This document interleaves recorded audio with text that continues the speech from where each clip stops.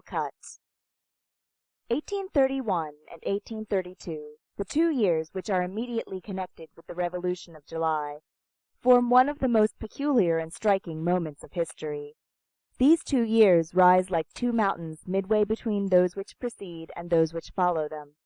They have a revolutionary grandeur. Precipices are to be distinguished there. The social masses, the very assizes of civilization, the solid group of superposed and adhering interests, the century-old profiles of the ancient French formation, appear and disappear in them every instant, athwart the storm clouds of systems, of passions, and of theories. These appearances and disappearances have been designated as movement and resistance. At intervals, truth, that daylight of the human soul, can be descried shining there. This remarkable epoch is decidedly circumscribed, and is beginning to be sufficiently distant from us to allow of our grasping the principal lines even at the present day. We shall make the attempt. The Restoration had been one of those intermediate phases hard to define, in which there is fatigue, buzzing, murmur, sleep, tumult, and which are nothing else than the arrival of a great nation at a halting place. These epochs are peculiar, and mislead the politicians who desire to convert them to profit. In the beginning, the nation asks nothing but repose. It thirsts for but one thing, peace. It has but one ambition, to be small, which is the translation of remaining tranquil. Of great events, great hazards, great adventures, great men, thank God, we have seen enough. We have them heaped higher than our heads. We would exchange Caesar for Prusias, and Napoleon for the King of Yvetot. What a good little king was he! We have marched since daybreak, we have reached the evening of a long and toilsome day. We have made our first change with Mirabeau, the second with Robespierre, the third with Bonaparte. We are worn out. Each one demands a bed. Devotion which is weary, heroism which has grown old, ambitions which are sated, fortunes which are made, seek, demand, implore, solicit what? A shelter. They have it. They take possession of peace, of tranquillity, of leisure. Behold, they are content. But at the same time certain facts arise, compel recognition, and knock at the door in their turn. These facts are the products of revolutions and wars. They exist, they have the right to install themselves in society, and they do install themselves therein. And most of the time facts are the stewards of the household and fouriers who do nothing but prepare lodgings for principles. This, then, is what appears to philosophical politicians. At the same time that weary men demand repose, accomplished facts demand guarantees. Guarantees are the same to facts that repose is to men. This is what England demanded of the Stuarts after the Protector. This is what France demanded of the Bourbons after the Empire. These guarantees are a necessity of the times. They must be accorded. Princes grant them, but in reality it is the force of things which gives them. A profound truth, and one useful to know, which the Stuarts did not suspect in 1662, and which the Bourbons did not even obtain a glimpse of in 1814. The predestined family, which returned to France when Napoleon fell, had the fatal simplicity to believe that it was itself which bestowed, and that what it had bestowed it could take back again. The House of Bourbon possessed the right divine, that France possessed nothing, and that the political right conceded in the charter of Louis XVIII was merely a branch of the right divine, was detached by the House of Bourbon and graciously given to the people until such day as it should please the king to reassume it. Still the House of Bourbon should have felt, from the displeasure created by the gift, that it did not come from it. This house was churlish to the 19th century. It put on an ill-tempered look at every development of the nation. To make use of a trivial word, that is to say, of a popular and true word, it looked glum. The people saw this. It thought it possessed strength because the empire had been carried away before it like a theatrical stage setting. It did not perceive that it had itself been brought in the same fashion. It did not perceive that it also lay in that hand which had removed Napoleon. It thought that it had roots because it was the past. It was mistaken. It formed a part of the past, but the whole past was France. The roots of French society were not fixed in the Bourbons, but in the nation. These obscure and lively roots constituted not the right of a family, but the history of a people. They were everywhere, except under the throne. The House of Bourbon was to France the illustrious and bleeding knot in her history. but was no longer the principal element of her destiny and the necessary base of her politics. She could get along without the Bourbons. She had done without them for 22 years. There had been a break of continuity. They did not suspect the fact.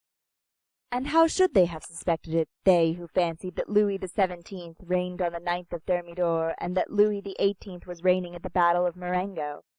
Never, since the origin of history, had princes been so blind in the presence of facts and the portion of divine authority which facts contain and promulgate. Never had that pretension here below, which is called the right of kings, denied to such a point the right from on high. A capital error which led this family to lay its hand once more on the guarantees granted in 1814, on the concessions, as it termed them. Sad, a sad thing! What it had termed its concessions were our conquests. What it termed our encroachments were our rights.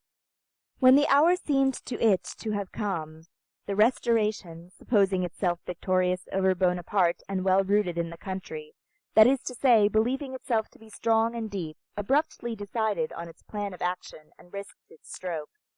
One morning it drew itself up before the face of France, and elevating its voice, it contested the collective title and the individual right of the nation to sovereignty, of the citizen to liberty.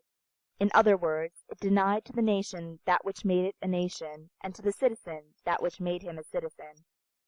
This is the foundation of those famous acts which are called the Ordinances of July. The Restoration fell. It fell justly, but, we admit, it had not been absolutely hostile to all forms of progress. Great things had been accomplished with it alongside. Under the Restoration, the nation had grown accustomed to calm discussion, which had been lacking under the Republic, and to grandeur and peace, which had been wanting under the Empire. France, free and strong, had offered an encouraging spectacle to the other peoples of Europe. The Revolution had had the word under Robespierre, the cannon had had the word under Bonaparte. It was under Louis XVIII and Charles X that it was the turn of intelligence to have the word. The wind ceased, and the torch was lighted once more. On the lofty heights the pure light of mind could be seen flickering. A magnificent, useful, and charming spectacle. For a space of 15 years, those great principles, which are so old for the thinker, so new for the statesman, could be seen at work in perfect peace on the public square. Equality before the law, liberty of conscience, liberty of speech, liberty of the press, the accessibility of all aptitudes to all functions. Thus it proceeded until 1830. The Bourbons were an instrument of civilization which broke in the hands of Providence. The fall of the Bourbons was full of grandeur, not on their side, but on the side of the nation. They quitted the throne with gravity, but without authority. Their descent into the night was not one of those solemn disappearances which leave a sombre emotion in history. It was neither the spectral calm of Charles I nor the eagle scream of Napoleon. They departed, that is all. They laid down the crown and retained no aureole. They were worthy, but they were not august. They lacked, in a certain measure, the majesty of their misfortune. Charles X, during the voyage from Cherbourg, causing a round table to be cut over into a square table, appeared to be more anxious about imperiled etiquette than about the crumbling monarchy. This diminution saddened devoted men who loved their persons, and serious men who honored their race. The populace was admirable.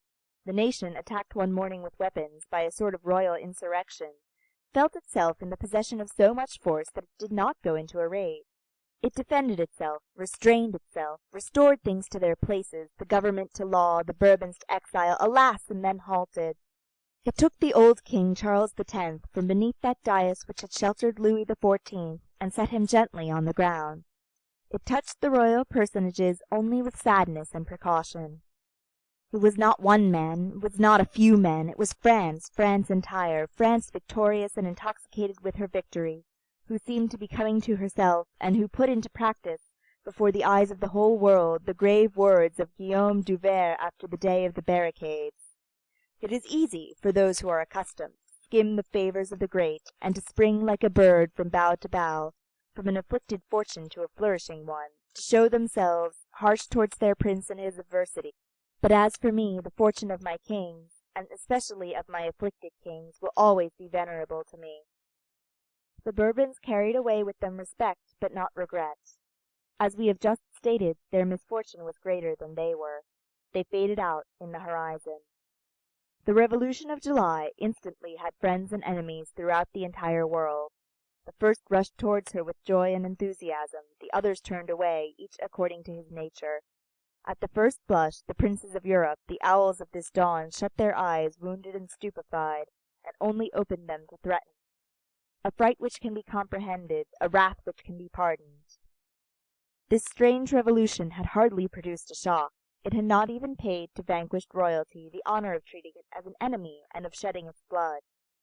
In the eyes of despotic governments, who are always interested in having liberty calumniate itself, the Revolution of July committed the fault of being formidable and of remaining gentle.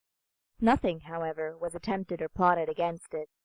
The most discontented, the most irritated, the most trembling saluted it. Whatever our egotism and our rancor may be, a mysterious respect springs from events in which we are sensible of the collaboration of someone who is working above man. The Revolution of July is the triumph of right overthrowing the fact, a thing which is full of splendor. Right overthrowing the fact, hence the brilliancy of the Revolution of 1830, hence also its mildness. Right triumphant has no need of being violent. Right is the just and the true. The property of right is to remain eternally beautiful and pure. The fact, even when most necessary to all appearances, even when most thoroughly accepted by contemporaries, if it exist only as a fact, and if it contain only too little of right or none at all, is infallibly destined to become, in the course of time, deformed, impure, perhaps even monstrous. If one desires to learn at one blow to what degree of hideousness the fact can attain, viewed at the distance of centuries, let him look at Machiavelli. Machiavelli is not an evil genius, nor a demon, nor a miserable and cowardly writer. He is nothing but the fact. And he is not only the Italian fact, he is the European fact, the fact of the 16th century. He seems hideous, and so he is, in the presence of the moral idea of the 19th. This conflict of right and fact has been going on ever since the origin of society. To terminate this duel, to amalgamate the pure idea with the humane reality, to cause right to penetrate pacifically into the fact, and the fact into the right, that is the task of sages. End of Book 1, Chapter 1.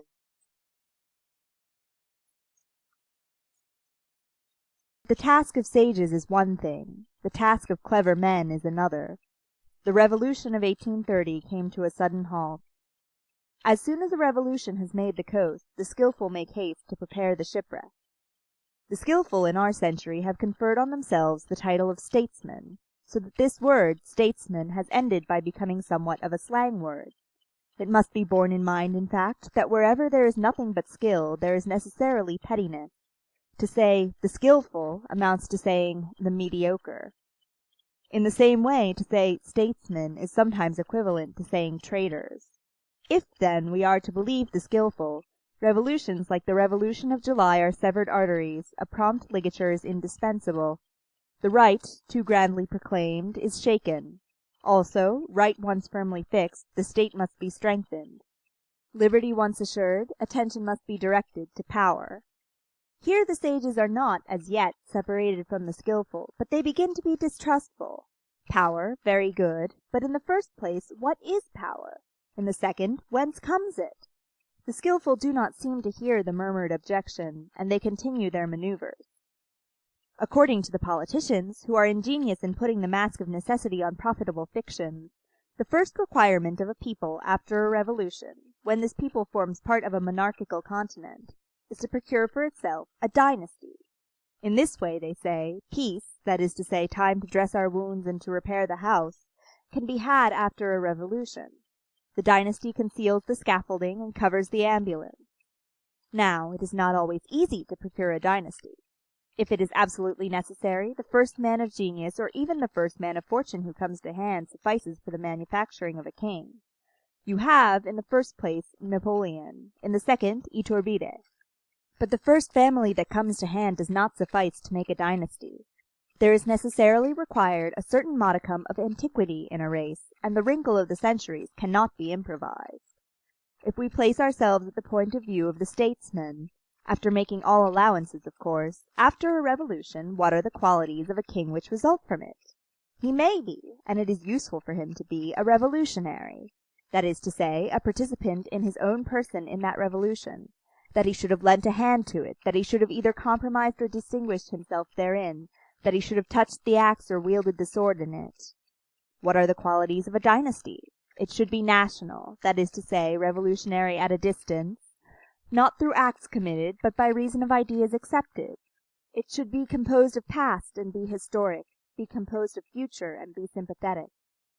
All this explains why the early revolutions contented themselves with finding a man, Cromwell or Napoleon, and why the second absolutely insisted on finding a family, the House of Brunswick or the House of Orleans. Royal houses resemble those Indian fig trees, each branch of which, bending over to the earth, takes root and becomes a fig tree itself. Each branch may become a dynasty, on the sole condition that it shall bend down to the people. Such is the theory of the skilful. Here, then, lies the great art, to make a little render to success the sound of a catastrophe, in order that those who profit by it may tremble from it also, to season with fear every step that is taken, to augment the curve of the transition to the point of retarding progress, to dull that aurora, to denounce and retrench the harshness of enthusiasm, to cut all angles and nails, to wad triumph, to muffle up right, to envelope the giant people in flannel and to put it to bed very speedily, to impose a diet on that excess of health, to put Hercules on the treatment of a convalescent, to dilute the event with the expedient, to offer to spirits thirsting for the ideal that nectar thinned out with a potion, to take one's precaution against too much success, to garnish the revolution with a shade. 1830 practiced this theory, already applied to England by 1688. 1830 is a revolution arrested midway, half of progress, quasi-right. Now logic knows not the almost, absolutely as the sun knows not the candle. Who arrests revolutions halfway? The bourgeoisie. Why?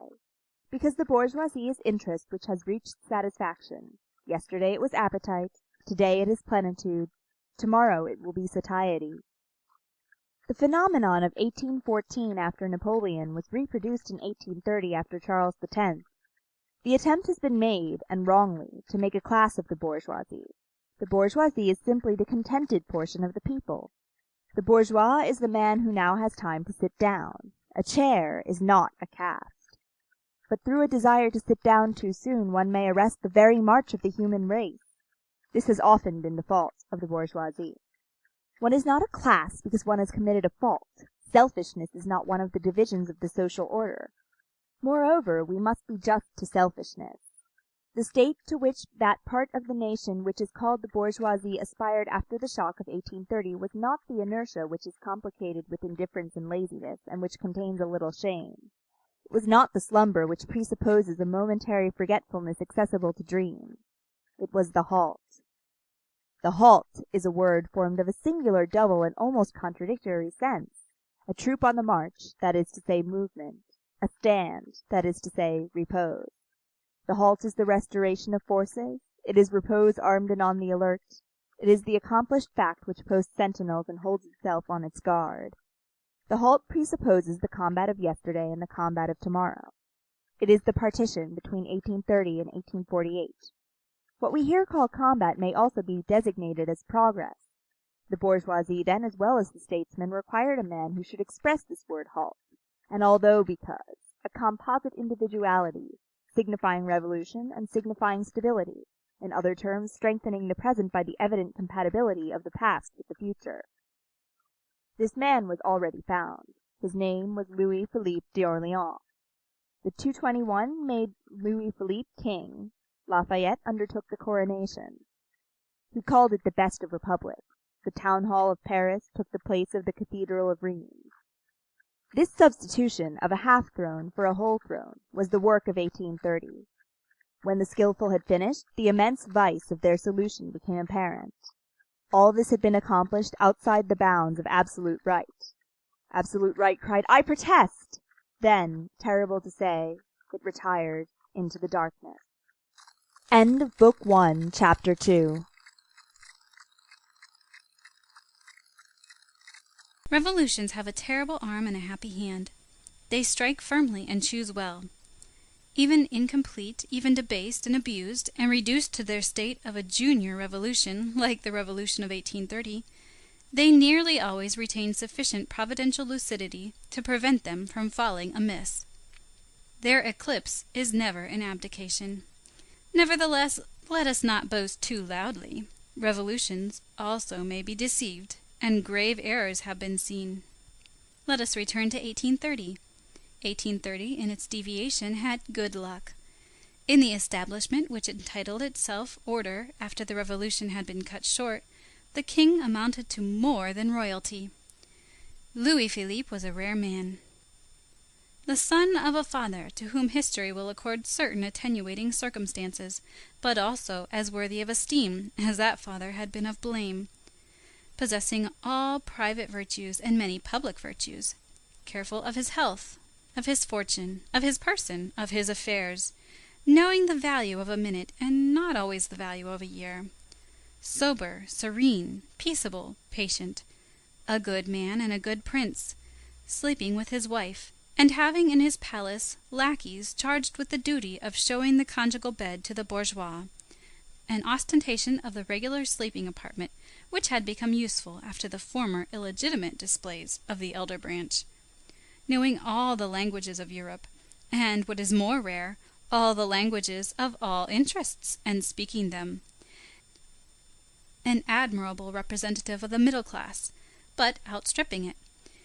and in every way greater than it, possessing excellent sense, while appreciating the blood from which he had sprung, counting most of all on his intrinsic worth, and on the question of his race very particular, declaring himself Orleans and not Bourbon, thoroughly the first prince of the blood royal, while he was still only a serene highness, but a frank bourgeois from the day he became king, diffuse in public, concise in private, reputed but not proved to be a miser, at bottom one of those economists who are readily prodigal at their own fancy or duty, lettered, but not very sensitive to letters, a gentleman but not a chevalier, simple, calm, and strong, adored by his family and his household, a fascinating talker, an undeceived statesman, inwardly cold, dominated by immediate interest, always governing at the shortest range, incapable of rancor and gratitude, making use without mercy of superiority on mediocrity, clever in getting parliamentary majorities to put in the wrong those mysterious unanimities which mattered duly under thrones, unreserved, sometimes imprudent in his lack of reserve, but with marvellous address in that imprudence, fertile in expedients, in countenances, in masks, making France fear Europe, and Europe France, incontestably fond of his country, but preferring his family, assuming more domination than authority, and more authority than dignity, a disposition which has this unfortunate property, that as it turns everything into success, it admits of ruse and does not absolutely repudiate baseness, but which has this valuable side, that it preserves politics from violent shocks, the state from fractures, and society from catastrophes. Minute, correct, vigilant, attentive, sagacious, indefatigable, contradicting himself at times and giving himself the lie, bold against Austria and Ancona, obstinate against England in Spain, bombarding Antwerp and paying off Pritchard, signing the Marseillais with conviction, inaccessible to despondency, to lassitude, to the taste for the beautiful and the ideal, to daring generosity, to utopia, to chimeras, to wrath, to vanity, to fear, possessing all the forms of personal intrepidity, a general at Valmy, a soldier at Jemappes, attacked 8 times by regicide, and always smiling, brave as a grenadier, courageous as a thinker, uneasy only in the face of the chances of a European shaking up, and unfitted for great political adventures, always ready to risk his life, never his work, distinguishing his will and influence in order that he might be obeyed as an intelligence rather than as a king, endowed with observation and not with divination, not very attentive to minds, but knowing men, that is to say, requiring to see in order to judge, prompt and penetrating good sense, practical wisdom, easy speech, prodigious memory, drawing incessantly on this memory, his only point of resemblance with Caesar, Alexander, and Napoleon. Knowing deeds, facts, details, dates, proper names, ignorant of tendencies, passions, the diverse geniuses of the crowd, the interior aspirations, the hidden and obscure uprisings of souls, in a word, all that can be designated as the invisible currents of consciences, accepted by the surface, but little in accord with France lower down, extricating himself by dint of tact, governing too much and not enough, his own first minister, excellent at creating out of the pettiness of realities an obstacle to the immensity of ideas, mingling a genuine creative faculty of civilization, of order and organization, an indescribable spirit of proceedings and chicanery, the founder and lawyer of a dynasty, having something of Charlemagne and something of an attorney, in short, a lofty and original figure, a prince who understood how to create authority in spite of the uneasiness of France, and power in spite of the jealousy of Europe. Louis Philippe will be classed among the eminent men of his century, and would be ranked among the most illustrious governors of history, had he loved glory but a little, and if he had had the sentiment of what is great to the same degree as the feeling for what is useful. Louis Philippe had been handsome, and in his old age he remained graceful. Not always approved by the nation, he always was so by the masses. He pleased. He had that gift of charming. He lacked majesty. He wore no crown, although a king, and no white hair, although an old man. His manners belonged to the old regime, and his habits to the new, a mixture of the noble and the bourgeois which suited 1830. Louis Philippe was transition reigning. He had preserved the ancient pronunciation and the ancient orthography which he placed at the service of opinions modern. He loved Poland and Hungary, but he wrote les Polonais, and he pronounced les Hongrais. He wore the uniform of the National Guard, like Charles X, and the ribbon of the Legion of Honor, like Napoleon. He went a little to chapel, not at all to the chase, never to the opera, incorruptible by sacristans, by worshippers in, by ballet dancers. This made a part of his bourgeois popularity. He had no heart. He went out with his umbrella under his arm, and this umbrella long formed a part of his aureole. He was a bit of a mason, a bit of a gardener, something of a doctor. He bled a postilion who had tumbled from his horse. Louis Philippe no more went about without his lancet than did Henry IV without his poniard. The royalists jeered at this ridiculous king, the first who had ever shed blood without the object of healing. For the grievances against Louis Philippe, there is one deduction to be made. There is that which accuses the royalty, that which accuses the reign, that which accuses the king. 3 columns which all give different totals. Democratic right confiscated, progress becomes a matter of secondary interest. The protests of the street violently repressed. Military execution of insurrections. The rising passed over by arms. The Rue Transonienne, the councils of war, the absorption of the real country by the legal country on half shares with 300,000 privileged persons. These are the deeds of royalty. Belgium, Henry IV. Now, to our mind in history, where kindness is the rarest of pearls, the man who is kindly almost takes precedence of the man who is great. Louis Philippe, having been severely judged by some, harshly perhaps by others, it is quite natural that a man, himself a phantom at the present day, who knew that king, should come and testify in his favor before history.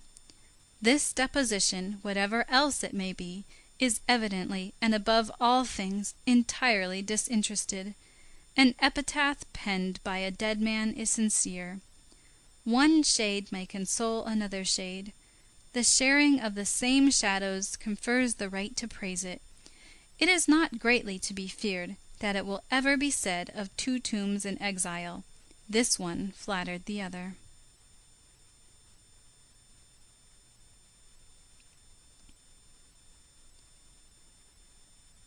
of Book 1, Chapter 3. Recording by Rachel Weaver, Boston, Massachusetts.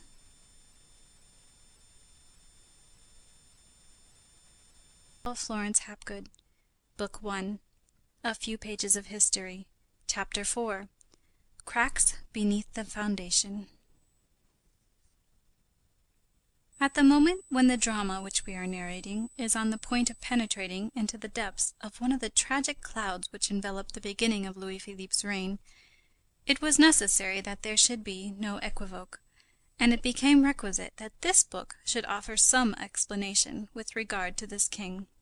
Louis Philippe had entered into possession of his royal authority without violence, without any direct action on his part, by virtue of a revolutionary change, evidently quite distinct from the real aim of the evolution, but in which he, the Duc d'Orléans, exercised no personal initiative. He had been born a prince, and he believed himself to have been elected king. He had not served this mandate on himself, he had not taken it, it had been offered to him, and he had accepted it, convinced wrongly, to be sure, but convinced nevertheless that the offer was in accordance with right, and that the acceptance of it was in accordance with duty. Hence his possession was in good faith. Now, we say it in good conscience, Louis Philippe being in possession in perfect good faith, and the democracy being in good faith in its attack, the amount of terror discharged by the social conflicts weighs neither on the king nor on the democracy. A clash of principles resembles a clash of elements. The ocean defends the water, the hurricane defends the air. The king defends royalty, the democracy defends the people. The relative, which is the monarchy, resists the absolute, which is the republic. Society bleeds in this conflict, but that which constitutes its suffering today will constitute its safety later on. And in any case, those who combat are not to be blamed. One of the two parties is evidently mistaken. The right is not, like the Colossus of Rhodes, on two shores at once, with one foot on the republic and one in the royalty. It is indivisible, and all on one side, but those who are in error are so sincerely. A blind man is no more a criminal than a Vendean is a ruffian. Let us then impute to the fatality of things alone these formidable collusions. Whatever the nature of these tempests may be, human irresponsibility is mingled with them. Let us complete this exposition. The government of 1840 led a hard life immediately.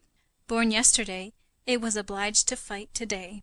Hardly installed, it was already everywhere conscious of vague movements of traction on the apparatus of July, so recently laid, and so lacking in solidity. Resistance was born on the morrow. Perhaps even it was born on the preceding evening. From month to month the hostility increased, and from being concealed it became patent. The Revolution of July, which gained but little acceptance outside of France by kings, had been diversely interpreted in France, as we have said. God delivers over to men his visible will in events, an obscure text written in a mysterious tongue. Men immediately make translations of it, translations hasty, incorrect, full of errors, of gaps, and of nonsense. Very few minds comprehend the divine language. The most sagacious, the calmest, the most profound decipher slowly, and when they arrive with their text, the task has long been completed. There are already 20 translations on the public place. From each remaining springs a party, and from each misinterpretation a faction, and each party thinks that it alone has the true text, and each faction that it possesses the light. Power itself is often a faction. There are in revolutions swimmers who go against the current. They are the old parties. For the old parties, who clung to heredity by the grace of God, think that revolutions having sprung from the right to revolt, one has the right to revolt against them. Error. For in these revolutions the one who revolts is not the people, it is the king. Revolution is precisely contrary of revolt. Every revolution, being a normal outcome, contains within itself its legitimacy, which false revolutionists sometimes dishonor, but which remains even when soiled, which survives even when stained with blood.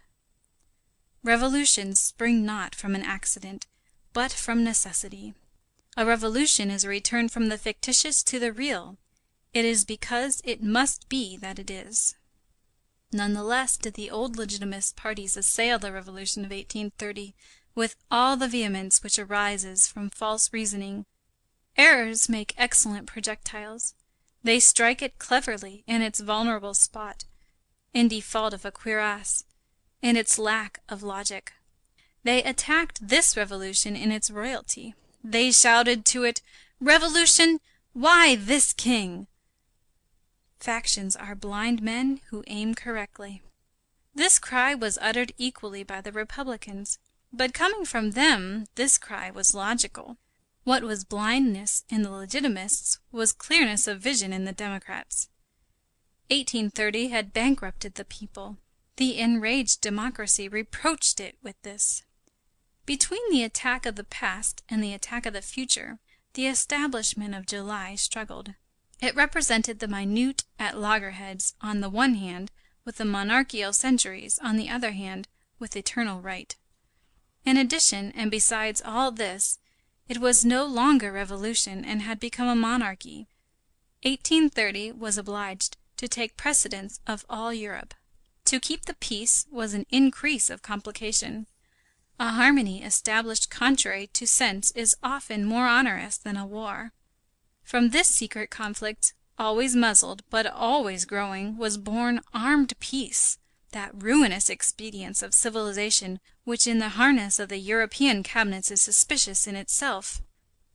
The royalty of July reared up, in spite of the fact that it caught it in the harness of European cabinets. Metternich would gladly have put it in kicking straps. Pushed on in France by progress, it pushed on the monarchies, those loiterers in Europe. After having been towed, it undertook to tow. Meanwhile, within her, pauperism, the proletariat, salary, education, penal servitude, prostitution, the fate of the woman, wealth, misery, production, consumption, division, exchange, coin, credit, the rights of capital, the rights of labor, all these questions were multiplied above society, a terrible slope. Outside of political parties properly so called, another movement became manifest. Philosophical fermentation replied to democratic fermentation. The elect felt troubled as well as the masses, in another manner, but quite as much. Thinkers meditated, while the soil, that is to say the people, traversed by revolutionary currents, trembled under them with indescribably vague epileptic shocks. These dreamers, some isolated, others united in families and almost in communion, turned over social questions in a pacific but profound manner. Impassive miners who tranquilly pushed their galleries into the depths of a volcano, hardly disturbed by the dull commotion and the furnaces of which they caught glimpses. This tranquillity was not the least beautiful spectacle of this agitated epoch. These men left to political parties the question of rights. They occupied themselves with the question of happiness. The well-being of man, that was what they wanted to extract from society. They raised material questions, questions of agriculture, of industry, of commerce, almost to the dignity of a religion. In civilization, such as it has formed itself, a little by the command of God, a great deal by the agency of man, interests combine, unite, and amalgamate in a manner to form a veritable hard rock, in accordance with a dynamic law, patiently studied by economists, those geologists of politics. These men, who group themselves under different appellations, but who may all be designated by the generic title of socialists, endeavored to pierce that rock, and to cause it to spout forth the living waters of human felicity. From the question of the scaffold to the question of war, their works embraced everything. To the rights of man, as proclaimed by the Revolution, they added the rights of woman and the rights of the child. The reader will not be surprised if, for various reasons, we do not here treat in a thorough manner, from the theoretical point of view, the questions raised by socialism. We confine ourselves to indicating them. All the problems that the socialists propose to themselves, cosmogonic visions, reverie, and mysticism being cast aside, can be reduced to two principal problems. First problem, to produce wealth. Second problem, to share it. The first problem contains the question of work. The second contains the question of salary. In the first problem, the employment of forces is in question. In the second, the distribution of enjoyment. From the proper employment of forces results public power. From a good distribution of enjoyments results individual happiness. By a good distribution, not an equal, but an equitable distribution must be understood. From these two things combined, the public power without, individual happiness within, results social prosperity. Social prosperity means the man happy, the citizen free, the nation great. England solves the first of these two problems. She creates wealth admirably. She divides it badly. This solution, which is complete on one side only, leads her fatally to two extremes: monstrous opulence, monstrous wretchedness. All enjoyments for some, all privations for the rest, that is to say, for the people.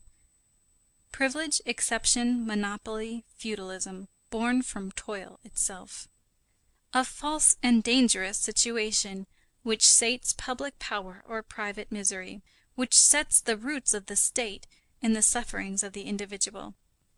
A badly constituted grandeur, in which are combined all the material elements, and into which no moral element enters.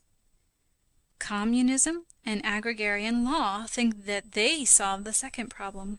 They are mistaken. Their division kills production. Equal partition abolishes emulation, and consequently labor. It is a partition made by the butcher, which kills that which it divides. It is therefore impossible to pause over these pretended solutions. Slaying wealth is not the same thing as dividing it. The two problems require to be solved together to be well solved. The two problems must be combined and made but one. Solve only the first of the two problems, you will be Venice, you will be England. You will have, like Venice, an artificial power, or, like England, a material power. You will be the wicked rich man. You will die by an act of violence, as Venice did, or by bankruptcy, as England will fall. And the world will allow to die and fall all that is merely selfishness, all that does not represent for the human race either a virtue or an idea. It is well understood here that by the words Venice and England we designate not the peoples but social structures. The oligarchies superposed on nations, and not the nations themselves. The nations always have our respect and our sympathy. Venice as a people will live again. England, the aristocracy, will fall, but England, the nation, is immortal. That said, we continue. Solve the two problems, encourage the wealthy, and protect the poor. Suppress misery. Put an end to the unjust farming out of the feeble by the strong. Put a bridle on the iniquitous jealousy of the man who is making his way against the man who has reached the goal. Adjust mathematically and fraternally salary to labor. Mingle gratuitous and compulsory education with the growth of childhood, and make of science the base of manliness. Develop minds while keeping arms busy. Be at one and the same time a powerful people and a family of happy men. Render poverty democratic, not by abolishing it, but by making it universal, so that every citizen without exception may be a proprietor. An easier matter than is generally supposed. In 2 words, learn how to produce wealth and how to distribute it, and you will have at once moral and material greatness, and you will be worthy to call yourself France. This is what socialism said outside and above a few sects which have gone astray. This is what it sought in facts. That is what it sketched out in minds. Efforts worthy of admiration, sacred attempts. These doctrines, these theories, these resistances, the unforeseen necessity for the statesman to take philosophers into account, confused evidences of which we catch a glimpse, a new system of politics to be created, which shall be in accord with the old world, without too much disaccord with the new revolutionary ideal. A situation in which it became necessary to use Lafayette to defend Polignac. The institution of progress transparent beneath the revolt, the chambers and streets, the competitions to be brought into equilibrium around him, his faith in the revolution, perhaps an eventual indefinable resignation born of the vague acceptance of a superior definitive right, his desire to remain of his race, his domestic spirit, his sincere respect for the people, his own honesty, preoccupied Louis Philippe almost painfully, and there were moments when, strong and courageous as he was overwhelmed by the difficulties of being a king. He felt under his feet a formidable disaggregation, which was not, nevertheless, a reduction to dust, France being more France than ever. Piles of shadows covered the horizon. A strange shade, gradually drawing nearer, extended little by little over men, over things, over ideas, a shade which came from wraths and systems. Everything which had been hastily stifled was moving and fermenting. At times the conscience of the honest man resumed its breathing, so great was the discomfort of the air in which sophisms were intermingled with truths. Spirits trembled in the social anxiety like leaves at the approach of a storm. The electric tension was such that at certain instants the first comer, a stranger, brought light. Then the twilight obscurity closed in again. At intervals, deep and dull mutterings allowed a judgment to be formed as to the quantity of thunder contained by the cloud. 20 months had barely elapsed since the Revolution of July. The year 1832 had opened with an aspect of something impending and threatening.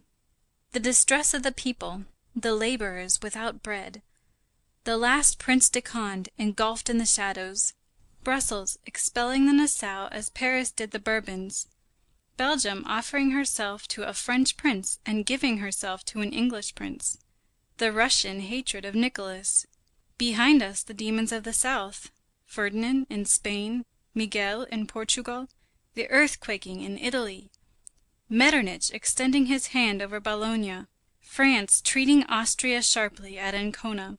At the north, no one knew what sinister sound of the hammer nailing up Poland in her coffin. Irritated glances watching France narrowly all over Europe. England, a suspected ally, ready to give a push to that which was tottering and to hurl herself on to that which should fall. The peerage sheltering itself behind Beccaria to refuse foreheads to the law. The fleur-de-lis erased from the king's carriage. The cross torn from Notre Dame. Lafayette lessened. Lafitte ruined. Benjamin Constant dead in indignance. Casimir Perier dead in the exhaustion of his power. Political and social malady breaking out simultaneously in the two capitals of the kingdom, the one in the city of thought, the other in the city of toil. At Paris civil war, at Lyons servile war. In the two cities the same glare of the furnace, a crater-like crimson on the brow of the people. The south rendered fanatic, the west troubled. The Duchess de Berry in La Vendée. Plots, conspiracies, risings, cholera added the sombre roar of the tumult of events to the sombre roar of ideas. End of Book 1, Chapter 4. Recording by Rachel Weaver, Boston, Massachusetts.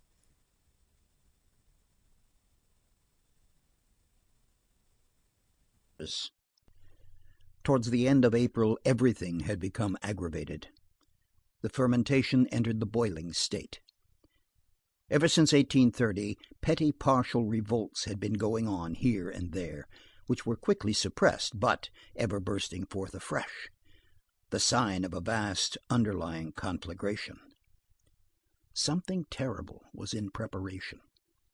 Glimpses could be caught of the features still indistinct and imperfectly lighted of a possible revolution. France kept an eye on Paris. Paris kept an eye on the Faubourg Saint-Antoine. The Faubourg Saint-Antoine, which was in a dull glow, was beginning its ebullition. The wine shops of the Rue de Charonne were, although the union of the two epithets seems singular when applied to wine shops, grave and stormy. The government was there purely and simply called in question. There people publicly discussed the question of fighting or of keeping quiet. There were back shops where working men were made to swear that they would hasten into the street at the first cry of alarm, and that they would fight without counting the number of the enemy. This engagement once entered into, a man seated in the corner of the wine shop assumed a sonorous tone and said, "You understand, you have sworn." Sometimes they went upstairs to a private room on the first floor, and there scenes that were almost Masonic were enacted. They made the initiated take oaths to render service to himself as well as to the fathers of families. That was the formula.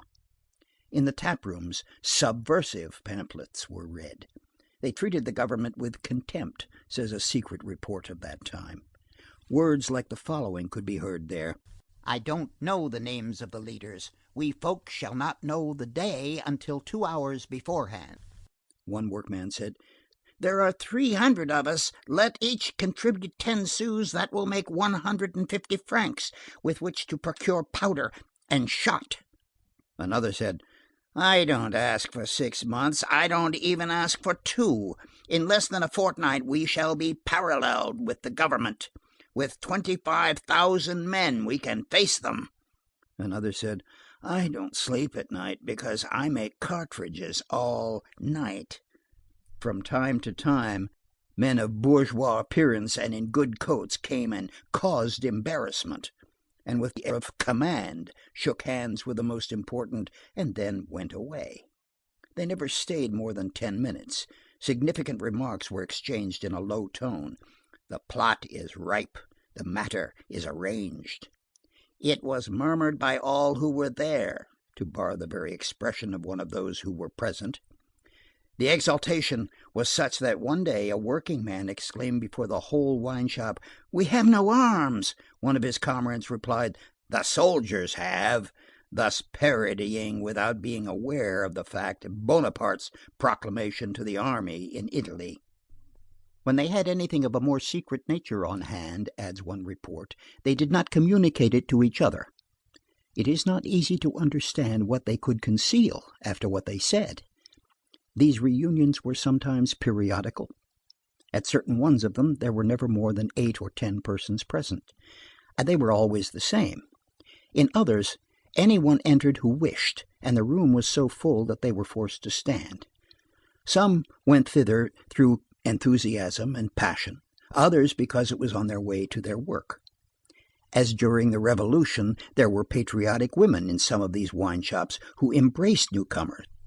Other expressive facts came to light. A man would enter a shop, drink, and go his way with the remark, "Wine merchant, the Revolution will pay what is due to you."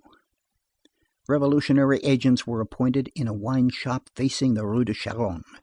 The balloting was carried on in their caps. Working men met at the houses of a fencing master, who gave lessons in the Rue de Cotte.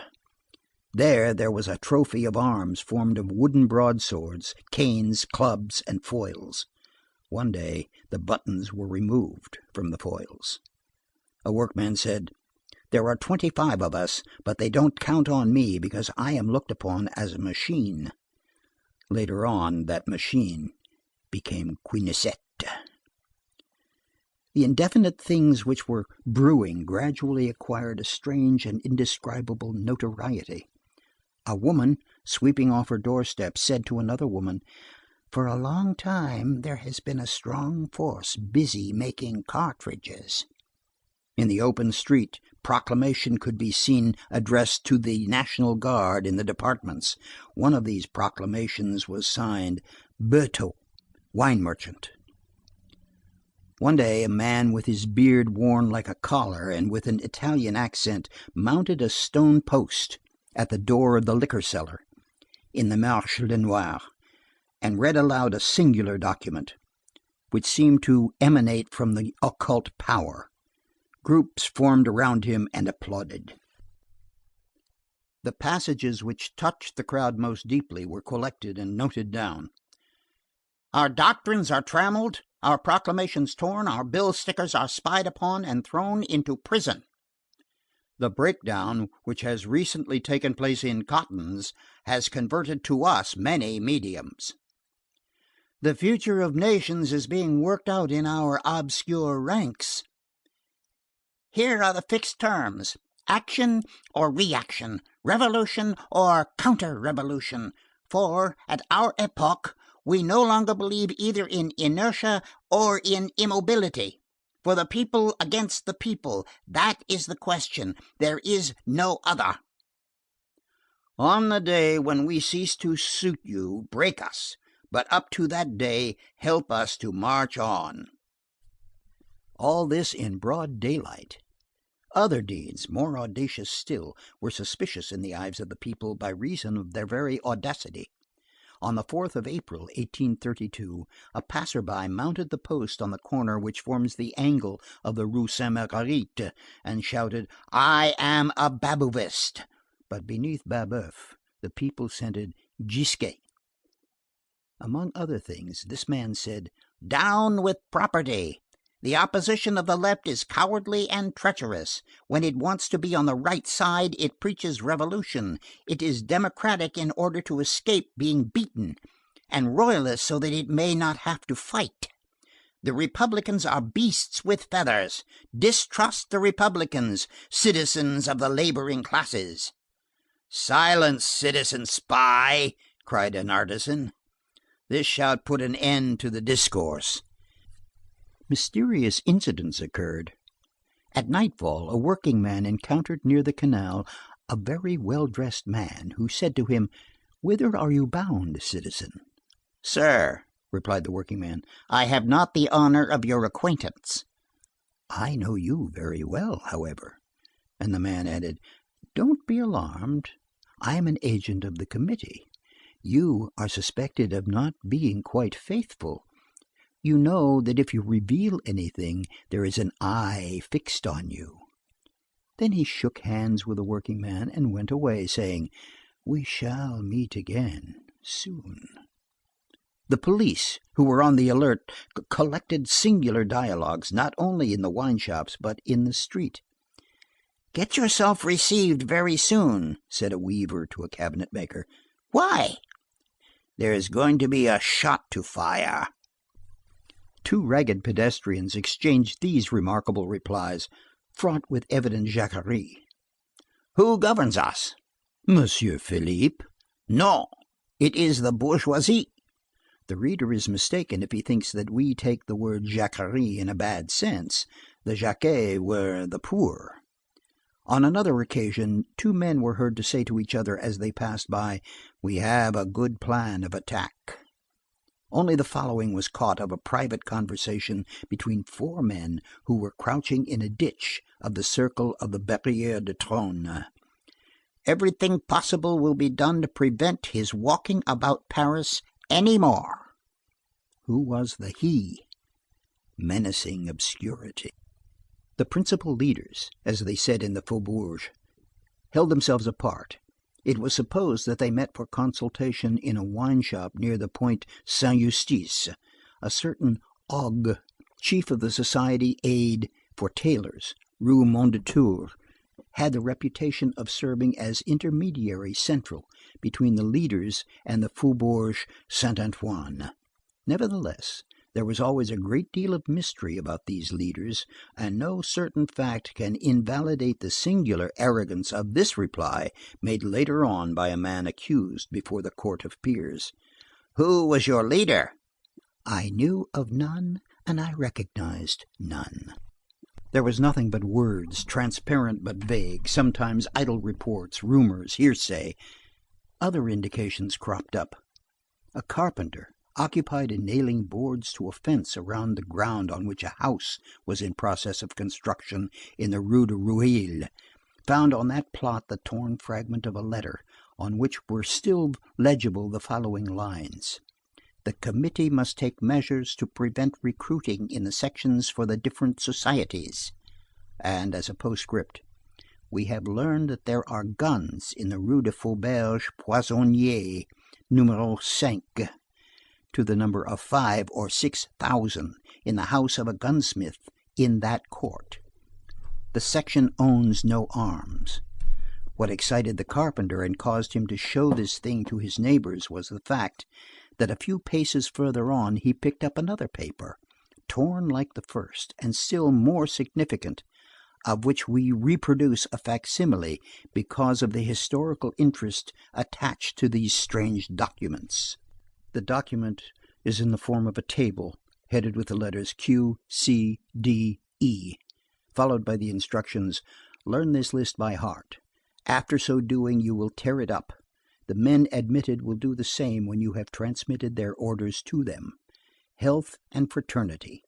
U, O, G, A, F, E, L." It was only later on that the persons who were in the secret of this find at the time learned the significance of those 4 capital letters: quinturions, centurions, decurions, éclaireurs, scouts, and the sense of the letters U, O, G, A, F, E, which was a date and meant April 15th, 1832. Under each capital letter were inscribed names, followed by very characteristic notes. Thus, Q, Bannerel, 8 guns, 83 cartridges, a safe man. C, Boubier, 1 pistol, 40 cartridges. D, Rollet, 1 foil, 1 pistol, 1 pound of powder. E, Tessier, 1 sword, 1 cartridge box. Exact, Terrier, 8 guns, Brave, etc. Finally, this carpenter found, still in the same enclosure, a third paper, on which was written in pencil, but very legibly, this sort of enigmatical list: Unit, Blanchard, Arbre, Sec, 6, Barras, Soise, Salle-au-Comte, Kosciuszko, Aubry the butcher, J, R, Caius Gracius, right of revision, Dufond, 4, fall of the Girondists, Debrac, Maubuy, Washington, Pinson, 1 pistol, 86 cartridges, Marseillaise, sovereignty of the people, Michel, Quincampoix, sword, Hoche, Marceau, Plato, Arbre Sec, Warsaw, Tilly, crier of the Populaire. The honest bourgeois into whose hands this list fell knew its significance. It appears that this list was the complete nomenclature of the sections of the 4th arrondissement of the Society of the Rights of Man, with the names and dwellings of the chiefs of sections. Today, when all these facts which were obscure are nothing more than history, we may publish them. It should be added that the foundation of the Society of the Rights of Man seems to have been posterior to the date when this paper was found. Perhaps this was only a rough draft. Still, according to all the remarks and the words, according to written notes, material facts begin to make their appearance. In the Rue Popincourt, in the house of a dealer in bric-à-brac, there were seized 7 sheets of gray paper, all folded alike lengthwise and in 4. These sheets enclosed 26 squares of the same gray paper folded in the form of a cartridge and a card on which was written the following: saltpetre, 12 ounces, sulphur, 2 ounces, charcoal, 2 ounces and a half, water, 2 ounces. The report of the seizure stated that the drawer exhaled a strong smell of powder. A mason returning from his day's work left behind him a little package on a bench near the bridge at Austerlitz. This package was taken to the police station. It was opened, and in it were found 2 printed dialogues, signed L'Hotier, a song entitled Workmen Band Together, and a tin box full of cartridges. One artisan drinking with a comrade made the latter feel him to see how warm he was. The other man felt a pistol under his waistcoat. In a ditch on the boulevard between Père-Lachaise and the Barrière de Tronne, at the most deserted spot, some children, while playing, discovered beneath a mass of shavings and refuse bits of wood a bag containing a bullet mold, a wooden punch for the preparation of cartridges, a wooden bowl in which there were grains of hunting powder, and a little cast iron pot whose interior presented evident traces of melted lead. Police agents, making their way suddenly and unexpectedly at 5 o'clock in the morning into the dwelling of a certain Pardon, who was afterwards a member of the Barricade Merry section and got himself killed in the insurrection of April, 1834, found him standing near his bed and holding in his hand some cartridges which he was in the act of preparing. Towards the hour when workingmen repose, two men were seen to meet between the Barrière Picpus and the Barrière Charenton in a little lane between two walls, near a wine shop, in front of which there was a jeu de Siam. One drew a pistol from beneath his blouse and handed it to the other. As he was handing it to him, he noticed that the perspiration of his chest had made the powder damp. He primed the pistol and added more powder to what was already in the pan. Then the two men parted. A certain Gallet, afterwards killed in the Rue Beaubourg in the affair of April, boasted of having in his house 700 cartridges and 24 flints. The government one day received a warning that arms and 200,000 cartridges had just been distributed in the Faubourg. On the following week, 30,000 cartridges were distributed. The remarkable point about it was that the police were not able to seize a single one.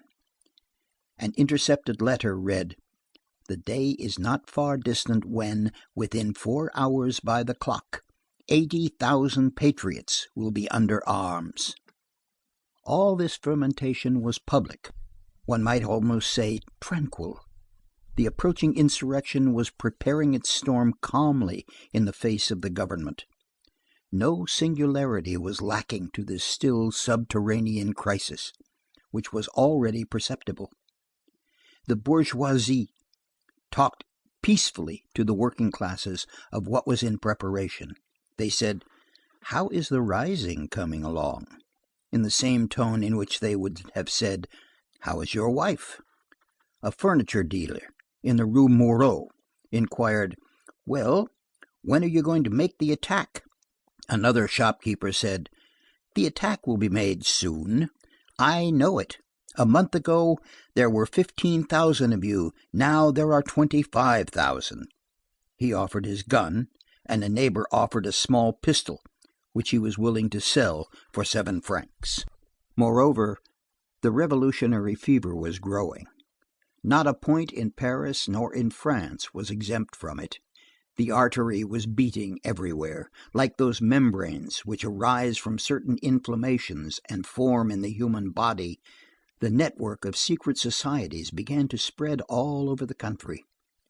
From the associations of the Friends of the People, which was at the same time public and secret, sprang the Society of the Rights of Man, which also dated from one of the orders of the day, Pluviose, year 40 of the Republican era, which was destined to survive even the mandate of the Court of Assizes, which pronounced its dissolution, and which did not hesitate to bestow on its sections significant names like the following: Pikes, Tocsin, Signal Cannon, Phrygian Cap, January 21, the Beggars, the Vagabonds, Forward March, Robespierre, Level, Ça ira.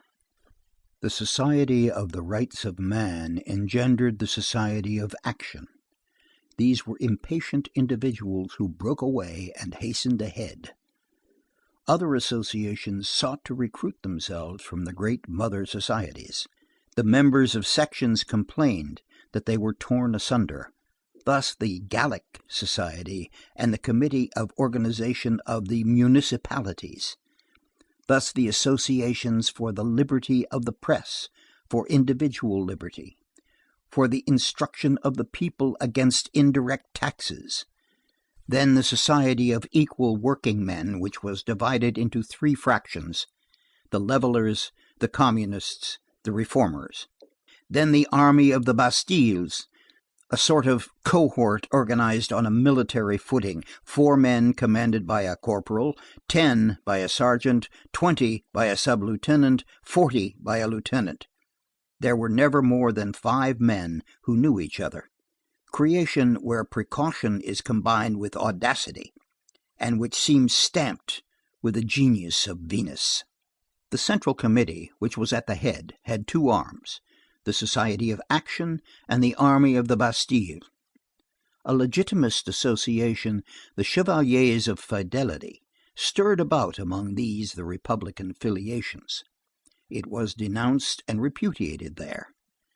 The Parisian societies had ramifications in the principal cities, Lyons, Nantes, Lille, Marseille, and each had its Society of the Rights of Man, the Charbonnières, and the Free Men.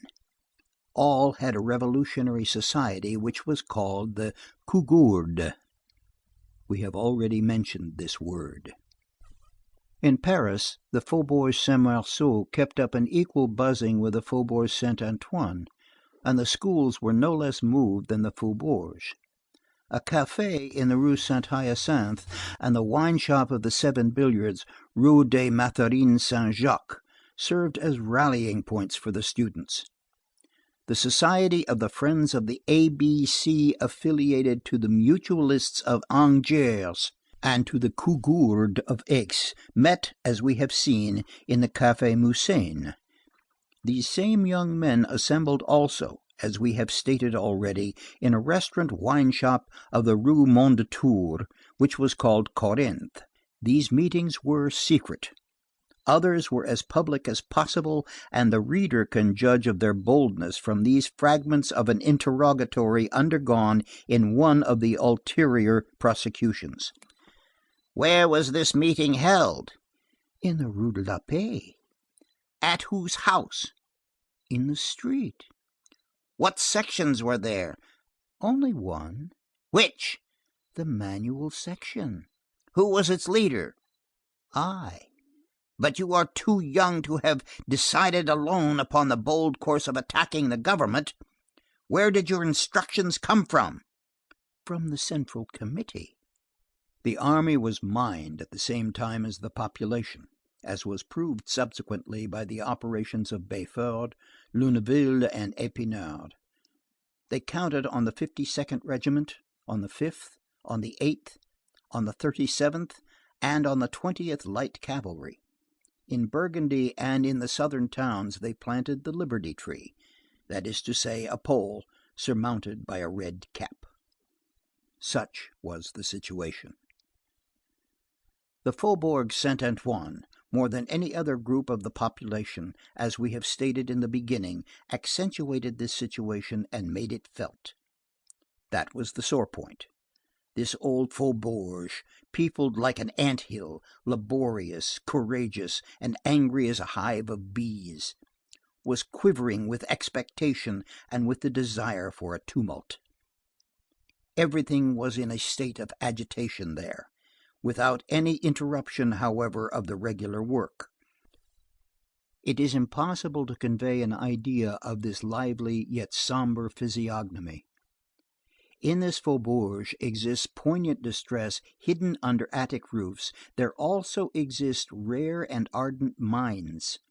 It is particularly in the matter of distress and intelligence that it is dangerous to have extremes meet. The Faubourg Saint-Antoine had also other causes to tremble, for it received the countershock of commercial crises, of failures, strikes, slack seasons, all inherent to great political disturbances. In times of revolution, misery is both cause and effect. The blow which it deals rebounds upon it. This population full of proud virtue, capable of the highest degree of latent heat, always ready to fly to arms, prompt to explode, irritated, deep, undermined, seemed to be only awaiting the fall of a spark. Whenever certain sparks float on the horizon chased by the wind of events, it is impossible not to think of the Faubourg Saint Antoine and of the formidable chance which has placed at the very gates of Paris that powder house of suffering and ideas. The wine shops of the Faubourg Antoine, which have been more than once drawn in the sketches which the reader has just perused, possess historical notoriety. In troublous times people grow intoxicated there more on words than on wine. A sort of prophetic spirit and an afflatus of the future circulates there, swelling hearts and enlarging souls. The cabarets of the Faubourg Saint Antoine resemble those taverns of Mont Aventine, erected on the cave of the Sibyl, and communicating with the profound and sacred breath, taverns where the tables were almost tripods, and where was drunk what Ennius calls the Sibylline wine. The Faubourg Saint Antoine is a reservoir of people. Revolutionary agitations create fissures there, through which trickles the popular sovereignty. This sovereignty may do evil. It can be mistaken like any other, but even when led astray, it remains great. We may say of it as of the blind Cyclops, ingens. In '93, according as the idea which was floated about was good or evil, according as it was the day of fanaticism or of enthusiasm, there leaped forth from the Faubourg Saint Antoine now savage legions, now heroic bands. Savage. Let us explain this word. When these bristling men, who in the early days of the revolutionary chaos, tattered, howling, wild, with uplifted bludgeon, pike on high, hurled themselves upon ancient Paris in an uproar, what did they want?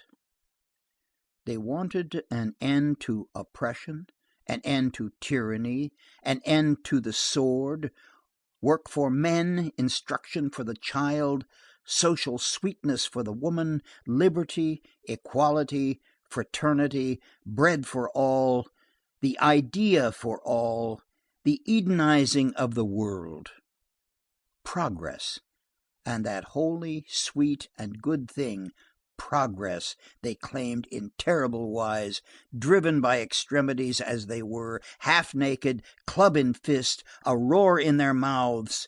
They were savages, yes, but the savages of civilization. They proclaimed right furiously. They were desirous, if only with fear and trembling, to force the human race to paradise. They seemed barbarians, and they were saviors. They demanded light with the mask of night.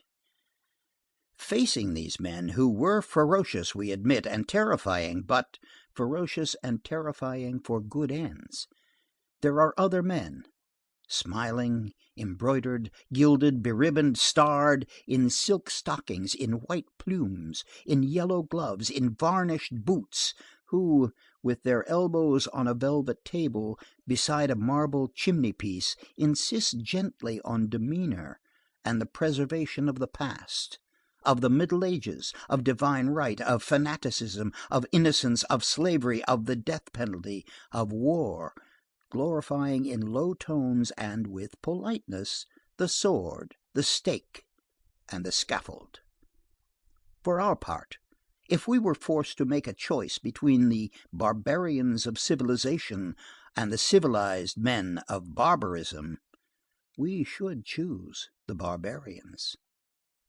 But, thank heavens, still another choice is possible. No perpendicular fall is necessary in front any more than in the rear, neither despotism nor terrorism. We desire progress with a gentle slope. God takes care of that. God's whole policy consists in rendering slopes less steep. End of Book 1, Chapter 5.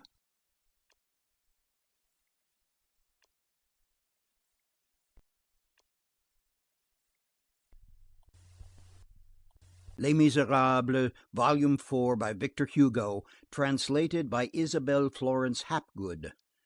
Book 1, A Few Pages of History. Chapter 6. Enjolras and his lieutenants. It was about this epoch when Enjolras, in view of a possible catastrophe, instituted a kind of mysterious census. All were present at a secret meeting at the Café Musain. Enjolras said, mixing his words with a few half enigmatical but significant metaphors: "It is proper that we should know where we stand and on whom we may count. If combatants are required, they must be provided. It can do no harm to have something with which to strike. Passers-by always have more chance of being gored when there are bulls on the road than when there are none. Let us, therefore, reckon a little on the herd. How many of us are there? There is no question of postponing this task until tomorrow. Revolutionists should always be hurried. Progress has no time to lose. Let us mistrust the unexpected. Let us not be caught unprepared. We must go over all the seams that we have made and see whether they hold fast. This business ought to be concluded today. Courfeyrac, you will see the Polytechnic students. It is their day to go out. Today is Wednesday. Fouilly, you will see those of the Glacier, will you not? Combeferre has promised me to go to Picpus. There is a perfect swarm and an excellent one there.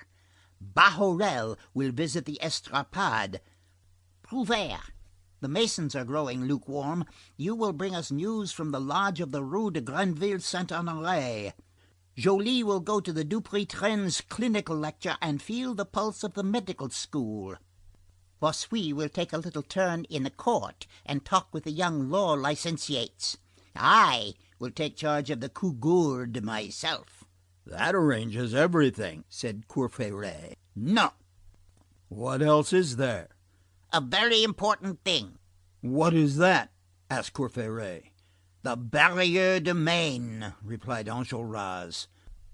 Enjolras remained for a moment as though absorbed in reflection. Then he resumed. "At the Barrière de Maine there are marble workers, painters, and journeymen in the studios of sculptors. They are an enthusiastic family, but liable to cool off. I don't know what has been the matter with them for some time past. They are thinking of something else. They are becoming extinguished. They pass their time playing dominoes. There is urgent need that someone should go and talk with them a little, but with firmness. They meet at Richelieu's. They are to be found there between 12 and 1 o'clock. Those ashes must be fanned into a glow. For that errand I had counted on that abstracted Marius, who is a good fellow on the whole, but he no longer comes to us. I need someone for the Barrière de Maine. I have no one." "What about me?" said Grantaire. "Here am I." "You!" "I." "You indoctrinate republicans, you warm up hearts that have grown cold in the name of principle." "Why not?" "Are you good for anything?" "I have a vague ambition in that direction," said Grantaire. "You do not believe in everything." "I believe in you." "Grantaire will do me a service?" "Anything. I'll black your boots." "Well, don't meddle with our affairs. Sleep yourself sober from your absinthe." "You are an ingrate, Enjolras." "You the man to go to the Barrière de Maine? You capable of it?"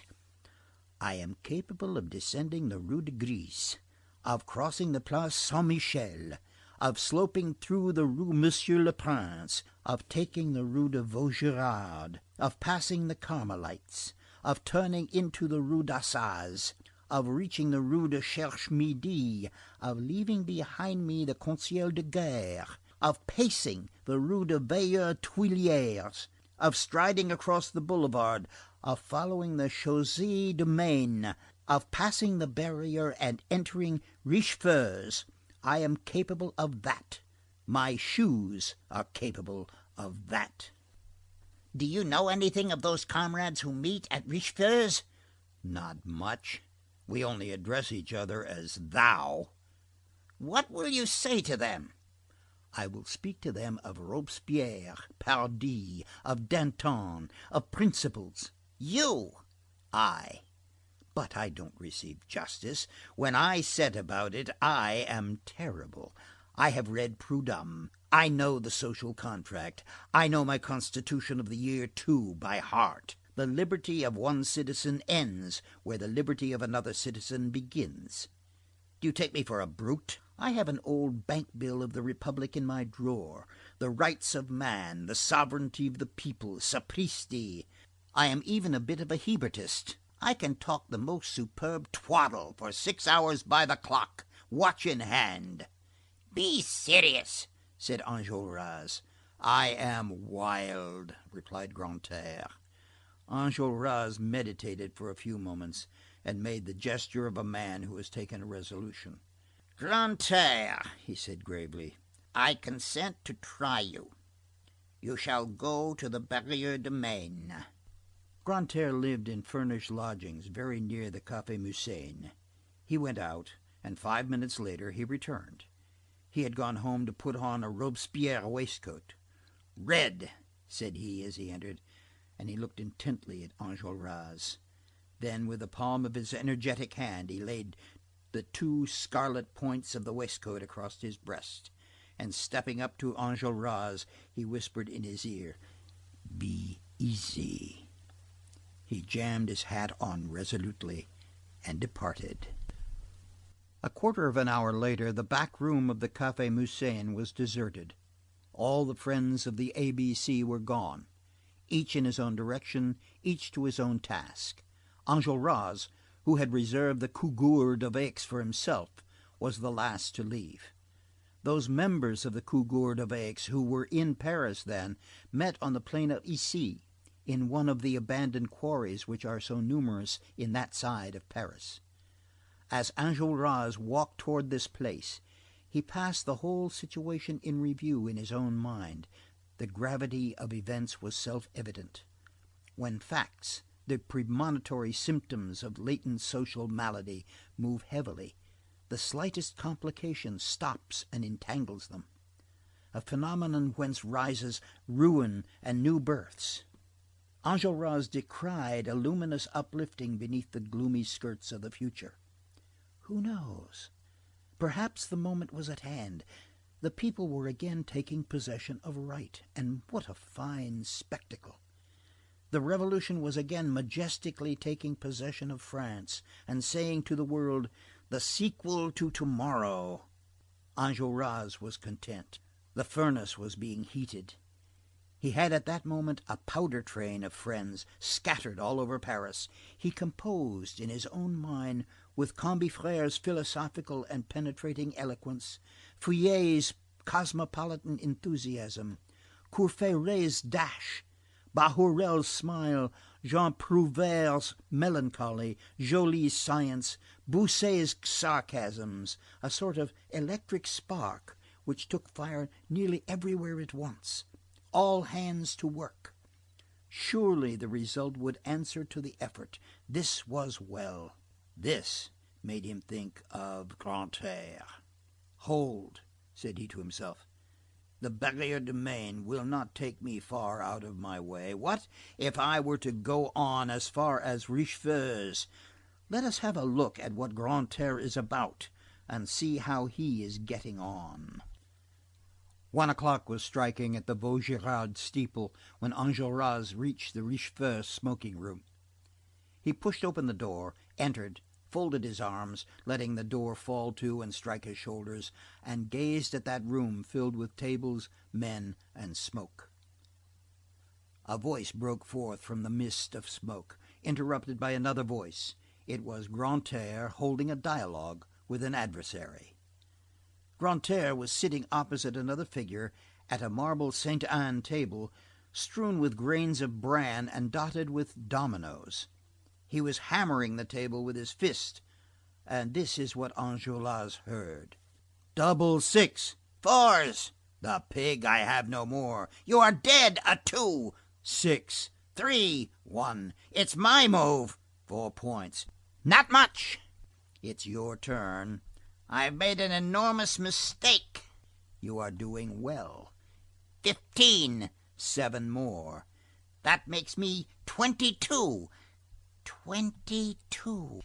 You weren't expecting that double 6. If I had placed it at the beginning, the whole play would have been changed. A 2 again. 1. 1. Well, 5. I haven't any. It was your play, I believe. Yes. Blank. What luck he has. You are lucky. 2. 1. Neither 5 nor 1. Now that's bad for you. Domino. Plague take it. End of chapter 6 of book 1.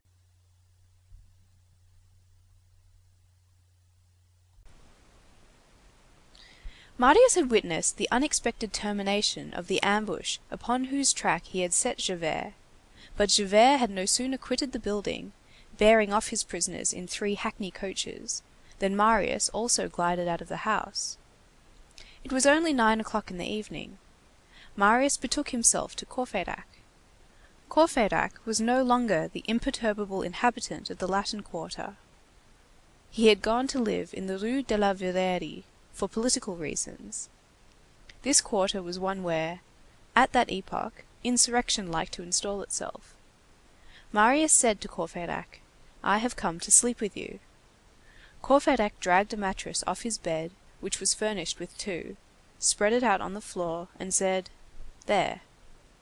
At 7 o'clock on the following morning, Marius returned to the hovel, paid the quarter's rent which he owed to Mambougon, had his books, his bed, his table, his commode, and his 2 chairs loaded on a hand cart, and went off without leaving his address, so that when Javert returned in the course of the morning, for the purpose of questioning Marius as to the events of the preceding evening, he found only Mambougon, who answered, "Moved away."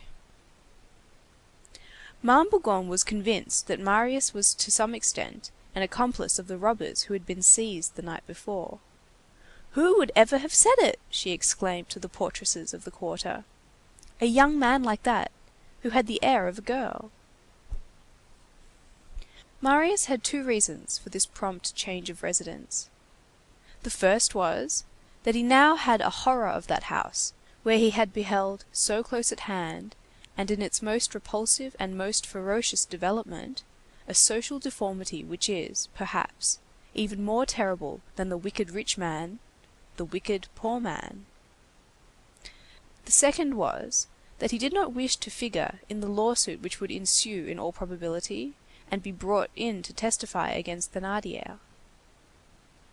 Javert thought that the young man, whose name he had forgotten, was afraid, and had fled, or perhaps had not even returned home at the time of the ambush. He made some efforts to find him, however, but without success.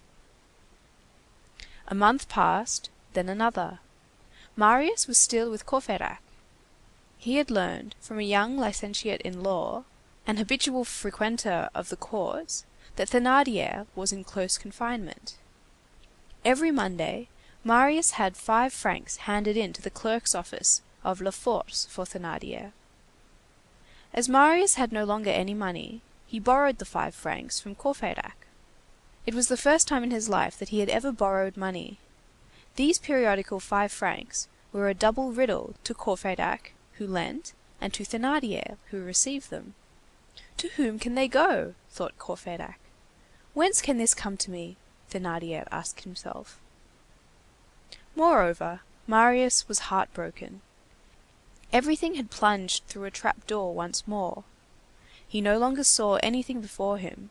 His life was again buried in mystery, where he wandered fumblingly. He had for a moment beheld very close at hand, in that obscurity, the young girl whom he loved, the old man who seemed to be her father, those unknown beings, who were his only interest and his only hope in this world, and, at the very moment when he thought himself on the point of grasping them, a gust had swept all these shadows away. Not a spark of certainty and truth had been emitted even in the most terrible of collisions. No conjecture was possible. He no longer knew even the name that he thought he knew. It certainly was not Ursule. And the Lark was a nickname. And what was he to think of the old man? Was he actually in hiding from the police? The white-haired workman whom Marius had encountered in the vicinity of the Invalides recurred to his mind. It now seemed probable that the working man and Monsieur Leblanc were one and the same person. So he disguised himself? That man had his heroic and his equivocal sides. Why had he not called for help? Why had he fled? Was he, or was he not, the father of the young girl? Was he, in short, the man whom Thénardier thought that he recognized? Thénardier might have been mistaken.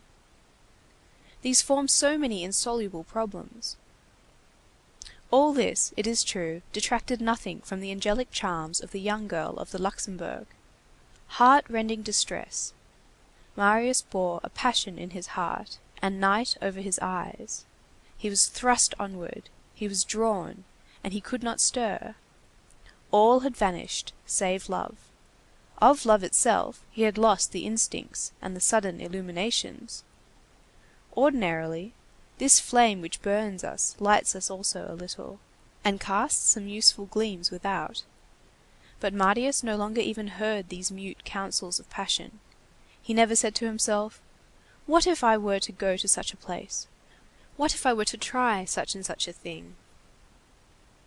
The girl whom he could no longer call Ursule was evidently somewhere. Nothing warned Marius in what direction he should seek her. His whole life was now summed up in 2 words: absolute uncertainty within an impenetrable fog. To see her once again, he still aspired to this, but he no longer expected it. To crown all, his poverty had returned.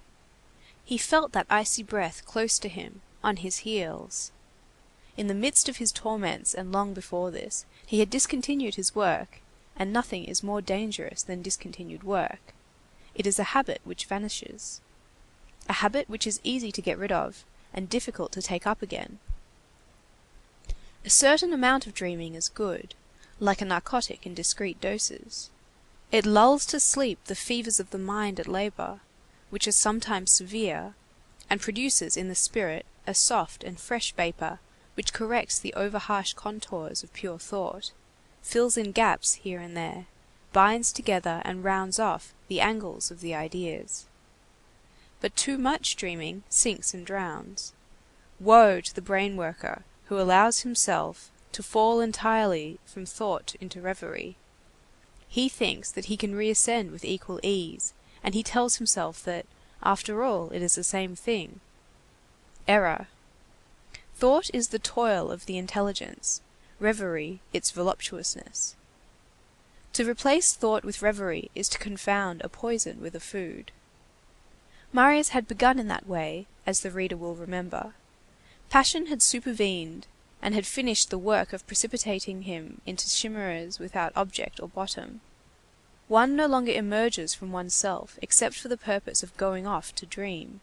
Idle production, tumultuous and stagnant gulf, and, in proportion as labor diminishes, needs increase.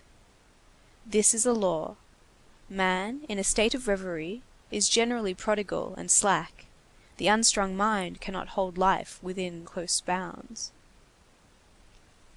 There is, in that mode of life, good mingled with evil, for if enervation is baleful, generosity is good and healthful, but the poor man who is generous and noble, and who does not work, is lost. Resources are exhausted, needs crop up. Fatal declivity, down which the most honest and the firmest as well as the most feeble and most vicious are drawn, and which ends in one of 2 holds, suicide or crime. By dint of going outdoors to think, the day comes when one goes out to throw oneself in the water. Excess of reverie breeds men like Écus and Lebras. Marius was descending this declivity at a slow pace, with his eyes fixed on the girl whom he no longer saw. What we have just written seems strange, and yet it is true.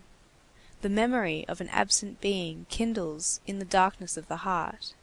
The more it has disappeared, the more it beams. The gloomy and despairing soul sees this light on its horizon, the star of the inner night. She, that was Marius' whole thought. He meditated of nothing else.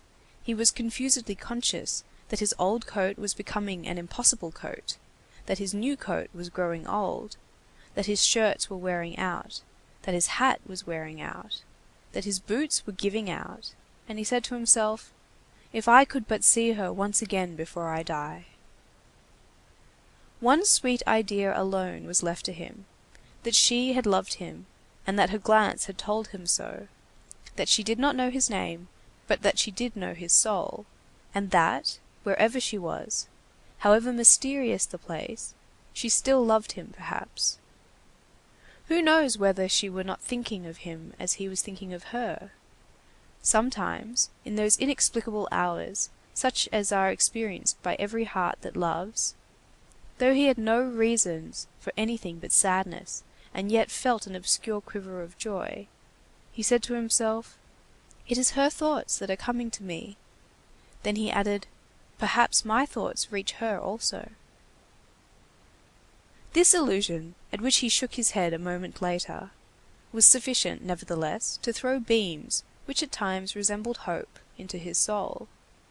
From time to time, especially at that evening hour which is the most depressing to even the dreamy, he allowed the purest, the most impersonal, the most ideal of the reveries which filled his brain, to fall upon a note-book which contained nothing else. He called this writing to her. It must not be supposed that his reason was deranged. Quite the contrary. He had lost the faculty of working and of moving firmly towards any fixed goal, but he was endowed with more clear-sightedness and rectitude than ever. Marius surveyed by a calm and real, although peculiar, light, what passed before his eyes, even the most indifferent deeds and men. He pronounced a just criticism on everything with a sort of honest dejection and candid disinterestedness. His judgment, which was almost wholly disassociated from hope, held itself aloof and soared on high. In this state of mind, nothing escaped him, nothing deceived him, and every moment he was discovering the foundation of life, of humanity, and of destiny.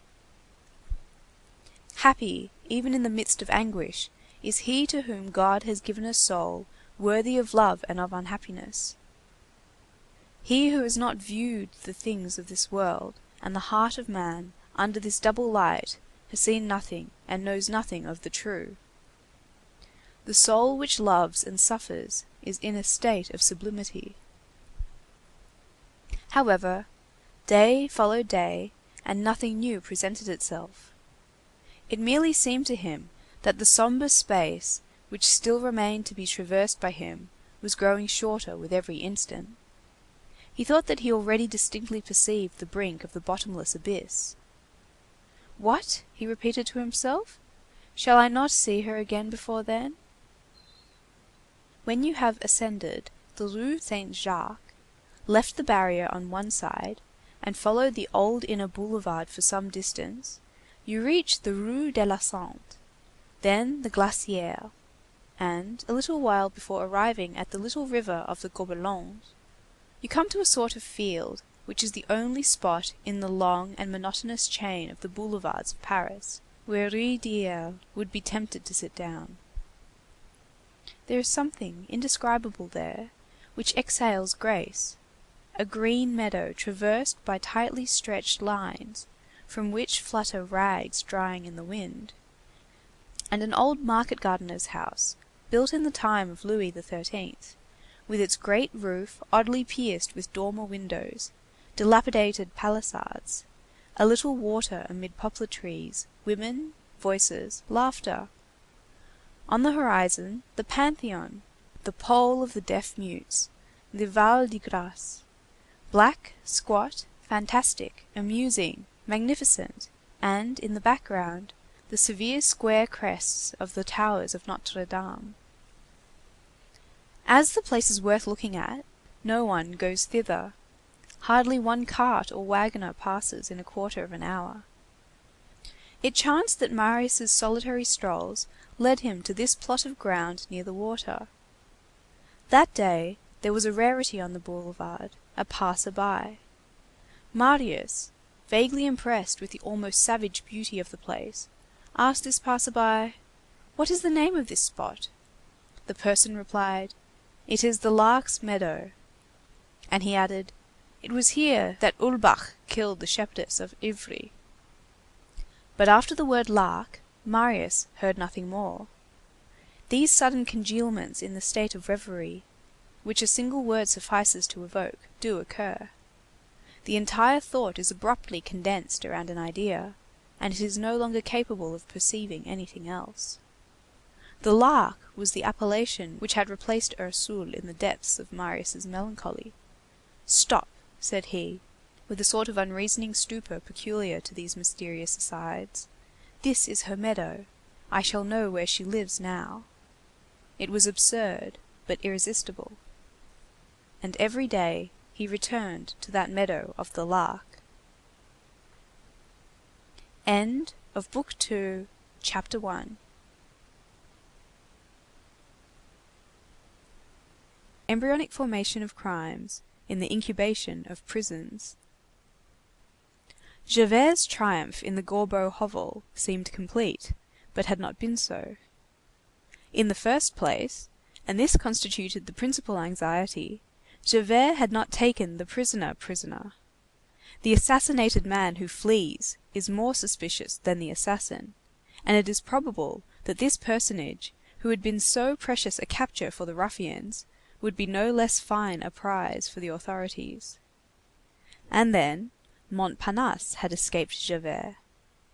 Another opportunity of laying hands on that devil's dandy must be waited for. Montparnasse had, in fact, encountered Éponine as she stood on the watch under the trees of the boulevard, and had led her off, preferring to play Nemorin with the daughter rather than Schinderhannes with the father. It was well that he did so. He was free. As for Éponine, Javert had caused her to be seized, a mediocre consolation. Éponine had joined Azelma at Les Madelonettes. And finally, on the way from the Gorbeau house to La Force, one of the principal prisoners, Claquesous, had been lost. It was not known how this had been effected. The police agents and the sergeants could not understand it at all. He had converted himself into vapor. He had slipped through the handcuffs. He had trickled through the crevices of the carriage.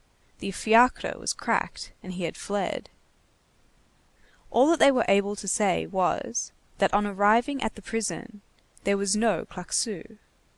Either the fairies or the police had had a hand in it. Had Claquesous melted into the shadows like a snowflake in water? Had there been unavowed connivance of the police agents? Did this man belong to the double enigma of order and disorder? Was he concentric with infraction and repression? Had this sphinx his forepaws in crime and his hindpaws in authority? Javert did not accept such combinations, and would have bristled up against such compromises. But his squad included other inspectors besides himself, who were more initiated than he, perhaps, although they were his subordinates in the secrets of the prefecture, and Claquesous had been such a villain that he might make a very good agent. It is an excellent thing for ruffianism and an admirable thing for the police to be on such intimate juggling terms with the night.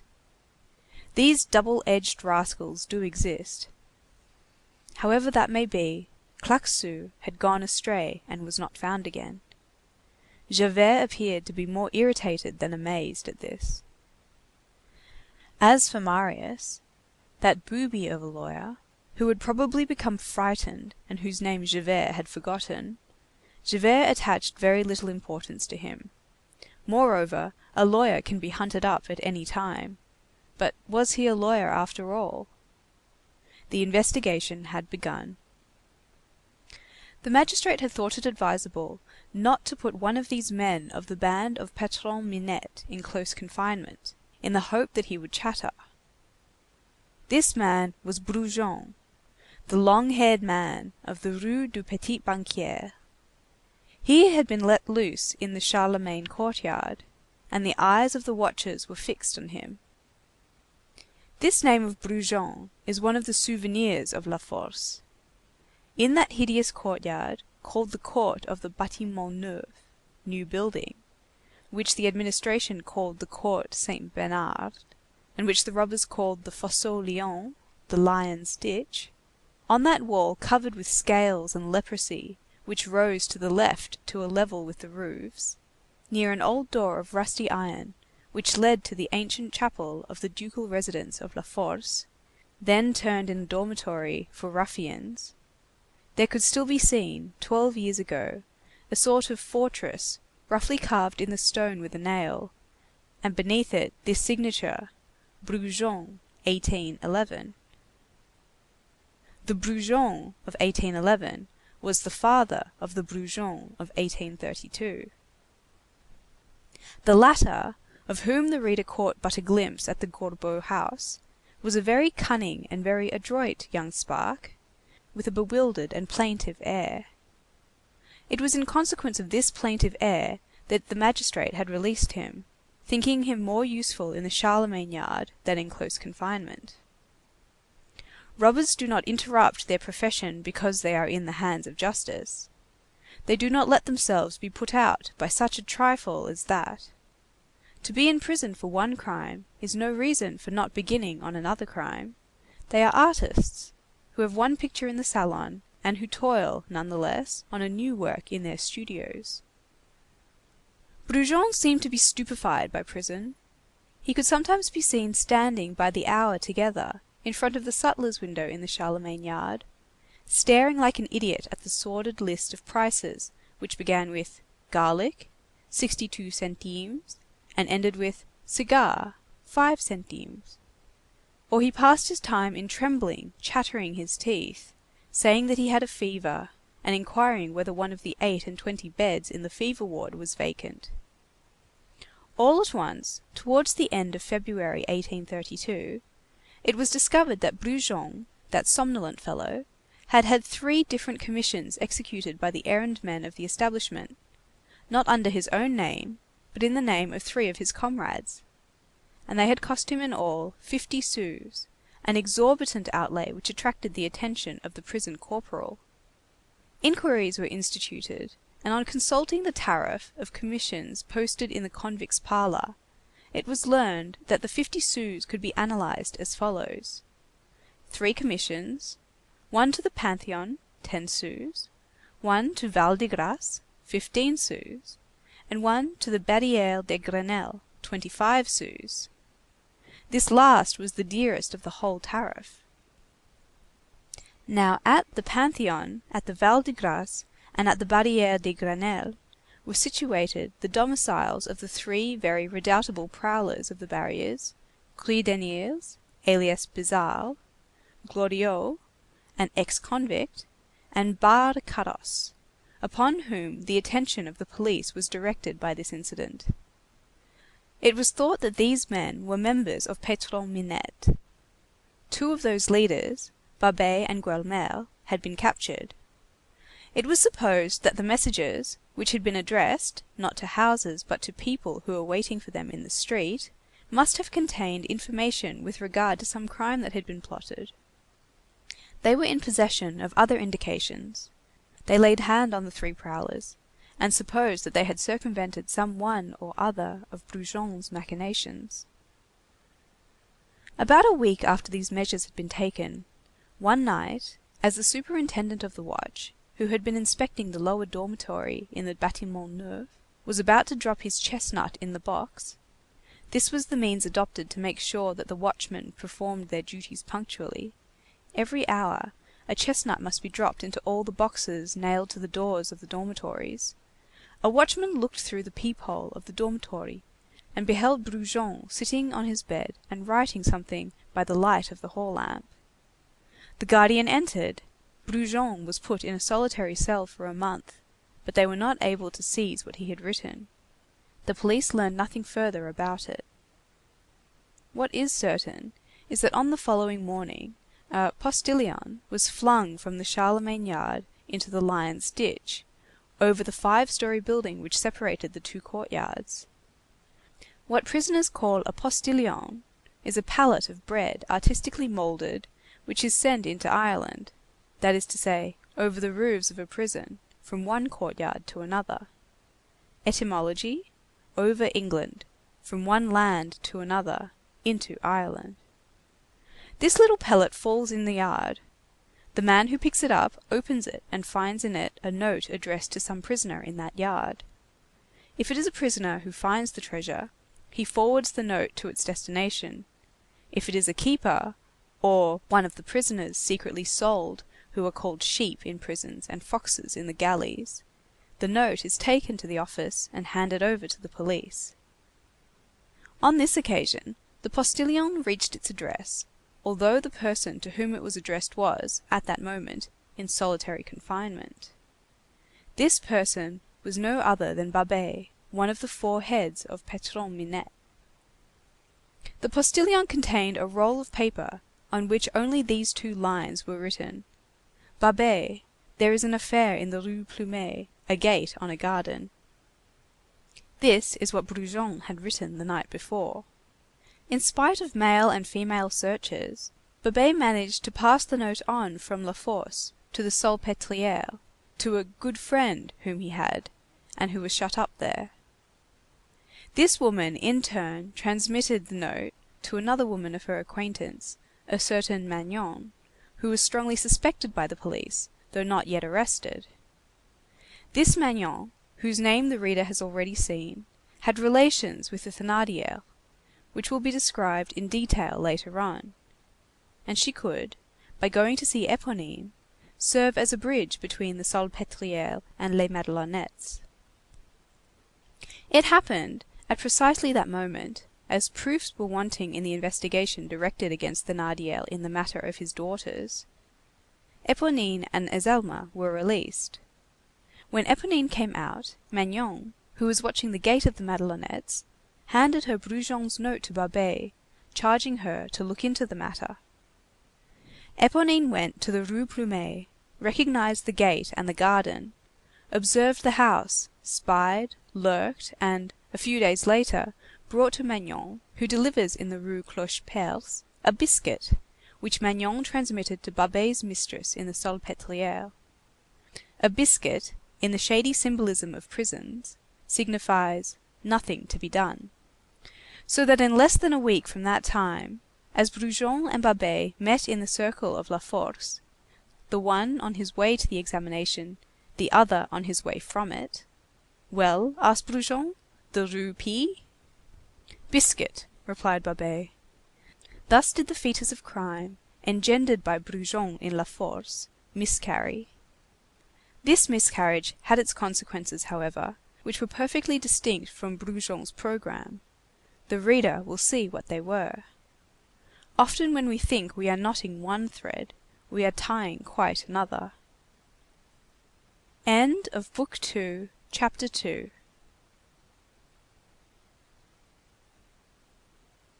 Marius no longer went to see anyone, but he sometimes encountered Father Mabeuf by chance. While Marius was slowly descending those melancholy steps which may be called the cellar stairs, and which lead to places without light, where the happy can be heard walking overhead, Monsieur Mabeuf was descending on his side. The Flora of Cauteretz no longer sold at all. The experiments on indigo had not been successful in the little garden of Austerlitz, which had a bad exposure. Monsieur Mabeuf could cultivate there only a few plants which loved shade and dampness. Nevertheless, he did not become discouraged. He had obtained a corner in the Jardin des Plantes, with a good exposure, to make his trials with indigo at his own expense. For this purpose, he had pawned his copper plates of the Flora. He had reduced his breakfast to 2 eggs, and he left one of these for his old servant, to whom he had paid no wages for the last 15 months. And often his breakfast was his only meal. He no longer smiled with his infantile smile. He had grown morose and no longer received visitors. Marius did well not to dream of going thither. Sometimes, at the hour when M. Mabeuf was on his way to the Jardin des Plantes, the old man and the young man passed each other on the Boulevard de l'Hôpital. They did not speak, and only exchanged a melancholy sign of the head. A heart-breaking thing it is that there comes a moment when misery looses bonds. Two men who have been friends become two chance passers-by. Royal the bookseller was dead. Monsieur Mabeuf no longer knew his books, his garden, or his indigo. These were the three forms which happiness, pleasure, and hope had assumed for him. This sufficed him for his living. He said to himself: "When I shall have made my balls of bluing, I shall be rich. I will withdraw my copperplates from the pawn shop. I will put my Flora in vogue again with trickery, plenty of money, and advertisements in the newspapers. And I will buy, I know well where, a copy of Pierre de Médine's Art de Naviguer, with woodcuts, edition of 1655. In the meantime, he toiled all day over his plot of indigo, and at night he returned home to water his garden and to read his books. At that epoch, Monsieur Mabeuf was nearly 80 years of age. One evening, he had a singular apparition. He had returned home while it was still broad daylight. Mother Plutarque, whose health was declining, was ill and in bed. He had dined on a bone, on which a little meat lingered, and a bit of bread that he had found on the kitchen table, and had seated himself on an overturned stone post, which took the place of a bench in his garden. Near this bench there rose, after a fashion in orchid gardens, a sort of large chest, of beams and planks, much dilapidated, a rabbit hutch on the ground floor, a fruit closet on the first. There was nothing in the hutch, but there were a few apples in the fruit closet, the remains of the winter's provision. Monsieur Mabeuf had set himself to turning over and reading, with the aid of his glasses, two books of which he was passionately fond, and in which, a serious thing at his age, he was interested. His natural timidity rendered him accessible to the acceptance of superstitions in a certain degree. The first of these books was the famous treatise of President de l'Ancre, De l'inconstance des démons. The other was a quarto by Mutor de la Rubaudière, Sur les diables de Vauvert et les gobelins de la Bièvre.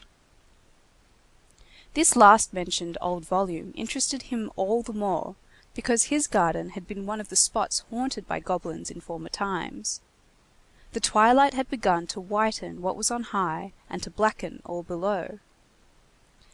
As he read, over the top of the book which he held in his hand, Father Mabeuf was surveying his plants, and among others, a magnificent rhododendron which was one of his consolations. 4 days of heat, wind, and sun without a drop of rain had passed. The stalks were bending, the buds drooping, the leaves falling. All this needed water, the rhododendron was particularly sad. Father Mabeuf was one of those persons for whom plants have souls. The old man had toiled all day over his indigo plot, he was worn out with fatigue, but he rose, laid his books on the bench, and walked, all bent over and with tottering footsteps, to the well. But when he had grasped the chain, he could not even draw it sufficiently to unhook it. Then he turned round and cast a glance of anguish towards heaven, which was becoming studded with stars. The evening had that serenity which overwhelms the troubles of man beneath an indescribably mournful and eternal joy. The night promised to be as arid as the day had been. Stars everywhere, thought the old man, not the tiniest cloud, not a drop of water. And his head, which had been upraised for a moment, fell back upon his breast. He raised it again, and once more looked at the sky, murmuring, a tear of dew, a little pity. He tried again to unhook the chain of the well, and could not. At that moment, he heard a voice saying, "Father Mabeuf, would you like to have me water your garden for you?"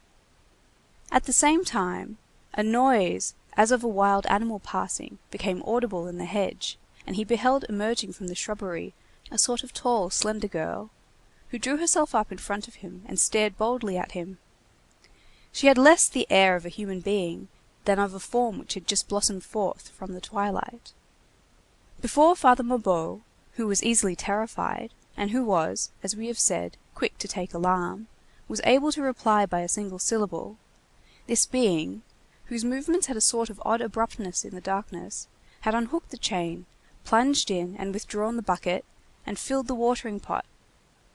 And the goodman beheld this apparition, which had bare feet and a tattered petticoat, running about among the flower beds, distributing life around her. The sound of the watering pot on the leaves filled Father Mabeuf's soul with ecstasy. It seemed to him that the rhododendron was happy now. The first bucketful emptied, the girl drew a second, then a third. She watered the whole garden.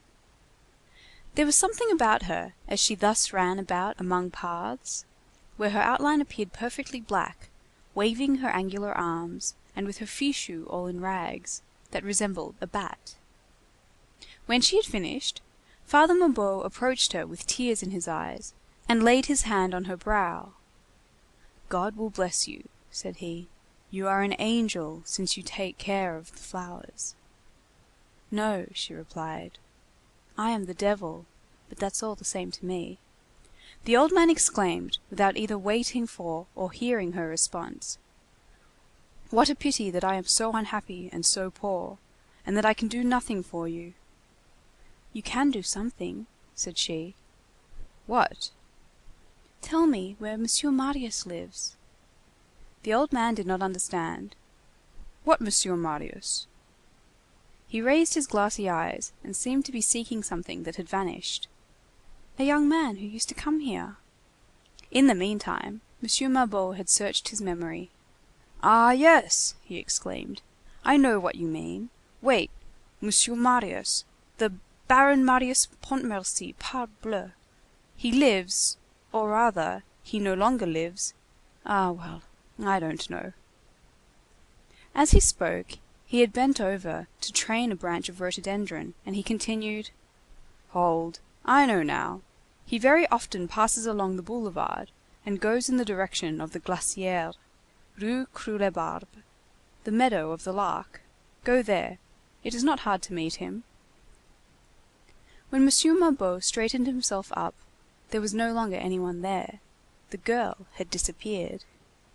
He was decidedly terrified. Really, he thought, if my garden had not been watered, I should think that she was a spirit. An hour later, when he was in bed, it came back to him, and as he fell asleep, at that confused moment when thought, like that fabulous bird which changes itself into a fish in order to cross the sea, little by little assumes the form of a dream in order to traverse slumber, he said to himself in a bewildered way, "In sooth, that greatly resembles what Rubaudière narrates of the goblins. Could it have been a goblin?" Chapter 4. An apparition to Marius. Some days after this visit of a spirit to Father Mabeuf, one morning, it was on a Monday, the day when Marius borrowed the 100-sou piece from Courfeyrac for Thénardier. Marius had put this coin in his pocket, and before carrying it to the clerk's office, he had gone to take a little stroll, in the hope that this would make him work on his return. It was always thus, however. As soon as he rose, he seated himself before a book and a sheet of paper, in order to scribble some translation. His task at that epoch consisted in turning into French a celebrated quarrel between Germans, the Gans and Savigny controversy. He took Savigny, he took Gans, read 4 lines, tried to write one, could not, saw a star between him and his paper, and rose from his chair, saying, "I shall go out. That will put me in spirits." And off he went to the Lark's meadow. There he beheld more than ever the Star, and less than ever Savigny and Gans. He returned home, tried to take up his work again, and did not succeed. There was no means of reknotting a single one of the threads which were broken in his brain. Then he said to himself, "I will not go out to-morrow, it prevents my working." And he went out every day. He lived in the Lark's meadow more than in Courfeyrac's lodgings. That was his real address, Boulevard de la Sante, at the 7th tree from the Rue Croulebarbe. That morning he had quitted the 7th tree and had seated himself on the parapet of the river des Gobelins. A cheerful sunlight penetrated the freshly unfolded and luminous leaves. He was dreaming of her, and his meditation turning to a reproach, fell back upon himself. He reflected dolefully on his idleness, his paralysis of soul which was gaining on him, and of that night which was growing more dense every moment before him, to such a point that he no longer even saw the sun. Nevertheless, athwart this painful extrication of indistinct ideas which was not even a monologue, so feeble had action become in him, that he had no longer the force to care to despair. Athwart this melancholy absorption, sensations from without did reach him. He heard behind him, beneath him, on both banks of the river, the laundresses of the Gobelins beating their linen, and above his head the birds chattering and singing in the elm trees. On the one hand, the sound of liberty, the careless happiness of the leisure which has wings; on the other, the sound of toil. What caused him to meditate deeply and almost reflect were two cheerful sounds. All at once, in the midst of his dejected ecstasy, he heard a familiar voice saying, "Come, here he is." He raised his eyes, and recognized that wretched child who had come to him one morning, the elder of the Thénardier daughters, Éponine. He knew her name now. Strange to say, she had grown poorer and prettier, two steps which it had not seemed within her power to take. She had accomplished a double progress, towards the light and towards distress. She was barefooted and in rags, as on the day when she had so resolutely entered his chamber, only her rags were 2 months older now, the holes were larger, the tatters more sordid. It was the same harsh voice, the same brow dimmed and wrinkled with tan, the same free, wild, and vacillating glance. She had besides, more than formerly, in her face that indescribably terrified and lamentable something which sojourn in a prison adds to wretchedness. She had bits of straw and hay in her hair, not like Ophelia through having gone mad from the contagion of Hamlet's madness, but because she had slept in the loft of some stable. And in spite of it all, she was beautiful. What a star art thou, O youth! In the meantime, she had halted in front of Marius with a trace of joy in her livid countenance, and something which resembled a smile. She stood for several moments as though incapable of speech. "So I have met you at last," she said at length. "Father Mabeuf was right. It was on this boulevard. How I have hunted for you! If you only knew. Do you know? I have been in the jug a fortnight. They let me out. Seeing that there was nothing against me, and that, moreover, I had not reached years of discretion. I lacked 2 months of it. Oh! how I have hunted for you! These 6 weeks! So you don't live down there any more?" "No," said Marius. "Ah, I understand. Because of that affair. Those take-downs are disagreeable. You cleared out. Come now, why do you wear old hats like this? A young man like you ought to have fine clothes. Do you know, Monsieur Marius, Father Mabeuf calls you Baron Marius, I don't know what." "It isn't true that you are a baron. Barons are old fellows. They go to the Luxembourg, in front of the chateau, where there is the most sun, and they read the Quotidienne for a sou. I once carried a letter to a baron of that sort. He was over 100 years old. Say, where do you live now?" Marius made no reply. "Ah," she went on, You have a hole in your shirt. I must sew it up for you." She resumed with an expression which gradually clouded over. "You don't seem glad to see me." Marius held his peace.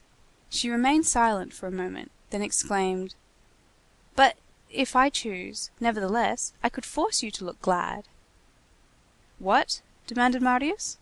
"What do you mean?" "Ah, you used to call me thou," she retorted. "Well, then, what dost thou mean?" She bit her lips. She seemed to hesitate, as though a prey to some sort of inward conflict. At last she appeared to come to a decision. "So much the worse, I don't care. You have a melancholy air, I want you to be pleased. Only promise me that you will smile. I want to see you smile and hear you say, 'Ah, well, that's good. Poor Mr. Marius, you know, you promised me that you would give me anything I like.' Yes, only speak." She looked Marius full in the eye and said:— "I have the address." Marius turned pale. All the blood flowed back to his heart. "What address?" "The address that you asked me to get," she added as though with an effort. "The address you know very well." "Yes," stammered Marius. "Of that young lady." This word uttered, she sighed deeply. Marius sprang from the parapet on which he had been sitting, and seized her hand distractedly. "Oh! Well! Lead me thither! Tell me! Ask of me anything you wish! Where is it?" "Come with me," she responded. "I don't know the street or number very well. It is in quite the other direction from here, but I know the house well. I will take you to it." She withdrew her hand, and went on, in a tone which could have rent the heart of an observer, but which did not even graze Marius in his intoxicated and ecstatic state. "Oh, how glad you are!" A cloud swept across Marius' brow. He seized Éponine by the arm. "Swear one thing to me." "Swear?" said she. "What does that mean? Come, you want me to swear?" And she laughed. "Your father! Promise me, Éponine. Swear to me that you will not give this address to your father." She turned to him with a stupefied air. "Éponine, how do you know that my name is Éponine?" "Promise what I tell you." But she did not seem to hear him. "That's nice. You have called me Éponine." Marius grasped both her arms at once. "But answer me, in the name of heaven! Pay attention to what I am saying to you. Swear to me that you will not tell your father this address that you know." "My father?" said she. "Ah, yes, my father. Be at ease. He is in close confinement. Besides, what do I care for my father?" "But you do not promise me!" exclaimed Marius. "Let go of me," she said, bursting into a laugh. "How you do shake me! Yes, yes, I promise that. I swear that to you. What is that to me? I will not tell my father the address. There, is that right? Is that it?" "Nor to anyone?" said Marius. "Nor to anyone." "Now," resumed Marius, "take me there." "Immediately?" "Immediately." "Come along. Ah, how pleased he is," said she. After a few steps, she halted. "You are following me too closely, Monsieur Marius." At the middle of the last century, a chief justice in the Parliament of Paris having a mistress and concealing the fact, for at that period the grand seigneurs displayed their mistresses and the bourgeois concealed them, had a little house built in the Faubourg Saint Germain, in the deserted Rue Blomet, which is now called Rue Plumet, not far from the spot which was then designated as Combat des Animaux. This house was composed of a single storied pavilion, 2 rooms on the ground floor, 2 chambers on the first floor, a kitchen downstairs, a boudoir upstairs, an attic under the roof, the whole preceded by a garden with a large gate opening on the street. This garden was about 1 acre and a half in extent. This was all that could be seen by passers by, but behind the pavilion there was a narrow courtyard, and at the end of the courtyard a low building consisting of 2 rooms and a cellar, a sort of preparation destined to conceal a child and nurse in case of need. This building communicated in the rear by a masked door, which opened by a secret spring, with a long, narrow, paved, winding corridor open to the sky, hemmed in with two lofty walls, which, hidden with wonderful art, and lost, as it were, between garden enclosures and cultivated land, all of whose angles and detours it followed, ended in another door, also with a secret lock which opened a quarter of a league away, almost in another quarter, in the solitary extremity of the Rue de Babylone. Through this the Chief Justice entered, so that even those who were spying on him and following him would merely have observed that the justice betook himself every day in a mysterious way somewhere, and would never have suspected that to go to the Rue de Babylone was to go to the Rue Blomet. Thanks to clever purchasers of land, the magistrate had been able to make a secret, sewer-like passage on his own property, and consequently without interference. Later on, he had sold in little parcels, for gardens and market gardens, the lots of ground adjoining the corridor, and the proprietors of these lots on both sides thought they had a party wall before their eyes, and did not even suspect the long paved ribbon winding between two walls amid their flower beds and their orchards. Only the birds beheld this curiosity. It is probable that the linnets and tomtits of the last century gossiped a great deal about the Chief Justice. The pavilion, built of stone in the taste of Mansard, wainscoted and furnished in the Watteau style, rocaille on the inside, old-fashioned on the outside, walled in with a triple hedge of flowers, had something discreet, coquettish, and solemn about it, as befits the caprice of love and magistracy. This house and corridor, which have now disappeared, were in existence 15 years ago. In '93 a coppersmith had purchased the house with the idea of demolishing it, but had not been able to pay the price. The nation made him bankrupt, so that it was the house which demolished the coppersmith. After that, the house remained uninhabited, and fell slowly to ruin, as does every dwelling to which the presence of man does not communicate life. It had remained fitted with its old furniture, was always for sale or to let, and the 10 or a dozen people who passed through the Rue Plumet were warned of the fact by a yellow and illegible bit of writing which had hung on the garden wall since 1819. Towards the end of the Restoration, these same passers-by might have noticed that the bill had disappeared, and that even the shutters on the first floor were open. The house was occupied, in fact. The windows had short curtains, a sign that there was a woman about. In the month of October, 1829, a man of a certain age had presented himself and had hired the house just as it stood, including, of course, the back building and the lane which ended in the Rue de Babylone. He had had the secret openings of the two doors to this passage repaired. The house, as we have just mentioned, was still very nearly furnished with the justice's old fitting.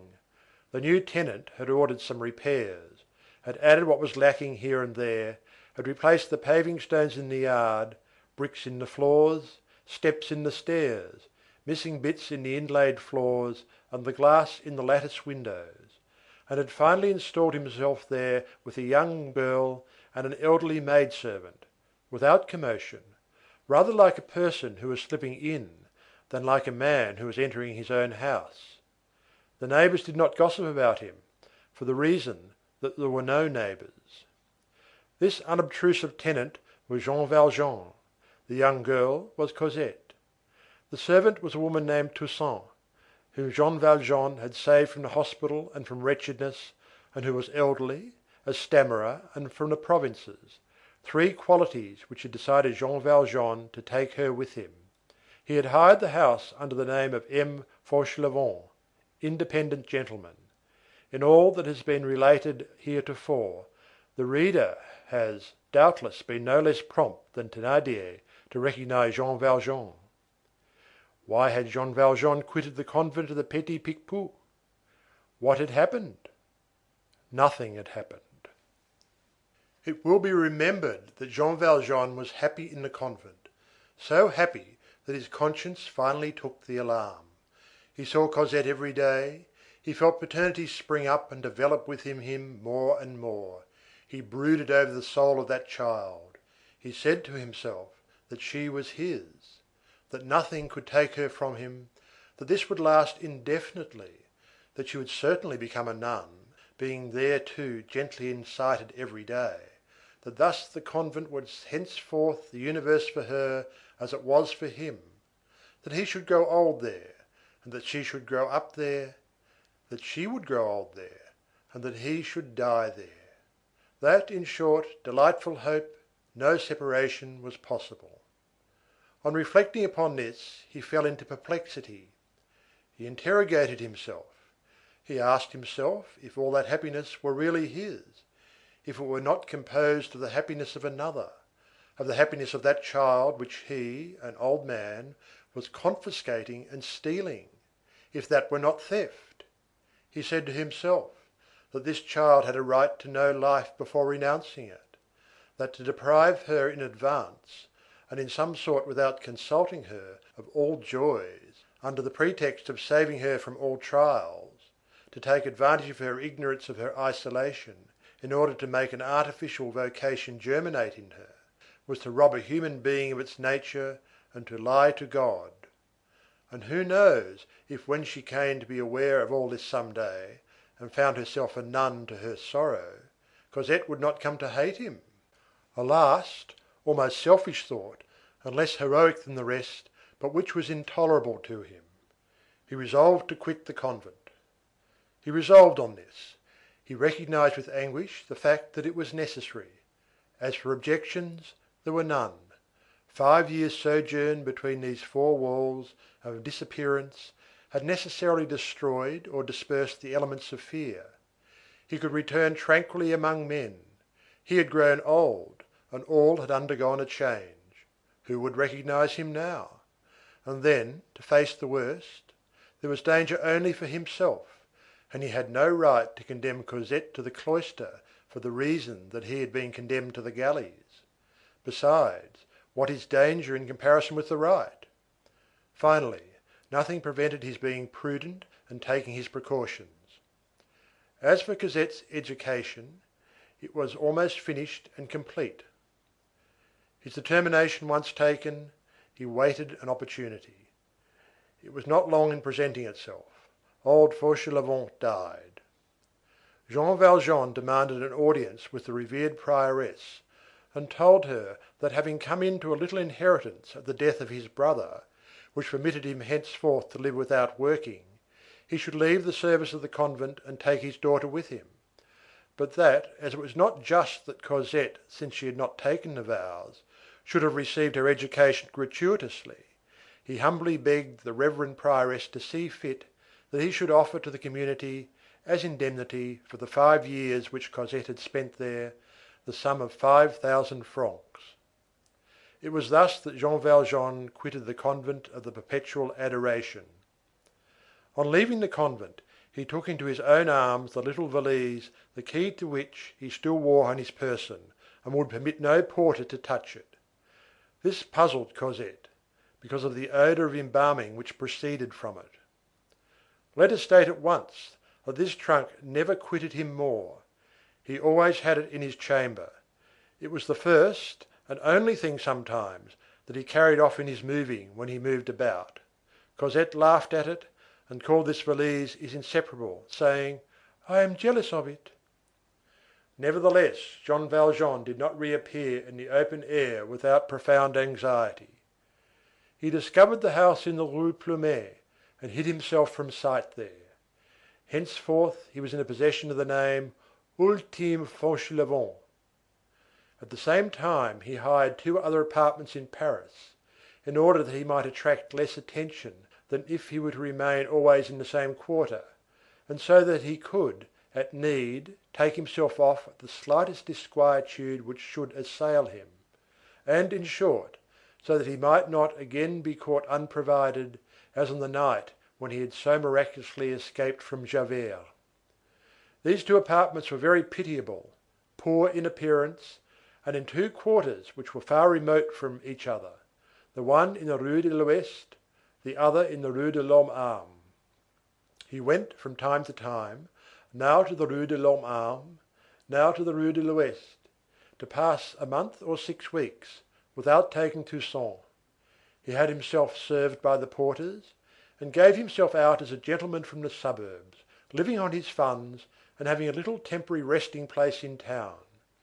This lofty virtue had 3 domiciles in Paris for the sake of escaping from the police. Chapter II.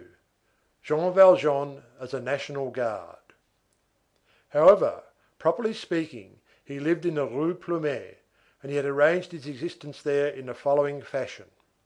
Cosette and the servant occupied the pavilion.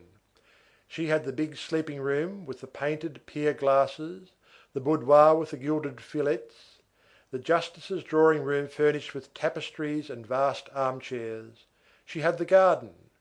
Jean Valjean had a canopy bed of antique damask in 3 colours and a beautiful Persian rug purchased in the Rue de Figuier Saint Paul, at Mother Gaucher's, put into Cosette's chamber, and in order to redeem the severity of these magnificent old things, he had amalgamated with this bric-a-brac all the gay and graceful little pieces of furniture suitable to young girls, an étagère, a bookcase filled with gilt-edged books, an inkstand, a blotting book, paper, a work table encrusted with mother of pearl, a silver gilt dressing case, a toilet service in Japanese porcelain.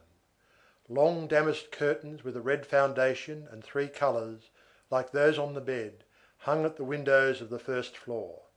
On the ground floor the curtains were of tapestry. All winter long Cosette's little house was heated from top to bottom.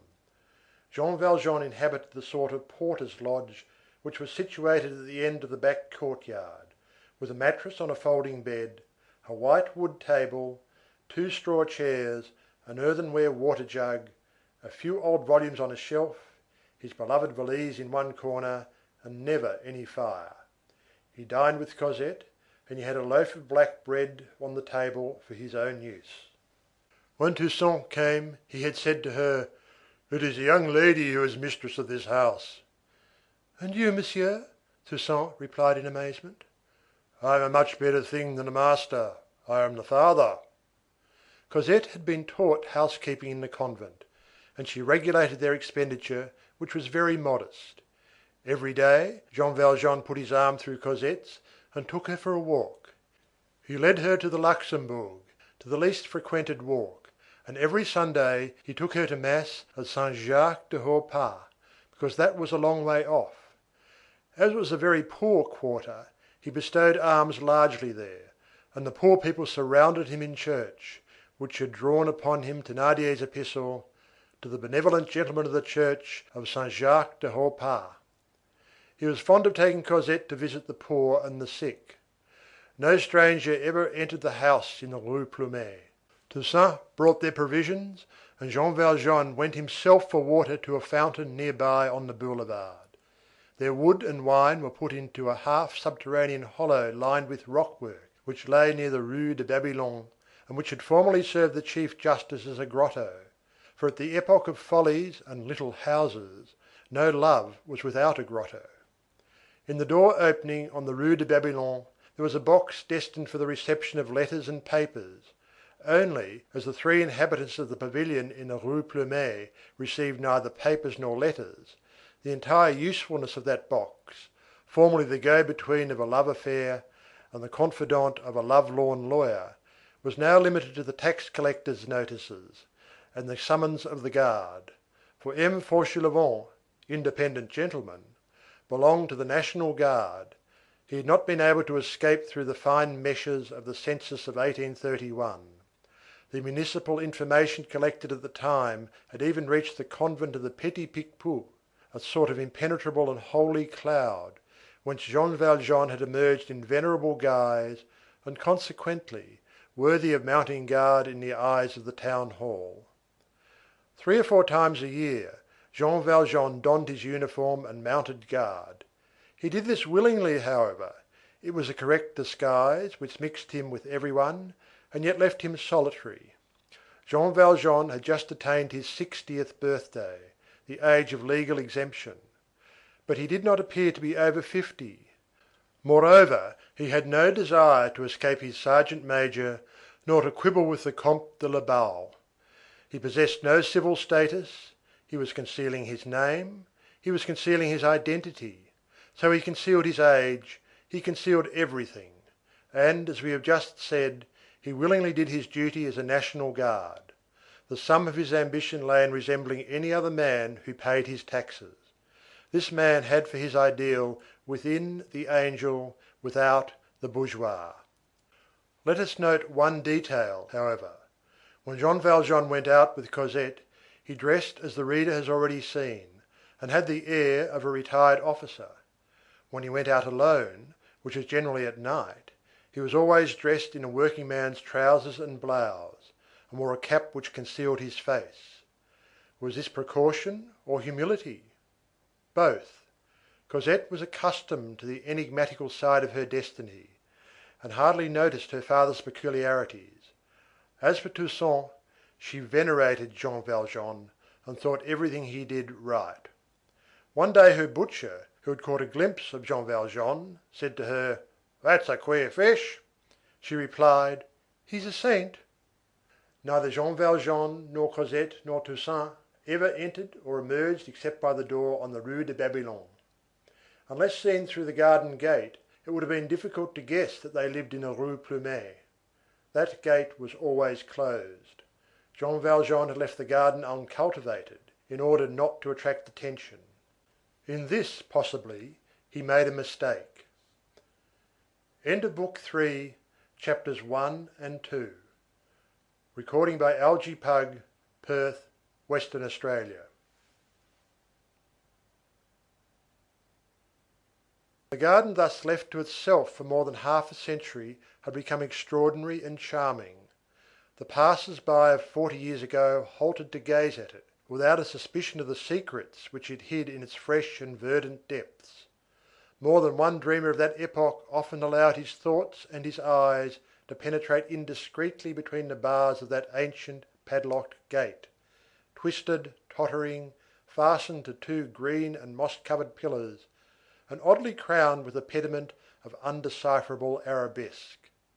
There was a stone bench in one corner, one or two mouldy statues, several lattices which had lost their nails with time were rotting on the wall, and there were no walks nor turf, but there was enough grass everywhere. Gardening had taken its departure and nature had returned. Weeds abounded, which was a great piece of luck for a poor corner of land. The festival of gillyflowers was something splendid. Nothing in this garden obstructed the sacred effort of things towards life. Venerable growth reigned there among them. The trees had bent over towards the nettles, the plant had sprung upward, the branch had inclined, that which crawls on the earth had gone in search of that which expands in the air, that which floats on the wind had bent over towards that which trails in the moss. Trunks, boughs, leaves, fibres, clusters, tendrils, shoots, spines, thorns, had mingled, crossed, married, confounded themselves in each other. Vegetation in a deep and close embrace had celebrated and accomplished there, under the well-pleased eye of the Creator, in that enclosure 300 feet square, the holy mystery of fraternity, symbol of the human fraternity. This garden was no longer a garden, it was a colossal thicket, that is to say, something as impenetrable as a forest, as peopled as a city, quivering like a nest, sombre like a cathedral, fragrant like a bouquet, solitary as a tomb, living as a throng. In Floréal this enormous thicket, free behind its gate and within its four walls, entered upon the secret labour of germination, quivered in the rising sun, almost like an animal which drinks in the breaths of cosmic love, and which feels the sap of April rising and boiling in its veins, and shakes to the wind its enormous wonderful green locks, sprinkled on the damp earth, on the defaced statues, on the crumbling steps of the pavilion, and even on the pavement of the deserted street, flowers like stars, dew like pearls, fecundity, beauty, life, joy, perfumes. At midday 1,000 white butterflies took refuge there, and it was a divine spectacle to see that living summer snow whirling about there in flakes amid the shade. There, in those gay shadows of verdure, a throng of innocent voices spoke sweetly to the soul, and what the twittering forgot to say, the humming completed.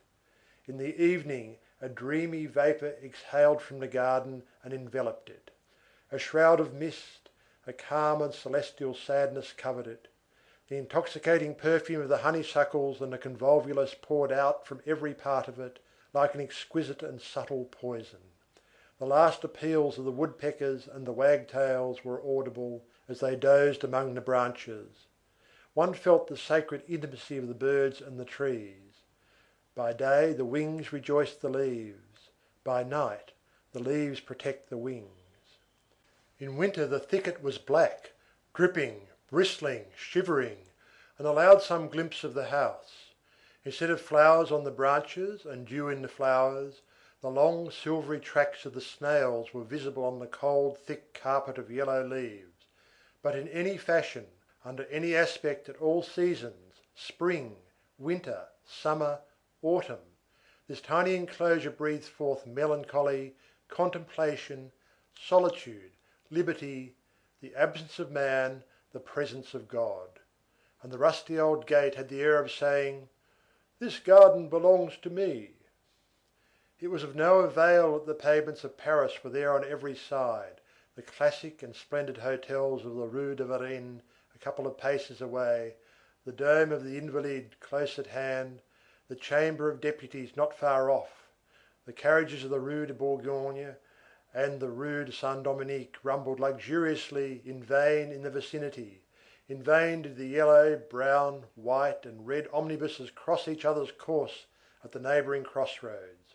The Rue Plumet was the desert, and the death of the former proprietors, the revolution which had passed over it, the crumbling away of ancient fortunes, absence, forgetfulness, 40 years of abandonment and widowhood, had sufficed to restore to this privileged spot ferns, mulleins, hemlock, yarrow, tall weeds, great crimped plants with large leaves of pale green cloth, lizards, beetles, uneasy and rapid insects, to cause to spring forth from the depths of the earth and to reappear between those four walls a certain indescribable and savage grandeur. And for nature, which disconcerts the petty arrangements of man, and which sheds herself always thoroughly where she diffuses herself at all, in the ant as well as in the eagle, to blossom out in a petty Parisian garden with as much rude force and majesty as in a virgin forest of the New World. Nothing is small, in fact. Anyone who is subject to the profound and penetrating influence of nature knows this. Although no absolute satisfaction is given to philosophy, either to circumscribe the cause or to limit the effect, the contemplator falls into those unfathomable ecstasies caused by these decompositions of force terminating in unity. Everything toils at everything. Algebra is applied to the cloud. The radiation of the star profits the rose. No thinker would venture to affirm that the perfume of the hawthorn is useless to the constellations. Who, then, can calculate the course of a molecule? How do we know that the creation of worlds is not determined by the fall of grains of sand?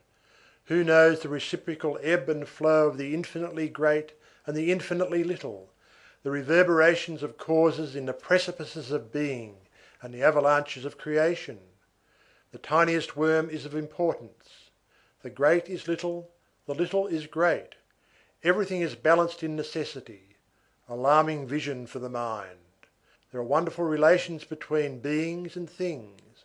In that inexhaustible whole, from the sun to the grub, nothing despises the other, all have need of each other. The light does not bear away terrestrial perfumes into the azure depths without knowing what it is doing. The night distributes stellar essences to the sleeping flowers. All birds that fly have round their leg the thread of the infinite. Germination is complicated with the bursting forth of a meteor and with the peck of a swallow cracking its egg, and it places on one level the birth of an earthworm and the advent of Socrates. Where the telescope ends, the microscope begins. Which of the two possesses the larger field of vision? Choose. A bit of mould is a pleiad of flowers, a nebula is an anthill of stars. The same promiscuousness, and yet more unprecedented, exists between the things of the intelligence and the facts of substance. Elements and principles mingle, combine, wed, multiply with each other, to such a point that the material and the moral world are brought eventually to the same clearness. The phenomenon is perpetually returning upon itself. In the vast cosmic exchanges the universal life goes and comes in unknown quantities, rolling entirely in invisible mystery over fluvia, employing everything, not losing a single dream, not a single slumber, sowing an animalcule here, crumbling to bits a planet there, oscillating and winding, making of light a force and of thought an element, disseminated and invisible, dissolving all except that geometrical point, the I, bringing everything back to the sole atom, expanding everything in God, entangling all activity from summit to base in the obscurity of a dizzy mechanism, attaching the flight of an insect to the movement of the earth, subordinating, who knows? Were it only by the identity of the law, the evolution of the comet in the firmament to the whirling of the infusoria in the drop of water. A machine is made of mind, enormous gearing, the prime motor of which is the gnat, and whose final wheel is the zodiac. Chapter 4. Change of Gate. It seemed that this garden, created in olden days to conceal wanton mysteries, had been transformed and become fitted to shelter chaste mysteries. There were no longer either arbours, or bowling greens, or tunnels, or grottos. There was a magnificent dishevelled obscurity falling like a veil over all. Paphos had been made over into Eden. It is impossible to say what element of repentance had rendered this retreat wholesome. This flower girl now offered her blossom to the soul. This coquettish garden, formerly decidedly compromised, had returned to virginity and modesty. A justice assisted by a gardener, a good man who thought that he was a continuation of Lamoignon, and another good man who thought that he was a continuation of Le Nôtre, had turned it about, cut, ruffled, decked, moulded it to gallantry. Nature had taken possession of it once more, had filled it with shade, and had arranged it for love. There was also in this solitude a heart which was quite ready. Love had only to show himself. He had here a temple composed of verdure, grass, moss, the sight of birds, tender shadows, agitated branches, and a soul made of sweetness, of faith, of candour, of hope, of aspiration, and of illusion. Cosette had left the convent when she was still almost a child. She was a little more than 14, and she was at the ungrateful age. We have already said that with the exception of her eyes, she was homely rather than pretty. She had no ungraceful feature, but she was awkward, thin, timid, and bold at once. A grown-up little girl, in short. Her education was finished, that is to say, she had been taught religion, and even and above all, devotion, then history, that is to say, the thing that bears that name in convents, geography, grammar, the participles, the kings of France, a little music, a little drawing, etc. But in all other respects she was utterly ignorant, which is a great charm and a great peril. The soul of a young girl should not be left in the dark. Later on, mirages that are too abrupt and too lively are formed there, as in a dark chamber. She should be gently and discreetly enlightened, rather with the reflection of realities than with their harsh and direct light. A useful and graciously austere half-light which dissipates puerile fears and obviates falls. There is nothing but the maternal instinct, that admirable intuition composed of the memories of the Virgin and the experience of the woman, which knows how this half-light is to be created and of what it should consist. Nothing supplies the place of this instinct. All the nuns in the world are not worth as much as one mother in the formation of a young girl's soul. Cosette had had no mother, she had only had many mothers, in the plural. As for Jean Valjean, he was indeed all tenderness, all solicitude, but he was only an old man, and he knew nothing at all. Now, in this work of education, in this grave matter of preparing a woman for life, what science is required to combat that vast ignorance which is called innocence? Nothing prepares a young girl for passions like the convent. The convent turns the thought in the direction of the unknown. The heart, thus thrown back upon itself, works downward within itself, since it cannot overflow, and grows deep, since it cannot expand. Hence visions, suppositions, conjectures, outlines of romances, a desire for adventures, fantastic constructions, edifices built wholly in the inner obscurity of the mind, sombre and secret abodes where the passions immediately find a lodgment as soon as the open gate permits them to enter. The convent is a compression which in order to triumph over the human heart should last during the whole life. On quitting the convent, Cosette could have found nothing more sweet and more dangerous than the house in the Rue Plumet. It was the continuation of solitude with the beginning of liberty, a garden that was closed, but a nature that was acrid, rich, voluptuous, and fragrant. The same dreams as in the convent, but with glimpses of young men, a grating, but one that opened on the street. Still, when she arrived there, we repeat, she was only a child. Jean Valjean gave this neglected garden over to her. "Do what you like with it," he said. This amused Cosette. She turned over all the clumps and all the stones, she hunted for beasts, she played in it while awaiting the time when she would dream in it. She loved this garden for the insects that she found beneath her feet amid the grass, while awaiting the day when she would love it for the stars that she would see through the boughs above her head. And then she loved her father, that is to say, Jean Valjean, with all her soul, with an innocent filial passion which made the good man a beloved and charming companion to her. It will be remembered that M. Madeleine had been in the habit of reading a great deal. Jean Valjean had continued this practice. He had come to converse well. He possessed the secret riches and the eloquence of a true and humble mind which has spontaneously cultivated itself. He retained just enough sharpness to season his kindness. His mind was rough and his heart was soft. During their conversations in the Luxembourg, he gave her explanations of everything, drawing on what he had read, and also on what he had suffered.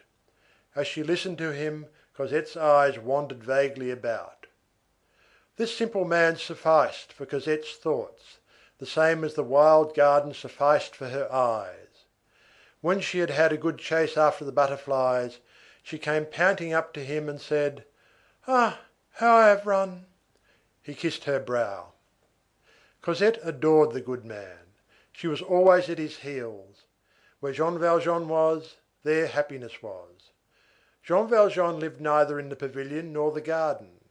She took greater pleasure in the paved back courtyard than in the enclosure filled with flowers, and in his little lodge furnished with straw-seated chairs than in the great drawing-room hung with tapestry, against which stood tufted easy-chairs. Jean Valjean sometimes said to her, smiling at his happiness in being importuned: "Do go to your own quarters, leave me alone a while." She gave him those charming and tender scoldings which are so graceful when they come from a daughter to her father. "Father, I am very cold in your rooms. Why don't you have a carpet here and a stove?" "Dear child, there are so many people who are better than I, and who have not even a roof over their heads." "Then why is there a fire in my rooms, and everything that is needed?" "Because you are a woman and a child." "Bah! Must men be cold and feel uncomfortable?" "Certain men." "That is good. I shall come here so often that you will be obliged to have a fire." And again she said to him: "Father, why do you eat horrible bread like that?" "Because, my daughter." "Well, if you eat it, I will eat it too." Then, in order to prevent Cosette eating black bread, Jean Valjean ate white bread. Cosette had but a confused recollection of her childhood. She prayed morning and evening for the mother whom she had never known. The Thénardiers had remained with her as two hideous figures in a dream. She remembered that she had gone, one day at night, to fetch water in a forest. She thought that it had been very far from Paris. It seemed to her that she had begun to live in an abyss, and that it was Jean Valjean who had rescued her from it. Her childhood produced upon her the effect of a time when there had been nothing around her but millipedes, spiders, and serpents. When she meditated in the evening before falling asleep, as she had not a very clear idea that she was Jean Valjean's daughter, and that he was her father, she fancied that the soul of her mother had passed into that good man and had come to dwell near her. When he was seated, she leaned her cheek against his white hair and dropped a silent tear, saying to herself, "Perhaps this man is my mother." Cosette, although this is a strange statement to make in the profound ignorance of a girl brought up in a convent, maternity being also absolutely unintelligible to virginity, had ended by fancying that she had had as little mother as possible. She did not even know her mother's name. Whenever she asked Jean Valjean remained silent. If she repeated her question, he responded with a smile. Once she insisted, the smile ended in a tear. This silence on the part of Jean Valjean covered Fantine with darkness. Was it prudence? Was it respect? Was it a fear that he should deliver this name to the hazards of another memory than his own? So long as Cosette had been small, Jean Valjean had been willing to talk to her of her mother. When she became a young girl, it was impossible for him to do so. It seemed to him that he no longer dared. Was it because of Cosette? Was it because of Fantine? He felt a certain religious horror at letting that shadow enter Cosette's thought, and of placing a third in their destiny. The more sacred this shade was to him, the more did it seem that it was to be feared. He thought of Fantine, and felt himself overwhelmed with silence. Through the darkness, he vaguely perceived something which appeared to have its finger on its lips. Had all the modesty which had been in Fantine, and which had violently quitted her during her lifetime, returned to rest upon her after her death, to watch in indignation over the peace of that dead woman, and in its shyness to keep her in her grave? Was Jean Valjean unconsciously submitting to the pressure? We who believe in death are not among the number who will reject this mysterious explanation. Hence the impossibility of uttering, even for Cosette, the name of Fantine. One day Cosette said to him, "Father, I saw my mother in a dream last night. She had two big wings. My mother must have been almost a saint during her life." "Through martyrdom," replied Jean Valjean. However, Jean Valjean was happy. When Cosette went out with him, she leaned on his arm, proud and happy, in the plenitude of her heart. Jean Valjean felt his heart melt within him with delight, at all these sparks of a tenderness so exclusive, so wholly satisfied with himself alone. The poor man trembled, inundated with angelic joy. He declared to himself ecstatically that this would last all their lives. He told himself that he really had not suffered sufficiently to merit so radiant a bliss, and he thanked God, in the depth of his soul, for having permitted him to be loved thus, he, a wretch, by that innocent being. End of Book 3, Chapters 3 and 4. Recording by Algie Pug, Perth, Western Australia.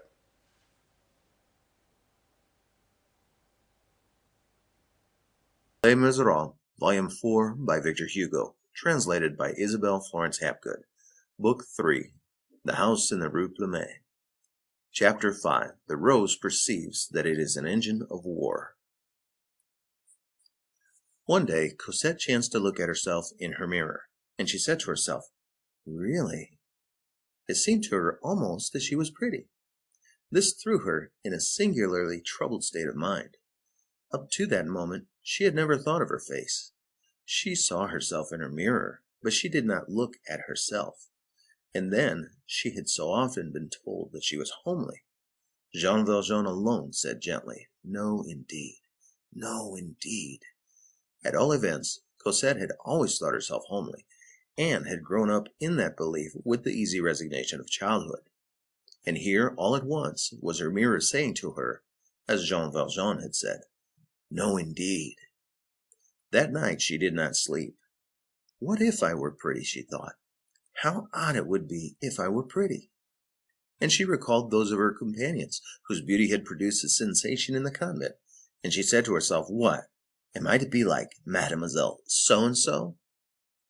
The next morning she looked at herself again, not by accident this time, and she was assailed with doubts. "Where did I get such an idea?" said she. "No, I am ugly." She had not slept well, that was all. Her eyes were sunken and she was pale. She had not felt very joyous on the preceding evening in the belief that she was beautiful, but it made her very sad not to be able to believe in it any longer. She did not look at herself again, and for more than a fortnight she tried to dress her hair with her back turned to the mirror. In the evening, after dinner, she generally embroidered in wool, or did some convent needlework in the drawing-room, and Jean Valjean read beside her. Once she raised her eyes from her work, and she was rendered quite uneasy by the manner in which her father was gazing at her. On another occasion, she was passing along the street, and it seemed to her that someone behind her, whom she did not see, said, "A pretty woman, but badly dressed." "Bah," she thought, "he does not mean me. I am well dressed and ugly." She was then wearing a plush hat and her merino gown. At last, one day when she was in the garden, she heard poor old Toussaint saying, "Do you notice how pretty Cosette is growing, sir?" Cosette did not hear her father's reply, but Toussaint's words caused a sort of commotion within her. She fled from the garden, ran up to her room, flew to the looking-glass.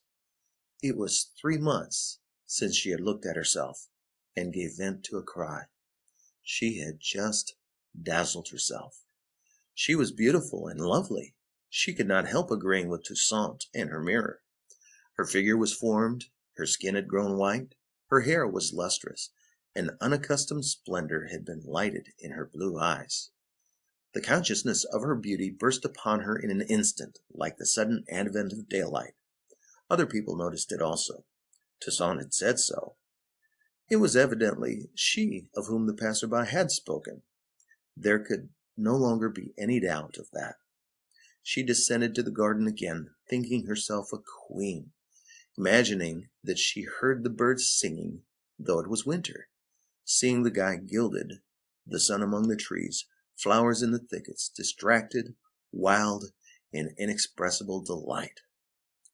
Jean Valjean, on his side, experienced a deep and undefinable oppression at heart.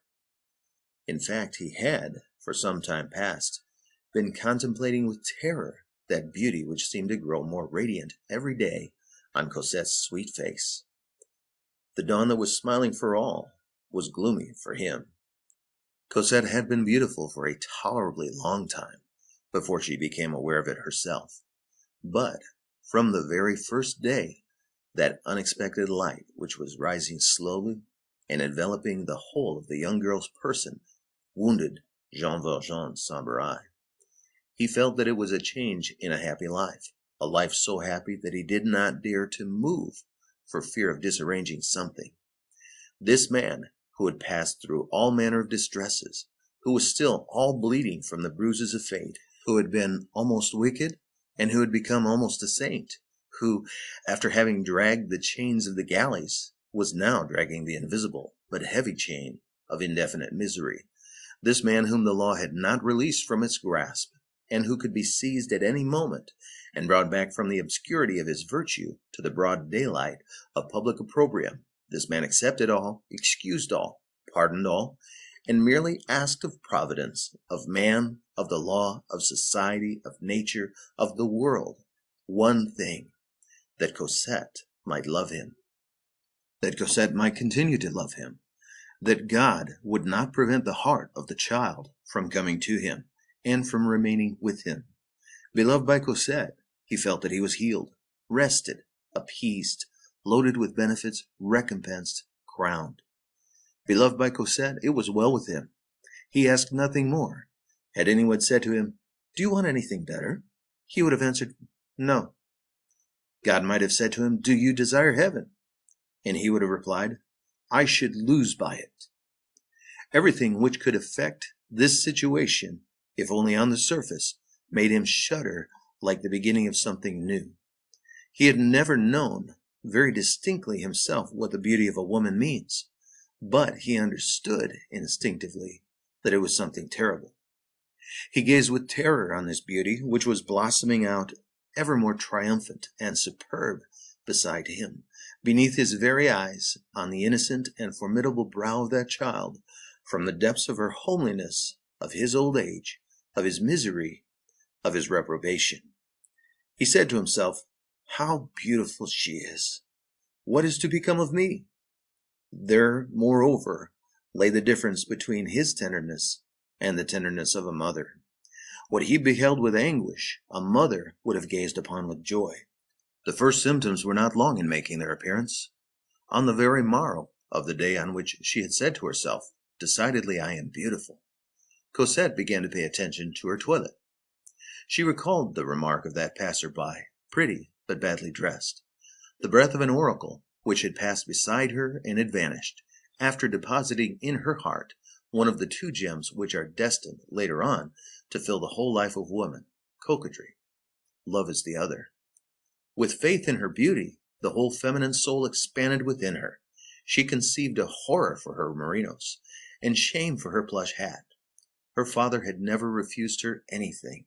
She had once acquired the whole science of the bonnet, the gown, the mantle, the boot, the cuff, the stuff which is in fashion, the color which is becoming, that science which makes of the Parisian woman something so charming, so deep, and so dangerous. The words heady woman were invented for the Parisienne. In less than a month, little Cosette, in the tabac of the Rue de Babylone, was not only one of the prettiest, but one of the best dressed women in Paris, which means a great deal more. She would have liked to encounter her passer-by to see what he would say, and to teach him a lesson. The truth is that she was ravishing in every respect, and that she distinguished the difference between a bonnet from Giraud and one from Herbaut in the most marvelous way. Jean Valjean watched these ravages with anxiety. He who felt that he could never do anything but crawl, walk at the most, beheld wings sprouting on Cosette. Moreover, from the mere inspection of Cosette's toilet, a woman would have recognized the fact that she had no mother. Certain little proprieties, certain special conventionalities were not observed by Cosette. A mother, for instance, would have told her that a young girl does not dress in damask. The first day that Cosette went out in her black damask gown and mantle and her white crape bonnet, she took Jean Valjean's arm, gay, radiant, rosy, proud, dazzling. "Father," she said, "how do you like me in this guise?" Jean Valjean replied in a voice which resembled the bitter voice of an envious man, "Charming." He was the same as usual during their walk. On their return home, he asked Cosette, "Won't you put on the other gown and bonnet again? You know the ones I mean." This took place in Cosette's chamber. Cosette turned towards the wardrobe where her cast-off schoolgirl's clothes were hanging. "That disguise," said she. "Father, what do you want me to do with it? Oh, no, the idea! I shall never put on those horrors again. With that machine on my head, I have the air of Madame Mad Dog." Jean Valjean heaved a deep sigh. From that moment forth, he noticed that Cosette, who had always heretofore asked to remain at home, saying, "Father, I enjoy myself more here with you," now was always asking to go out. In fact, what is the use of having a handsome face and a delicious costume if one does not display them? He also noticed that Cosette had no longer the same taste for the back garden. Now she preferred the garden, and did not dislike to promenade back and forth in front of the railed fence. Jean Valjean, who was shy, never set foot in the garden. He kept to his backyard, like a dog. Cosette, in gaining the knowledge that she was beautiful, lost the grace of ignoring it. An exquisite grace, for beauty enhanced by ingenuousness, is ineffable, and nothing is so adorable as a dazzling and innocent creature who walks along, holding in her hand the key to paradise, without being conscious of it. But what she had lost in an ingenuous grace, she gained in pensive and serious charm. Her whole person, permeated with the joy of youth, of innocence, and of beauty, breathed forth a splendid melancholy. It was at this epoch that Marius, after the lapse of 6 months, saw her once more at the Luxembourg. Chapter 6. The Battle Begun. Cosette in her shadow, like Marius in his, was all ready to take fire. Destiny, with its mysterious and fatal patience, slowly drew together these two beings, all charged and all languishing, with the stormy electricity of passion, these two souls which were laden with love, as two clouds are laden with lightning, and which were bound to overflow and mingle in a look like the clouds in a flash of fire. The glance had been so much abused in love romances that it has finally fallen into disrepute. One hardly dares to say nowadays that two beings fell in love because they looked at each other. That is the way people do fall in love, nevertheless, and the only way. The rest is nothing, but the rest comes afterwards. Nothing is more real than these great shocks which two souls convey to each other by the exchange of that spark. At that particular hour, when Cosette unconsciously darted that glance which troubled Marius, Marius had no suspicion that he had also launched a look which disturbed Cosette. He caused her the same good and the same evil. She had been in the habit of seeing him for a long time, and she had scrutinized him as girls scrutinize and see, while looking elsewhere. Marius still considered Cosette ugly, when she had already begun to think Marius handsome. But as he paid no attention to her, the young man was nothing to her. Still, she could not refrain from saying to herself that he had beautiful hair, beautiful eyes, handsome teeth, a charming tone of voice when she heard him conversing with his comrades, that he held himself badly when he walked, if you like, but with a grace that was all his own, that he did not appear to be at all stupid, that his whole person was noble, gentle, simple, proud, and that, in short, though he seemed to be poor, yet his air was fine. On the day when their eyes met at last, and said to each other those first obscure and ineffable things which the glance lisps, Cosette did not immediately understand. She returned thoughtfully to the house in the Rue de l'Ouest, where Jean Valjean, according to his custom, had come to spend 6 weeks. The next morning, on waking, she thought of that strange young man, so long indifferent and icy, who now seemed to pay attention to her, and it did not appear to her that his attention was the least in the world agreeable to her. She was, on the contrary, somewhat incensed at this handsome and disdainful individual. A substratum of war stirred within her. It struck her, and the idea caused her a wholly childish joy that she was going to take her revenge at last. Knowing that she was beautiful, she was thoroughly conscious, though in an indistinct fashion, that she possessed a weapon. Women play with their beauty as children do with a knife. They wound themselves. The reader will recall Marius's hesitations, his palpitations, his terrors. He remained on his bench and did not approach. This vexed Cosette. One day she said to Jean Valjean, "Father, let us stroll about a little in that direction." Seeing that Marius did not come to her, she went to him. In such cases, all women resemble Mahomet. And then, strange to say, the first symptom of true love in a young man is timidity. In a young girl, it is boldness. This is surprising, and yet nothing is more simple. It is the two sexes tending to approach each other and assuming each the other's qualities. That day, Cosette's glance drove Marius beside himself, and Marius's glance set Cosette to trembling. Marius went away confident, and Cosette uneasy. From that day forth, they adored each other. The first thing that Cosette felt was a confused and profound melancholy. It seemed to her that her soul had become black since the day before. She no longer recognized it. The whiteness of soul in young girls, which is composed of coldness and gaiety, resembles snow. It melts in love, which is its sun. Cosette did not know what love was. She had never heard the word uttered in its terrestrial sense. On the books of profane music which entered the convent, amour, love, was replaced by tambour, drum, or pandour. This created enigmas which exercised the imaginations of the big girls, such as, "Ah, how delightful is the drum!" or, "Pity it is not a pandour." But Cosette had left the convent too early to have occupied herself much with the drum. Therefore, she did not know what name to give to what she now felt. Is anyone the less ill because one does not know the name of one's malady? She loved with all the more passion because she loved ignorantly. She did not know whether it was a good thing or a bad thing, useful or dangerous, eternal or temporary, allowable or prohibited. She loved. She would have been greatly astonished had anyone said to her, "You do not sleep? But that is forbidden.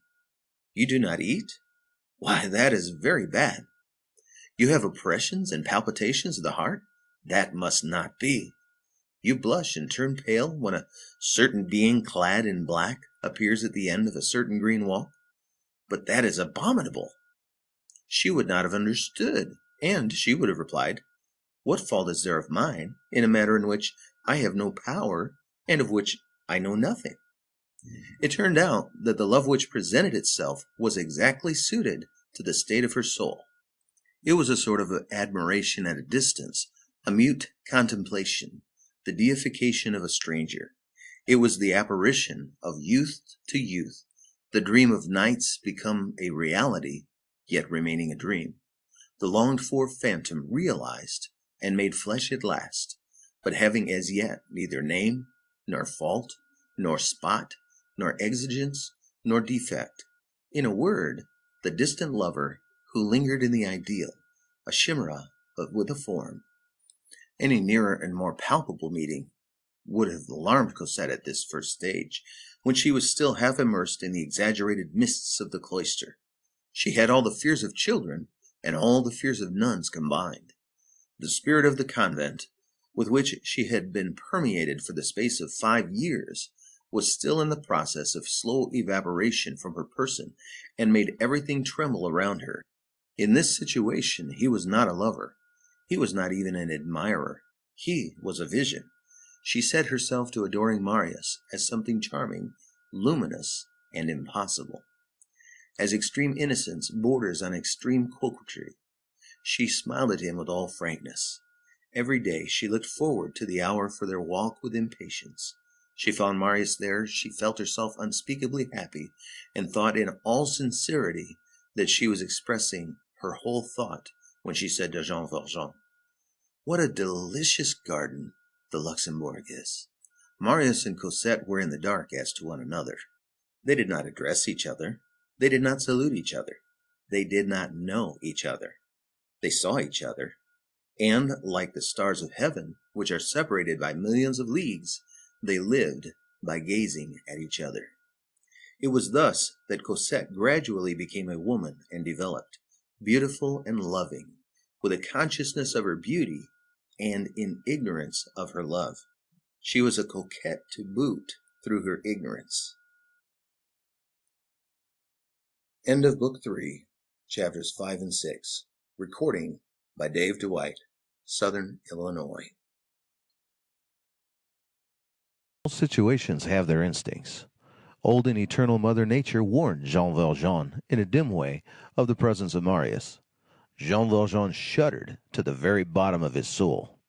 Jean Valjean saw nothing, knew nothing, and yet he scanned with obstinate attention the darkness in which he walked, as though he felt on one side of him something in the process of construction, and on the other something which was crumbling away.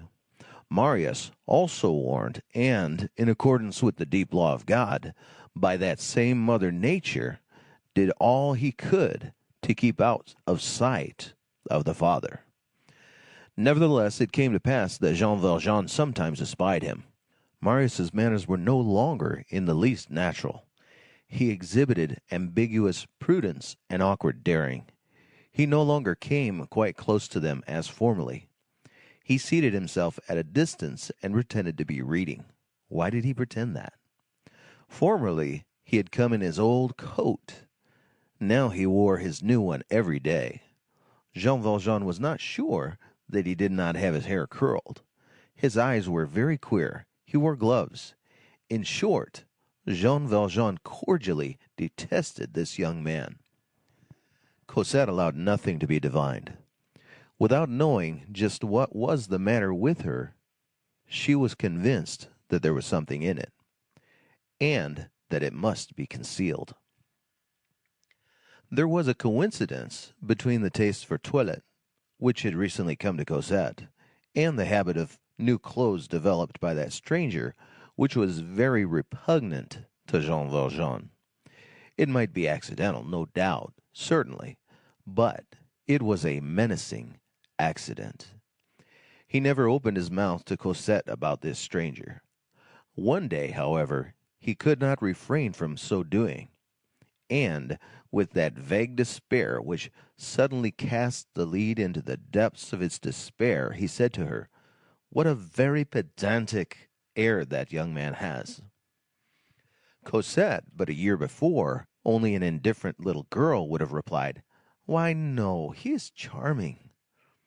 10 years later, with the love of Marius in her heart, she would have answered, "A pedant and insufferable to the sight." You are right. At the moment in life, and the heart which she had then attained, she contented herself with replying, with supreme calmness, "That young man," as though she now beheld him for the first time in her life. How stupid I am, thought Jean Valjean. She had not noticed him. It is I who have pointed him out to her. Oh, the simplicity of the old! Oh, the depth of children!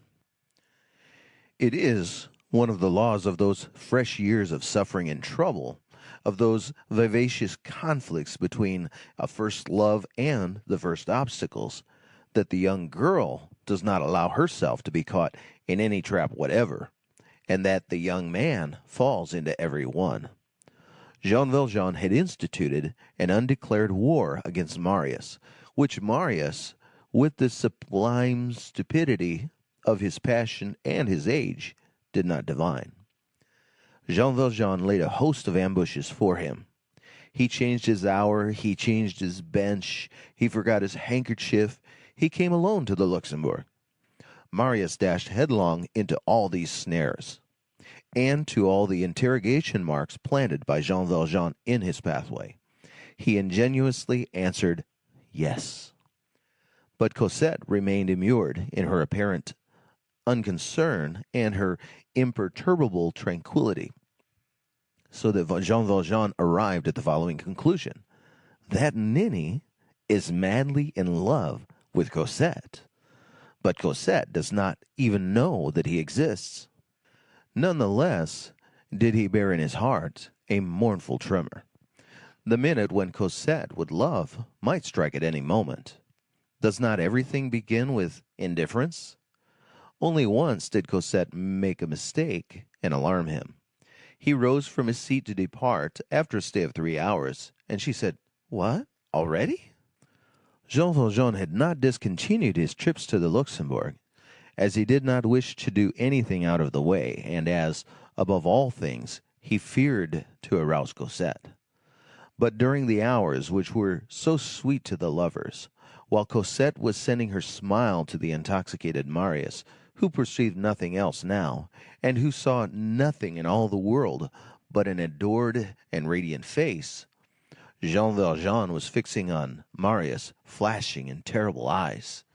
He who had finally come to believe himself incapable of a malevolent feeling experienced moments when Marius was present in which he thought he was becoming savage and ferocious once more, and he felt the old depths of his soul, which had formerly contained so much wrath, opening once more and rising up against that young man. It almost seemed to him that unknown craters were forming in his bosom. What? He was there, that creature! What was he there for? He came creeping about, smelling out, examining, trying. He came saying, "Hey, why not?" He came to prowl about his, Jean Valjean's life, to prowl about his happiness, with the purpose of seizing it and bearing it away. Jean Valjean added, yes, that's it. What is he in search of? An adventure. What does he want? A love affair. A love affair. And I? What? I have been first the most wretched of men, and then the most unhappy. And I have traversed 60 years of life on my knees. I have suffered everything that a man can suffer. I have grown old without having been young. I have lived without a family, without relatives, without friends, without life, without children. I have left my blood on every stone, on every bramble, on every milepost, along every wall. I have been gentle, though others have been hard to me, and kind, although others have been malicious. I have become an honest man once more, in spite of everything. I have repented of the evil that I have done, and have forgiven the evil that has been done to me. And at the moment when I receive my recompense, at the moment when it is all over, at the moment when I am just touching the goal, at the moment when I have what I desire, it is well, it is good, I have paid, I have earned it. All this is to take flight. All this will vanish, and I shall lose Cosette, and I shall lose my life, my joy, my soul, because it has pleased a great booby to come and lounge at the Luxembourg. Then his eyes filled with a sad and extraordinary gleam. It was no longer a man gazing at a man. It was no longer an enemy surveying an enemy. It was a dog scanning a thief. The reader knows the rest. Marius pursued his senseless course. One day he followed Cosette to the Rue de l'E. Another day he spoke to the porter. The porter on his side spoke and said to Jean Valjean, Monsieur, who is that curious young man who is asking for you? On the morrow, Jean Valjean bestowed on Marius that glance which Marius at last perceived. A week later, Jean Valjean had taken his departure. He swore to himself that he would never again set foot either in the Luxembourg or in the Rue de l'E. Cosette did not complain. She said nothing. She asked no questions. She did not seek to learn his reasons. She had already reached the point where she was afraid of being divined and of betraying herself. Jean Valjean had no experience of these miseries, the only miseries which are charming and the only ones with which he was not acquainted. The consequence was that he did not understand the grave significance of Cosette's silence. He merely noticed that she had grown sad, and he grew gloomy. On his side and on hers, inexperience had joined issue. Once he made a trial. He asked Cosette, Would you like to come to the Luxembourg? A ray illuminated Cosette's pale face. Yes, said she. They went thither. 3 months had elapsed. Marius no longer went there. Marius was not there. On the following day, Jean Valjean asked Cosette again, Would you like to come to the Luxembourg? She replied, sadly and gently, No. Jean Valjean was hurt by this sadness, and heartbroken at this gentleness. What was going on in that mind which was so young and yet already so impenetrable? What was on its way there within? What was taking place in Cosette's soul? Sometimes, instead of going to bed, Jean Valjean remained seated on his pallet, with his head in his hands, and he passed whole nights asking himself, What has Cosette in her mind? And in thinking of the things that she might be thinking about. Oh, at such moments, what mournful glances did he cast towards that cloister, that chaste peak, that abode of angels, that inaccessible glacier of virtue. How he contemplated with despairing ecstasy that convent garden full of ignored flowers and cloistered virgins, where all perfumes and souls mount straight to heaven. How he adored that Eden forever closed against him, whence he had voluntarily and madly emerged. How he regretted his abnegation and his folly in having brought Cosette back into the world, poor hero of sacrifice, seized and hurled to the earth by his very self-devotion. How he said to himself, "What have I done?" However, nothing of all this was perceptible to Cosette. No ill temper, no harshness. His face was always serene and kind. Jean Valjean's manners were more tender and more paternal than ever. If anything could have betrayed his lack of joy, it was his increased suavity. On her side, Cosette languished. She suffered from the absence of Marius, as she had rejoiced in his presence, peculiarly without exactly being conscious of it. When Jean Valjean ceased to take her on their customary strolls, a feminine instinct murmured confusedly at the bottom of her heart that she must not seem to set store on the Luxembourg garden, and that if this proved to be a matter of indifference to her, her father would take her thither once more. But days, weeks, months elapsed. Jean Valjean had tacitly accepted Cosette's tacit consent. She regretted it. It was too late. So Marius had disappeared. All was over. The day on which she returned to the Luxembourg, Marius was no longer there. What was to be done? Should she ever find him again? She felt an anguish at her heart which nothing relieved, and which augmented every day. She no longer knew whether it was winter or summer, whether it was raining or shining, whether the birds were singing, whether it was the season for dahlias or daisies, whether the Luxembourg was now more charming than the Tuileries, whether the linen which the laundress brought home was starched too much or not enough, whether Toussaint had done her marketing well or ill. And she remained dejected, absorbed, attentive to but a single thought, her eyes vague and staring, as when one gazes by night at a black and fathomless spot where an apparition has vanished. However, she did not allow Jean Valjean to perceive anything of this, except her pallor. She still wore her sweet face for him. The pallor sufficed, but too thoroughly, to trouble Jean Valjean. Sometimes he asked her, "What is the matter with you?" She replied, "There is nothing the matter with me." And after a silence, when she divined that he was sad also, she would add, "And you, father, is there anything wrong with you?" "With me? Nothing," said he. These two beings, who had loved each other so exclusively and with so touching an affection, and who had lived so long for each other, now suffered side by side, each on the other's account, without acknowledging it to each other, without anger toward each other, and with a smile. End of Book 3, Chapter 7. Recording by Dave Dwight, Southern Illinois.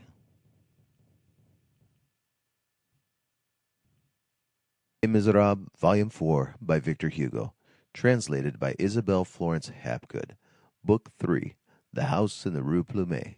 Chapter 8, The Chain Gang. Jean Valjean was the more unhappy of the two. Youth, even in its sorrows, always possesses its own peculiar radiance. At times, Jean Valjean suffered so greatly that he became puerile. It is the property of grief to cause the childish side of man to reappear. He had an inconquerable conviction that Cosette was escaping from him. He would have liked to resist, to retain her, to arouse her enthusiasm by some external and brilliant matter. These ideas, puerile, as we have just said, and at the same time senile, conveyed to him by their very childishness a tolerably just notion of the influence of gold lace on the imaginations of young girls.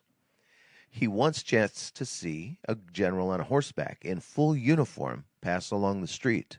Comte Coutard, the commandant of Paris. He envied that gilded man. What happiness it would be, he said to himself, if he could put on that suit, which was an incontestable thing, and if Cosette could behold him thus, she would be dazzled. And when he had Cosette on his arm, and passed the gates of the Tuileries, the guard would present arms to him, and that would suffice for Cosette, and would dispel her idea of looking at young men. An unforeseen shock was added to these sad reflections. In the isolated life in which they led, and since they had come to dwell in the Rue Plumet, they had contracted one habit. They sometimes took a pleasure trip to see the sunrise, a mild species of enjoyment which befits those who are entering life and those who are quitting it.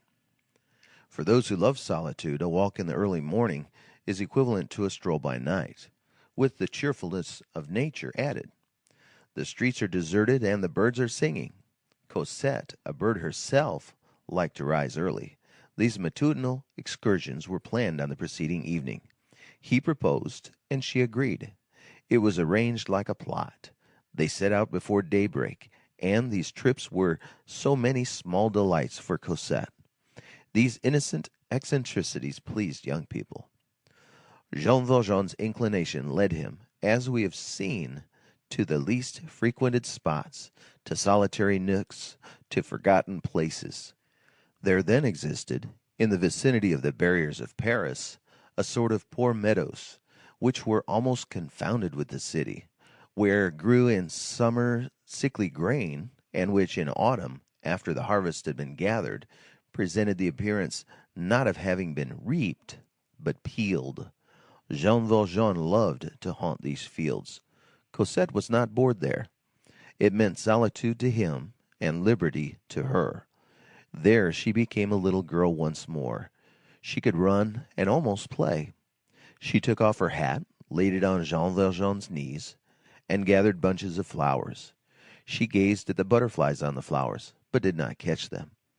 Gentleness and tenderness are born with love, and the young girl who cherishes within her breast a trembling and fragile ideal has mercy on the wing of a butterfly. She wove garlands of poppies, which she placed on her head, and which, crossed and penetrated with sunlight, glowing until they flamed, formed for her rosy face a crown of burning embers. Even after their life had grown sad, they kept up their custom of early strolls. One morning in October, therefore, tempted by the serene perfection of the autumn of 1831, they set out and found themselves at break of day near the Barrière du Maine. It was not dawn, it was daybreak, a delightful and stern moment. A few constellations here and there in the deep, pale azure the earth all black, the heavens all white, a quiver amid the blades of grass, everywhere the mysterious chill of twilight. A lark, which seemed mingled with the stars, was caroling at a prodigious height, and one would have declared that the hymn of pettiness calmed immensity. In the east, the Val de Grace projected its dark mass on the clear horizon with the sharpness of steel. Venus, dazzlingly brilliant, was rising behind that dome, and had the air of a soul making its escape from a gloomy edifice. All was peace and silence. There was no one on the road. A few stray laborers, of whom they barely caught a glimpse, were on their way to work along the side paths. Jean Valjean was sitting in a crosswalk on some planks deposited at the gate of a timber yard. His face was turned towards the highway, his back towards the light. He had forgotten the sun, which was on the point of rising. He had sunk into one of those profound absorptions in which the mind becomes concentrated, which imprison even the eye, and which are equivalent to four walls. There are meditations, which may be called vertical. When one is at the bottom of them, time is required to return to earth. Jean Valjean had plunged into one of these reveries. He was thinking of Cosette, of the happiness that was possible if nothing came between him and her, of the light with which she filled his life, a light which was but the emanation of her soul. He was almost happy in his reverie. Cosette, who was standing beside him, was gazing at the clouds as they turned rosy. All at once Cosette exclaimed, "Father, I think someone was coming yonder." Jean Valjean raised his eyes. Cosette was right. The causeway which leads to the ancient Barrière du Maine is a prolongation, as the reader knows, of the Rue de Sèvres, and is cut at right angles by the inner boulevard. At the elbow of the causeway and the boulevard, at the spot where it branches, they heard a noise which it was difficult to account for at that hour, and a sort of confused pile made its appearance. Some shapeless thing which was coming from the boulevard was turning into the road. It grew larger, it seemed to move in an orderly manner, though it was bristling and quivering. It seemed to be a vehicle, but its load could not be distinctly made out. There were horses, wheels, shouts, whips were cracking.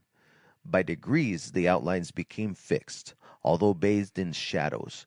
It was a vehicle, in fact, which had just turned from the boulevard into the highway, and which was directing its course towards the barrier near which sat Jean Valjean. A second of the same aspect followed, then a third, then a fourth. 7 chariots made their appearance in succession, the heads of the horses touching the rear of the wagon in front. Figures were moving on these vehicles. Flashes were visible through the dusk, as though there were naked swords there. A clanking became audible, which resembled the rattling of chains, and as this something advanced, the sound of voices waxed louder, and it turned into a terrible thing, such as emerges from the cave of dreams. As it drew nearer, it assumed a form, and was outlined behind the trees with the pallid hue of an apparition. The mass grew white. The day, which was slowly dawning, cast a wan light on this swarming heap, which was at once both sepulchral and living. The heads of the figures turned into the faces of corpses, and this is what it proved to be. 7 wagons were driving in a file along the road.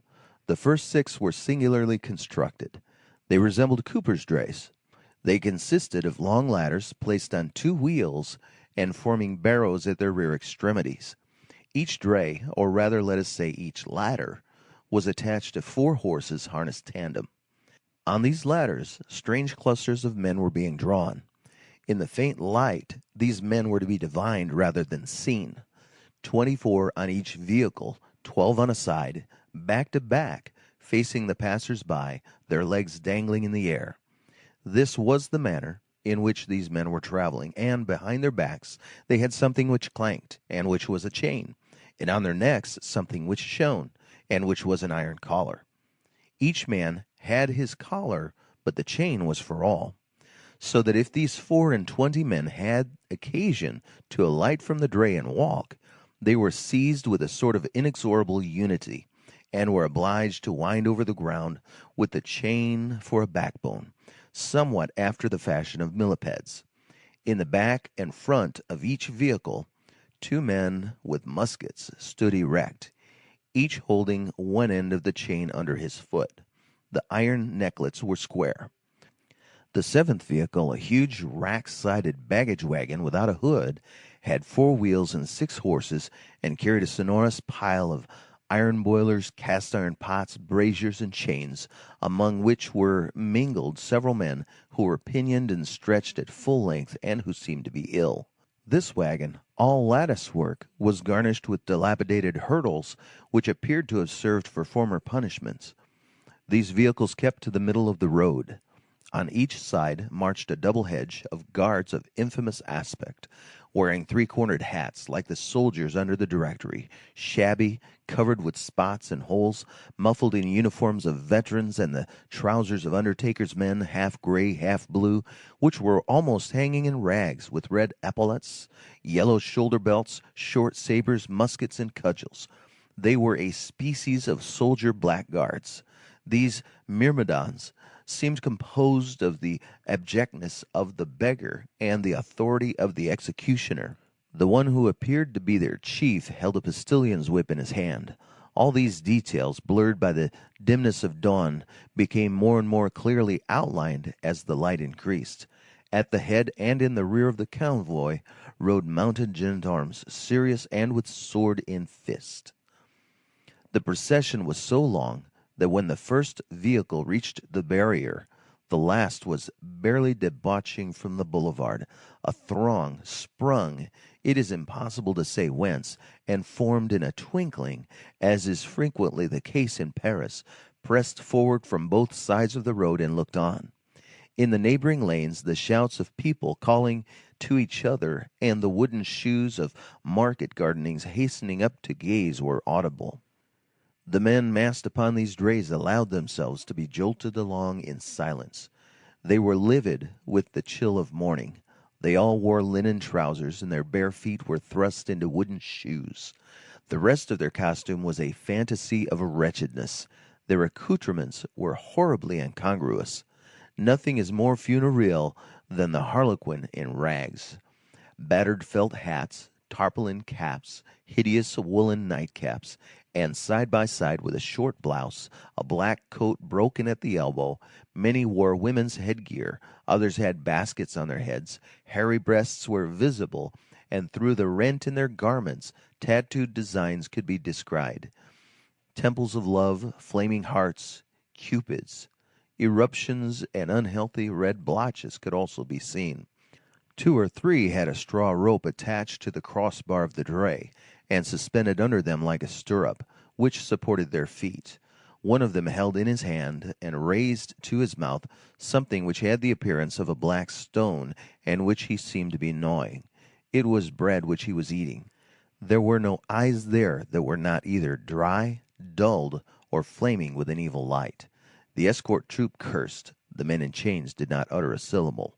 From time to time, the sound of a blow became audible as the cudgels descended on shoulder blades or skulls. Some of these men were yawning. Their rags were terrible. Their feet hung down, their shoulders oscillated, their heads clashed together, their fetters clanked, their eyes glared ferociously, their fists clenched or fell open inertly like the hands of corpses. In the rear of the convoy ran a band of children screaming with laughter. This file of vehicles, whatever its nature was mournful. It was evident that tomorrow, that an hour hence, a pouring rain might descend, that it might be followed by another and another, and that their dilapidated garments would be drenched, that once soaked, these men would not get dry again, that once chilled, they would not again get warm, that their linen trousers would be glued to their bones by the downpour, that the water would fill their shoes, that no lashes from the whips would be able to prevent their jaws from chattering, that the chain would continue to bind them by the neck, that their legs would continue to dangle, and it was impossible not to shudder at the sight of these human beings, thus bound and passive beneath the cold clouds of autumn, and delivered over to the rain, to the blast, to all the furies of the air, like trees and stones. Blows from the cudgel were not omitted even in the case of the sick men, who lay there knotted with ropes and motionless on the 7th wagon, and who appeared to have been tossed like sacks filled with misery. Suddenly the sun made its appearance. The immense light of the Orient burst forth, and one would have said that it had set fire to all those ferocious heads. Their tongues were unloosed, a conflagration of grins, oaths, and songs exploded.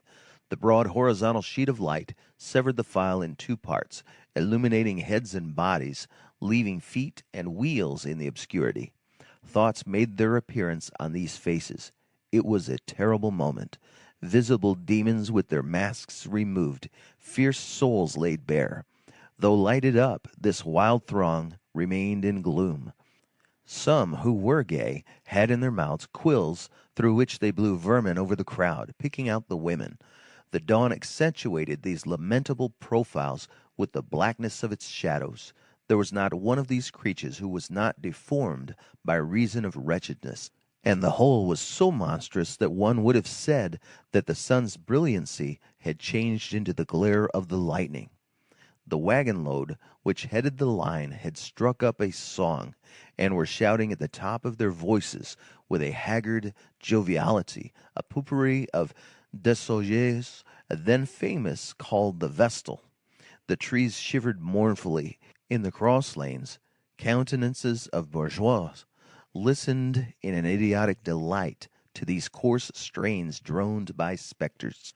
All sorts of distress met in this procession as in chaos.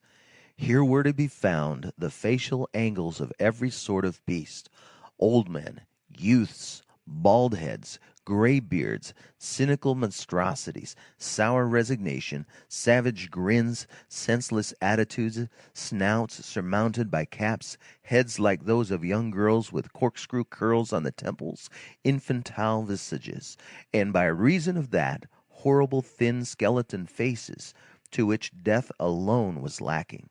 On the first cart was a Negro, who had been a slave in all probability, and who could make a comparison of his chains. The frightful leveler from below, shame, had passed over these brows. At that degree of abasement, the last transformations were suffered by all in their extremest depths, and ignorance, converted into dullness, was the equal of intelligence converted into despair.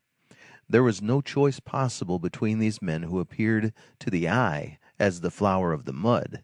It was evident that the person who had the ordering of that unclean procession had not classified them.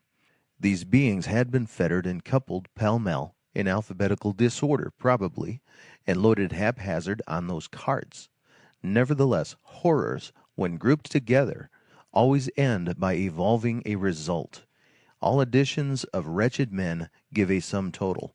Each chain exhaled a common soul, and each dray-load has its own physiognomy. By the side of the one where they were singing, there was one where they were howling, a third where they were begging.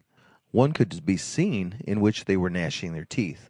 Another load menaced the spectators. Another blasphemed God. The last was as silent as the tomb.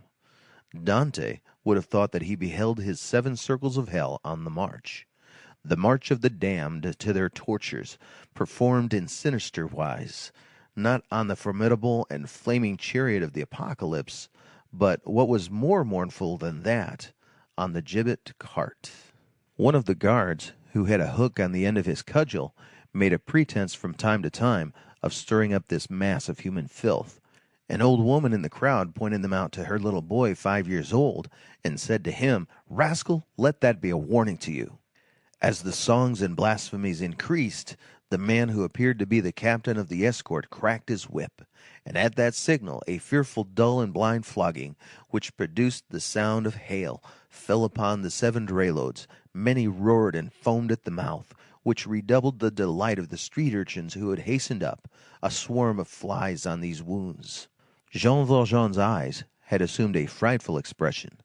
They were no longer eyes. They were those deep and glassy objects which replace the glance in the case of certain wretched men, which seem unconscious of reality, and in which flames the reflection of terrors and of catastrophes. He was not looking at a spectacle. He was seeing a vision. He tried to rise, to flee, to make his escape. He could not move his feet. Sometimes the things that you see seize upon you and hold you fast. He remained nailed to the spot, petrified, stupid, asking himself, athwart confused and inexpressible anguish, what this sepulchral persecution signified, and whence had come that pandemonium which was pursuing him. All at once he raised his hand to his brow, a gesture habitual to those whose memory suddenly returns. He remembered that this was, in fact, the usual itinerary. Thus their life clouded over by degrees. But one diversion, which had formerly been a happiness, remained to them, which was to carry bread to those who were hungry, and clothing to those who were cold. Cosette often accompanied Jean Valjean on these visits to the poor, on which they recovered some remnants of their former free intercourse; and sometimes, when the day had been a good one, and they had assisted many in distress, and cheered and warmed many little children, Cosette was rather merry in the evening. It was at this epoch that they paid their visit to the Jondrette den.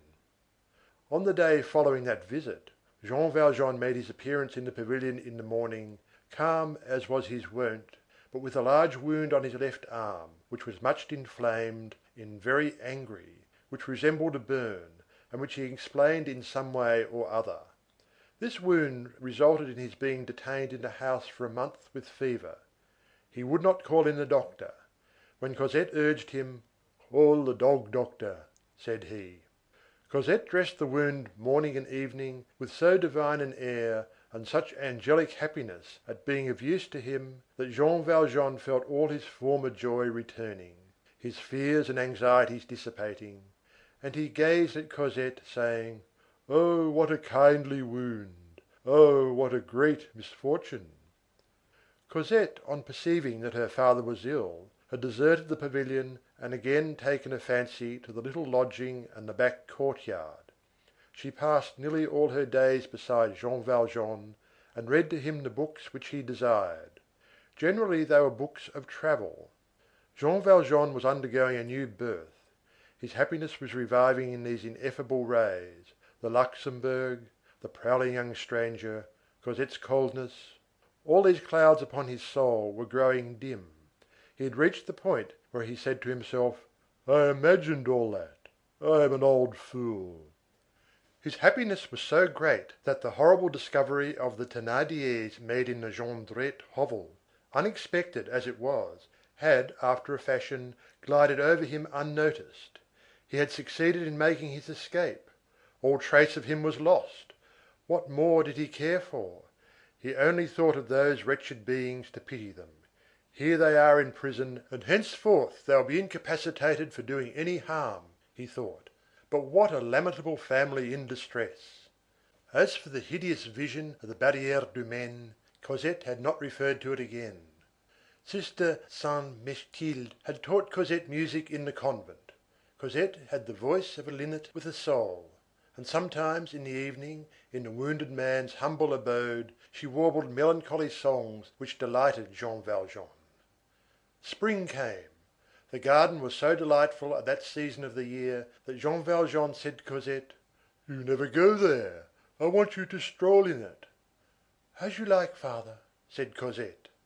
And for the sake of obeying her father, she resumed her walks in the garden, generally alone, for, as we have mentioned, Jean Valjean, who was probably afraid of being seen through the fence, hardly ever went there. Jean Valjean's wound had created a diversion. When Cosette saw that her father was suffering less, that he was convalescing, and that he appeared to be happy, she experienced a contentment which she did not even perceive, so gently and naturally had it come. Then, it was in the month of March, the days were growing longer, the winter was departing, the winter always bears away with it a portion of our sadness. Then came April, that daybreak of summer, fresh as dawn always is, gay like every childhood, a little inclined to weep at times like the new-born being that it is. In that month, nature has charming gleams which pass from the sky, from the trees, from the meadows and the flowers into the heart of man. Cosette was still too young to escape the penetrating influence of that April joy which bore so strong a resemblance to herself. Insensibly, and without her suspecting the fact, the blackness departed from her spirit. In spring, sad souls grow light, as light falls into cellars at midday. Cosette was no longer sad. However, though this was so, she did not account for it to herself. In the morning, about 10 o'clock, after breakfast, when she had succeeded in enticing her father into the garden for a quarter of an hour, and when she was pacing up and down in the sunlight in front of the steps, supporting his left arm for him, she did not perceive that she laughed every moment, and that she was happy. Jean Valjean, intoxicated, beheld her growing fresh and rosy once more. "Oh, what a good wound!" he repeated in a whisper, and he felt grateful to the Thénardiers. His wound once healed, he resumed his solitary twilight strolls. It is a mistake to suppose that a person can stroll alone in that fashion in the uninhabited regions of Paris without meeting with some adventure. Chapter II—Mother Plutarque finds no difficulty in explaining a phenomenon. One evening, little Gavroche had had nothing to eat. He remembered that he had not dined on the preceding day either. This was becoming tiresome. He resolved to make an effort to secure some supper. He strolled out beyond the Salpêtrière into deserted regions. That is where windfalls are to be found. Where there is no one always finds something. He reached a settlement which appeared to him to be the village of Austerlitz. On one of his preceding lounges he had noticed there an old garden haunted by an old man and an old woman, and in that garden a passable apple tree. Beside the apple tree stood a sort of fruit house, which was not securely fastened, and where one might contrive to get an apple. One apple is a supper. One apple is life. That which was Adam's ruin might prove Gavroche's salvation. The garden abutted on a solitary unpaved lane, bordered with brushwood, while awaiting the arrival of houses. The garden was separated from it by a hedge. Gavroche directed his steps towards this garden. He found the lane, he recognized the apple tree, he verified the fruit house, he examined the hedge. A hedge means merely one stride. The day was declining. There was not even a cat in the lane. The hour was propitious. Gavroche began the operation of scaling the hedge, then suddenly paused. Someone was talking in the garden. Gavroche peeped through one of the breaks in the hedge. A couple of paces distant, at the foot of the hedge on the other side, exactly at the point where the gap which he was meditating would have been made, there was a sort of recumbent stone which formed a bench, and on this bench was seated the old man of the garden, while the old woman was standing in front of him. The old woman was grumbling. Gavroche, who was not very discreet, listened. "Monsieur Mabeuf," said the old woman. "Mabeuf," thought Gavroche, "that name is a perfect farce." The old man, who was thus addressed, did not stir. The old woman repeated, "Monsieur Mabeuf." The old man, without raising his eyes from the ground, made up his mind to answer, "What is it, Mother Plutarque?" "Mother Plutarque," thought Gavroche, "another farcical name." Mother Plutarque began again, and the old man was forced to accept the conversation. "The landlord is not pleased." "Why?" "We owe 3/4 rent." "In 3 months we shall owe him for 4/4." "He says that he will turn you out to sleep." "I will go." "The greengrocer insists on being paid. She will no longer leave her faggots. What will you warm yourself with this winter? We shall have no wood." "There is the sun." "The butcher refuses to give credit. He will not have us buy any more meat." "That is quite right. I do not digest meat well. It is too heavy." "What shall we have for dinner?" "Bread." "The baker demands a settlement, and says, 'No money, no bread.'" "That is well." "What will you eat?" "We have apples in the apple room." "But, monsieur, we can't live like that without money." "I have none." The old woman went away. The old man remained alone. He fell into thought. Gavroche became thoughtful also. It was almost dark. The first result of Gavroche's meditation was, that instead of scaling the hedge, he crouched down under it. The branches stood apart a little at the foot of the thicket. "Come," exclaimed Gavroche mentally, "here's a nook." And he curled up in it. His back was almost in contact with Father Mabeuf's bench. He could hear the octogenarian breathe. Then, by way of dinner, he tried to sleep. It was a cat nap, with one eye open. While he dozed, Gavroche kept on the watch. The twilight pallor of the sky blanched the earth, and the lane formed a livid line between two rows of dark bushes. All at once, in this whitish band, two figures made their appearance. One was in front, the other some distance in the rear. "Here come two creatures," muttered Gavroche. The first form seemed to be some elderly bourgeois, who was bent and thoughtful, dressed more than plainly, and who was walking slowly because of his age, and strolling about in the open evening air. The second was straight, firm, slender. It regulated its pace by that of the first, but in the voluntary slowness of its gait, suppleness and agility were discernible. This figure had also something fierce and disquieting about it. The whole shape was that of what was then called an elegant. The hat was of good shape, the coat black, well cut, probably of fine cloth and well fitted in at the waist. The head was held erect with a sort of robust grace, and beneath the hat the pale profile of a young man could be made out in the dim light. The profile had a rose in its mouth. This second form was well known to Gavroche. It was Montparnasse. He could have told nothing about the other, except that he was a respectable old man. Gavroche immediately began to take observations. One of these two pedestrians evidently had a project connected with the other. Gavroche was well placed to watch the course of events. The bedroom had turned into a hiding place at a very opportune moment. Montparnasse on the hunt at such an hour, in such a place, betokened something threatening. Gavroche felt his gamin's heart move with compassion for the old man. What was he to do? Interfere? One weakness coming to the aid of another. It would be merely a laughing matter for Montparnasse. Gavroche did not shut his eyes to the fact that the old man, in the first place, and the child in the second, would make but two mouthfuls for that redoubtable ruffian 18 years of age. While Gavroche was deliberating, the attack took place, abruptly and hideously. The attack of the tiger on the wild ass, the attack of the spider on the fly.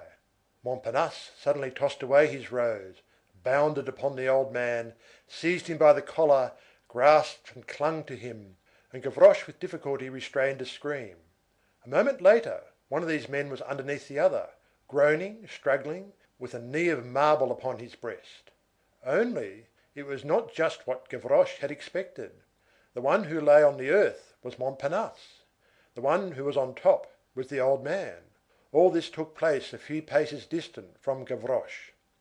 The old man had received the shock, had returned it, and that in such a terrible fashion that in a twinkling the assailant and the assailed had exchanged roles. Here's a hearty veteran, thought Gavroche. He could not refrain from clapping his hands, but it was applause wasted. It did not reach the combatants, absorbed and deafened as they were, each by the other, as their breath mingled in the struggle. Silence ensued. Montparnasse ceased his struggles. Gavroche indulged in this aside. Can he be dead? The good man had not uttered a word, nor given vent to a cry. He rose to his feet, and Gavroche heard him say to Montparnasse, "Get up." Montparnasse rose, but the good man held him fast. Montparnasse's attitude was the humiliated and furious attitude of the wolf who has been caught by a sheep. Gavroche looked on and listened, making an effort to reinforce his eyes with his ears. He was enjoying himself immensely. He was repaid for his conscientious anxiety in the character of a spectator. He was able to catch on the wing a dialogue which borrowed from the darkness an indescribably tragic accent. The good man questioned. Montparnasse replied. "How old are you?" "19." "You are strong and healthy.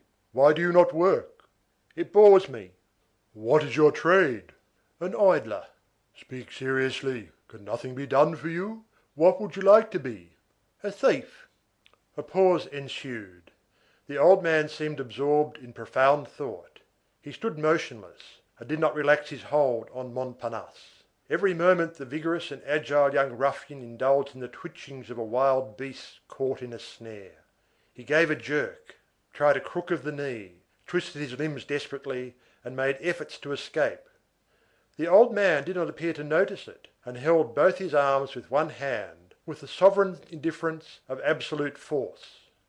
The old man's reverie lasted for some time, then, looking steadily at Montparnasse, he addressed him in a gentle voice, in the midst of the darkness where they stood, a solemn harangue, of which Gavroche did not lose a single syllable. "My child, you are entering, through indolence, on one of the most laborious of lives. Ah! You declare yourself to be an idler. Prepare to toil. There is a certain formidable machine. Have you seen it? It is the rolling mill. You must be on your guard against it. It is crafty and ferocious. If it catches hold of the skirt of your coat, you'll be drawn in bodily. That machine is laziness. Stop while there is yet time, and save yourself. Otherwise it is all over with you. In a short time you will be among the gearing. Once entangled, hope for nothing more.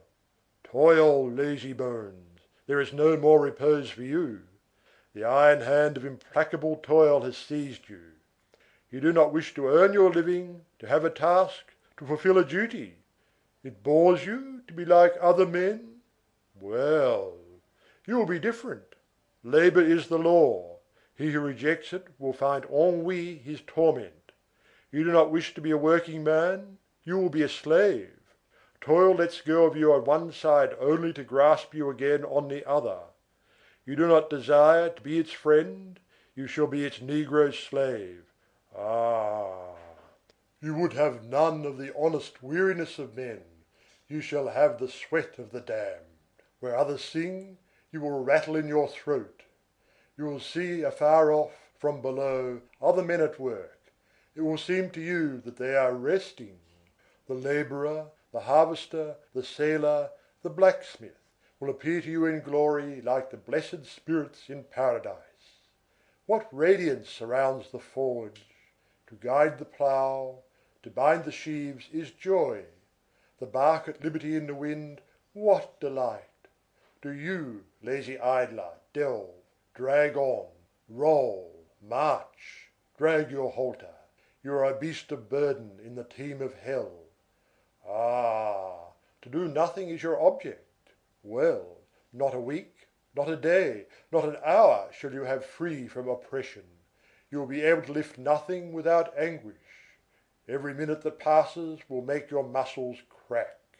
What is a feather to others will be a rock to you. The simplest things will become steep acclivities. Life will become monstrous all about you. To go, to come, to breathe will be just so many terrible labours. Your lungs will produce on you the effect of weighing 100 pounds. Whether you shall walk here rather than there will become a problem that must be solved. Anyone who wants to go out simply gives his door a push, and there he is in the open air. If you wish to go out, you will be obliged to pierce your wall. What does every one who wants to step into the street do? He goes downstairs. You will tear up your sheets, little by little, you will make of them a rope, then you will climb out of your window, and you will suspend yourself by that thread over an abyss, and it will be night, amid storm, rain, and hurricane. And if the rope is too short, but one way of descending will remain to you, to fall, to drop haphazard into the gulf from an unknown height. On what? On what is beneath, on the unknown. Or you will crawl up a chimney flue at the risk of burning, or you will creep through a sewer pipe at the risk of drowning. I do not speak of the holes you will be obliged to mask, of the stones which you will have to take up and replace 20 times a day, of the plaster that you will have to hide in your straw pallet. A lock presents itself. The bourgeois has in his pocket a key made by a locksmith. If you wish to pass out, you will be condemned to execute a terrible work of art. You will take a large sou, you will cut it into 2 plates. With what tools? You will have to invent them. That is your business. Then you will hollow out the interior of these plates, taking great care of the outside, and you will make on the edges a thread, so that they can be adjusted one upon the other like a box in its cover. The top and bottom, thus screwed together, nothing will be suspected. To the overseers it will be only a sou. To you it will be a box. What will you put in this box? A small bit of steel. A watch spring in which you have cut teeth and which will form a saw. With this saw, long as a pin and concealed in a sou, you will cut the bolt of the lock, you will sever the bolts, the padlock of your chain, and the bar at your window, and the fetter on your leg. This masterpiece finished, this prodigy accomplished, all these miracles of art, address, skill, and patience executed, what will be your recompense if it becomes known that you are the author? The dungeon. There is your future. What precipices are idleness and pleasure! Do you know that to do nothing is a melancholy resolution? To live in idleness on the property of society? To be useless, that is to say, pernicious? This leads straight to the depth of wretchedness. Woe to the man who desires to be a parasite. He will become vermin. Ah! So it does not please you to work? Ah! You have but one thought, to drink well, to eat well, to sleep well. You will drink water. You will eat black bread. You will sleep on a plank with a fetter whose cold touch you will feel on your flesh all night long, riveted to your limbs. You will break those fetters. You will flee. That is well. You will crawl on your belly through the brushwood, and then you will eat grass like the beasts of the forest. And you will be recaptured, and then you will pass years in a dungeon, riveted to a wall, groping for your jug that you may drink, gnawing at a horrible loaf of darkness which dogs would not touch, eating beans that the worms have eaten before you. You will be a woodlouse in a cellar. Ah! Have pity on yourself, you miserable young child, who was sucking at nurse less than 20 years ago, and who have, no doubt, a mother still alive. I conjure you, listen to me, I entreat you. You desire fine black cloth, varnished shoes, to have your hair curled and sweet-smelling oils on your locks, to please low women, to be handsome. You will be shaven clean, and you will wear a red blouse and wooden shoes. You want rings on your fingers. You will have an iron necklet on your neck. If you glance at a woman, you'll receive a blow, and you will enter there at the age of 20, and you will come out at 50. You will enter young, rosy, fresh, with brilliant eyes, and all your white teeth, and your handsome youthful hair.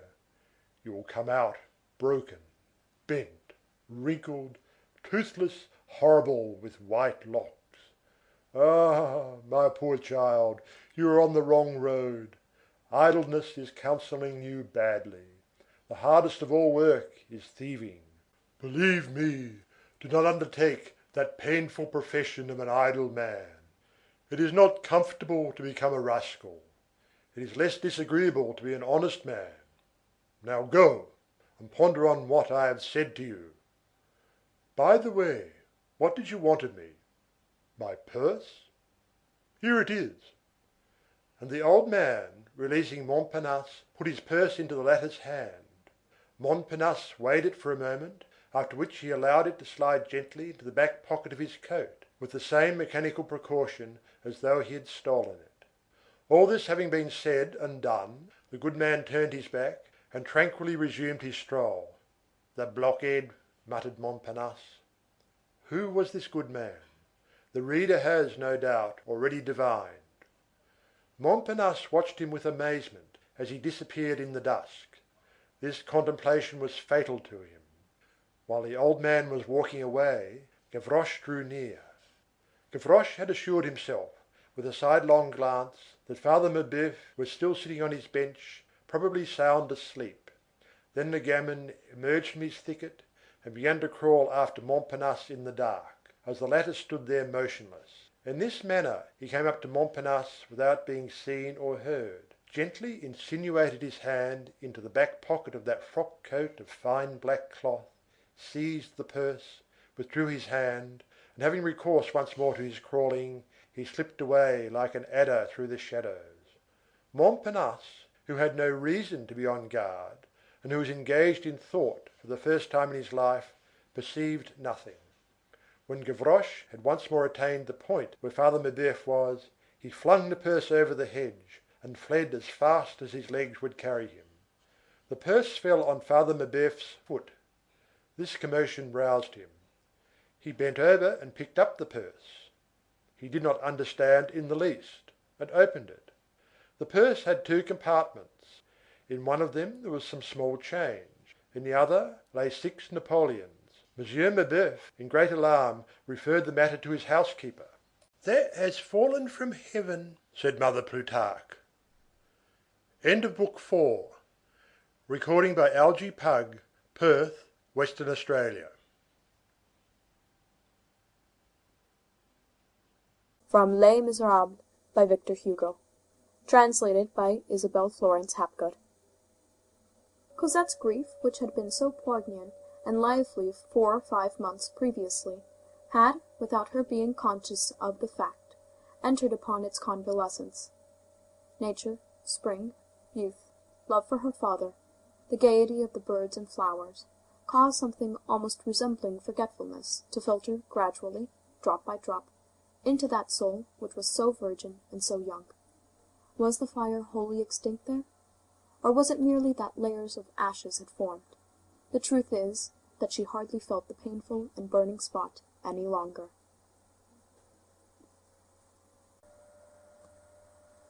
One day she suddenly thought of Marius. "Why," said she, "I no longer think of him."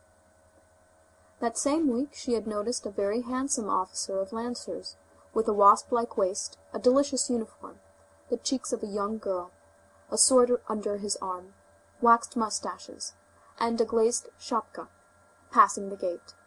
Moreover, he had light hair, prominent blue eyes, a round face, was vain, insolent, and good-looking, quite the reverse of Marius.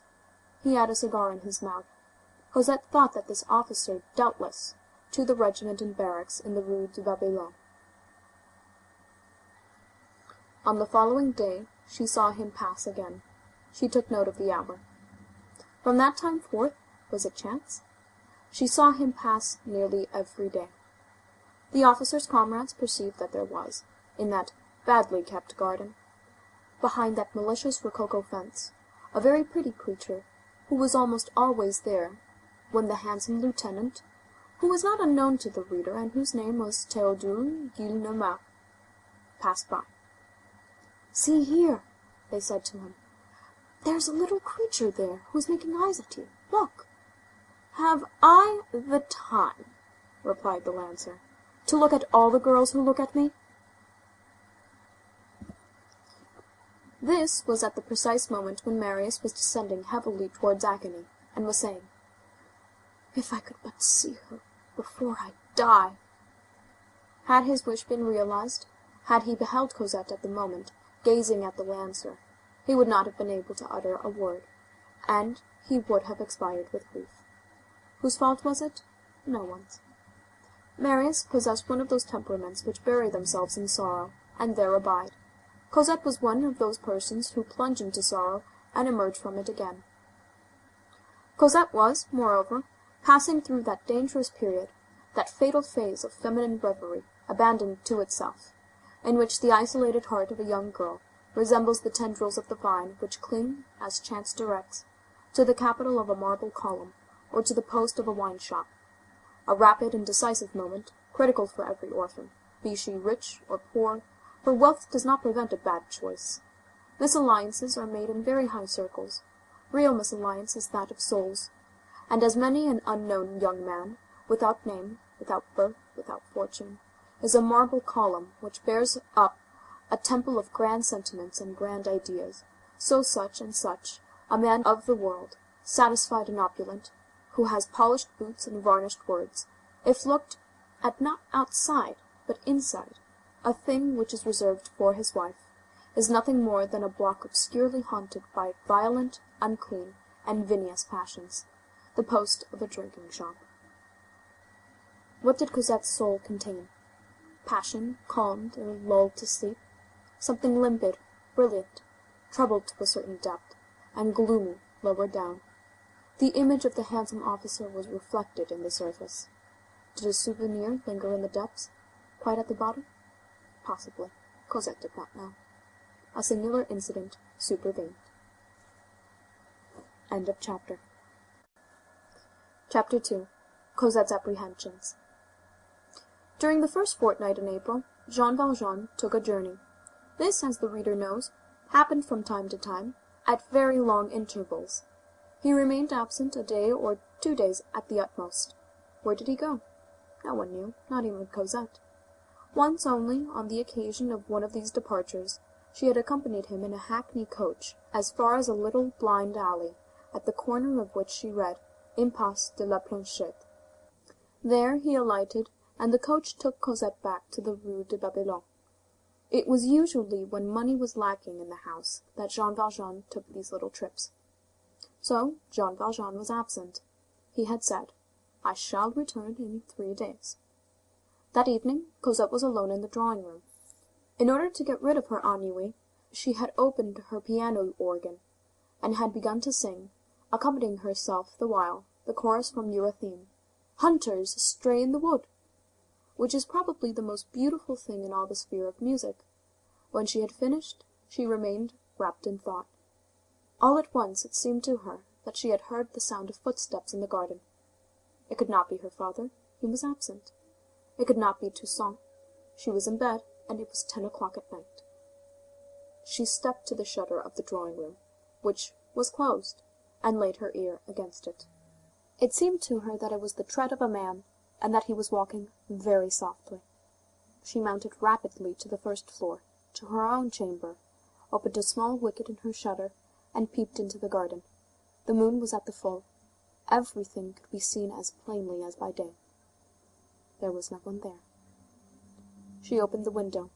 The garden was absolutely calm, and all that was visible was that the street was deserted, as usual. Cosette thought that she had been mistaken. She thought that she had heard a noise.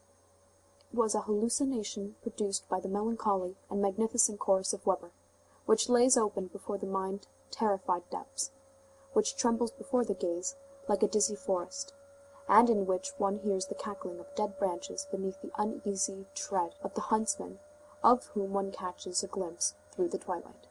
She thought no more about it. Moreover, Cosette was not very timid by nature. There flowed in her veins some of the blood of the Bohemian and the adventuress who runs barefoot. It will be remembered that she was more of a lark than a dove. There was a foundation of wilderness and bravery in her. On the following day, at an earlier hour, towards nightfall, she was strolling in the garden. In the midst of the confused thoughts which occupied her, she fancied that she caught for an instant a sound similar to that of the preceding evening, as though someone were walking beneath the trees in the dusk, and not very far from her. But she told herself that nothing so closely resembled a step on the grass as the friction of two branches which have moved from side to side, and she paid no heed to it. Besides, she could see nothing. She emerged from the thicket. She had still to cross a small lawn to regain the steps. The moon, which had just risen behind her, cast Cosette's shadow in front of her upon this lawn, as she came out from the shrubbery. Cosette halted in alarm. Beside her shadow the moon outlined distinctly upon the turf another shadow, which was particularly startling and terrible, a shadow which had a round hat. It was the shadow of a man who must have been standing on the border of the clump of shrubbery, a few paces in the rear of Cosette. She stood for a moment without the power to speak, or cry, or call, or stir, or turn her head. Then she summoned up all her courage and turned round resolutely. There was no one there. She glanced on the ground.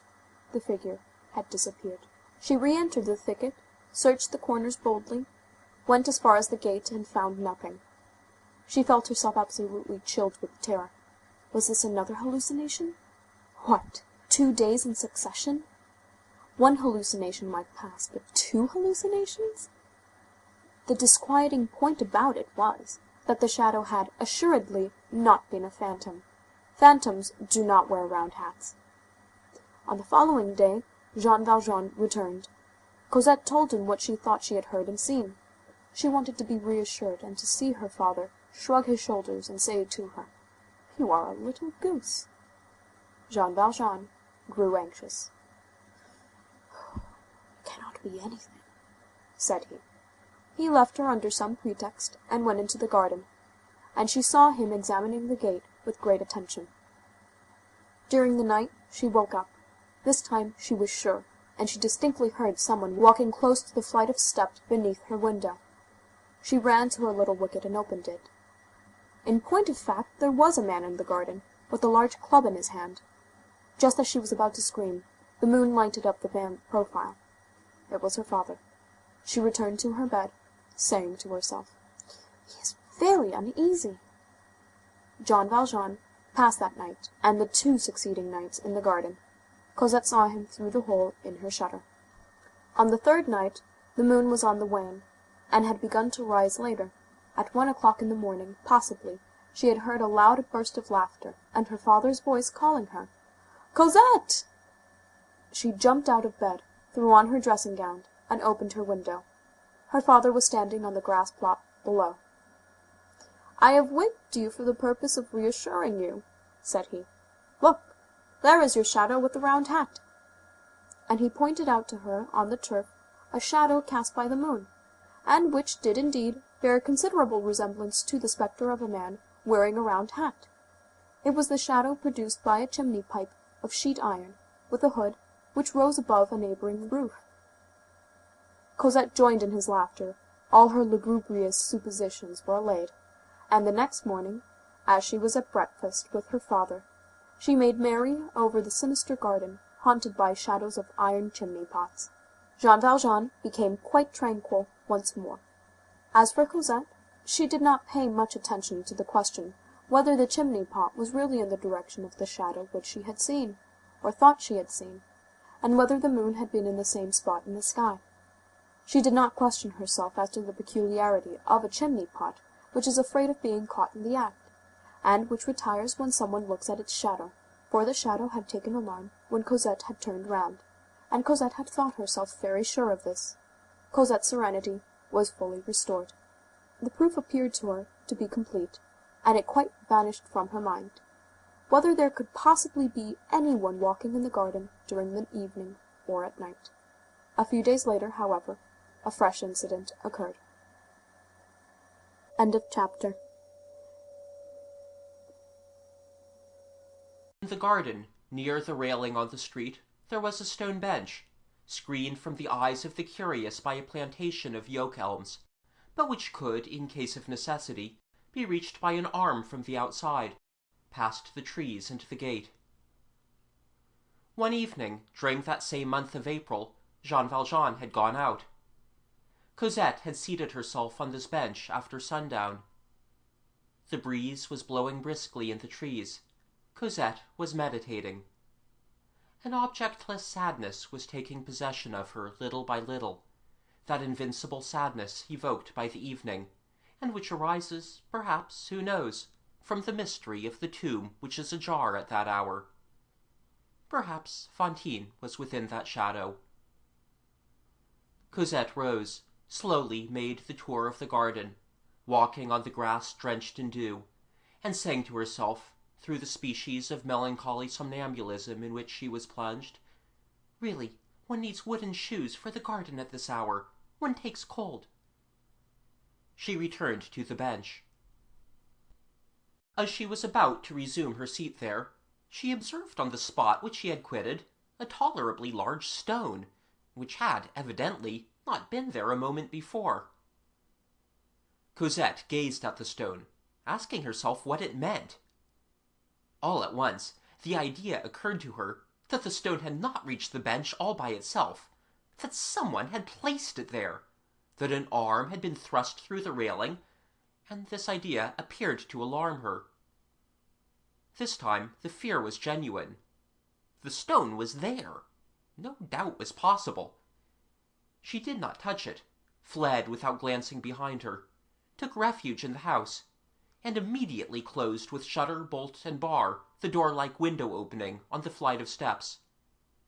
She inquired of Toussaint, "Has my father returned yet?" "Not yet, mademoiselle." We have already noted, once for all, the fact that Toussaint stuttered. May we be permitted to dispense with it for the future? The musical notation of an infirmity is repugnant to us. Jean Valjean, a thoughtful man and given to nocturnal strolls, often returned quite late at night. "Toussaint," went on Cosette, "are you careful to thoroughly barricade the shutters opening on the garden, at least with bars in the evening, and to put the little iron things in the little rings that close them?" "Oh, be easy on that score, miss." Toussaint did not fail in her duty, and Cosette was well aware of the fact, but she could not refrain from adding, "It is so solitary here." "So far as that is concerned," said Toussaint, "it is true. We might be assassinated before we had time to say 'Oh!' And monsieur does not sleep in the house to boot. But fear nothing, miss. I fasten the shutters up like prisons. Lone women, that is enough to make one shudder, I believe you. Just imagine, what if you were to see men enter your chamber at night, and say, 'Hold your tongue,' and begin to cut your throat? It's not the dying so much. You die, for one must die, that's all right. It's the abomination of feeling those people touch you. And then their knives, they can't be able to cut well with them. Ah, good gracious!" "Be quiet," said Cosette. "Fasten everything thoroughly." Cosette, terrified by the melodrama improvised by Toussaint, and possibly also by the recollection of the apparitions of the past week which recurred to her memory, dared not even say to her, "Go and look at the stone which has been placed on the bench," for fear of opening the garden gate and allowing the men to enter. She saw that all the doors and windows were carefully fastened, made Toussaint go all over the house from garret to cellar, locked herself up in her own chamber, bolted her door, looked under her couch, went to bed, and slept badly.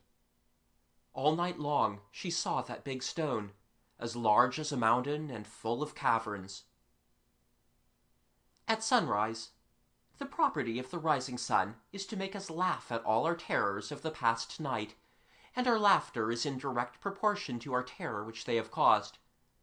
At sunrise, Cosette, when she woke, viewed her fright as a nightmare, and said to herself, "What have I been thinking of? It is like the footsteps that I thought I heard a week or two ago in the garden at night. It is like the shadow of the chimney-pot. Am I becoming a coward?" The sun, which was glowing through the crevices in her shutters, and turning the damask curtains crimson, reassured her to such an extent that everything vanished from her thoughts, even the stone.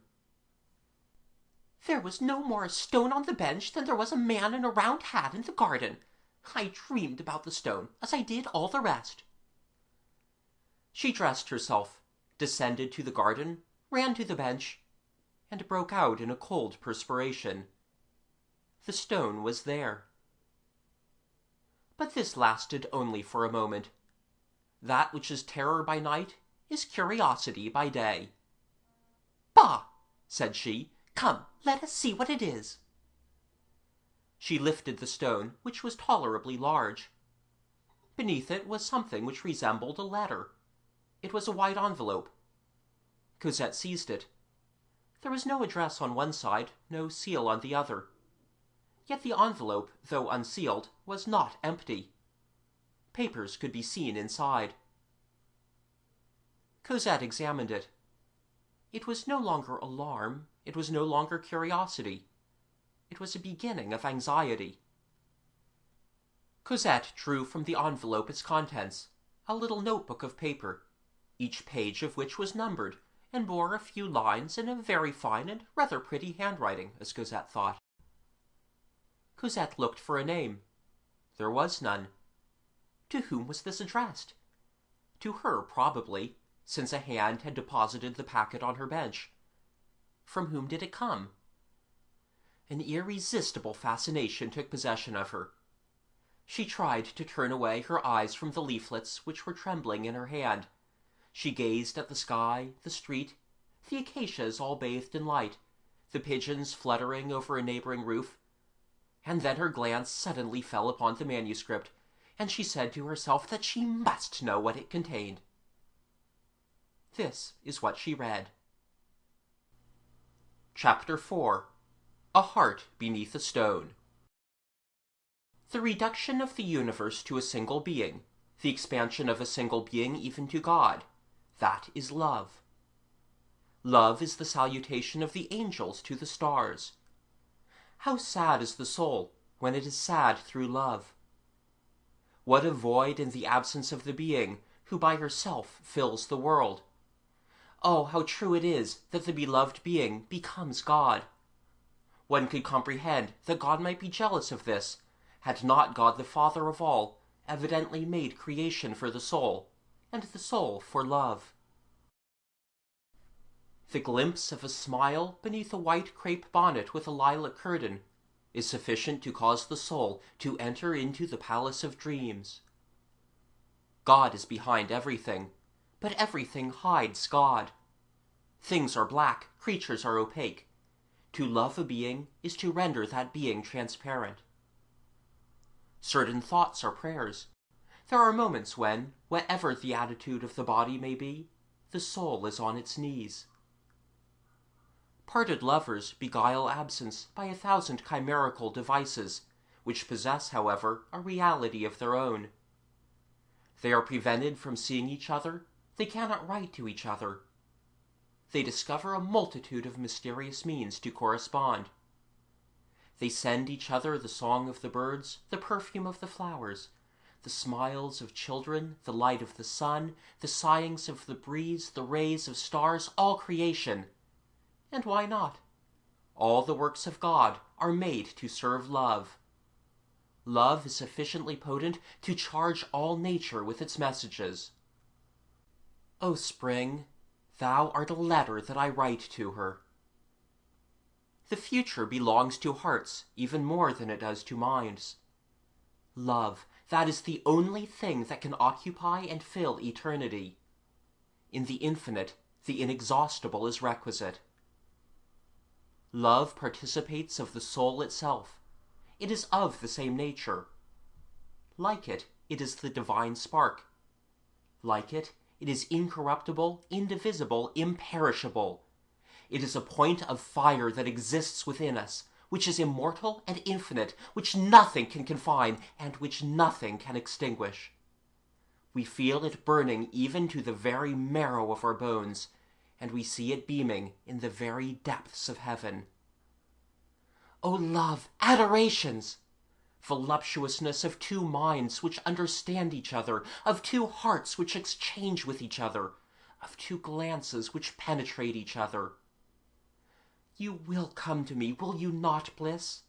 Strolls by twos in the solitudes, blessed and radiant days. I have sometimes dreamed that from time to time, hours detached themselves from the lives of the angels, and came here below to traverse the destinies of men. God can add nothing to the happiness of those who love, except to give them endless duration. After a life of love, an eternity of love is in fact an augmentation. But to increase in intensity even the ineffable felicity which love bestows on the soul even in this world is impossible, even to God. God is the plenitude of heaven. Love is the plenitude of man. You look at a star for two reasons, because it is luminous and because it is impenetrable. You have beside you a sweeter radiance and a greater mystery, woman. All of us, whoever we may be, have our respirable beings. We lack air and we stifle. Then we die. To die for lack of love is horrible, suffocation of the soul. When love has fused and mingled two beings in a sacred and angelic unity, the secret of life has been discovered so far as they are concerned. They are no longer anything more than the two boundaries of the same destiny. They are no longer anything but the two wings of the same spirit. Love soar. On the day when a woman, as she passes before you, emits light as she walks, you are lost, you love. But one thing remains for you to do, to think of her so intently that she is constrained to think of you. What love commences can be finished by God alone. True love is in despair and is enchanted over a glove lost or a handkerchief found, and eternity is required for its devotion and its hopes. It is composed both of the infinitely great and the infinitely little. If you are a stone, be adamant.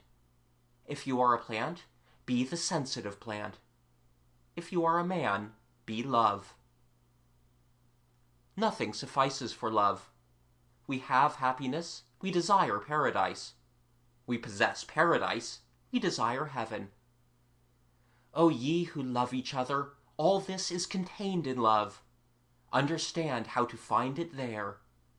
Love has contemplation as well as heaven. and more than heaven it has voluptuousness.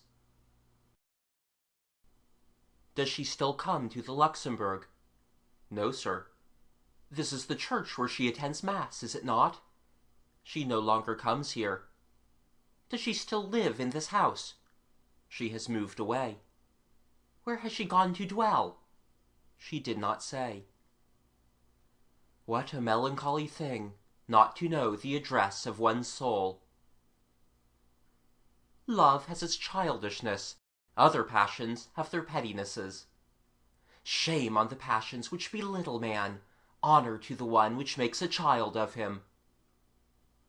There is one strange thing, do you know it? I dwell in the night. There is a being who carried off my sky when she went away. Les Misérables, Volume 4, by Victor Hugo. Translated by Isabel Florence Hapgood. Book 5, the end of which does not resemble the beginning. Chapter 5. Cosette after the letter. As Cosette read, she gradually fell into thought. At the very moment when she raised her eyes from the last line of the notebook, the handsome officer passed triumphantly in front of the gate. It was his hour. Cosette thought him hideous. She resumed her contemplation of the book. It was written in the most charming of chirography, thought Cosette, in the same hand, but with divers inks, sometimes very black, again whitish, as when ink has been added to the inkstand, and consequently on different days. It was, then, a mind which had unfolded itself there, sigh by sigh, irregularly, without order, without choice, without object, haphazard. Cosette had never read anything like it.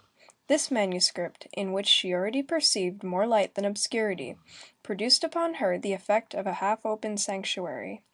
Each one of these mysterious lines shone before her eyes and inundated her heart with a strange radiance. The education which she had received had always talked to her of the soul, and never of love, very much as one might talk of the firebrand and not the flame. This manuscript of 15 pages suddenly and sweetly revealed to her all of love, sorrow, destiny, life, eternity, the beginning, the end. It was as if a hand had opened and suddenly flung upon her a handful of rays of light.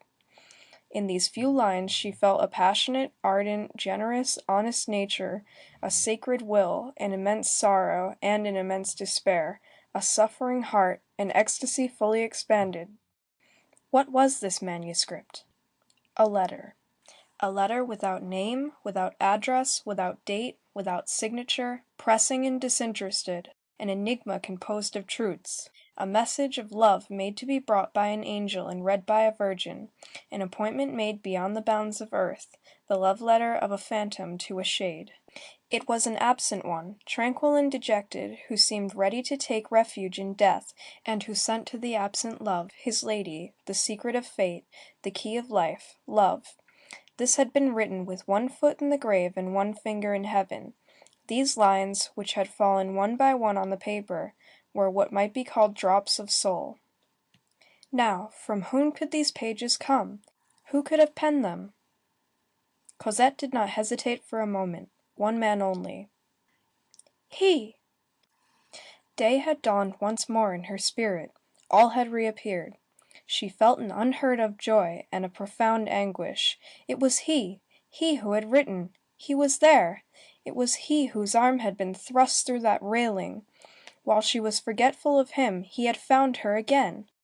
But had she forgotten him? No, never. She was foolish to have thought so for a single moment. She had always loved him, always adored him. The fire had been smothered and had smothered for a time, but she saw all plainly now. It had but made headway, and now it had burst forth afresh, and had inflamed her whole being. This notebook was like a spark which had fallen from that other soul into hers. She felt the conflagration starting up once more. She imbued herself thoroughly with every word of the manuscript. "Oh, yes," said she. "How perfectly I recognize all that." That is what I had already read in his eyes. As she was finishing it for the third time, Lieutenant Théodule passed the gate once more, and rattled his spurs upon the pavement. Cosette was forced to raise her eyes. She thought him insipid, silly, stupid, useless, foppish, displeasing, impertinent, and extremely ugly.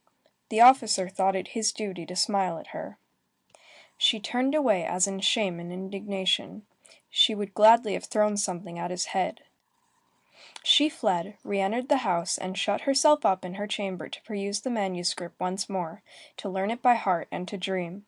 When she had thoroughly mastered it, she kissed it and put it in her bosom. All was over. Cosette had fallen back into deep, seraphic love. The abyss of Eden had yawned once more. All day long Cosette remained in a sort of bewilderment. She scarcely thought, her ideas were in the state of a tangled skein in her brain. She could not manage to conjecture anything. She hoped through a tremor. What? Vague things. She dared make herself no promises, and she did not wish to refuse herself anything. Flashes of pallor passed over her countenance, and shivers ran through her frame. It seemed to her, at intervals, that she was entering the land of chimeras. She said to herself, "Is this reality?" Then she felt of the dear paper within her bosom under her gown. She pressed it to her heart. She felt its angles against her flesh. And if Jean Valjean had seen her at the moment, he would have shuddered in the presence of that luminous and unknown joy, which overflowed from beneath her eyelids. "Oh yes," she thought, "it is certainly he. This comes from him, and is for me." And she told herself that an intervention of angels, a celestial dance, had given him back to her. O transfiguration of love! O dreams! That celestial dance, that intervention of the angels, was a pellet of bread tossed by one thief to another thief, from the Charlemagne courtyard to the Lion's Ditch, over the roofs of La Force. End of chapter 5. Chapter 6. Old people are made to go out opportunely. When evening came, Jean Valjean went out. Cosette dressed herself. She arranged her hair in the most becoming manner, and she put on a dress whose bodice had received one snip of the scissors too much, and which, through this slope, permitted a view of the beginning of her throat, and was, as young girls say, a trifle indecent. It was not in the least indecent, but it was prettier than usual. She made her toilet thus without knowing why she did so. Did she mean to go out? No. Was she expecting a visitor? No. At dusk she went down to the garden. Toussaint was busy in her kitchen, which opened to the backyard. She began to stroll under the trees, thrusting aside the branches from time to time with her hand, because there were some which hung very low. In this manner she reached the bench. The stone was still there. She sat down and gently laid her white hand on this stone as though she wished to caress and thank it. All at once she experienced that indefinable impression which one undergoes when there is someone standing behind one, even when she does not see the person. She turned her head and rose to her feet. It was he. His head was bare. He appeared to have grown thin and pale. His black clothes were hardly discernible.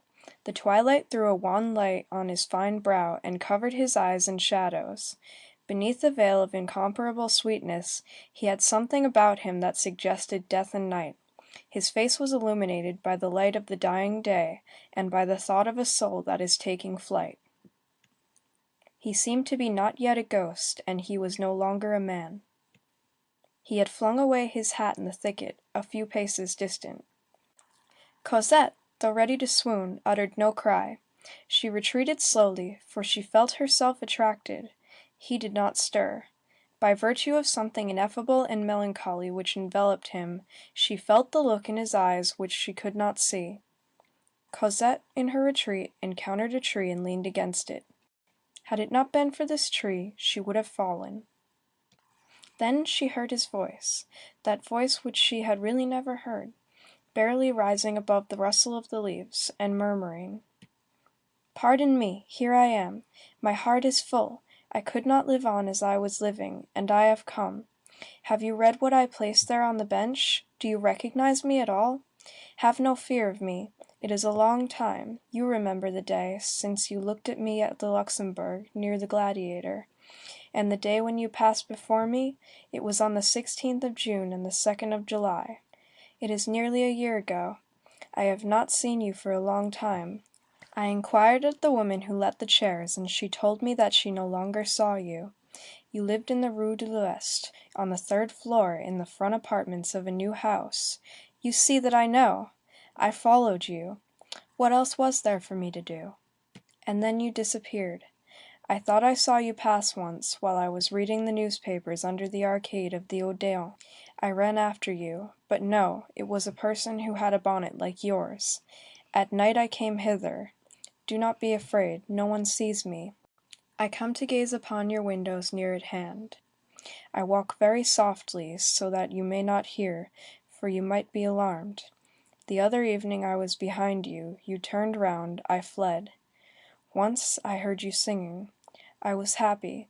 Did it affect you because I heard you singing through the shutters? That could not hurt you. No, it is not so? You see, you are my angel. Let me come sometimes. I think that I am going to die. If you only knew! I adore you. Forgive me, I speak to you, but I do not know what I am saying. I may have displeased you. Have I displeased you? Oh, my mother, she said. And she sank down as though on the point of death. He grasped her. She fell. He took her in his arms. He pressed her close, without knowing what he was doing. He supported her as though he was tottering himself. It was as though his brain were full of smoke. Lightnings darted between his lips. His ideas vanished. It seemed to him that he was accomplishing some religious act, and that he was committing a profanation. Moreover, he had not the least passion for this lovely woman whose force he felt against his breast. He was beside himself with love. She took his hand and laid it on her heart. He felt the paper there. He stammered, "You love me, then?" She replied in a voice so low that it was no longer anything more than a barely audible breath. "Hush! Thou knowest it." And she hid her blushing face on the breast of the superb and intoxicated young man. He fell upon the bench, and she beside him. They had no words more. The stars were beginning to gleam. How did it come to pass that their lips met? How comes it to pass that the birds sing, that snow melts, that the rose unfolds, that May expands, that the dawn grows white beyond the black trees of the shivering crest of the hills? A kiss, and that was all. Both started and gazed into the darkness with sparkling eyes. They felt neither the cool night, nor the cold stone, nor the damp earth, nor the wet grass. They had looked at each other, and their hearts were full of thoughts. They had clasped hands unconsciously. She did not ask him, she did not even wonder, how he had entered there, and how he had made his way into the garden. It seemed so simple to her that he should be there. From time to time, Marius' knee touched Cosette's knee, and both shivered. At intervals, Cosette stammered a word. Her soul fluttered on her lips like a drop of dew on a flower. Little by little they began to talk to each other. Effusion followed silence, which is fullness. The night was serene and splendid overhead. These two beings, pure as spirits, told each other everything. Their dreams, their intoxications, their ecstasies, their chimeras, their weaknesses, how they had adored each other from afar, how they had longed for each other, their despair when they had ceased to see each other. They confided to each other in an ideal intimacy, which nothing could augment, their most secret and most mysterious thoughts. They related to each other, with candid faith in their illusions, all that love, youth, and the remains of childhood which still lingered about them, suggested to their minds. Their two hearts poured themselves out into each other in such wise that at the expiration of a quarter of an hour, it was the young man who had the young girl's soul, and the young girl who had the young man's soul. Each became permeated with the other. They were enchanted with each other. They dazzled each other. When they had finished, when they had told each other everything, she laid her head on his shoulder and asked him, "What is your name?" "My name is Marius," said he. "And yours?" "My name is Cosette." End of Book 5, Chapter 6.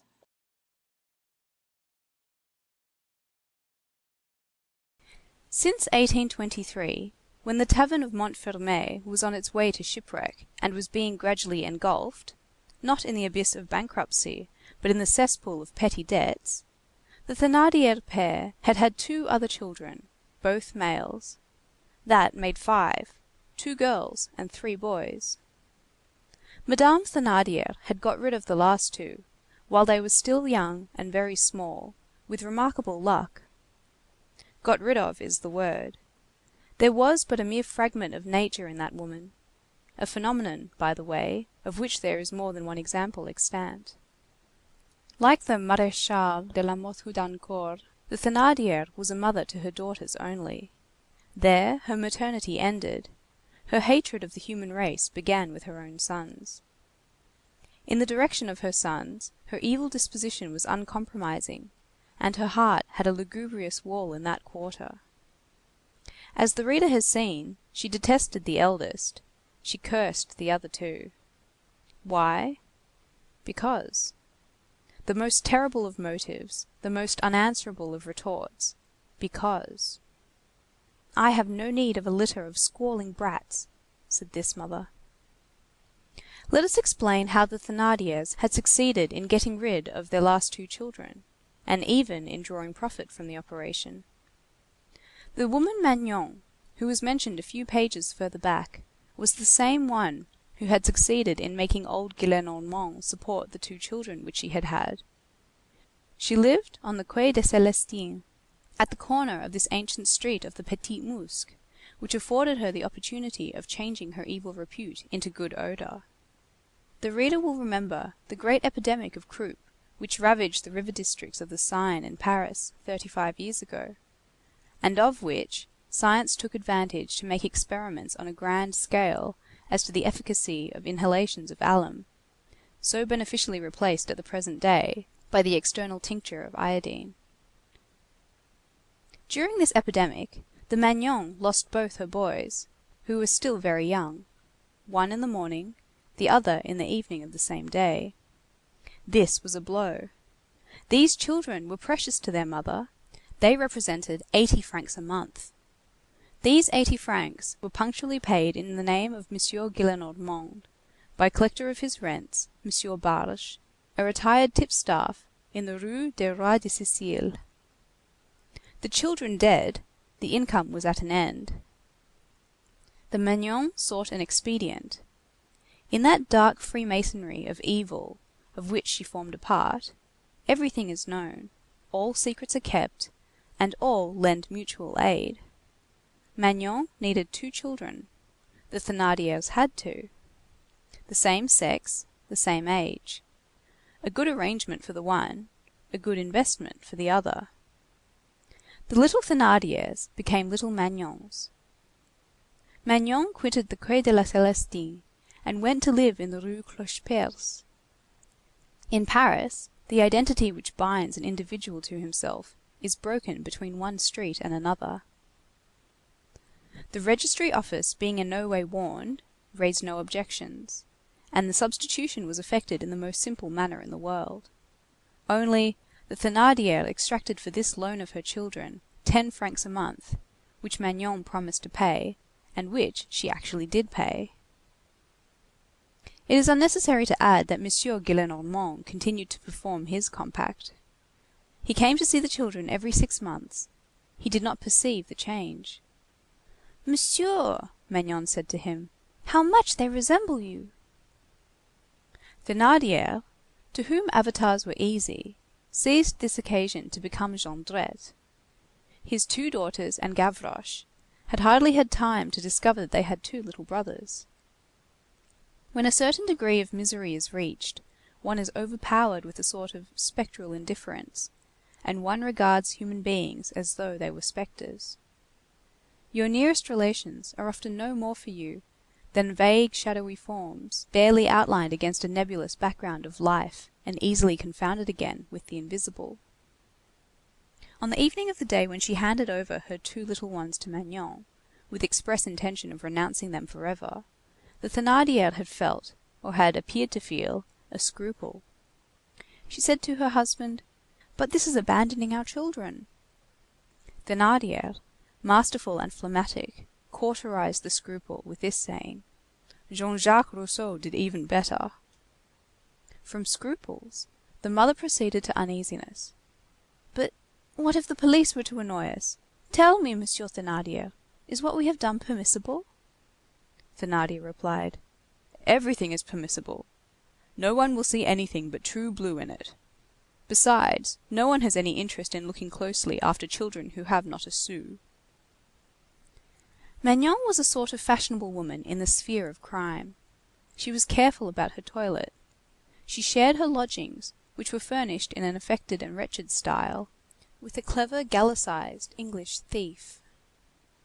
This Englishwoman, who had become a naturalized Parisienne, recommended by very wealthy relations, intimately connected with the medals in the library and Mademoiselle Mar's diamonds, became celebrated later on in judicial accounts. She was called Mamselle Miss. The two little creatures who had fallen to Magnon had no reason to complain of their lot. Recommended by the 80 francs, they were well cared for, as is everything from which profit is derived. They were neither badly clothed nor badly fed. They were treated almost like little gentlemen, better by their false mother than by their real one. Magnon played the lady and talked no thieves' slang in their presence. Thus passed several years. Thénardier augured well from the fact. One day, he chanced to say to Magnon as she handed him his monthly stipend of 10 francs, "The father must give them some education." All at once, these two poor children, who had, up to that time, been protected tolerably well, even by their evil fate, were abruptly hurled into life and forced to begin it for themselves. A wholesale arrest of malefactors, like that in the Jondrette garret, necessarily complicated by investigations and subsequent incarcerations, is a veritable disaster for that hideous and occult counter-society which pursues its existence beneath public society. An adventure of this description entails all sorts of catastrophes in that sombre world. The Thénardier catastrophe involved the catastrophe of Magnon.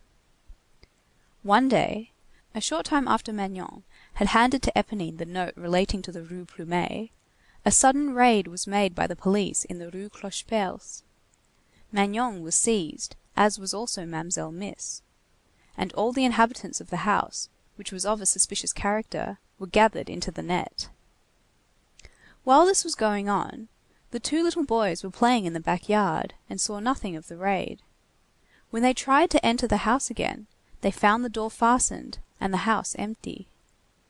A cobbler opposite called them to him, and delivered to them a paper which their mother had left for them. On this paper there was an address, Monsieur Barge, collector of rents, Rue de la Roi de Sicile, number 8. The proprietor of the stall said to them, "You cannot live here any longer. Go there. It is near by, the first street on the left. Ask your way from this paper." The children set out, the elder leading the younger and holding in his hand the paper which was to guide them. It was cold, and his benumbed little fingers could not close very firmly, and they did not keep a very good hold on the paper. At the corner of the Rue Clocheperce, a gust of wind tore it from him, and as night was falling, the child was not able to find it again. They began to wander aimlessly through the streets. End of Book 6, Chapter 1.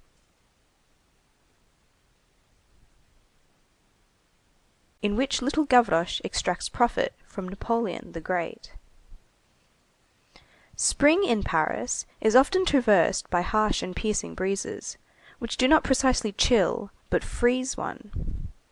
These north winds which sadden the most beautiful days, produce exactly the effect of those puffs of cold air which enter a warm room through the cracks of a badly fitting door or window. It seems as though the gloomy door of winter had remained ajar, and as though the wind were pouring through it. In the spring of 1832, the epoch when the first great epidemic of this century broke out in Europe, these north gales were more harsh and piercing than ever. It was a door even more glacial than that of winter which was ajar. It was the door of the sepulchre. In these winds one felt the breath of the cholera. From a meteorological point of view, These cold winds possessed this peculiarity, that they did not preclude a strong electric tension. Frequent storms, accompanied by thunder and lightning, burst forth at this epoch. One evening, when these gales were blowing rudely, to such a degree that January seemed to have returned, and that the bourgeois had resumed their cloaks, little Gavroche, who was always shivering gaily under his rags, was standing as though in ecstasy before a wig-maker's shop in the vicinity of the Orme Saint-Gervais.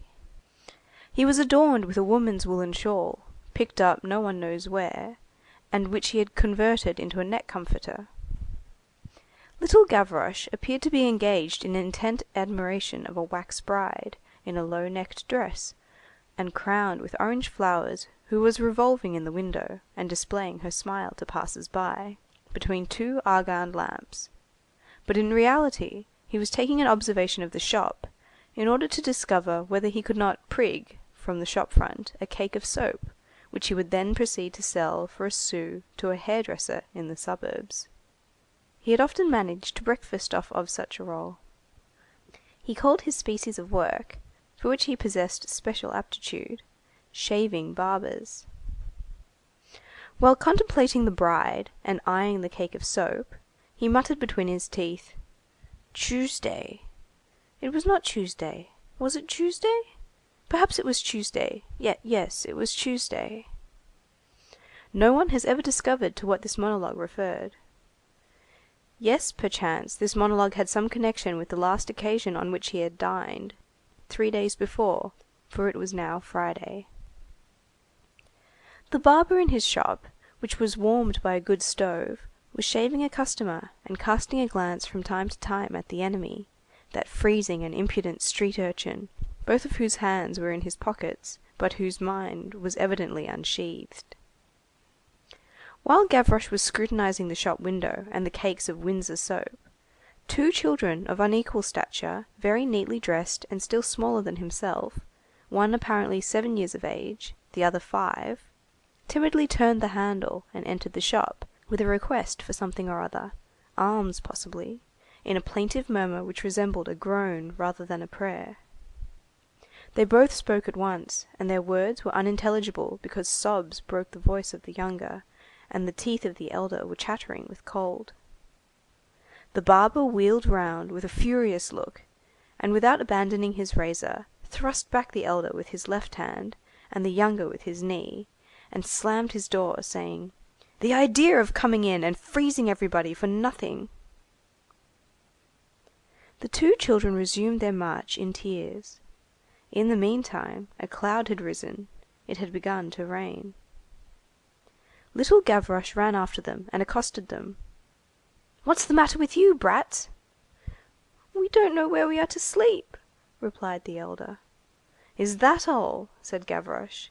"A great matter, truly. The idea of bawling about that! They must be greenies."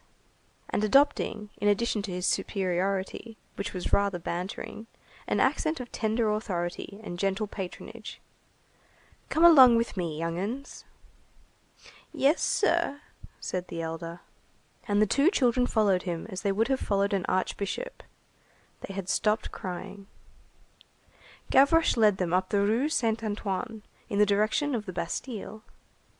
As Gavroche walked along, he cast an indignant backward glance at the barber's shop. "That fellow has no heart, the whiting," he muttered. "He's an Englishman." A woman who caught sight of these 3 marching in a file, with Gavroche at their head, burst into noisy laughter. This laugh was wanting in respect towards the group. "Good day, Mamselle Omnibus," said Gavroche to her. An instant later, the wig-maker occurred to his mind once more, and he added, "I am making a mistake in the beast. He's not a whiting, he's a serpent. Barber, I'll go and fetch a locksmith, and I'll have a bell hung to your tail." This wig-maker had rendered him aggressive. As he strode over a gutter, he apostrophized a bearded portress who was worthy to meet Faust on the Brocken, and who had a broom in her hand. "Madam," said he, "so you are going out with your horse?" And thereupon he spattered the polished boots of a pedestrian. "You scamp!" shouted the furious pedestrian. Gavroche elevated his nose above his shawl. "Is monsieur complaining?" "Of you!" ejaculated the man. "The office is closed," said Gavroche. "I do not receive any more complaints." In the meanwhile, as he went on up the street, he perceived a beggar girl, 13 or 14 years old, and clad in so short a gown that her knees were visible, lying thoroughly chilled under a porte cochère. The little girl was getting to be too old for such a thing. Growth does play these tricks. The petticoat becomes short at the moment when nudity becomes indecent. "Poor girl," said Gavroche, "she hasn't even trousers. Hold on, take this." And unwinding all the comfortable woollen which he had around his neck, he flung it on the thin and purple shoulders of the beggar girl, where the scarf became a shawl once more. The child stared at him in astonishment, and received the shawl in silence. When a certain stage of distress has been reached in his misery, the poor man no longer groans over evil, no longer returns thanks for good. That done, "Brrr," said Gavroche, who was shivering more than Saint Martin, for the latter retained one half of his cloak. At this "brrr," the downpour of rain, redoubled in its spite, became furious. The wicked skies punish good deeds. "Ah, come now!" exclaimed Gavroche. "What's the meaning of this? It's re-raining. Good heavens! If it goes on like this, I shall stop my subscription." And he set out on the march once more. "It's all right," he resumed, casting a glance at the beggar girl, as she coiled up under the shawl. "She's got a famous peel." And looking up the clouds, he exclaimed, "Caught!" The two children followed close on his heels. As they were passing one of these heavy grated lattices, which indicate a baker's shop, for bread is put behind bars like gold, Gavroche turned round. "Ah, by the way, brats, have we dined?" "Monsieur," replied the elder, "we have had nothing to eat since this morning." "So you have neither father nor mother?" resumed Gavroche majestically. "Excuse us, sir, we have a papa and a mamma, but we don't know where they are." "Sometimes that's better than knowing where they are," said Gavroche, who was a thinker. "We have been wandering about these 2 hours," continued the elder. "We have hunted for things at the corners of the street, but we have found nothing." "I know," ejaculated Gavroche. "It's the dogs who eat everything." He went on after a pause. "Ah, we have lost our authors. We don't know what we have done with them. This should not be, gamins.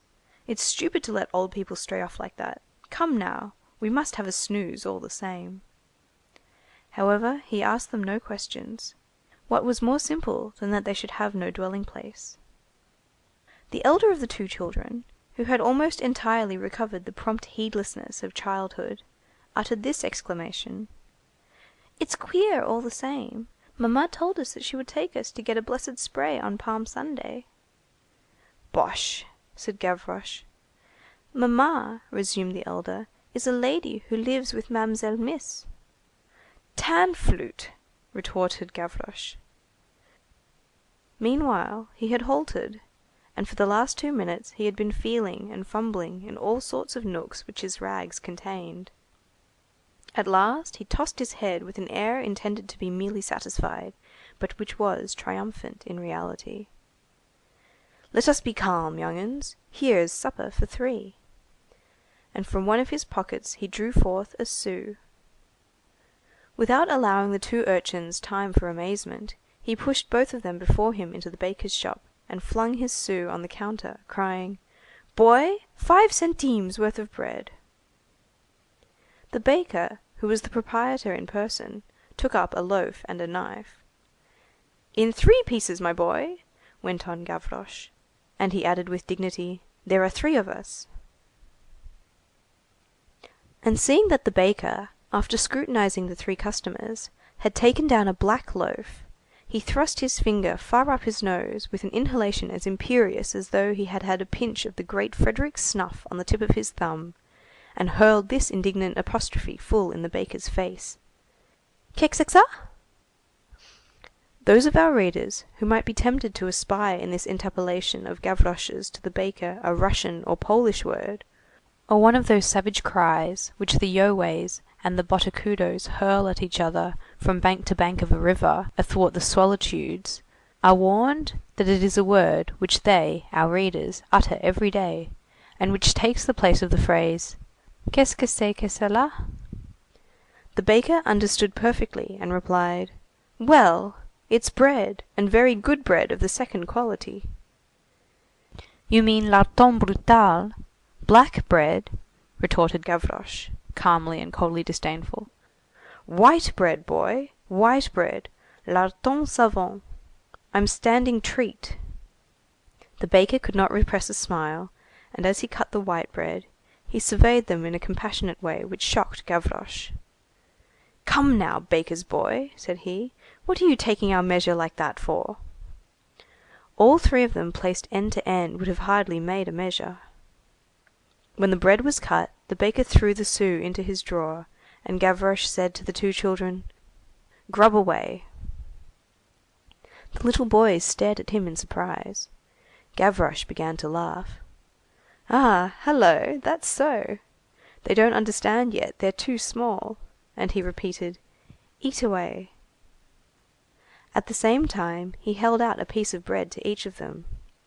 And thinking that the elder, who seemed to him more worthy of his conversation, deserved some special encouragement and ought to be relieved from all hesitation to satisfy his appetite, he added, as he handed him the largest share, Ram that into your muzzle. One piece was smaller than the others. He kept this for himself. The poor children, including Gavroche, were famished. As they tore their bread apart in big mouthfuls, they blocked up the shop of the baker, who, now that they had paid their money, looked angrily at them. Let's go into the street again, said Gavroche. They set off once more in the direction of the Bastille.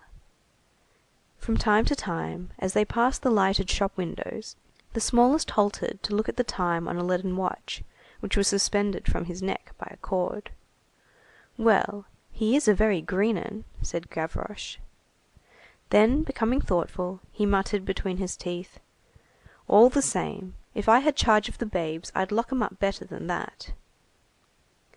Just as they were finishing their morsel of bread, and had reached the angle of that gloomy Rue de Ballet, at the other end of which the low and threatening wicket of La Force was visible. Hullo! Is that you, Gavroche? Said someone. Hullo! Is that you, Montparnasse? Said Gavroche. A man had just accosted the street urchin, and the man was no other than Montparnasse in disguise, with blue spectacles, but recognizable to Gavroche. The bow-wows, went on Gavroche. You've got a hide the colour of a linseed plaster, and blue specs like a doctor. You're putting on style, 'pon my word. Hush! ejaculated Montparnasse. Not so loud. And he drew Gavroche hastily out of range of the lighted shops. The two little ones followed mechanically, holding each other by the hand. When they were ensconced under the arch of a porte cochère, sheltered from the rain and from all eyes, Do you know where I'm going? demanded Montparnasse. To the Abbey of Ascend with Regret, replied Gavroche. Joker. And Montparnasse went on, I'm going to find Babet. Ah! exclaimed Gavroche, so her name is Babet. Montparnasse lowered his voice. Not she, he. Ah, Babet. Yes, Babet. I thought he was buckled. He has undone the buckle, replied Montparnasse. And he rapidly related to the gamin how, on the morning of that very day, Babet, having been transferred to La Conciergerie, had made his escape by turning to the left instead of the right in the police office. Gavroche expressed his admiration for this skill. What a dentist! he cried. Montparnasse added a few details as to Babet's flight, and ended with, Oh, that is not all. Gavroche, as he listened, had seized a cane that Montparnasse held in his hand, and mechanically pulled at the upper part, and the blade of a dagger made its appearance. Ah, he exclaimed, pushing the dagger back in haste, you have brought along your gendarme disguised as a bourgeois. Montparnasse winked. The deuce, resumed Gavroche, so you're going to have a bout with the bobbies? You can't tell, replied Montparnasse with an indifferent air. It's always a good thing to have a pin about one. Gavroche persisted. What are you up to tonight? Again Montparnasse took a grave tone and said, mouthing every syllable, things. And abruptly changing the conversation, by the way. What? Something happened the other day. Fancy! I met a bourgeois. He makes me a present of a sermon and his purse. I put it in my pocket. A minute later, I feel in my pocket. There's nothing there. Except the sermon, said Gavroche. But you, went on Montparnasse, where are you bound for now? Gavroche pointed to his two protégés and said, I'm going to put these infants to bed. Whereabouts is the bed? At my house. Where is your house? At my house. So you have a lodging? Yes, I have. And where is your lodging? In the Elephant, said Gavroche. Montparnasse, though not naturally inclined to astonishment, could not restrain an exclamation. In the Elephant? Well, yes, in the Elephant, retorted Gavroche. Qu'est-ce ça? This is another word of the language which no one writes and which everyone speaks. Qu'est-ce ça signifies, qu'est-ce que c'est que cela? What's the matter with that? The urchin's profound remark called Montparnasse to calmness and good sense. He appeared to return to better sentiments with regard to Gavroche's lodging. Of course, said he. Yes, the Elephant. Is it comfortable there? Very, said Gavroche. It's really bully there. There ain't any draughts as there are under the bridges. How do you get in? Oh, I get in. So there is a hole? Demanded Montparnasse. Parbleu, I should say so. But you mustn't tell. It's between the forelegs. The bobbies haven't seen it. And you climb up. Yes, I understand. A turn of the hand, crick-crack, and it's all over. No one there. After a pause, Gavroche added, I shall have a ladder for these children. Montparnasse burst out laughing. Where the devil did you pick up those young uns? Gavroche replied with great simplicity, They are some brats that a wig-maker made me a present of. Meanwhile, Montparnasse had fallen to thinking. You recognized me very readily, he muttered. He took from his pocket two small objects which were nothing more than two quills wrapped in cotton, and thrust one up each of his nostrils. This gave him a different nose. That changes you, remarked Gavroche. You are less homely so. You ought to keep them on all the time. Montparnasse was a handsome fellow, but Gavroche was a tease. Seriously, demanded Montparnasse, how do you like me so? The sound of his voice was different also. In a twinkling, Montparnasse had become unrecognizable. Oh, do play Polichinelle for us, exclaimed Gavroche. The two children, who had not been listening up to this point, being occupied themselves in thrusting their fingers up their noses, drew near at this time, and stared at Montparnasse with dawning joy and admiration. Unfortunately, Montparnasse was troubled. He laid his hand on Gavroche's shoulder and said to him, emphasizing his words, Listen to what I tell you, boy. If I were on the square, with my dog, my knife, and my wife, and if you were to squander 10 sous on me, I wouldn't refuse to work. But this isn't Shrove Tuesday. This odd phrase produced a singular effect on the gamin. He wheeled round hastily, darted his little sparkling eyes about him with profound attention, and perceived a police sergeant standing with his back to them a few paces off. Gavroche allowed an "Ah, good!" to escape him, but immediately suppressed it, and shaking Montparnasse's hand, "Well, good evening," said he. "I'm off to my elephant with my brats. Supposing that you should need me some night, you can come and hunt me up there. I lodge on the entresol, There is no porter. You will inquire for Monsieur Gavroche." "Very good," said Montparnasse. And they parted, Montparnasse betaking himself in the direction of the Grève, and Gavroche towards the Bastille. The little one of 5, dragged along by his brother, who was dragged by Gavroche, turned his head back several times to watch Porrichinelle as he went. The ambiguous phrase, by means of which Montparnasse had warned Gavroche of the presence of the policeman, contained no other talisman than the assonance dig, repeated 5 or 6 times in different forms. This syllable, dig, uttered alone or artistically mingled with the words of a phrase, means, "Take care, we can no longer talk freely." There was besides, in Montparnasse's sentence, a literary beauty which was lost upon Gavroche. That is, "Mon dog, ma dague, et ma digue," a slang expression of the Temple, which signifies "my dog, my knife, and my wife," greatly in vogue among clowns and the red tails, in the great century when Molière wrote and Callot drew. 20 years ago, there was still to be seen in the southwest corner of the Place de la Bastille, near the basin of the canal, excavated in the ancient ditch of the fortress prison, a singular monument, which has already been effaced from the memories of Parisians, and which deserved to leave some trace, for it was the idea of a member of the Institute, the general-in-chief of the army of Egypt. We say monument, although it was only a rough model, but this model itself, a marvellous sketch, the grandiose skeleton of an idea of Napoleon's, which successive gusts of wind have carried away and thrown on each occasion, still further from us, had become historical, and had acquired a certain definiteness which contrasted with its provisional aspect.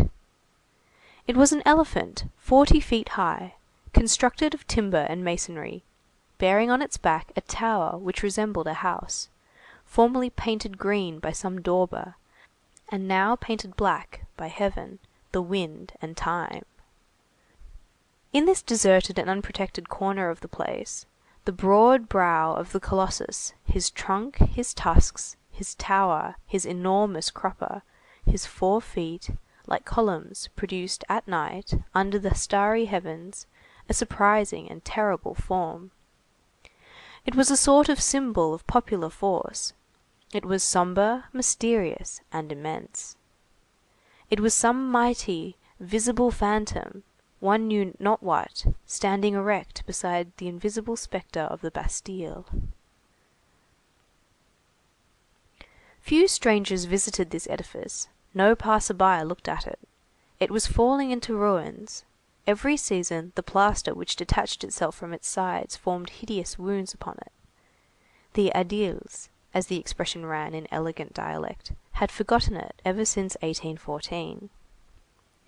There it stood in its corner, melancholy, sick, crumbling, surrounded by a rotten palisade, soiled continually by drunken coachmen.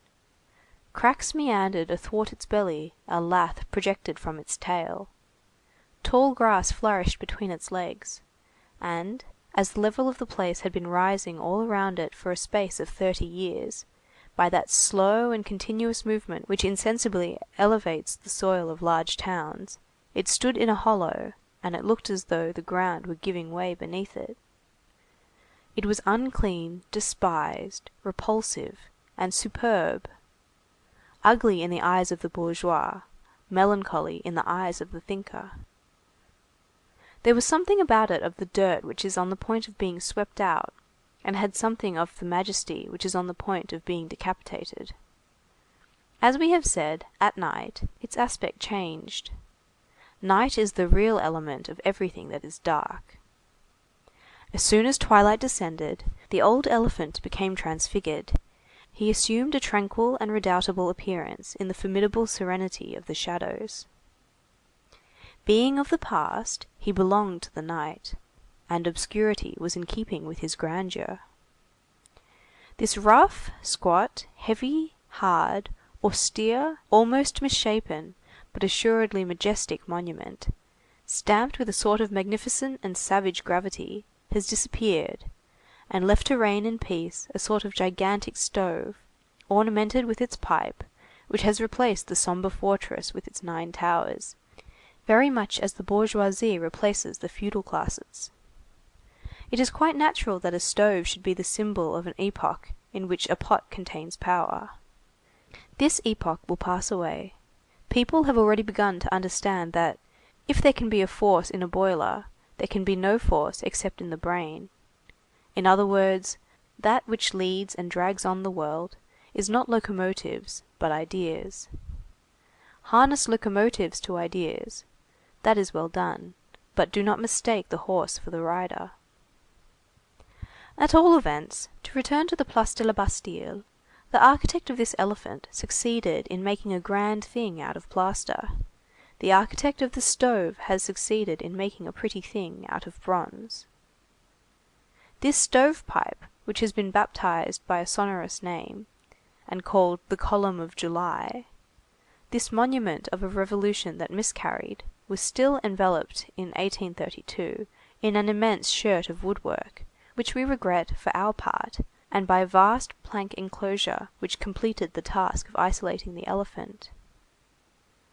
It was towards this corner of the place, dimly lighted by the reflection of a distant street lamp, that the gamin guided his 2 brats. The reader must permit us to interrupt ourselves here, and to remind him that we are dealing with simple reality, and that 20 years ago the tribunals were called upon to judge, under the charge of vagabondage and mutilation of a public monument, a child who had been caught asleep in this very elephant of the Bastille. This fact noted, we proceed. On arriving in the vicinity of the Colossus, Gavroche comprehended the effect which the infinitely great might produce on the infinitely small, and said, "Don't be scared, infants." Then he entered through a gap in the fence into the elephant's enclosure, and helped the young ones to clamber through the breach. The 2 children, somewhat frightened, followed Gavroche without uttering a word, and confided themselves to this little providence in rags, which had given them bread and promised them a shelter. There, extended along the fence, lay a ladder, which by day served the labourers in the neighbouring timber yard. Gavroche raised it with remarkable vigour, and placed it against one of the elephant's forelegs. Near the point where the ladder ended, a sort of black hole in the belly of the Colossus could be distinguished. Gavroche pointed out the ladder and the hole to his guests, and said to them, "Climb up and go in." The 2 little boys exchanged terrified glances. "You're afraid, brats!" exclaimed Gavroche. And he added, "You shall see." He clasped the rough leg of the elephant, and in a twinkling, without deigning to make use of the ladder, he had reached the aperture. He entered it as an adder slips through a crevice and disappeared within, and an instant later the 2 children saw his head, which looked pale, appear vaguely on the edge of the shadowy hole, like a wan and whitish spectre. "Well," he exclaimed, "climb up, young uns. You'll see how snug it is here. Come up, you," he said to the elder. "I'll lend you a hand." The little fellows nudged each other. The gamin frightened and inspired them with confidence at one and the same time. And then it was raining very hard. The elder one undertook the risk. The younger, on seeing his brother climbing up, and himself left alone between the paws of this huge beast, felt greatly inclined to cry, but he did not dare. The elder lad climbed, with uncertain steps, up the rungs of the ladder. Gavroche, in the meanwhile, encouraging him with exclamations like a fencing master to his pupils, or a muleteer to his mules. "Don't be afraid. That's it. Come on, put your feet there. Give us your hand here. Boldly." And when the child was within reach, he seized him suddenly and vigorously by the arm, and pulled him towards him. "Nabbed," said he. The brat had passed through the crack. "Now," said Gavroche, "wait for me. Be so good as to take a seat, monsieur." And making his way out of the hole as he had entered it, he slipped down the elephant's leg with the agility of a monkey, landed on his feet in the grass, grasped the child of 5 round the body, and planted him fairly in the middle of the ladder. Then he began to climb up behind him, shouting to the elder, "I'm going to boost him. Do you tug." And in another instant the small lad was pushed, dragged, pulled, thrust, stuffed into the hole, before he had time to recover himself, and Gavroche, entering behind him, and repulsing the ladder with a kick which sent it flat on the grass, began to clap his hands and to cry:— "Here we are! Long live General Lafayette!" This explosion over, he added:— "Now, young 'uns, you are in my house." Gavroche was at home, in fact. Oh, unforeseen utility of the useless, charity of great things, goodness of giants! This huge monument, which had embodied an idea of the Emperor's, had become the box of a street urchin. The brat had been accepted and sheltered by the colossus. The bourgeois, decked out in their Sunday finery, who passed the elephant of the Bastille, were fond of saying, as they scanned it disdainfully with their prominent eyes: "What's the good of that?" It served to save from the cold, the frost, the hail, the rain, to shelter from the winds of winter, to preserve from slumber in the mud which produces fever, and from slumber in the snow which produces death, a little being who had no father, no mother, no bread, no clothes, no refuge. It served to receive the innocent, whom society repulsed. It served to diminish public crime. It was a lair open to one against whom all doors were shut. It seemed as though the miserable old mastodon, invaded by vermin and oblivion, covered with warts, with mould and ulcers, tottering, worm-eaten, abandoned, condemned, a sort of mendicant colossus, asking alms in vain, with a benevolent look in the midst of the cross-roads, had taken pity on that other mendicant, the poor pygmy, who roamed without shoes to his feet, without a roof over his head, blowing on his fingers, clad in rags, fed on rejected scraps. That was what the elephant of the Bastille was good for. This idea of Napoleon, disdained by men, had been taken back by God. That which had been merely illustrious had become august. In order to realize his thought, the Emperor should have had porphyry, brass, iron, gold, marble. The old collection of planks, beams, and plaster sufficed for God. The Emperor had had the dream of a genius, in that titanic elephant, armed, prodigious, with trunk uplifted, bearing its tower and scattering on all sides its merry and vivifying waters. He wished to incarnate the people. God had done a grander thing with it. He had lodged a child there. The hole through which Gavroche had entered was a breach which was hardly visible from the outside, being concealed, as we have stated, beneath the elephant's belly, and so narrow that it was only cats and homeless children who could pass through it. "Let's begin," said Gavroche, "by telling the porter that we are not at home." And plunging into the darkness with the assurance of a person who is well acquainted with his apartments, he took a plank and stopped up the aperture. Again Gavroche plunged into the obscurity. The children heard the crackling of the match thrust into the phosphoric bottle. The chemical match was not yet in existence. At that epoch, the fumade steel represented progress. A sudden light made them blink. Gavroche had just managed to ignite one of those bits of cord dipped in resin which are called cellar rats. The cellar rat, which emitted more smoke than light, rendered the interior of the elephant confusedly visible. Gavroche's two guests glanced about them, and the sensation which they experienced was something like that which one would feel if shut up in the great tun of Heidelberg, or, better still, like what Jonah must have felt in the biblical belly of the whale. An entire and gigantic skeleton appeared enveloping them. Above, a long brown beam, whence started at regular distances massive, arching ribs, represented the vertebral column with its sides. Stalactites of plaster depended from them like entrails, and vast spiders' webs stretching from side to side formed dirty diaphragms. Here and there, in the corners, were visible large blackish spots, which had the appearance of being alive, and which changed places rapidly with an abrupt and frightened movement. Fragments which had fallen from the elephant's back into his belly had filled up the cavity, so that it was possible to walk upon it as on a floor. The smaller child nestled up against his brother, and whispered to him, "It's black." This remark drew an exclamation from Gavroche.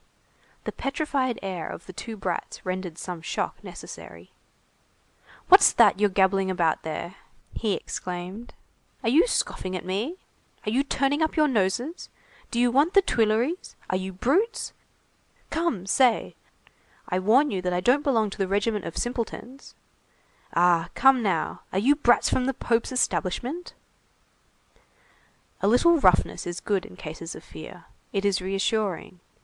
The two children drew close to Gavroche. Gavroche, paternally touched by this confidence, passed from grave to gentle, and addressing the smaller, "Stupid," said he, accenting the insulting word with a caressing intonation. "It's outside that it is black. Outside it's raining. Here it does not rain. Outside it's cold. Here there's not an atom of wind. Outside there are heaps of people. Here there's no one. Outside there ain't even the moon. Here there's my candle, confound it." The two children began to look upon the apartment with less terror, but Gavroche allowed them no more time for contemplation. "Quick," said he, and he pushed them towards what they were very glad to be able to call the end of the room. There stood his bed. Gavroche's bed was complete, that is to say, it had a mattress, a blanket, and an alcove with curtains. The mattress was a straw mat, the blanket a rather large strip of grey woollen stuff, very warm and almost new. This is what the alcove consisted of. 3 rather long poles, thrust into and consolidated with the rubbish which formed the floor, that is to say, the belly of the elephant, 2 in front and 1 behind, and united by a rope at their summits, so as to form a pyramidal bundle. This cluster supported a trellis work of brass wire, which was simply placed upon it, but artistically applied, and held by fastenings of iron wire, so that it enveloped all 3 holes.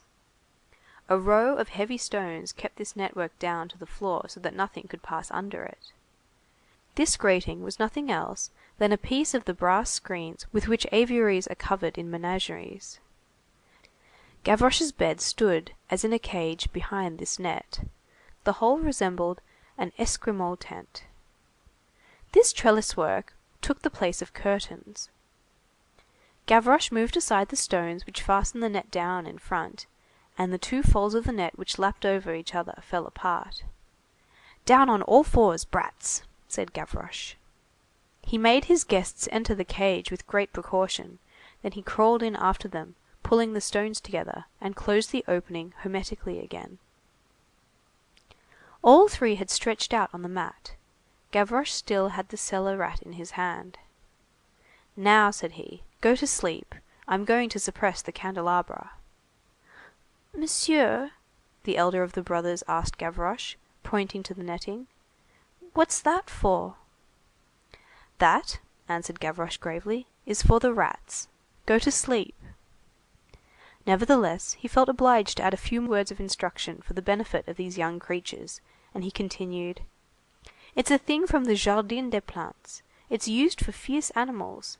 There's a whole shop full of them there. All you've got to do is to climb over a wall, crawl through a window, and pass through a door.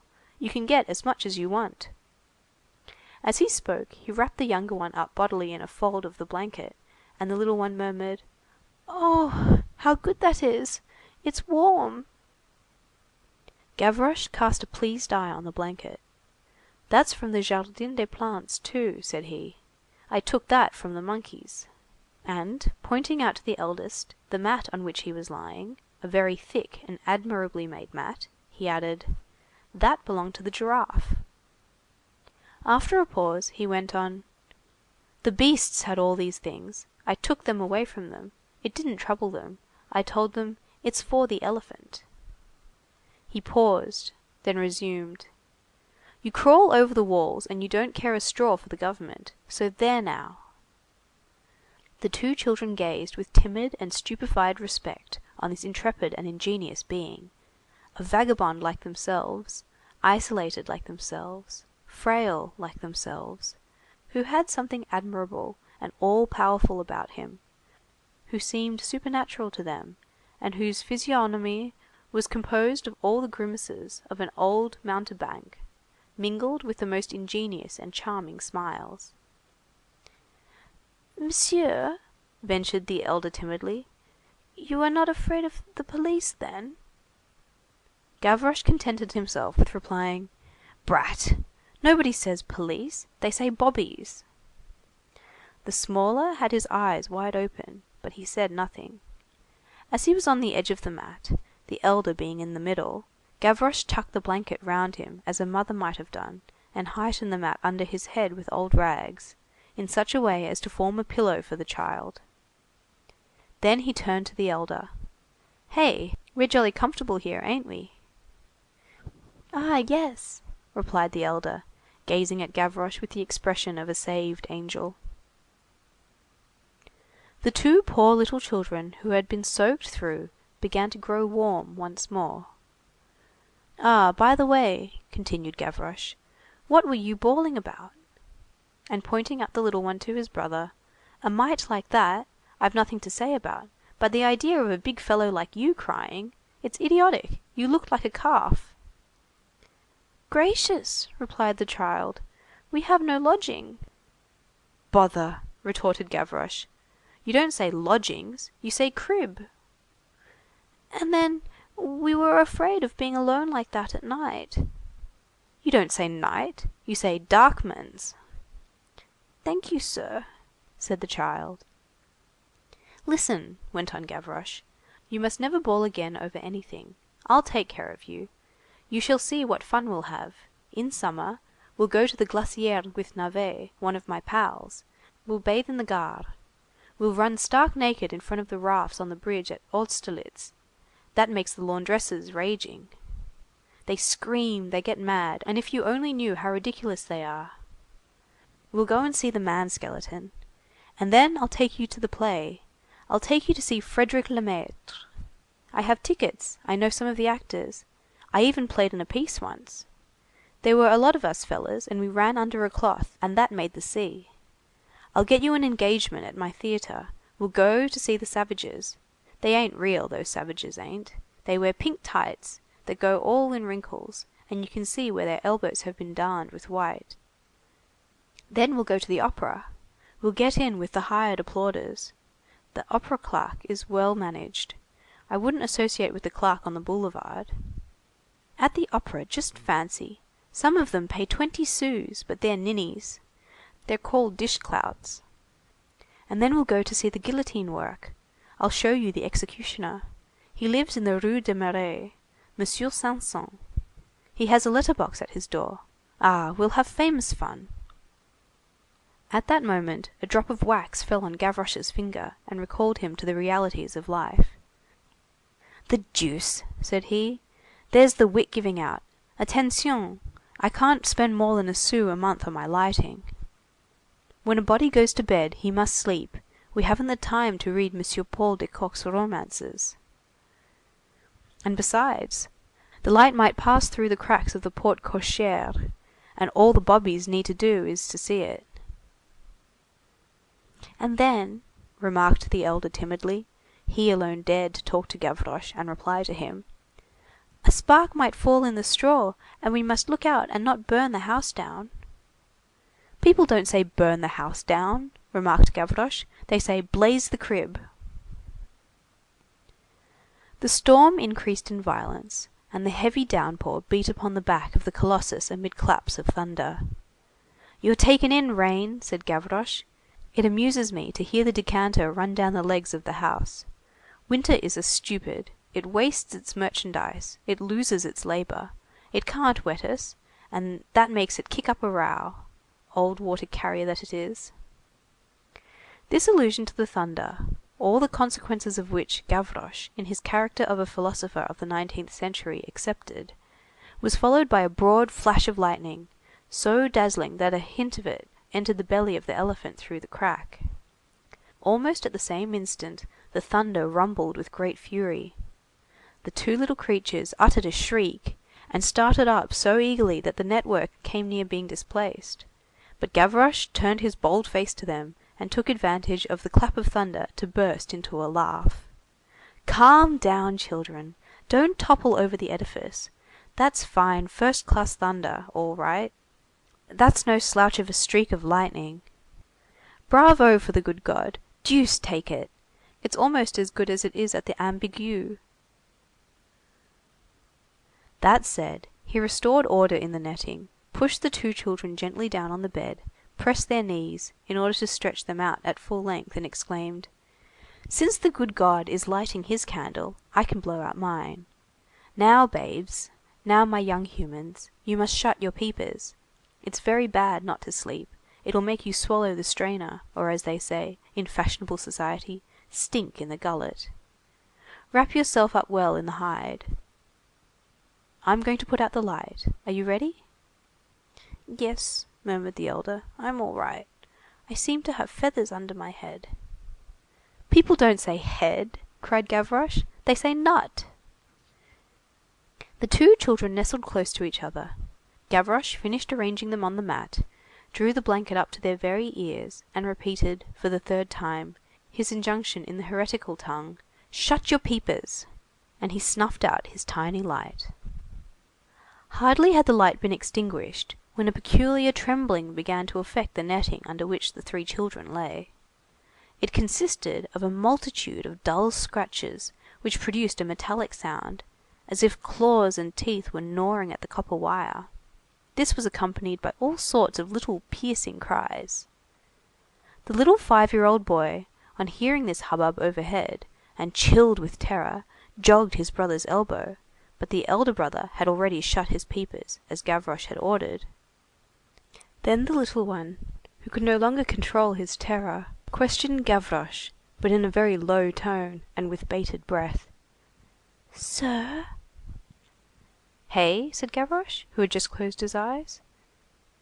"What is that?" "It's the rats," replied Gavroche, and he laid his head down on the mat again. The rats, in fact, who swarmed by thousands in the carcass of the elephant, and who were the living black spots which we have already mentioned, had been held in awe by the flame of the candle, so long as it had been lighted, but as soon as the cavern, which was the same as their city, had returned to darkness, scenting what the good story-teller Perrault calls fresh meat, they had hurled themselves in throngs on Gavroche's tent, and had climbed to the top of it, and had begun to bite the meshes as though seeking to pierce this new-fangled trap. Still the little one could not sleep. "Sir," he began again. "Hey?" said Gavroche. "What are rats?" "They are mice." This explanation reassured the child a little. He had seen white mice in the course of his life, and he was not afraid of them. Nevertheless, he lifted up his voice once more. "Sir?" "Hey?" said Gavroche again. "Why don't you have a cat?" "I did have one," replied Gavroche. "I brought one here, but they ate her." This second explanation undid the work of the first, and the little fellow began to tremble again. The dialogue between him and Gavroche began again for the fourth time. "Monsieur?" "Hey?" "Who was it that was eaten?" "The cat." "And who ate the cat?" "The rats." "The mice?" "Yes, the rats." The child, in consternation, dismayed at the thought of mice which ate cats, pursued:— "Sir, would those mice eat us?" "Wouldn't they just!" ejaculated Gavroche. The child's terror had reached its climax, but Gavroche added:— "Don't be afraid, they can't get in, and besides, I am here. Here, catch hold of my hand. Hold your tongue and shut your peepers." At the same time, Gavroche grasped the little fellow's hand across his brother. The child pressed the hand close to him and felt reassured. Courage and strength have these mysterious ways of communicating themselves. Silence reigned round them once more. The sound of their voices had frightened off the rats. At the expiration of a few minutes, they came raging back, but in vain. The three little fellows were fast asleep and heard nothing more. The hours of the night fled away. Darkness covered the vast Place de la Bastille. A wintry gale, which mingled with the rain, blew in gusts. The patrol searched all the doorways, alleyways, enclosures, and obscure nooks, and in their search for nocturnal vagabonds, they passed in silence before the elephant. The monster, erect, motionless, staring open-eyed into the shadows, had the appearance of dreaming happily over his good deed, and sheltered from heaven and from men the three poor sleeping children. In order to understand what is about to follow, the reader must remember that at that epoch the Bastille guard-house was situated at the other end of the square, and that what took place in the vicinity of the elephant could neither be seen nor heard by the sentinel. Towards the end of that hour which immediately precedes the dawn, a man turned from the Rue Saint-Antoine at a run, made the circuit of the enclosure of the column of July, and glided between the palings until he was underneath the belly of the elephant. If any light had illuminated that man, it might have been divined from the thorough manner in which he was soaked that he had passed the night in the rain. Arrived beneath the elephant, he uttered a peculiar cry, which did not belong to any human tongue, and which a paroquet alone could have imitated. Twice he repeated this cry, of whose orthography the following barely conveys an idea. Kiri-ki-kio. At the second cry, a clear, young, merry voice responded from the belly of the elephant. Yes!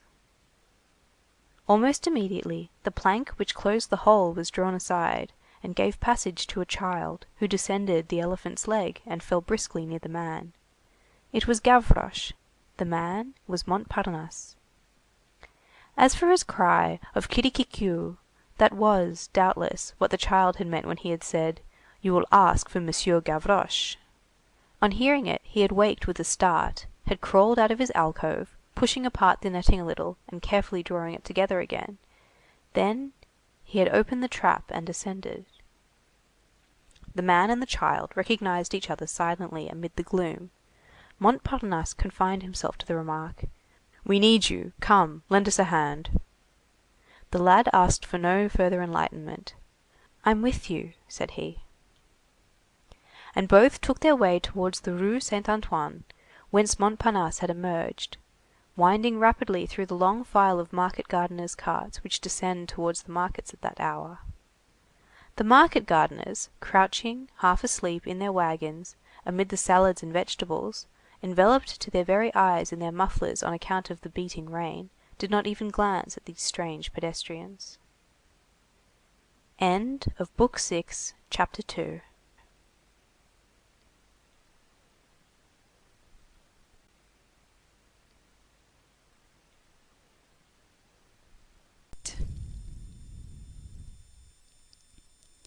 This is what had taken place that same night at La Force. An escape had been planned between Babet, Brujon, Guelemer, and Thénardier, although Thénardier was in close confinement. Babet had arranged the matter for his own benefit on the same day, as the reader has seen from Montparnasse's account to Gavroche. Montparnasse was to help them from the outside. Brujon, after having passed a month in the punishment cell, had had time, in the first place, to weave a rope, in the second, to mature a plan. In former times, those severe places where the discipline of the prison delivers the convict to his own hands were composed of 4 stone walls, a stone ceiling, a flagged pavement, a camp bed, a grated window, and a door lined with iron, and were called dungeons. But the dungeon was judged to be too terrible. Nowadays they are composed of an iron door, a grated window, a camp bed, a flagged pavement, 4 stone walls, and a stone ceiling, and are called chambers of punishment.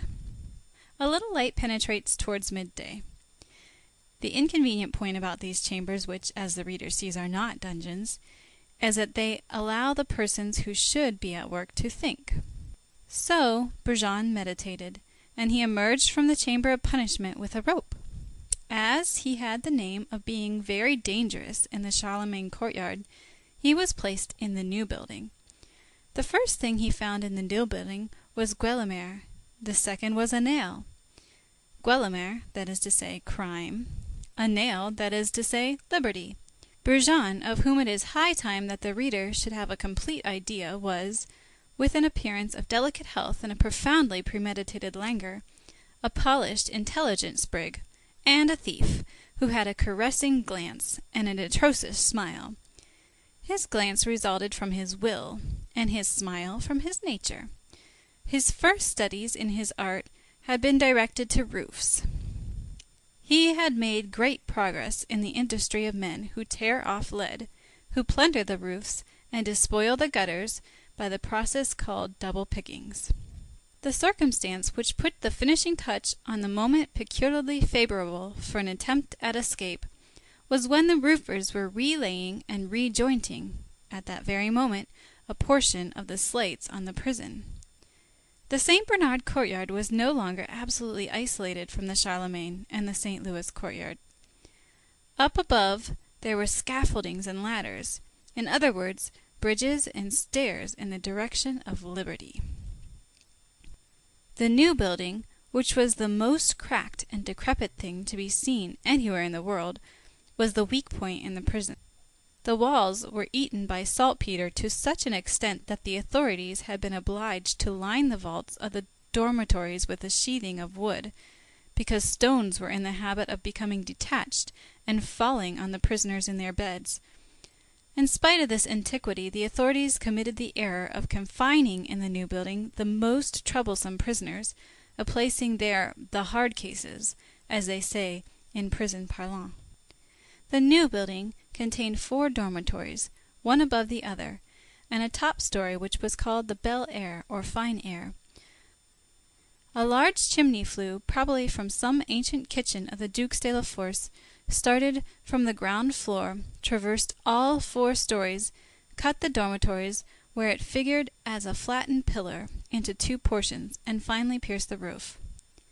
Guelemer and Brujon were in the same dormitory. They had been placed, by way of precaution, on the lower story.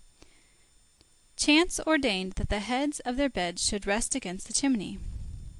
Thénardier was directly over their heads, in the top story known as Bel Air.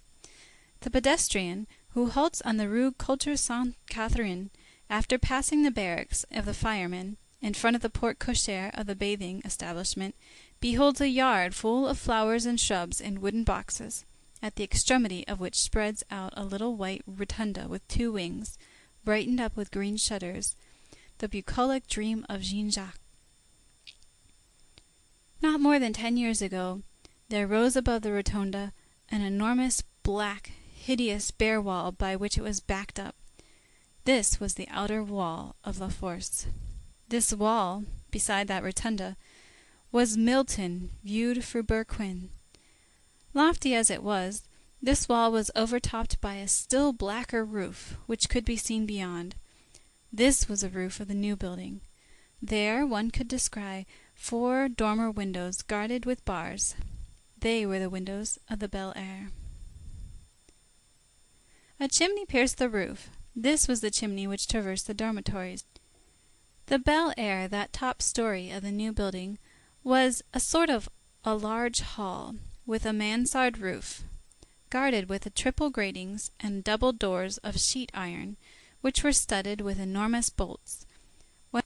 When one entered from the north end, one had on one's left the 4 dormer windows, on one's right, facing the windows at regular intervals, 4 square, tolerably vast cages, separated by narrow passages, built of masonry, to about the height of the elbow, and the rest, up to the roof, of iron bars.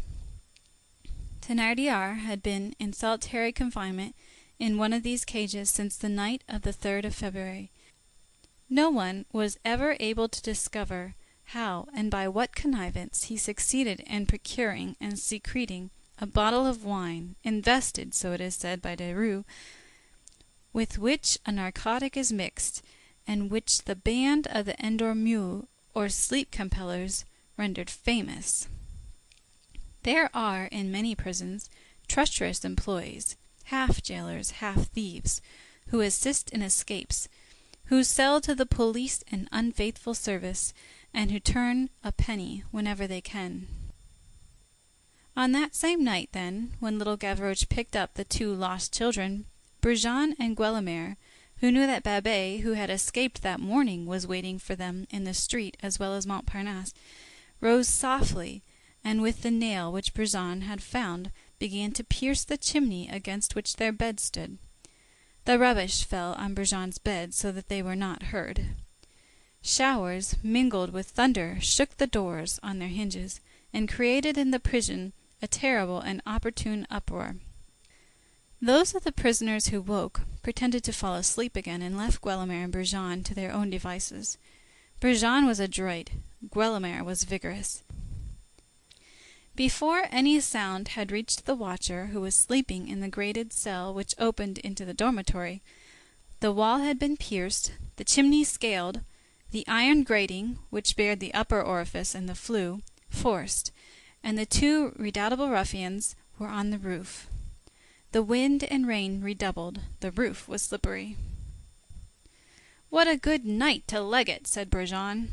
An abyss 6 feet broad and 8 feet deep separated them from the surrounding wall. At the bottom of this abyss they could see the musket of a sentinel gleaming through the gloom. They fastened on one end of the rope which Brujon had spread in his dungeon to the stumps of the iron bars which they had just wrenched off, flung the other over the outer wall, crossed the abyss at one bound, clung to the coping of the wall, got astride of it, let themselves slip one after the other along the rope upon a little roof which touches the bath-house, pulled their rope after them, jumped down into the courtyard of the bath-house, traversed it, pushed open the porter's wicket, beside which hung his rope, pulled this, opened the porte-cochere, and found themselves in the street. 3/4 of an hour had not elapsed since they had risen in bed, in the dark, nail in hand, and their project in their heads. A few moments later they had joined Babet and Montparnasse, who were prowling about the neighborhood. They had broken their rope in pulling it after them, and a bit of it remained attached to the chimney on the roof. They had sustained no other damage, however, than that of scratching nearly all the skin off their hands. That night Thénardier was warned, without any one being able to explain how, and was not asleep. Towards 1 o'clock in the morning, the night being very dark, he saw two shadows passing along the roof, in the rain and squalls, in front of the dormer window, which was opposite his cage. One halted at the window long enough to dart in a glance. This was Brujon. Thénardier recognized him and understood.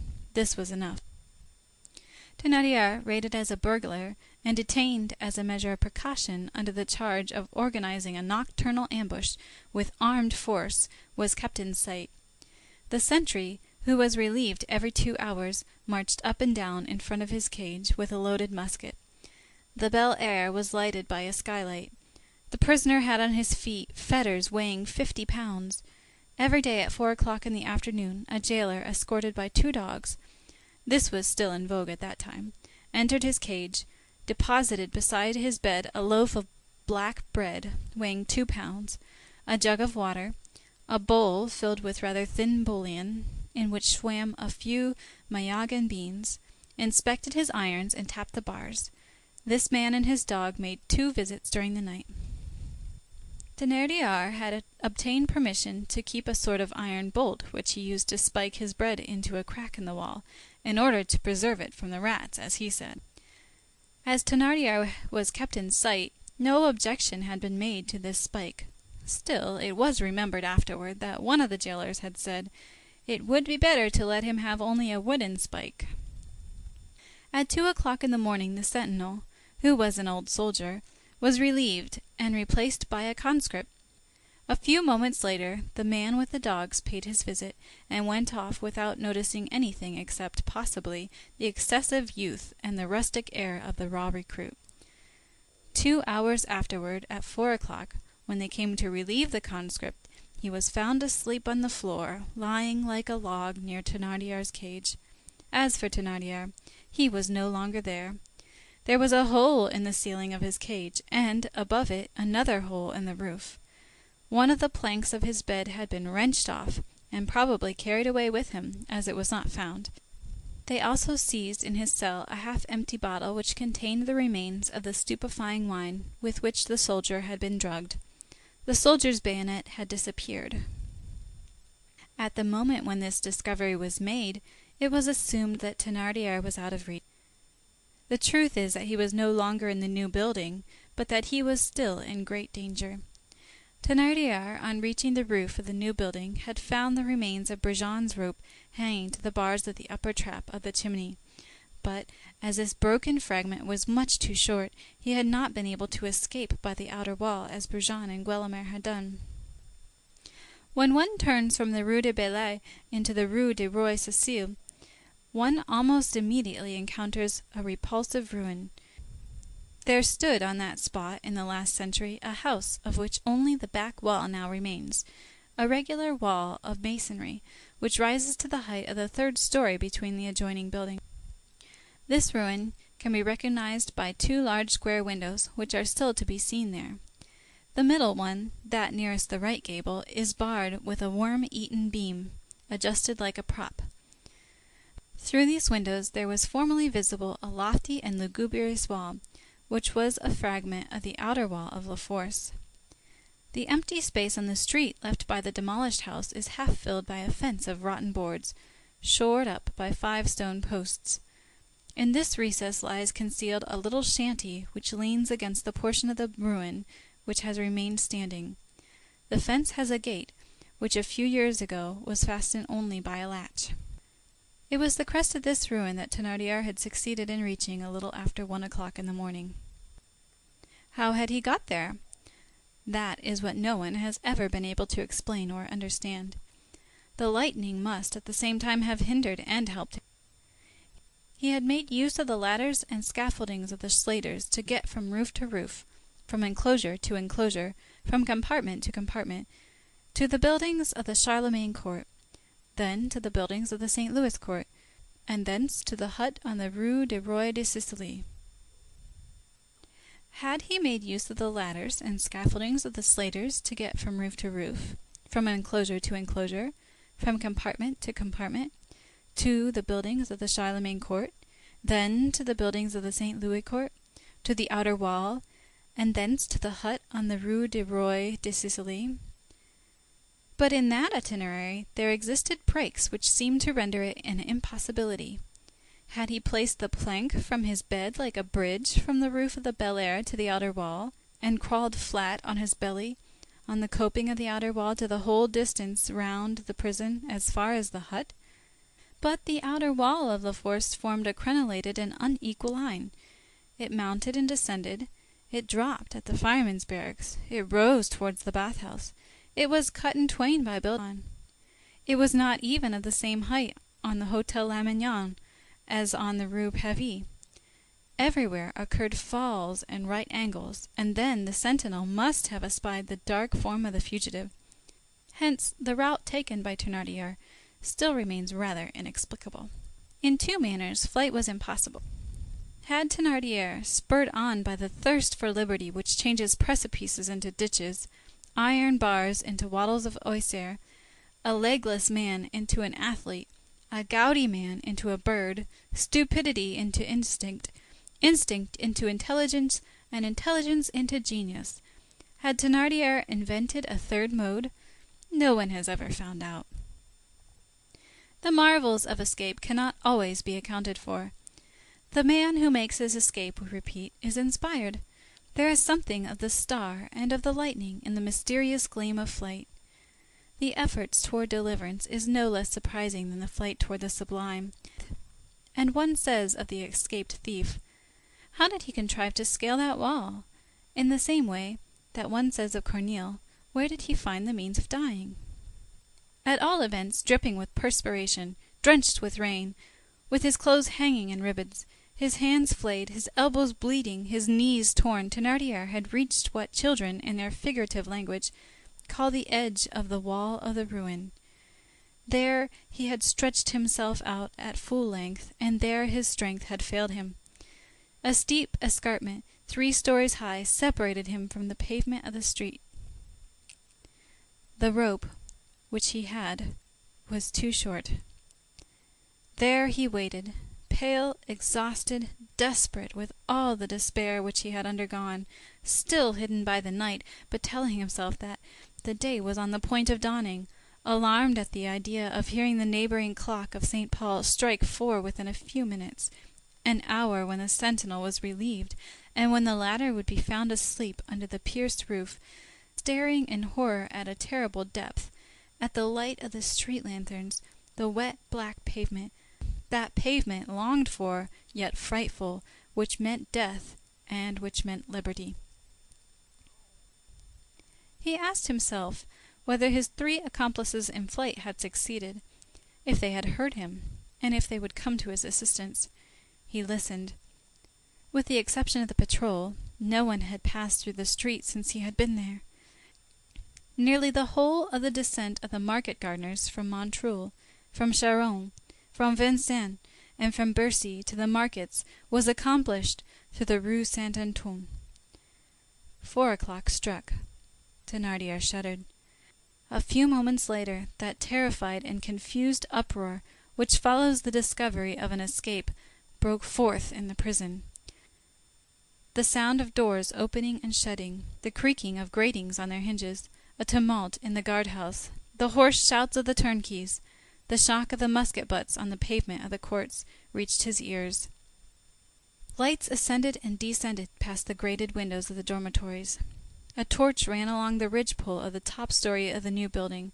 The firemen belonging in the barracks on the right had been summoned. Their helmets, with the torch lighted up in the rain, went and came along the roofs. At the same time, Thénardier perceived in the direction of the Bastille a wan whiteness lighting up the edge of the sky in doleful wise. He was on top of a wall 10 inches wide, stretched out under the heavy rains, with 2 gulfs to the right and the left. Unable to stir, subject to the giddiness of a possible fall, and to the horror of a certain arrest, and his thoughts, like the pendulum of a clock, swung from one of these ideas to the other. Dead if I fall, caught if I stay. In the midst of this anguish he suddenly saw, the street being still dark, a man who was gliding along the walls and coming from the Rue Pavée halt in the recess above which Thénardier was. Negrita is a terrible word. It engenders a whole world, la pègre, for which read theft, and a hell, la pégrenne, for which read hunger. Thus, idleness is the mother. She has a son, theft, and a daughter, hunger. Where are we at this moment? In the land of slang. What is slang? It is at one and the same time a nation and a dialect. It is theft in its 2 kinds, people and language. When, 34 years ago, the narrator of this grave and sombre history introduced into a work written with the same aim as this a thief who talked argot, there arose amazement and clamor. What? How? Argot? Why, argot is horrible. It is the language of prisons, galleys, convicts, of everything that is most abominable in society, etc., etc. We have never understood this sort of objections. Since that time 2 powerful romancers, one of whom is a profound observer of the human heart, the other an intrepid friend of the people, Balzac and Eugene Sue, having represented their ruffians as talking their natural language, as the author of The Last Day of a Condemned Man did in 1828. The same objections have been raised. People repeated, "What do authors mean by that revolting dialect? Slang is odious. Slang makes one shudder." Who denies that? Of course it does. When it is a question of probing a wound, a gulf, a society, since when has it been considered wrong to go too far, to go to the bottom? We have always thought that it was sometimes a courageous act, and, at least, a simple and useful deed, worthy of the sympathetic attention which duty accepted and fulfilled merits, why should one not explore everything and study everything? Why should one halt on the way? The halt is a matter depending on the sounding line and not on the leadsman. Certainly, too, it is neither an attractive nor an easy task to undertake an investigation into the lowest depths of the social order, where terra firma comes to an end and where mud begins, to rummage in those vague murky waves, to follow up, to seize and to fling, still quivering, upon the pavement that abject dialect which is dripping with filth when thus brought to the light, that pustulous vocabulary, each word of which seems an unclean ring from a monster of the mire and the shadows. Nothing is more lugubrious than the contemplation thus in its nudity, in the broad light of thought, of the horrible swarming of slang. It seems, in fact, to be a sort of horrible beast made for the night, which has just been torn from its cesspool. One thinks one beholds a frightful, living, and bristling thicket which quivers, rustles, wavers, returns to shadow, threatens, and glares. One word resembles a claw, another an extinguished and bleeding eye. Such and such a phrase seems to move like the claw of a crab. All this is alive with the hideous vitality of things which have been organized out of disorganization. Now, when has horror ever excluded study? Since when has malady banished medicine? Can one imagine a naturalist refusing to study the viper, the bat, the scorpion, the centipede, the tarantula, and one who would cast them back into their darkness, saying, "Oh, how ugly that is"? The thinker who should turn aside from slang would resemble a surgeon who would avert his face from an ulcer or a wart. He would be like a philologist refusing to examine a fact in language, a philosopher hesitating to scrutinize a fact in humanity. For it must be stated to those who are ignorant of the case, that argot is both a literary phenomenon and a social result. What is slang, properly speaking? It is the language of wretchedness. We may be stopped, the fact may be put to us in general terms, which is one way of attenuating it. We may be told that all trades, professions, it may be added, all the accidents of the social hierarchy and all forms of intelligence have their own slang. The merchant who says, "Montpellier not active, Marseille fine quality." The broker on change who says, "Assets at end of current month." The gambler who says, "Tiers et tout, refait de pique." The sheriff of the Norman Isles who says, "The holder in fee reverting to his landed estate cannot claim the fruits of that estate during the hereditary seizure of the real estate by the mortgagor." The playwright who says, "The piece was hissed." The comedian who says, "I've made a hit." The philosopher who says, "Phenomenal triplicity." The huntsman who says, "Voici aller, voici fouillon." The phrenologist who says, "Amativeness, combativeness, secretiveness." The infantry soldier who says, "My shooting iron." The cavalryman who says, "My turkey cock."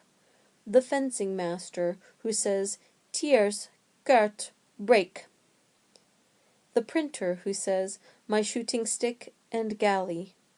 All printer, fencing master, cavalry, dragoon, infantry man, phrenologist, huntsman, philosopher, comedian, playwright, sheriff, gambler, stockbroker, and merchant speak slang.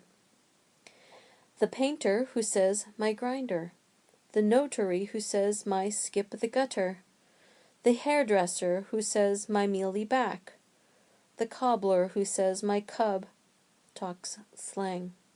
Strictly speaking, if one absolutely insists on the point, all the different fashions of saying the right and the left, the sailor's port and starboard, the scene shifter's court side and garden side, the Beatles' gospel side and epistle slide, are slang. There is the slang of the affected lady as well as of the précieuses. The Hotel Rambouillet nearly adjoins the Cour des Miracles. There is a slang of duchesses. Witness this phrase contained in a love letter from a very great lady and a very pretty woman of the Restoration. You will find in this gossip a multitude of reasons why I should libertize. Diplomatic ciphers are slang. The pontifical chancellery, by using 26 for Rome, Gerzichtendienstzahl for dispatch, and Abfuchsgurzu to XI for the Due de Modena, speaks slang. The physicians of the Middle Ages who, for carrot, radish, and turnip, said Opapenac perfrosinum reptitalmus dracatholicum angolorum post magorum, talked slang. The sugar manufacturer who says loaf, clarified, lumps, bastard, common, burnt, this honest manufacturer talks slang. A certain school of criticism 20 years ago, which used to say, half of the works of Shakespeare consists of plays upon words and puns, talked slang. The poet and the artist who, with profound understanding, would designate M. de Montmorency as a bourgeois, if he were not a judge of verses and statutes, speaks slang. The classic academician who calls flowers flora, fruits pomona, the sea Neptune, love fires, beauty charms, a horse a courser, the white or tricolored cockade the rose of Bellona, the three-cornered hat Mars's triangle, that classical academician talks slang. Algebra, medicine, botany have each their slang.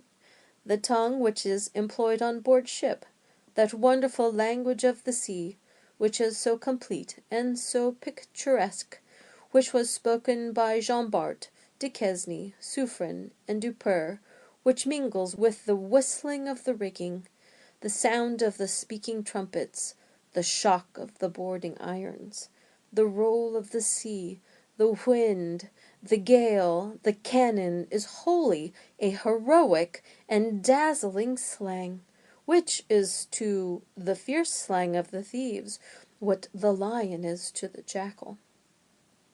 No doubt, but say what we will, this manner of understanding the word slang is an extension which every one will not admit. For our part, we reserve to the word its ancient and precise, circumscribed and determined significance, and we restrict slang to slang. The veritable slang, and the slang that is preeminently slang, if the two words can be coupled thus, the slang immemorial which was a kingdom, is nothing else, we repeat, than the homely, uneasy, crafty, treacherous, venomous, cruel, equivocal, vile, profound, fatal tongue of wretchedness. There exists, at the extremity of all abasement and all misfortunes, a last misery which revolts and makes up its mind to enter into conflict with the whole mass of fortunate facts and reigning rights.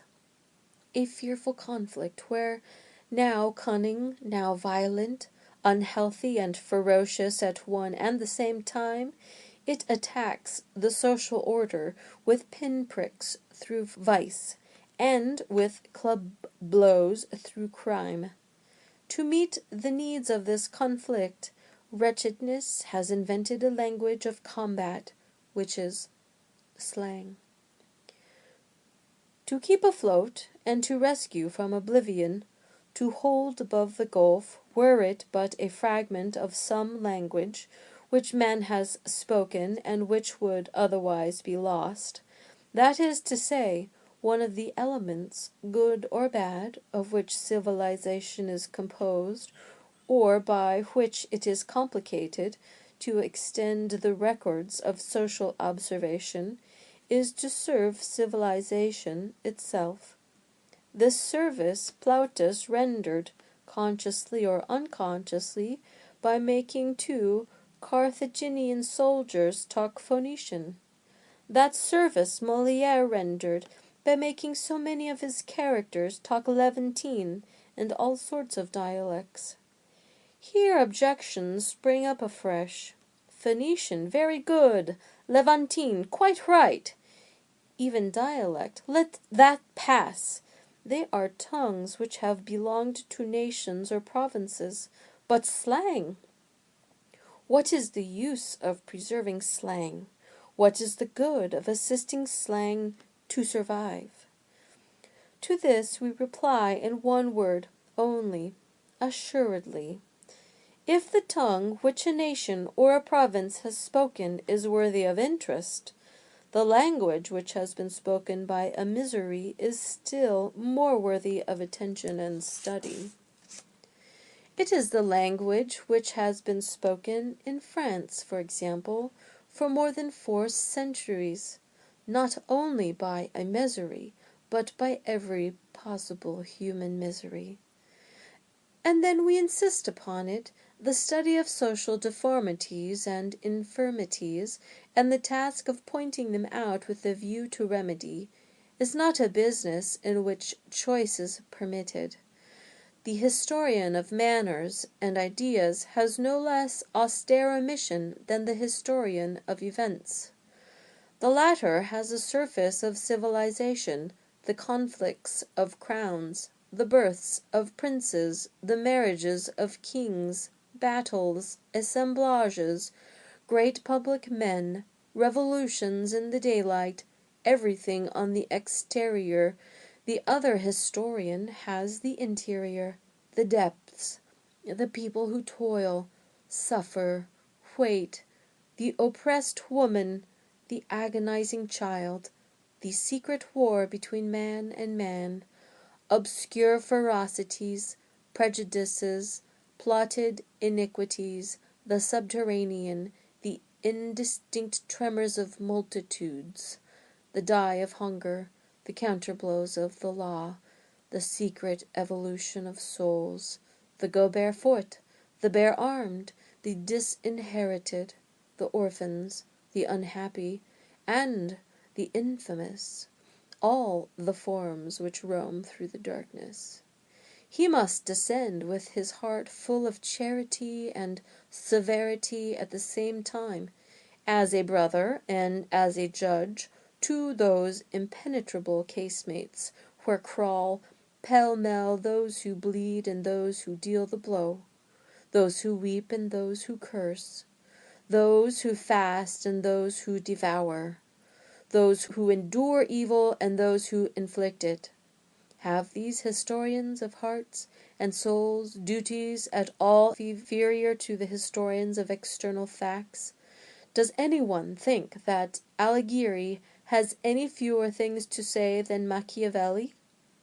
Is the underside of civilization any less important than the upper side, merely because it is deeper and more sombre? Do we really know the mountain well when we are not acquainted with the cavern? Let us say, moreover, parenthetically, that from a few words of what precedes a marked separation might be inferred between the two classes of historians, which does not exist in our mind.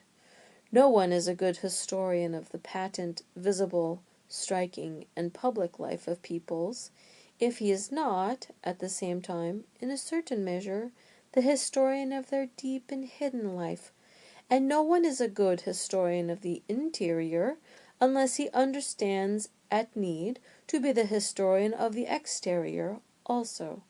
The history of manners and ideas permeates the history of events, and this is true reciprocally. They constitute two different orders of facts which correspond to each other, which are always interlaced, and which often bring forth results.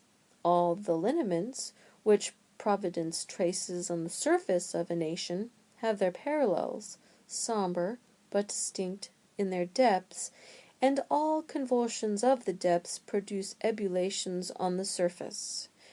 True history being a mixture of all things, the true historian mingles in everything. Man is not a circle with a single center. He is an ellipse with a double focus. Facts form one of these, and ideas the other. Slang is nothing but a dressing room where the tongue, having some bad action to perform, disguises itself. There it clothes itself in word masks, in metaphor rags. In this guise it becomes horrible. One finds it difficult to recognize. Is it really the French tongue, the great human tongue? Behold it ready to step upon the stage, and to retort upon crime, and prepared for all the employments of the repertory of evil. It no longer walks, it hobbles, it limps on the crutch of the court of miracles, a crutch metamorphosable into a club. It is called vagrancy. Every sort of spectre its dressers have painted its face. It crawls and rears, the double gait of the reptile. Henceforth it is apt at all roles, and is made suspicious by the counterfeiter, covered with verdigris by the forger, blacked by the soot of the incendiary, and the murderer applies its rouge. When one listens by the side of honest men, at the portals of society, one overhears the dialogues of those who are on the outside. One distinguishes questions and replies. One perceives, without understanding it, a hideous murmur, sounding almost like human accents, but more nearly resembling a howl than an articulate word. It is slang.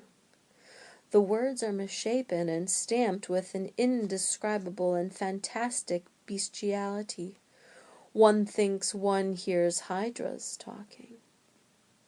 It is unintelligible in the dark. It gnashes and whispers, completing the gloom with mystery. It is black in misfortune. It is blacker still in crime. These two blacknesses amalgamated compose slang. Obscurity in the atmosphere, obscurity in acts, obscurity in voices, terrible toad-like tongue, which goes and comes, leaps, crawls, slobbers, and stirs about in monstrous wise in that immense grey fog composed of rain and night, of hunger, of vice, of falsehood, of injustice, of nudity, of suffocation, and of winter, the high noonday of the miserable. Let us have compassion on the chastised. Alas, who are we ourselves? Who am I who now address you? Who are you who are now listening to me? And are you very sure that we have done nothing before we were born? The earth is not devoid of resemblance to a jail. Who knows whether man is not a recaptured offender against divine justice? Look closely at life. It is so made that everywhere we feel the sense of punishment. Are you what is called a happy man? Well, You are sad every day. Each day has its own great grief or its little care. Yesterday you were trembling for a health that is dear to you. Today you fear for your own. Tomorrow it will be anxiety about money. The day after tomorrow the diatribe of a slanderer.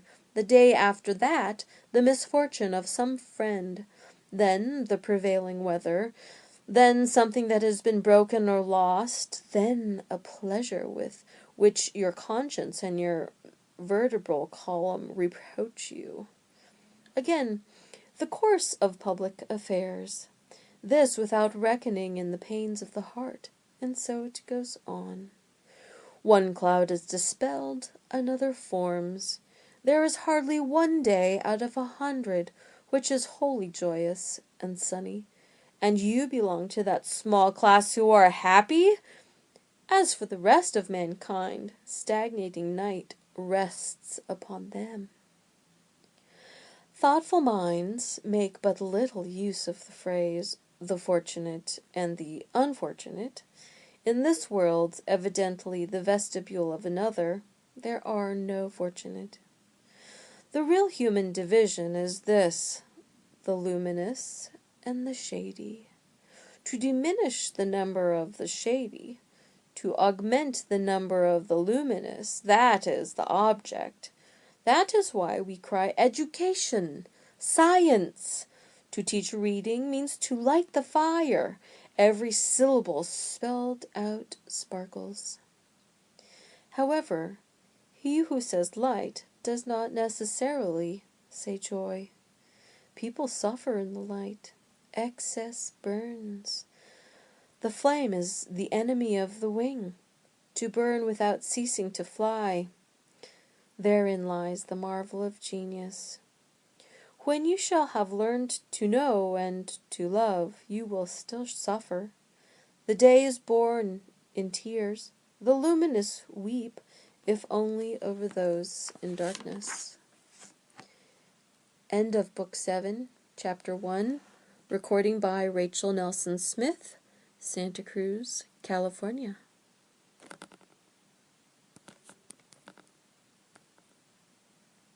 Slang is the tongue of those who sit in darkness.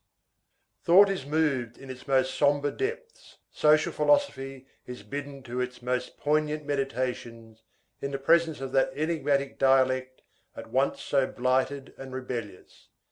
Therein lies chastisement made visible. Every syllable has an air of being marked. The words of the vulgar tongue appear therein wrinkled and shrivelled, as it were, beneath the hot iron of the executioner.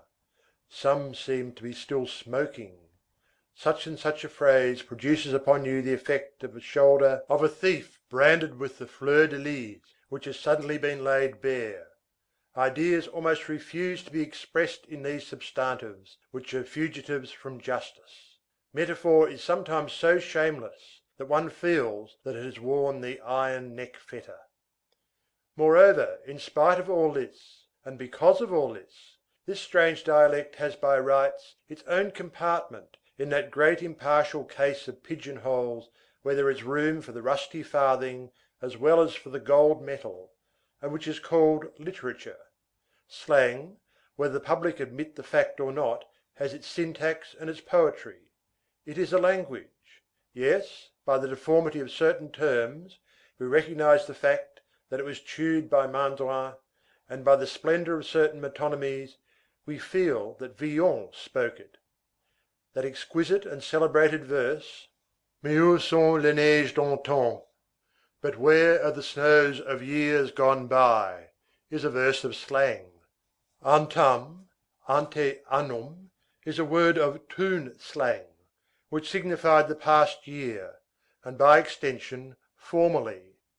35 years ago, at the epoch of the departure of the great chain gang, there could be read in one of the cells at Bicêtre this maxim engraved with a nail on the wall by a king of Thun condemned to the galleys: Le daube d'antan trémait sempre pour la pierre de Sèvres. This means kings in days gone by always went and had themselves anointed. In the opinion of that king, anointment meant the galleys. The word décarade, which expresses the departure of heavy vehicles at a gallop, is attributed to Villon, and it is worthy of him.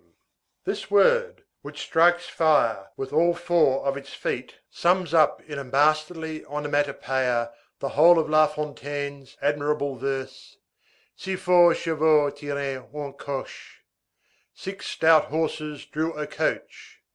From a purely literary point of view, few studies would prove more curious and fruitful than the study of slang.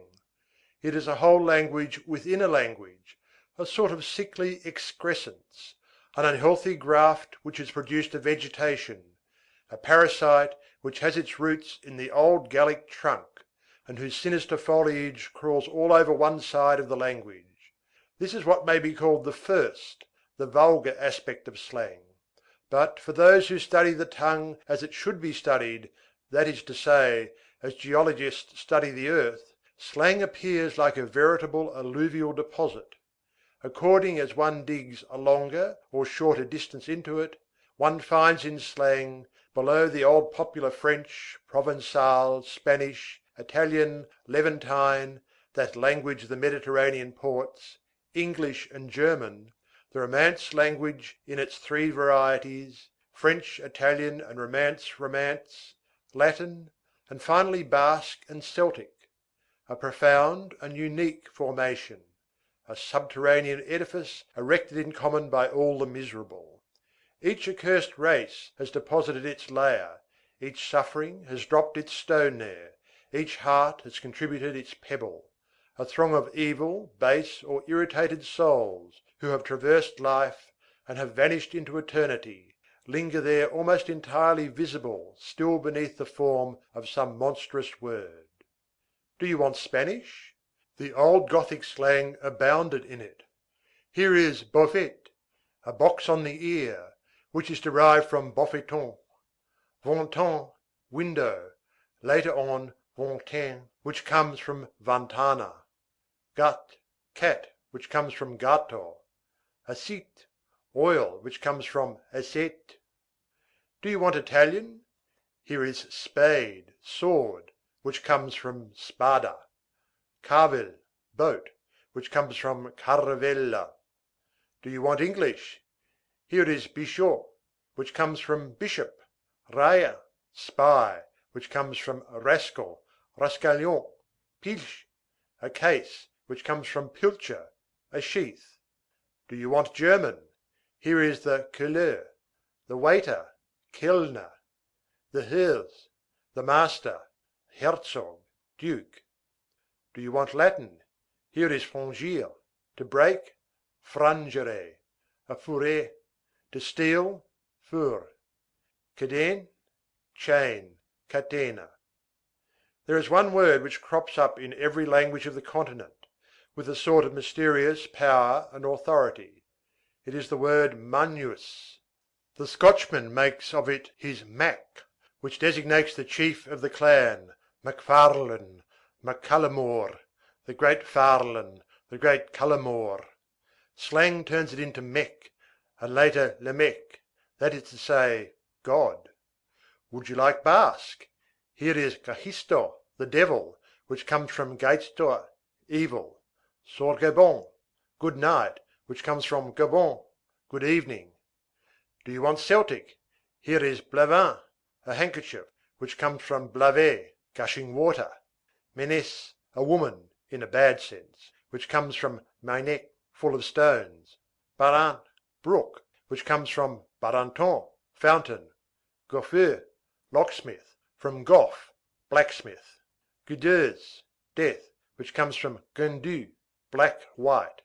Finally, would you like history? Slang calls crowns le maltese, a souvenir of the coin in circulation on the galleys of Malta.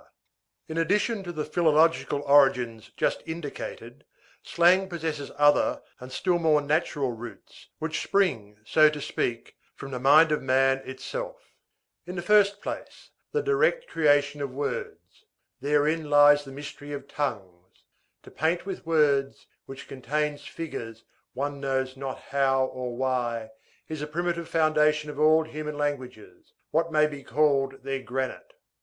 Slang abounds in words of this description, immediate words, words created instantaneously no one knows either where or by whom, without etymology, without analogies, without derivatives, solitary, barbarous, sometimes hideous words, which at times possess a singular power of expression and which live.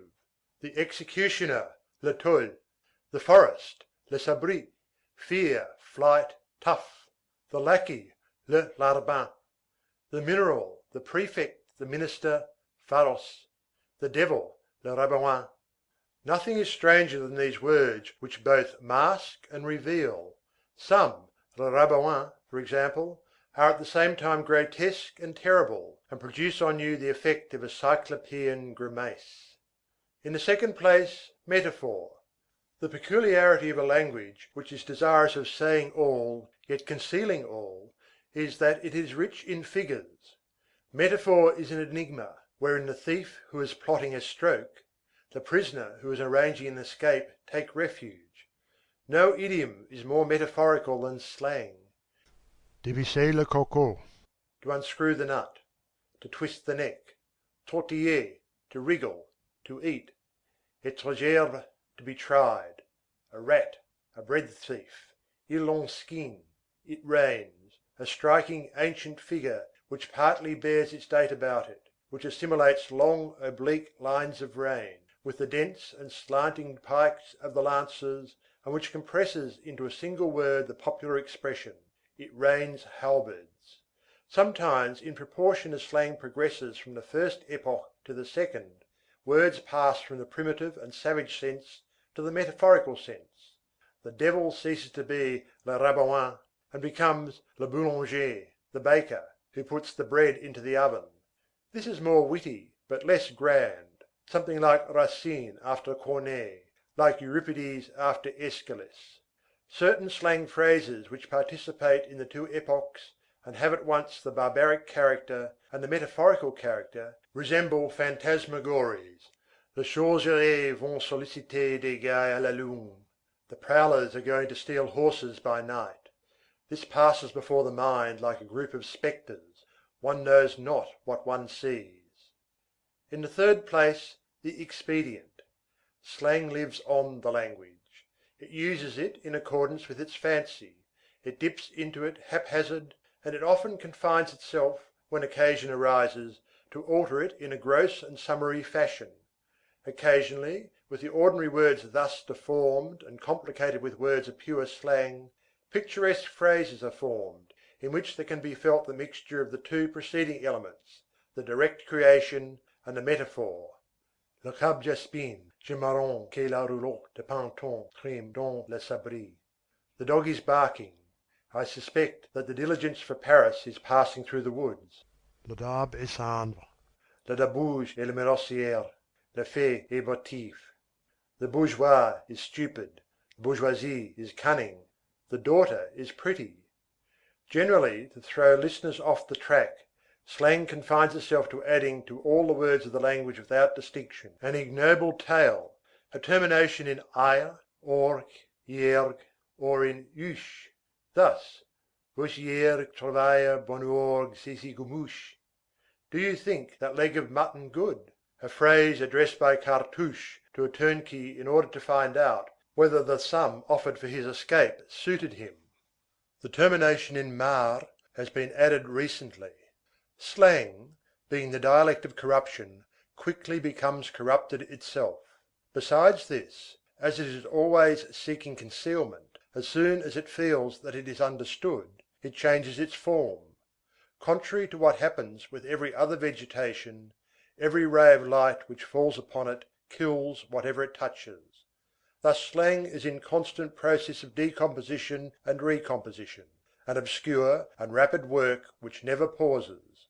It passes over more ground in 10 years than a language in 10 centuries. Thus, le laton, bread, becomes le latif. Le gaille, horse, becomes le gaie. La fertonche, straw, becomes la fertille. Le momignard, brat, le momarque. Le fique, duds, frusque. La chic, the church, le grougeois, le calabre, neck, le collat. The devil is at first Gehisto, then le rabouin, then the baker. The priest is a ratichon, then the boar, le sanglier. The dagger is le 22, 22, then le serin, then le langre. The police are raille, then roussin, then rousset, then marchands de lacets, dealers in stay laces, then coqueur, then cogne. The executioner is le tôle, then charlot, l'artigeur, then le becquillard. In the 17th century, to fight was to give each other snuff; in the 19th, it is to chew each other's throats. There have been 20 different phrases between these two extremes. Cartouche's talk would have been Hebrew to Lacenaire. All the words of this language are perpetually engaged in flight, like the men who utter them.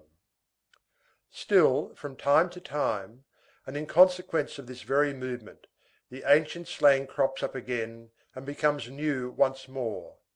It has its headquarters where it maintains its sway. The Temple preserved the slang of the 17th century.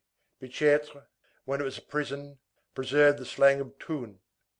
There one could hear the termination in anche of the old Thuneurs. Bois-tu? Bois-tu? Do you drink? But perpetual movement remains its law, nevertheless. If the philosopher succeeds in fixing, for a moment, for purposes of observation, this language which is incessantly evaporating, he falls into doleful and useful meditation. No study is more efficacious and more fecund in instruction. There is not a metaphor, not an analogy in slang which does not contain a lesson. Among these men, to beat means to feign. One beats a melody. Ruse is their strength. For them, the idea of the man is not separated from the idea of darkness. The night is called la sorgue, man l'orgue. Man is a derivative of the night. They have taken up the practice of considering society in the light of an atmosphere which kills them, of a fatal force, and they speak of their liberty as one would speak of his health. A man under arrest is a sick man. A man who is condemned is a dead man. The most terrible thing for the prisoner within the four walls in which he is buried is a sort of glacial chastity, and he calls the dungeon the castus. In that funereal place, life outside always presents itself under its most smiling aspect. The prisoner has irons on his feet. You think, perhaps, that his thought is that it is with the feet that one walks. No, he is thinking that it is with the feet that one dances. So, when he has succeeded in severing his fetters, his first idea is that now he can dance. And he calls the saw the bastringue, public house ball. A name is a centre, profound assimilation. The ruffian has two heads, one of which reasons out his actions and leads him all his life long, and the other which he has upon his shoulders on the day of his death. He calls the head which counsels him in crime la sorbonne, and the head which expiates it la tronche. When a man has no longer anything but rags upon his body and vices in his heart, when he has arrived at that double moral and material degradation which the word blackguard characterizes in its two acceptations, he is ripe for crime. He is like a well-whetted knife. He has two cutting edges, his distress and his malice. So slang does not say a blackguard, it says un réguise. What are the galleys? A brazier of damnation, a hell. The convict calls himself a fagot. And finally, what name do malefactors give to their prison? The college. A whole penitentiary system can be evolved from that word. Does the reader wish to know where the majority of the songs of the galleys, those refrains called in the special vocabulary lire en fa, have had their birth? Let him listen to what follows. There existed at the Châtelet in Paris a large and long cellar. This cellar was 8 feet below the level of the Seine. It had neither windows nor air holes. Its only aperture was the door. Men could enter there, air could not. This vault had for ceiling a vault of stone, and for floor 10 inches of mud. It was flagged, but the pavement had rotted and cracked under the oozing of the water. 8 feet above the floor, a long and massive beam traversed this subterranean excavation from side to side.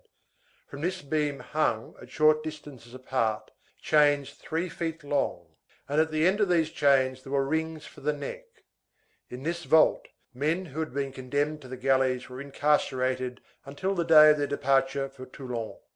They were thrust under this beam, where each one found his fetters swinging in the darkness and waiting for him. The chains, those pendant arms, and the necklets, those open hands, caught the unhappy wretches by the throat. They were riveted and left there. As the chain was too short, they could not lie down.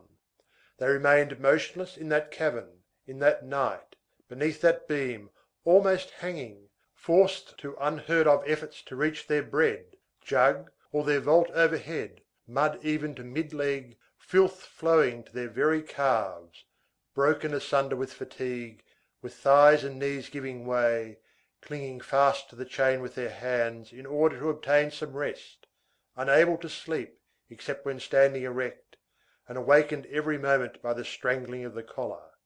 Some woke no more. In order to eat, they pushed the bread, which was flung to them in the mud, along their leg with their heel until it reached their hand. How long did they remain thus? 1 month? 2 months?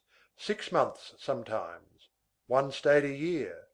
It was the ante-chamber of the galleys. Men were put there for stealing a hair from the king. In this sepulchre hell, what did they do? What man can do in a sepulchre? They went through the agonies of death. And what can man do in hell? They sang. For song lingers where there is no longer any hope. In the waters of Malta, when a galley was approaching, the song could be heard before the sound of the oars. Poor Survincent, the poacher, who had gone through the prison cellar of the Châtelet, said, "It was the rhymes that kept me up." Uselessness of poetry. What is the good of rhyme? It is in this cellar that nearly all the slang songs had their birth. It is from the dungeon of the Grand Châtelet of Paris that comes the melancholy refrain of the Montgomery galley. Timalumison, Timalumison. The majority of these, Ici caille le théâtre du petit Dardon. Here is the theatre of the little archer, Cupid. Do what you will, you cannot annihilate that eternal relic in the heart of man, love. In this world of dismal deeds, people keep their secrets. The secret is the thing above all others. The secret, in the eyes of these wretches, is unity, which serves as a base of union. To betray a secret is to tear from each member of this fierce community something of his own personality.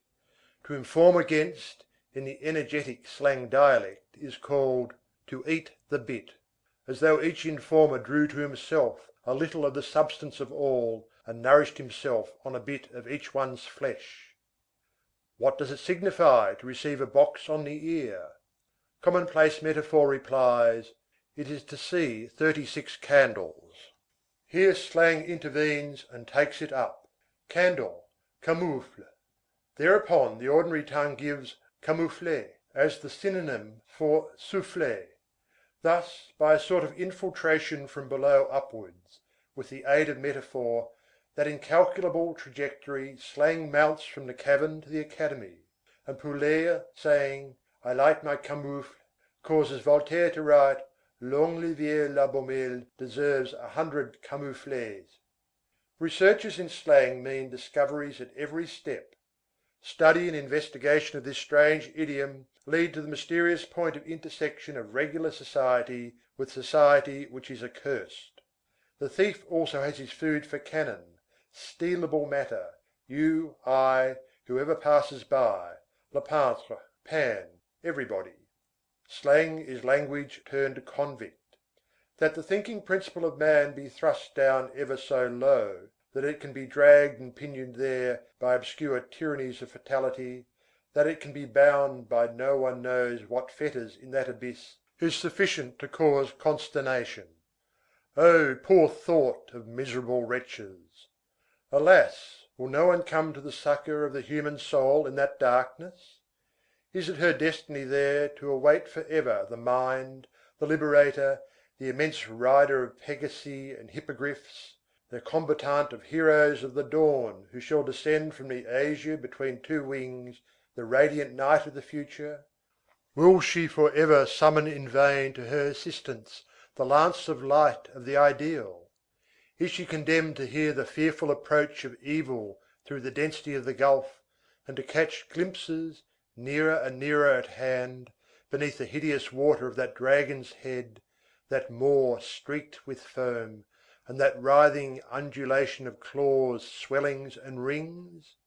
Must it remain there, without a gleam of light, without hope, given over to that terrible approach, vaguely scented out by the monster, shuddering, dishevelled, wringing its arms, for ever chained to the rock of night, a sombre Andromeda white and naked amid the shadows? End of Book 7, Chapter 2. Recording by Algie Pugg, Perth, Western Australia.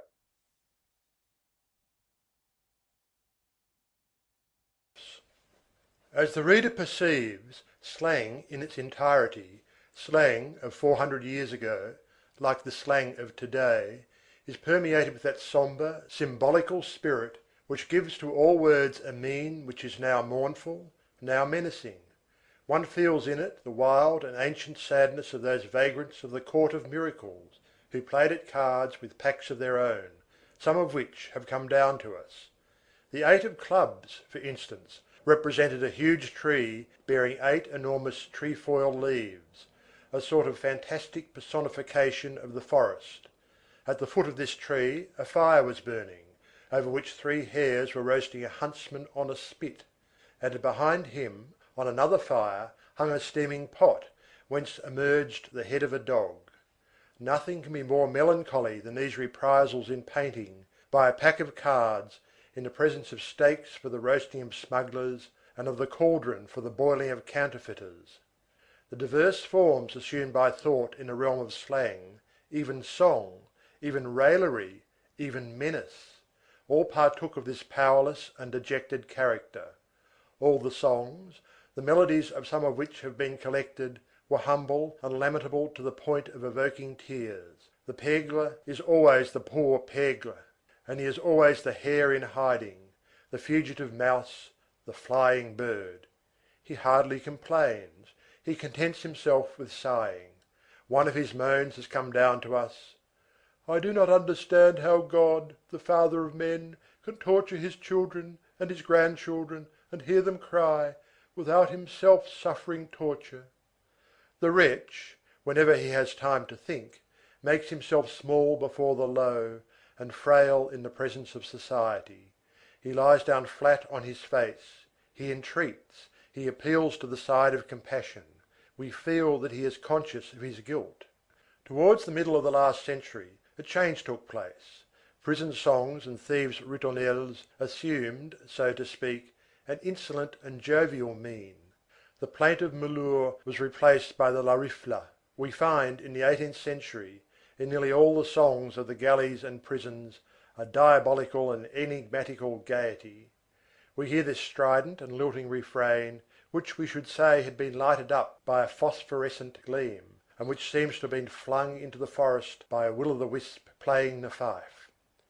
Mira l'habit sous la babo, mirliton, ribon ribet, sous la babi, mir la babo, mirliton, ribon ribot. This was sung in a cellar, or in a nook of the forest, while cutting a man's throat.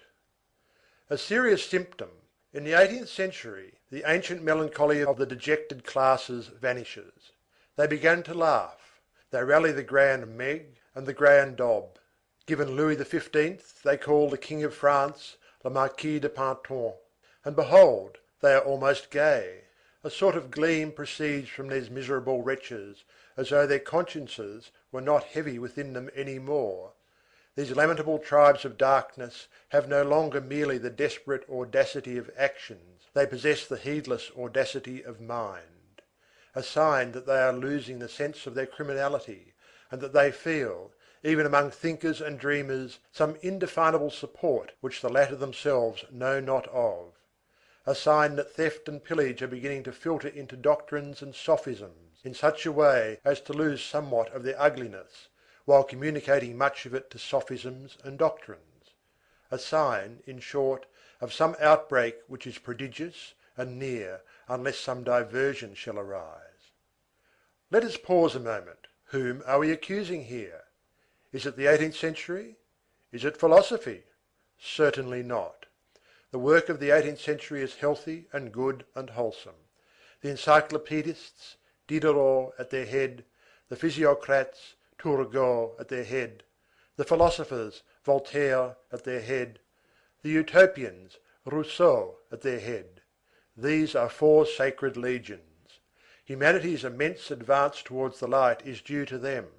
They are the four vanguards of the human race, marching towards the four cardinal points of progress: Diderot towards the beautiful, Turgot towards the useful, Voltaire towards the true, Rousseau towards the just. But by the side of and above the philosophers, there were the sophists, a venomous vegetation mingled with a healthy growth, hemlock in the virgin forest. While the executioner was burning the great books of the liberators of the century on the grand staircase of the courthouse, writers now forgotten were publishing, with the king's sanction, no one knows what strangely disorganizing writings, which were eagerly read by the unfortunate. Some of these publications, odd to say, which were patronized by a prince, are to be found in the secret library. These facts, significant but unknown, were imperceptible on the surface. Sometimes, in the very obscurity of a fact lurks its danger. It is obscure because it is underhand. Of all these writers, the one who probably then excavated in the masses the most unhealthy gallery was Restif à la Bretonne. This work, peculiar to the whole of Europe, effected more ravages in Germany than anywhere else. In Germany, during a given period, summed up by Schiller in his famous drama The Robbers, theft and pillage rose up in protest against property and labour, assimilated certain specious and false elementary ideas, which, though just in appearance, were absurd in reality, enveloped themselves in these ideas, disappeared within them, after a fashion, assumed an abstract name, passed into the state of theory, and in that shape circulated among the laborious, suffering, and honest masses, unknown even to the imprudent chemists who had prepared the mixture, unknown even to the masses who accepted it. Whenever a fact of this sort presents itself, the case is grave. Suffering engenders wrath, and while the prosperous classes blind themselves or fall asleep, which is the same thing as shutting one's eyes, the hatred of the unfortunate classes lights its torch at some aggrieved or ill-made spirit which dreams in a corner, and sets itself to the scrutiny of society. The scrutiny of hatred is a terrible thing. Hence, if the ill fortune of the times so wills it, those fearful commotions, which were formerly called jacqueries, beside which purely political agitations are the merest child's play, which are no longer the conflict of the oppressed and the oppressor, but the revolt of discomfort against comfort, then everything crumbles.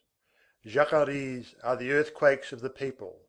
It is this peril, possibly imminent towards the close of the 18th century, which the French Revolution, that immense act of probity, cut short.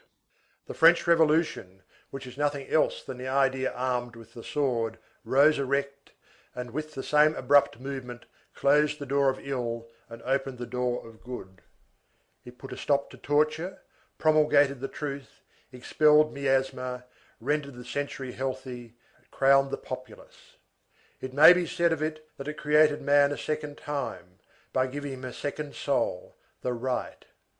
The 19th century has inherited and profited by its work, and today the social catastrophe to which we lately alluded is simply impossible.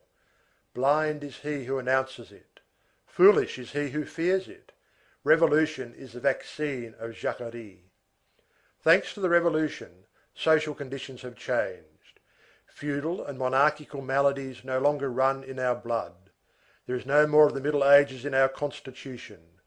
We no longer live in the days when terrible swarms within made irruptions, when one heard beneath his feet the obscure course of a dull rumble, when indescribable elevations from mole-like tunnels appeared on the surface of civilization, where the soil cracked open, where the roofs of caverns yawned. Some fine day that unknown force, the hurricane, passes by and bears them all away. The civilizations of India, of Chaldea, of Persia, of Syria, of Egypt have disappeared one after the other. Why? We know not. What are the causes of these disasters? We do not know. Could these societies have been saved? Was it their fault? Did they persist in the fatal vice which destroyed them? What is the amount of suicide in these terrible deaths of a nation and a race? Questions to which there exists no reply. Darkness enwraps condemned civilizations. They sprung a leak, then they sank.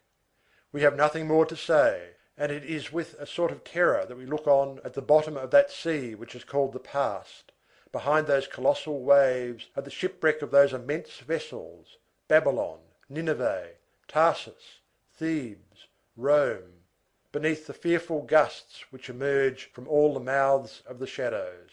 But shadows are there, and light is here. We are not acquainted with the maladies of these ancient civilizations. We do not know the infirmities of our own. Everywhere upon it we have the right of light. We contemplate its beauties, we lay bare its defects. Where it is ill, we probe, and the sickness once diagnosed, the study of the cause leads to the discovery of the remedy. Our civilization, the work of 20 centuries, is its law and its prodigy. It is worth the trouble of saving. It will be saved. It is already much to have solaced it. Its enlightenment is yet another point. All the labours of modern social philosophies must converge towards this point. The thinker of today has a great duty, to auscultate civilization. We repeat that this auscultation brings encouragement. It is by this persistence in encouragement that we wish to conclude these pages, an austere interlude in a mournful drama. Beneath the social mortality we feel human imperishableness. The globe does not perish because it has these wounds, craters, eruptions, sulphur pits here and there, nor because of a volcano which ejects its pus. The maladies of the people do not kill man. And yet anyone who follows the course of social clinics shakes his head at times. The strongest, the tenderest, the most logical have their hours of weakness. Will the future arrive? It seems as though we might almost put this question when we behold so much terrible darkness. Melancholy face-to-face encounter of selfish and wretched.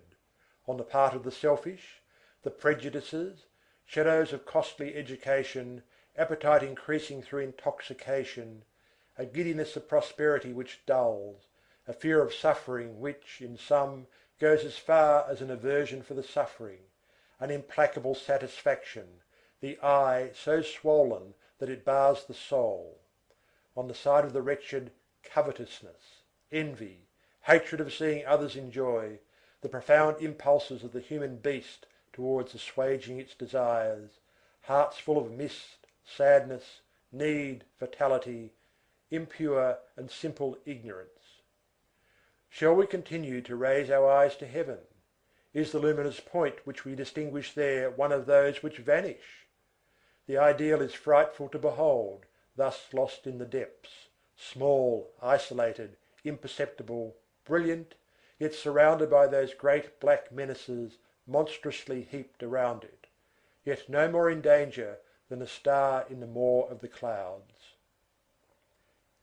End of Book 7, Chapters 3 and 4. Recording by Algie Pugg, Perth, Western Australia.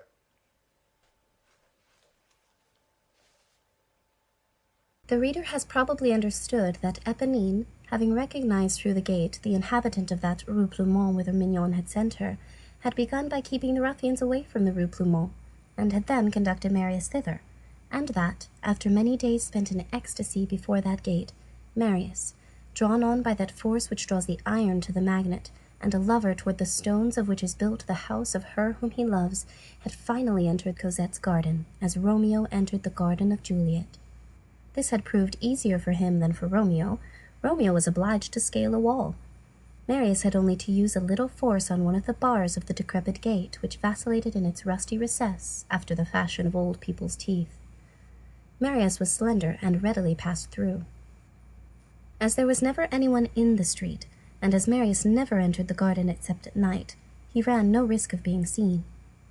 Beginning with that blessed and holy hour when a kiss betrothed these two souls, Marius was there every evening. If at that period of her existence Cosette had fallen in love with a man in the least unscrupulous or debauched, she would have been lost, for there are generous natures which yield themselves, and Cosette was one of them. One of woman's magnanimities is to yield. Love, at the height where it is absolute, is complicated with some indescribably celestial blindness of modesty. But what dangers you run, O noble souls! How often you give the heart and we take the body.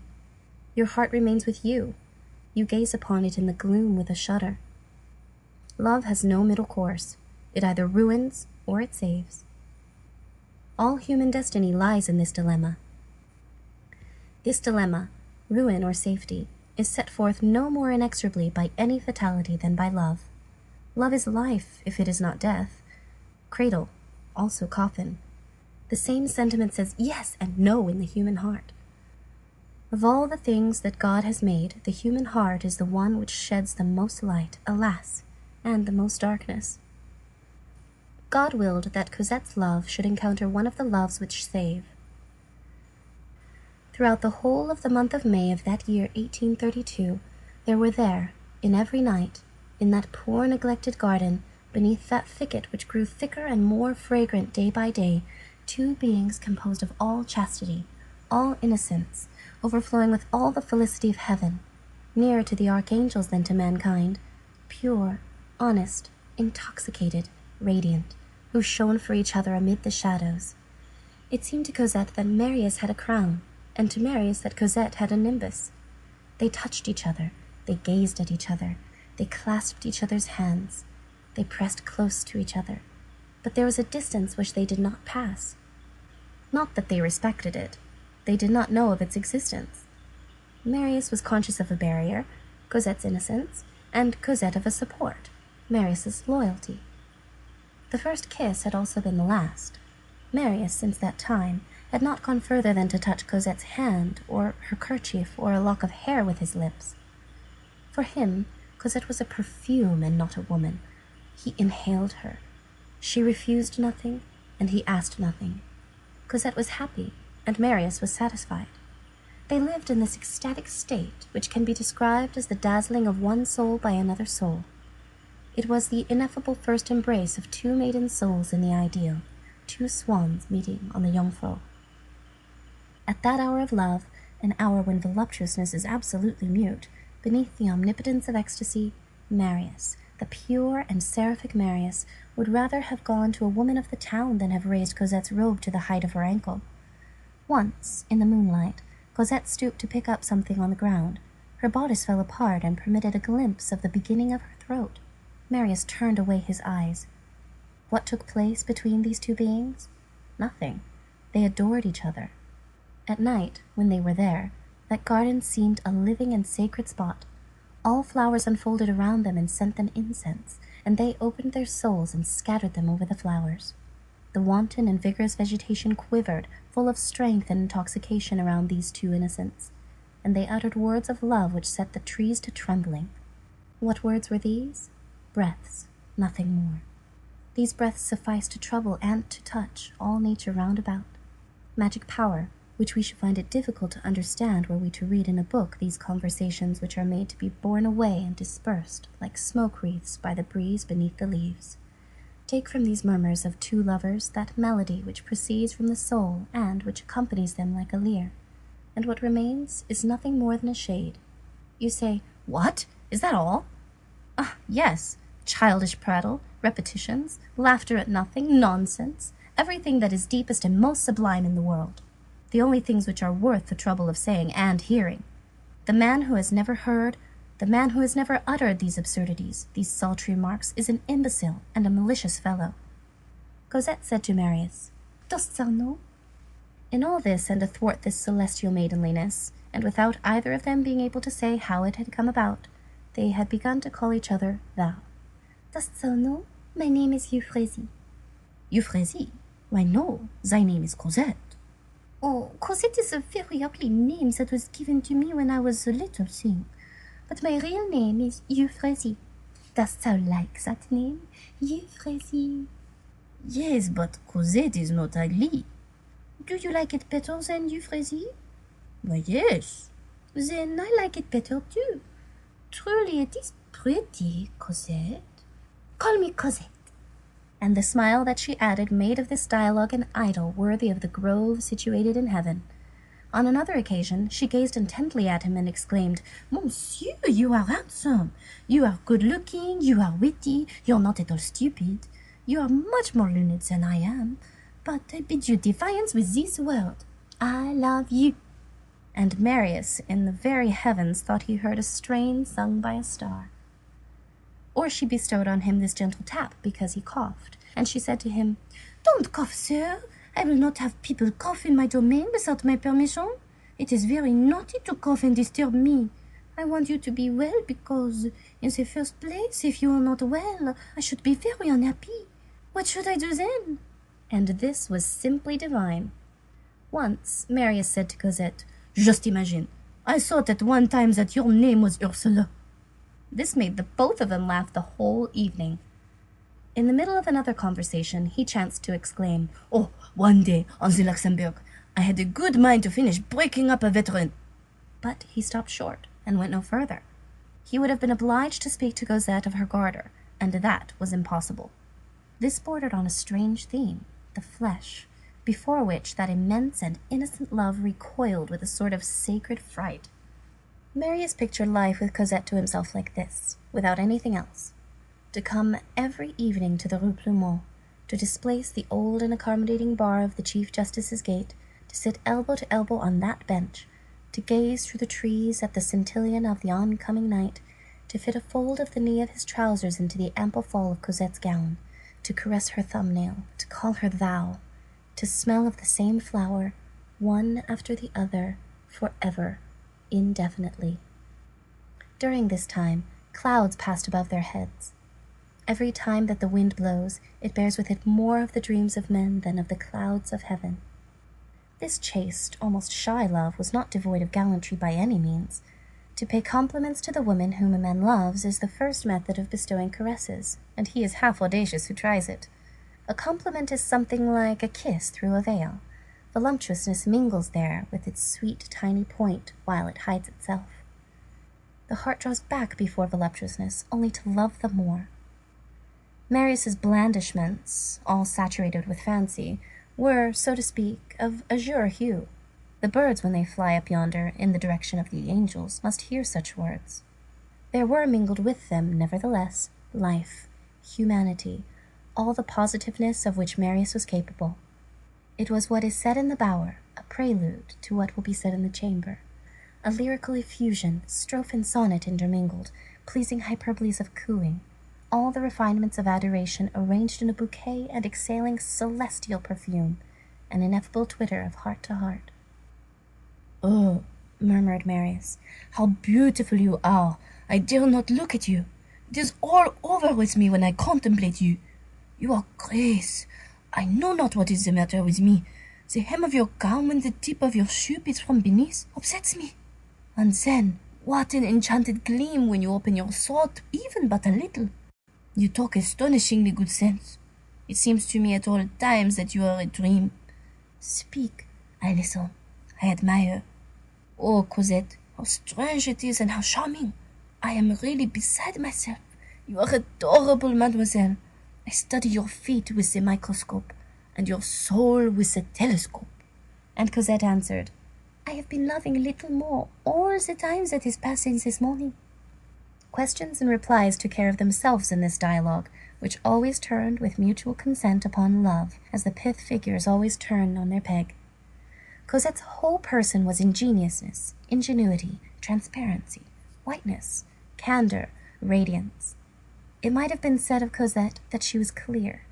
She produced on those who saw her the sensation of April and dawn. There was dew in her eyes. Cosette was a condensation of the auroral light in the form of a woman. It was quite simple that Marius should admire her, since he adored her, but the truth is that this little schoolgirl, fresh from the convent, talked with exquisite penetration and uttered, at times, all sorts of true and delicate sayings. Her prattle was conversation. She never made a mistake about anything, and she saw things justly. The woman feels and speaks with the tender instinct of the heart, which is infallible. No one understands so well as a woman how to say things that are, at once, both sweet and deep. Sweetness and depth, they are the whole of woman. In them lies the whole of heaven. In this full felicity, tears welled up in their eyes every instant. A crushed ladybug, a feather fallen from the nest, a branch of hawthorn broken, aroused their pity, and their ecstasy, sweetly mingled with melancholy, seemed to ask nothing better than to weep. The most sovereign symptom of love is a tenderness that is at times almost unbearable. In addition to this, all these contradictions are the lightning play of love. They were fond of laughing. They laughed readily and with a delicious freedom, and so familiarly that they sometimes presented the air of two boys. Still, though unknown to hearts intoxicated with purity, nature is always present and will not be forgotten. She is there with her brutal and sublime object, and however great may be the innocence of souls, one feels in the most modest private interview the adorable and mysterious shade which separates a couple of lovers from a pair of friends. They idolize each other. The permanent and the immutable are persistent. People live, they smile, they laugh, they make little grimaces with the tips of their lips, they interlace their fingers, they call each other thou, and that does not prevent eternity. Two lovers hide themselves in the evening, in the twilight, in the invisible, with the birds, with the roses. They fascinate each other in the darkness with their hearts, which they throw into their eyes.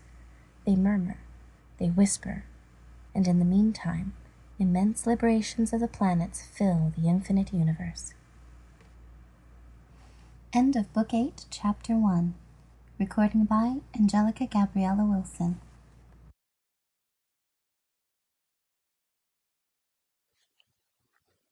They existed vaguely, frightened at their happiness. They did not notice the cholera which decimated Paris precisely during that very month. They had confided in each other as far as possible, but this had not extended much further than their names.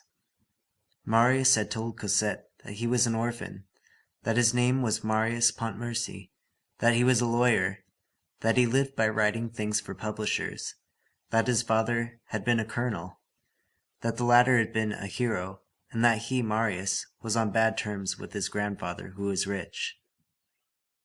He had also hinted at being a baron, but this had produced no effect on Cosette. She did not know the meaning of the word. Marius was Marius. On her side, she had confided to him that she had been brought up at the Petit Picpus convent, that her mother, like his own, was dead, that her father's name was Monsieur Fauchelevent, that he was very good, that he gave a great deal to the poor, but that he was poor himself, and that he denied himself everything, though he denied her nothing. Strange to say, in the sort of symphony which Marius had lived since he had been in the habit of seeing Cosette, the past, even the most recent past, had become so confused and distant to him, that what Cosette had told him satisfied him completely. It did not even occur to him to tell her about the nocturnal adventure in the hovel, about Thénardier, about the burn, and about the strange attitude and singular flight of her father. Marius had momentarily forgotten all this. In the evening, he did not even know that there had been a morning, what he had done, where he had breakfasted, nor who had spoken to him. He had songs in his ears, which rendered him deaf to every other thought. He only existed at the hours when he saw Cosette. Then, as he was in heaven, it was quite natural that he should forget earth. Both bore languidly the indefinable burden of immaterial pleasures. Thus lived these somnambulists who were called lovers. Alas! Who is there who has not felt all these things? Why does there come an hour when one emerges from this azure, and why does life go on afterwards? Love almost takes the place of thinking. Love is an ardent forgetfulness of all the rest. Then ask logic of passion if you will. There is no more absolute logical sequence in the human heart than there is a perfect geometrical figure in the celestial mechanism. For Cosette and Marius nothing existed except Marius and Cosette. The universe around them had fallen into a hole. They lived in a golden minute. There was nothing before them, nothing behind. It hardly occurred to Marius that Cosette had a father. His brain was dazzled and obliterated. Of what did these lovers talk then? We have seen of the flowers and the swallows, the setting sun and the rising moon, and all sorts of important things. They had told each other everything except everything. The everything of lovers is nothing. But the father, the realities, that lair, the ruffians, that adventure, to what purpose? And was he very sure that this nightmare had actually existed? They were two, and they adored each other. And beyond that there was nothing. Nothing else existed. It is probable that this vanishing of hell in our rear is inherent to the arrival of paradise. Have we beheld demons? Are there any? Have we trembled? Have we suffered? We no longer know. A rosy cloud hangs over it. So these two beings lived in this manner, high aloft, with all that improbability which is in nature, neither at the nadir nor at the zenith, between man and seraphim, above the mire, below the ether, in the clouds, hardly flesh and blood, soul and ecstasy, from head to foot.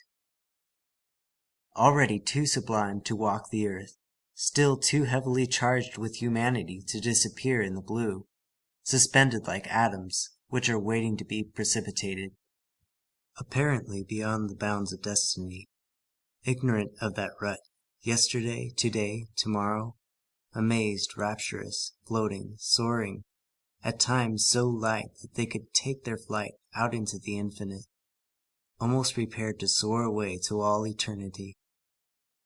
They slept wide awake, thus sweetly lulled.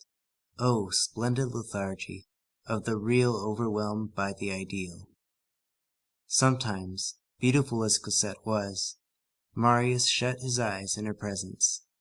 The best way to look at the soul is through closed eyes. Marius and Cosette never asked themselves whither this was to lead them. They considered that they had already arrived. It is a strange claim on man's part to wish that love should lead to something. End of Chapter 2. Book 8, Chapter 3, The Beginning of Shadow. Jean Valjean suspected nothing. Cosette, who was rather less dreamy than Marius, was gay, and that sufficed for Jean Valjean's happiness. The thoughts which Cosette cherished, her tender preoccupations, Marius's image which filled her heart, took away nothing from the incomparable purity of her beautiful, chaste, and smiling brow. She was at the age when the Virgin bears her love as the angel his lily. So Jean Valjean was at ease. And then, when two lovers have come to an understanding, things always go well. The third party who might disturb their love is kept in a state of perfect blindness by a restricted number of precautions, which are always the same in the case of all lovers. Thus Cosette never objected to any of Jean Valjean's proposals. Did she want to take a walk? Yes, dear little father.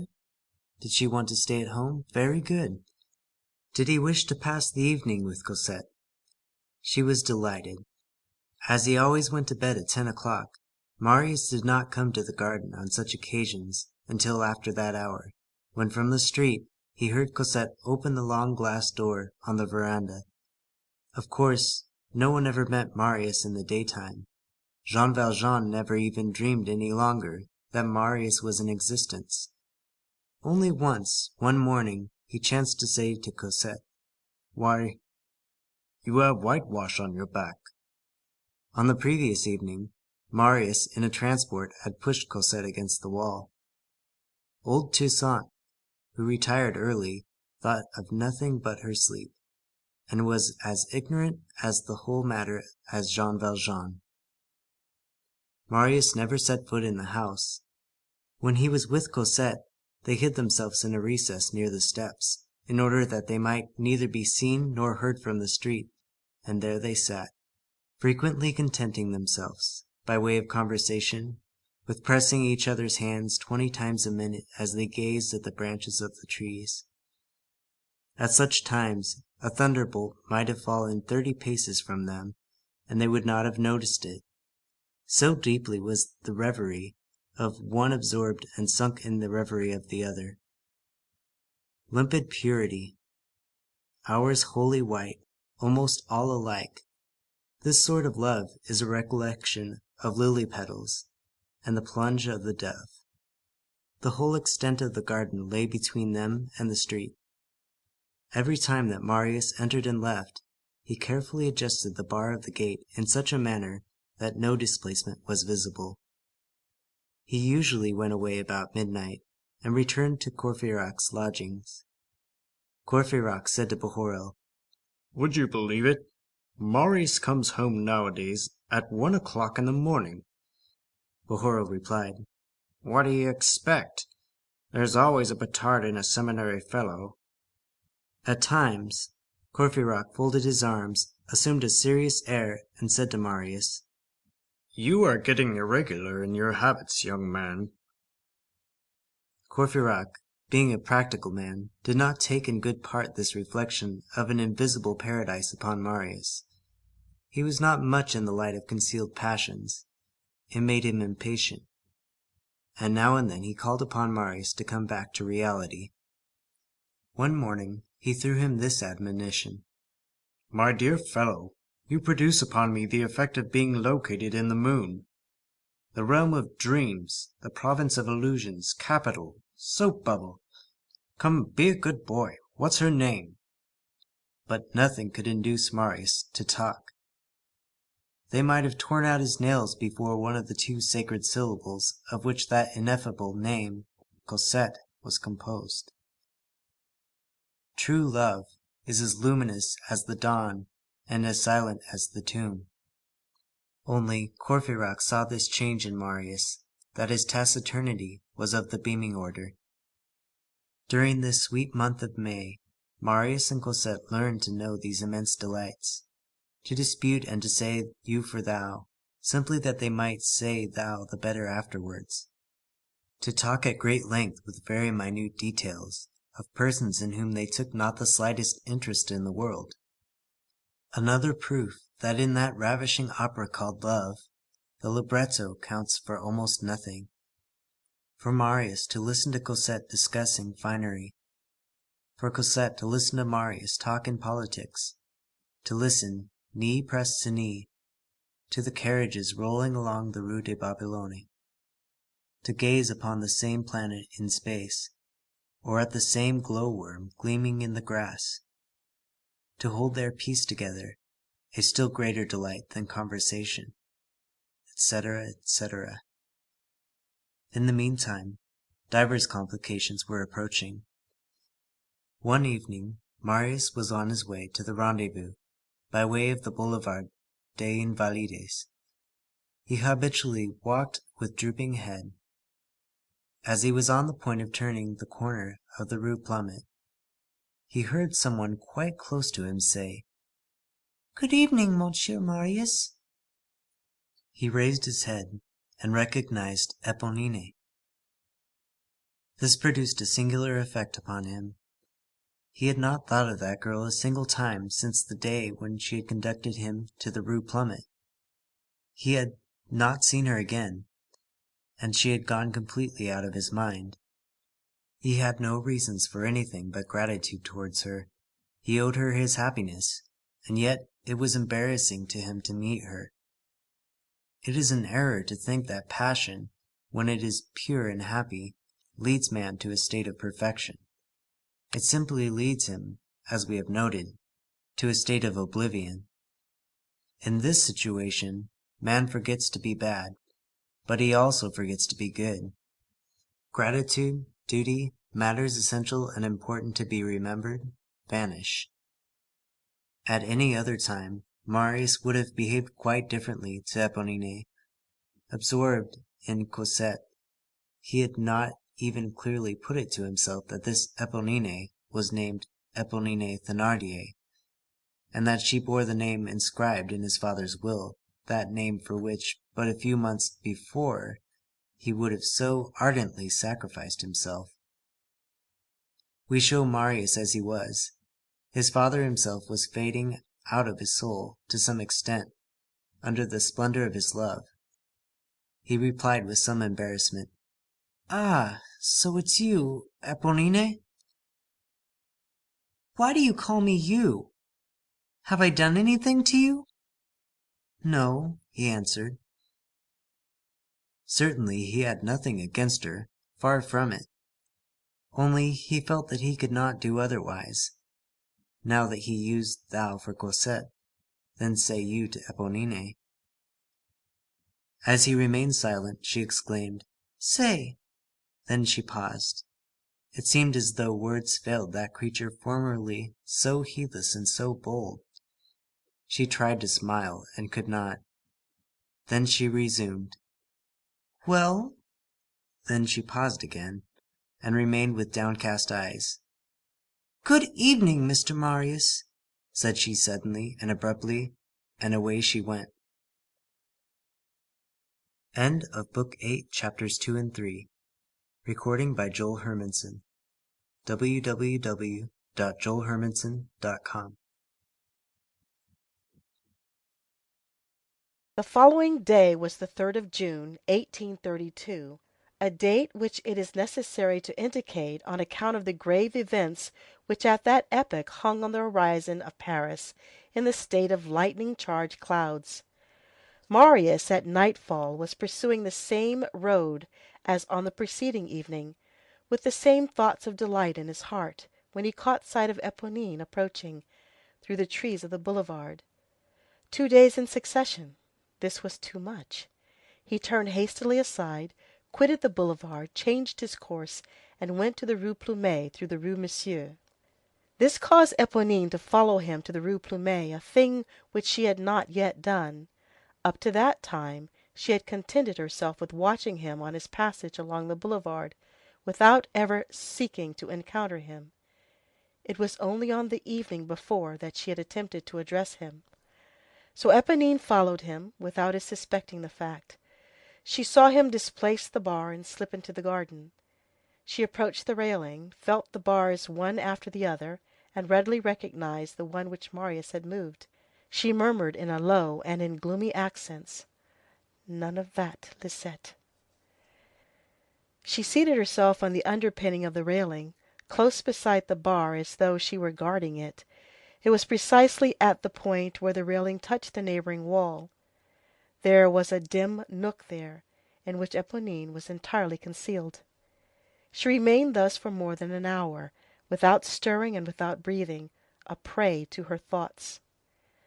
Towards 10 o'clock in the evening, one of the 2 or 3 persons who passed through the Rue Plumet, an old belated bourgeois, who was making haste to escape from this deserted spot of evil repute, as he skirted the garden railings and reached the angle which it made with the wall, heard a dull and threatening voice saying, "I'm no longer surprised that he comes here every evening."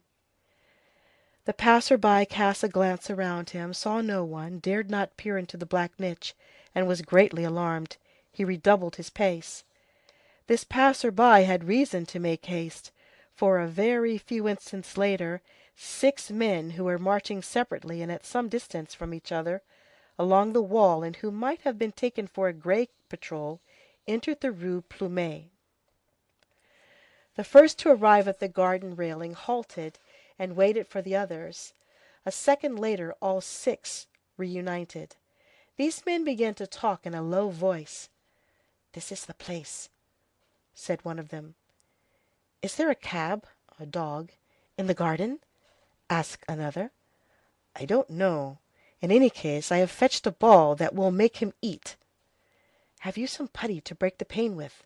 Yes. The railing is old, interpolated a fifth, who had the voice of a ventriloquist. So much the better, said the second who had spoken. It won't screech under the saw, and it won't be hard to cut. The sixth, who had not yet opened his lips, now began to inspect the gate, as Éponine had done an hour earlier, grasping each bar in succession and shaking them cautiously. Thus he came to the bar which Marius had loosened. As he was on the point of grasping this bar, a hand emerged abruptly from the darkness, fell upon his arm. He felt himself vigorously thrust aside by a push in the middle of his breast, and a hoarse voice said to him, but not loudly, "There's a dog." At that moment he perceived a pale girl standing before him. The man underwent that shock which the unexpected always brings. He bristled up in hideous wise. Nothing is so formidable to behold as ferocious beasts who are uneasy. Their terrified air evokes terror. He recoiled and stammered, "What jade is this?" "Your daughter." It was in fact Éponine who had addressed Thénardier. At the apparition of Éponine, the other five, that is to say, Claquesous, Guelemer, Babet, Brujon, and Montparnasse, had noiselessly drawn near, without precipitation, without uttering a word, with the sinister slowness peculiar to these men of the night. Some indescribable but hideous tools were visible in their hands. Guelemer held one of those pairs of curved pincers which prowlers call fanchons. "Ah, see here! What are you about there? What do you want with us? Are you crazy?" exclaimed Thénardier, as loudly as one can exclaim and still speak low. "What have you come here to hinder our work for?" Éponine burst out laughing, and threw herself on his neck. "I am here, little father, because I am here. Isn't a person allowed to sit on the stones nowadays? It's you who ought not be here. What have you come here for, since it is a biscuit? I told Magnon so. There's nothing to be done here. But embrace me, my good little father. It's a long time since I've seen you. So you're out?" Thénardier tried to disentangle himself from Éponine's arms and grumbled, "That's good. You've embraced me. Yes, I'm out. I'm not in. Now get away with you." But Éponine did not release her hold, and redoubled her caresses. "But how did you manage it, little pa? You have been very clever to get out of that. Tell me about it. And my mother? Where is mother? Tell me about mamma." Thénardier replied, "She's well, I don't know. Let me alone and be off, I tell you." "I won't go." "So there now," pouted Éponine like a spoiled child. "You send me off, and it's 4 months since I saw you, and I've hardly had time to kiss you." And she caught her father around the neck. "Come now, this is stupid," said Babet. "Make haste," said Guelemer. "The cops may pass." The ventriloquist's voice repeated his distich. "Nous ne sommes pas le jour de l'an." This isn't New Year's Day. "À bécoter papa, maman, to peck at pa and ma." Éponine turned to the 5 ruffians. "Why, it's Monsieur Brujon! Good day, Monsieur Babet! Good day, Monsieur Claquesous! Don't you know me, Monsieur Guelemer? How goes it, Montparnasse?" "Yes, they know you," ejaculated Thénardier. "But good day, good evening, sheer off, leave us alone." "It's the hour for foxes, not chickens," said Montparnasse. "You see the job we have on hand here," added Babet. Éponine caught Montparnasse's hand. "Take care," he said. "You'll cut yourself. I've a knife open." "My little Montparnasse," responded Éponine very gently, "you must have confidence in people. I am the daughter of my father, perhaps. Monsieur Babet, Monsieur Guelemer, I am the person who is charged to investigate this matter." It is remarkable that Éponine did not talk slang. That frightful tongue had become impossible to her since she had known Marius. She pressed in her hand, small, bony, and feeble as that of a skeleton, Guelemer's huge, coarse fingers, and continued, "You know well that I am no fool. Ordinarily I am believed. I have rendered you service on various occasions. Well, I have made inquiries. You will expose yourselves to no purpose. You see? I swear to you that there is nothing in this house." "There are lone women," said Guelemer. "No persons have moved away." "The candles haven't, anyway," ejaculated Babet.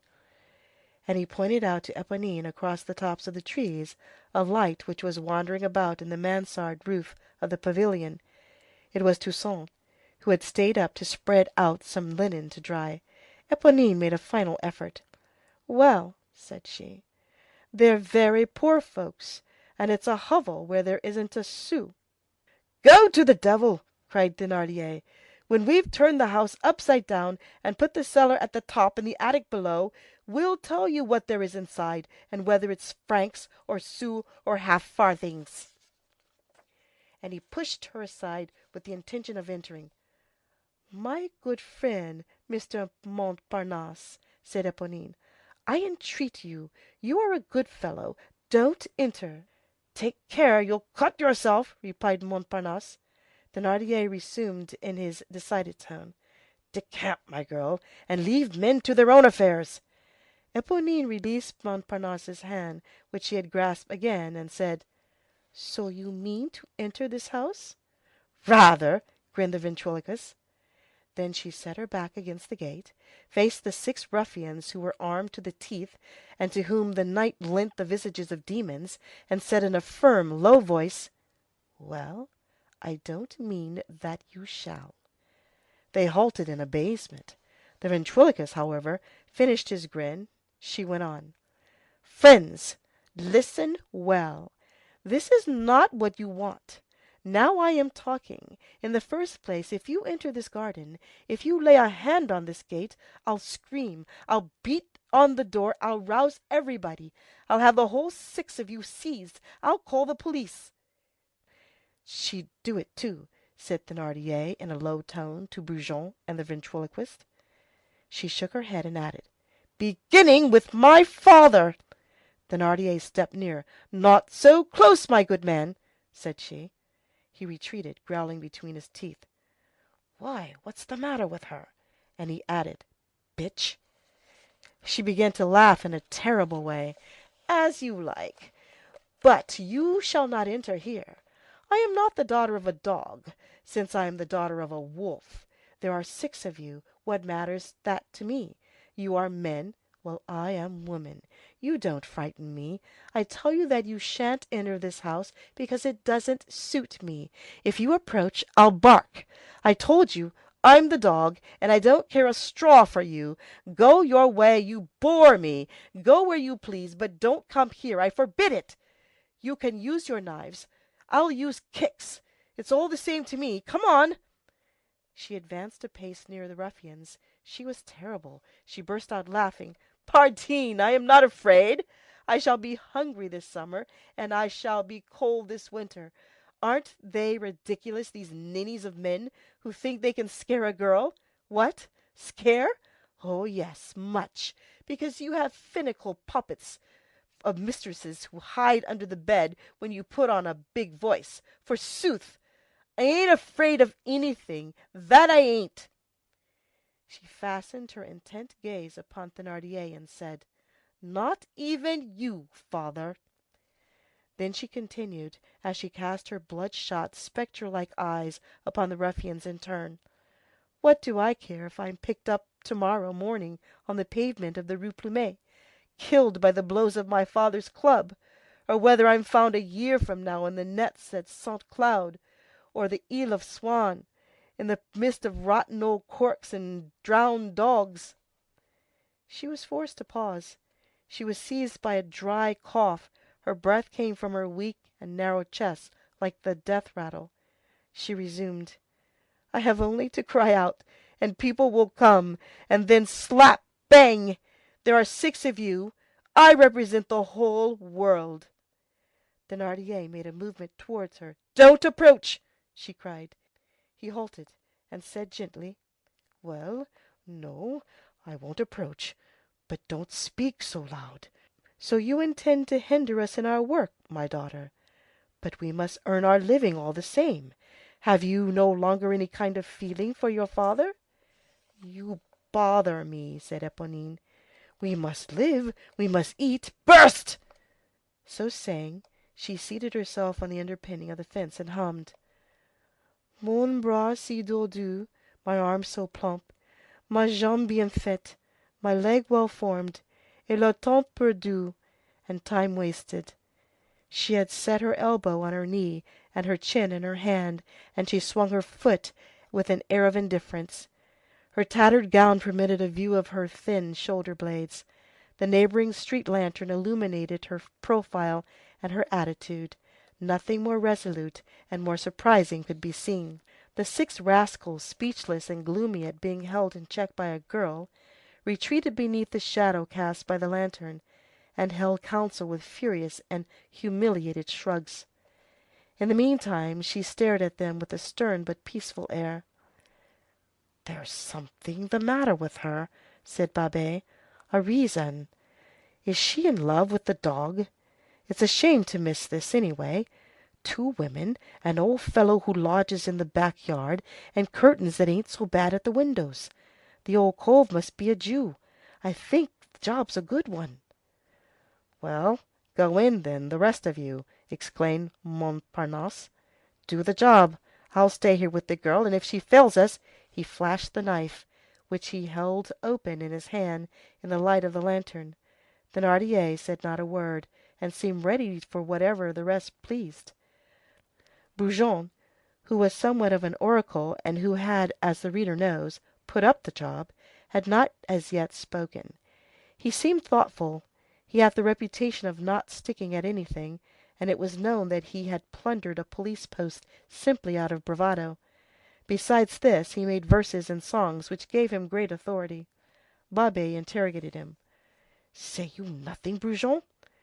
Brujon remained silent an instant longer. Then he shook his head in various ways, and finally concluded to speak. "Oh, that's bad. Let's quit." They went away. As they went, Montparnasse muttered, "Never mind. If they had wanted, I'd have cut her throat." Babet responded, "I wouldn't. I don't hit a lady." At the corner of the street they halted and exchanged the following enigmatical dialogue in a low tone. "Where shall we go to sleep tonight?" "Under Part1, Paris." "Have you the key to the gate, Thénardier?" "Pardi." Éponine, who never took her eyes off of them, saw them retreat by the road by which they had come. She rose and began to creep after them along the walls and the houses. She followed them thus as far as the boulevard. There they parted, and she saw these 6 men plunge into the gloom, where they appeared to melt away. End of Book 8, Chapter 4.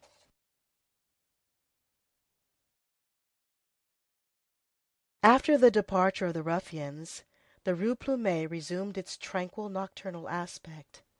That which had just taken place in this street would not have astonished a forest. The lofty trees, the copses, the heaths, the branches rudely interlaced, the tall grass exist in a sombre manner. The savage swarming there catches glimpses of sudden apparitions of the invisible. That which is below man distinguishes, through the mist, that which is beyond man. And the things of which we living beings are ignorant there meet face to face in the night. Nature, bristling and wild, takes alarm at certain approaches in which she fancies that she feels the supernatural. The forces of the gloom know each other and are strangely balanced by each other. Teeth and claws fear what they cannot grasp. Blood-drinking bestiality, voracious appetites, hunger in search of prey, the armed instincts of nails and jaws which have for source and aim the belly, glare and smell out uneasily the impassive spectral forms straying beneath the shroud, erect in its vague and shuddering robe, and which seem to them to live with the dead and terrible life. These brutalities, which are only matter, entertain a confused fear of having to deal with the immense obscurity condensed into an unknown being. A black figure, barring the way, stops the wild beast short. That which emerges from the cemetery intimidates and disconcerts that which emerges from the cave. The ferocious fear the sinister. Wolves recoil when they encounter a ghoul. End of chapter 5. Chapter 6. Marius becomes practical once more to the extent of giving Cosette his address. While this sort of a dog with a human face was mounting guard over the gate, and while the 6 ruffians were yielding to a girl, Marius was by Cosette's side.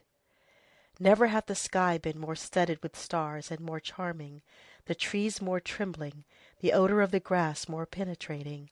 Never had the birds fallen asleep among the leaves with a sweeter noise. Never had all the harmonies of universal serenity responded more thoroughly to the inward music of love. Never had Marius been more captivated, more happy, more ecstatic. But he had found Cosette sad. Cosette had been weeping. Her eyes were red. This was the first cloud in that wonderful dream. Marius' first word had been, "What is the matter?" And she had replied, "This." Then she had seated herself on the bench near the steps, and while he tremblingly took his place beside her, she had continued, "My father told me this morning to hold myself in readiness, because he has business, and we may go away from here." Marius shivered from head to foot. When one is at the end of one's life, to die means to go away.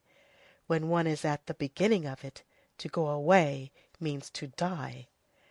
For the last 6 weeks, Marius had little by little, slowly by degrees, taken possession of Cosette each day. As we have already explained, in the case of first love, the soul is taken long before the body. Later on, one takes the body long before the soul. Sometimes one does not take the soul at all. The Faublas and the Prudhommes add, because there is none. But the sarcasm is, fortunately, a blasphemy. So Marius possessed Cosette, as spirits possess, but he enveloped her with all his soul, and seized her jealously with incredible conviction. He possessed her smile, her breath, her perfume, the profound radiance of her blue eyes, the sweetness of her skin when he touched her hand, the charming mark which she had on her neck, all her thoughts. Therefore, he possessed all Cosette's dreams. He incessantly gazed at, and he sometimes touched lightly with his breath the short locks on the nape of her neck, and he declared to himself that there was not one of those short hairs which did not belong to him, Marius. He gazed upon and adored the things that she wore, her knot of ribbon, her gloves, her sleeves, her shoes, her cuffs, as sacred objects of which he was the master. He dreamed that he was the lord of those pretty shell combs which she wore in her hair. And he even said to himself, in confused and suppressed stammerings of voluptuousness which did not make their way to the light, that there was not a ribbon of her gown, not a mesh in her stockings, not a fold in her bodice, which was not his. Beside Cosette, he felt himself beside his own property, his own thing, his own despot and his slave. It seemed as though they had so intermingled their souls that it would have been impossible to tell them apart had they wished to take them back again. "This is mine." "No, it is mine." "I assure you that you are mistaken. This is my property." "What you are taking as your own is myself." Marius was something that made a part of Cosette, and Cosette was something which made a part of Marius. Marius felt Cosette within him. To have Cosette, to possess Cosette, this to him was not to be distinguished from breathing.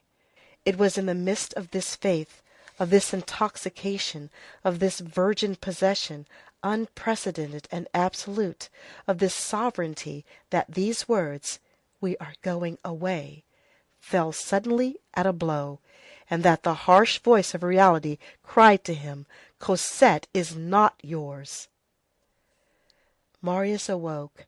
For 6 weeks Marius had been living as we have said, outside of life. Those words, going away, caused him to re-enter it harshly. He found not a word to say. Cosette merely felt that his hand was very cold. She said to him in her turn, "What is the matter?" He replied in so low a tone that Cosette hardly heard him. "I did not understand what you said." She began again. "This morning my father told me to settle all my little affairs and to hold myself in readiness, that he would give me his linen to put in a trunk, that he was obliged to go on a journey, that we were to go away, that it is necessary to have a large trunk for me and a small one for him, and that all is to be ready in a week from now, and that we might go to England." "But this is outrageous!" exclaimed Marius.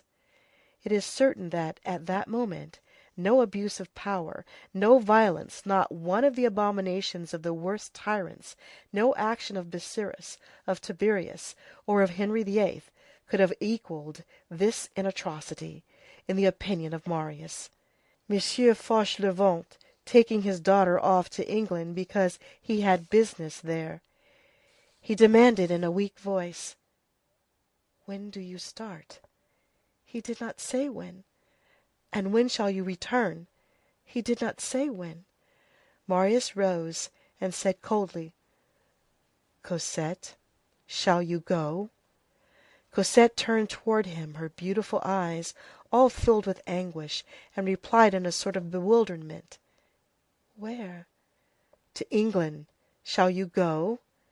"Why do you say you to me? I ask you whether you will go." "What do you expect me to do?" she said, clasping her hands.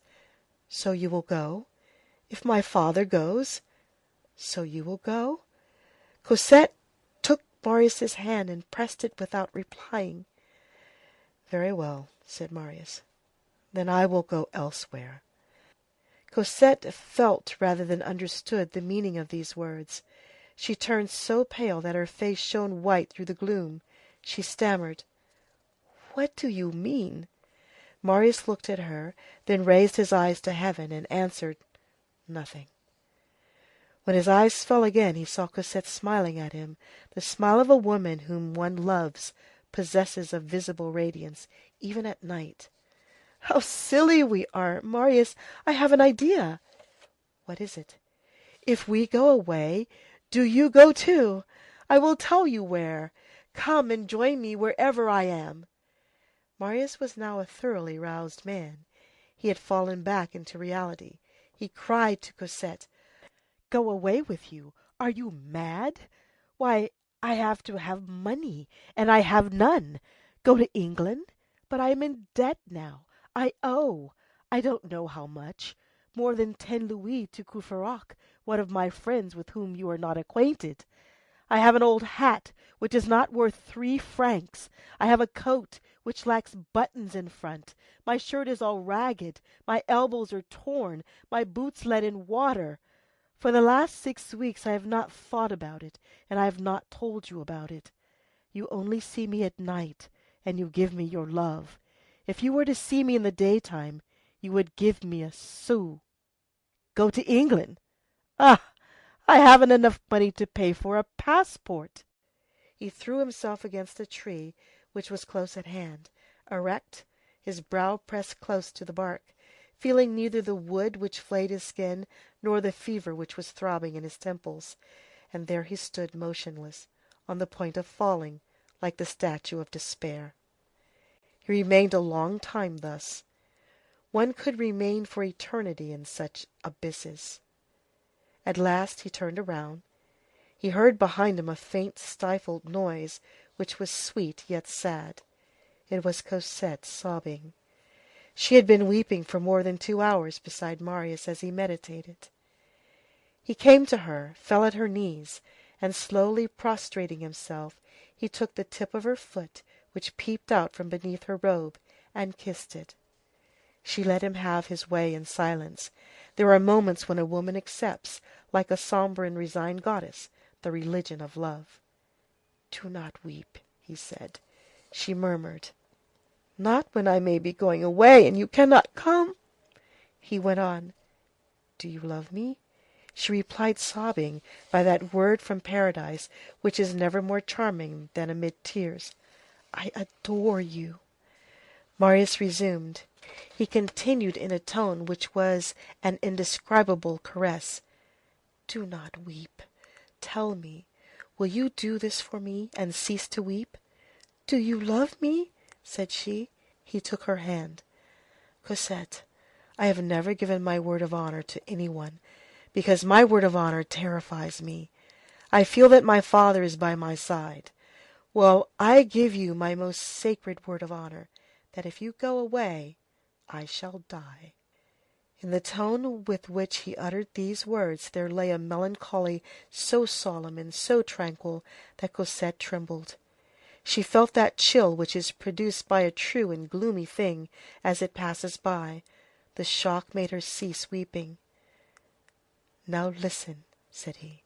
Do not expect me tomorrow. Why? Do not expect me until the day after tomorrow. Oh, why? You will see. A day without seeing you? But that is impossible. Let us sacrifice one day in order to gain our whole lives, perhaps. And Marius added in a low tone and in an aside, he is a man who never changes his habits, and he has never received any one except in the evening.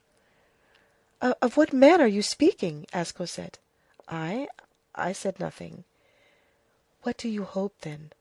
Wait until the day after tomorrow. You wish it? Yes, Cosette. She took his hand in both her hands, raising herself on tiptoe in order to be on a level with him, and tried to read his hope in his eyes. Marius resumed. Now that I think of it, you ought to know my address. Something might happen. One never knows. I live with that friend named Courfeyrac, Rue de la Verrerie, number 16. He searched in his pocket, pulled out his penknife, and with the blade he wrote on the plaster of the wall, 16 Rue de la Verrerie. In the meantime, Cosette had begun to gaze into his eyes once more. Tell me your thought, Marius. You have some idea. Tell it to me. Oh, tell me, so I may pass a pleasant night. This is my idea, that it is impossible that God should mean to part us. Wait. Expect me the day after tomorrow. What shall I do until then? Said Cosette. You are outside. You go and come. How happy men are. I shall remain entirely alone. Oh, how sad I shall be. What is it that you are going to do tomorrow evening? Tell me. I am going to try something. Then I will pray to God, and I will think of you here, so that you may be successful. I will question you no further, since you do not wish it. You are my master. I shall pass the evening tomorrow in singing that music from Euryanthe that you love, and that you came one evening to listen to outside my shutters. But day after tomorrow you will come early. I shall expect you at dusk, at 9 o'clock precisely. I warn you, mon Dieu, how sad it is that these days are so long. On the stroke of 9, do you understand? I shall be in the garden. And I also. And without having uttered it, moved by the same thought, impelled by those electric currents which place lovers in continual communication, both being intoxicated with delight even in their sorrow, they fell into each other's arms, without perceiving that their lips met, while their uplifted eyes, overflowing with rapture and full of tears, gazed upon the stars. When Marius went forth, the street was deserted. This was the moment when Éponine was following the ruffians to the boulevard. While Marius had been dreaming with his head pressed to the tree, an idea had crossed his mind, an idea, alas! that he himself judged to be senseless and impossible. He had come to a desperate decision. End of Book 8, Chapters 5 and 6.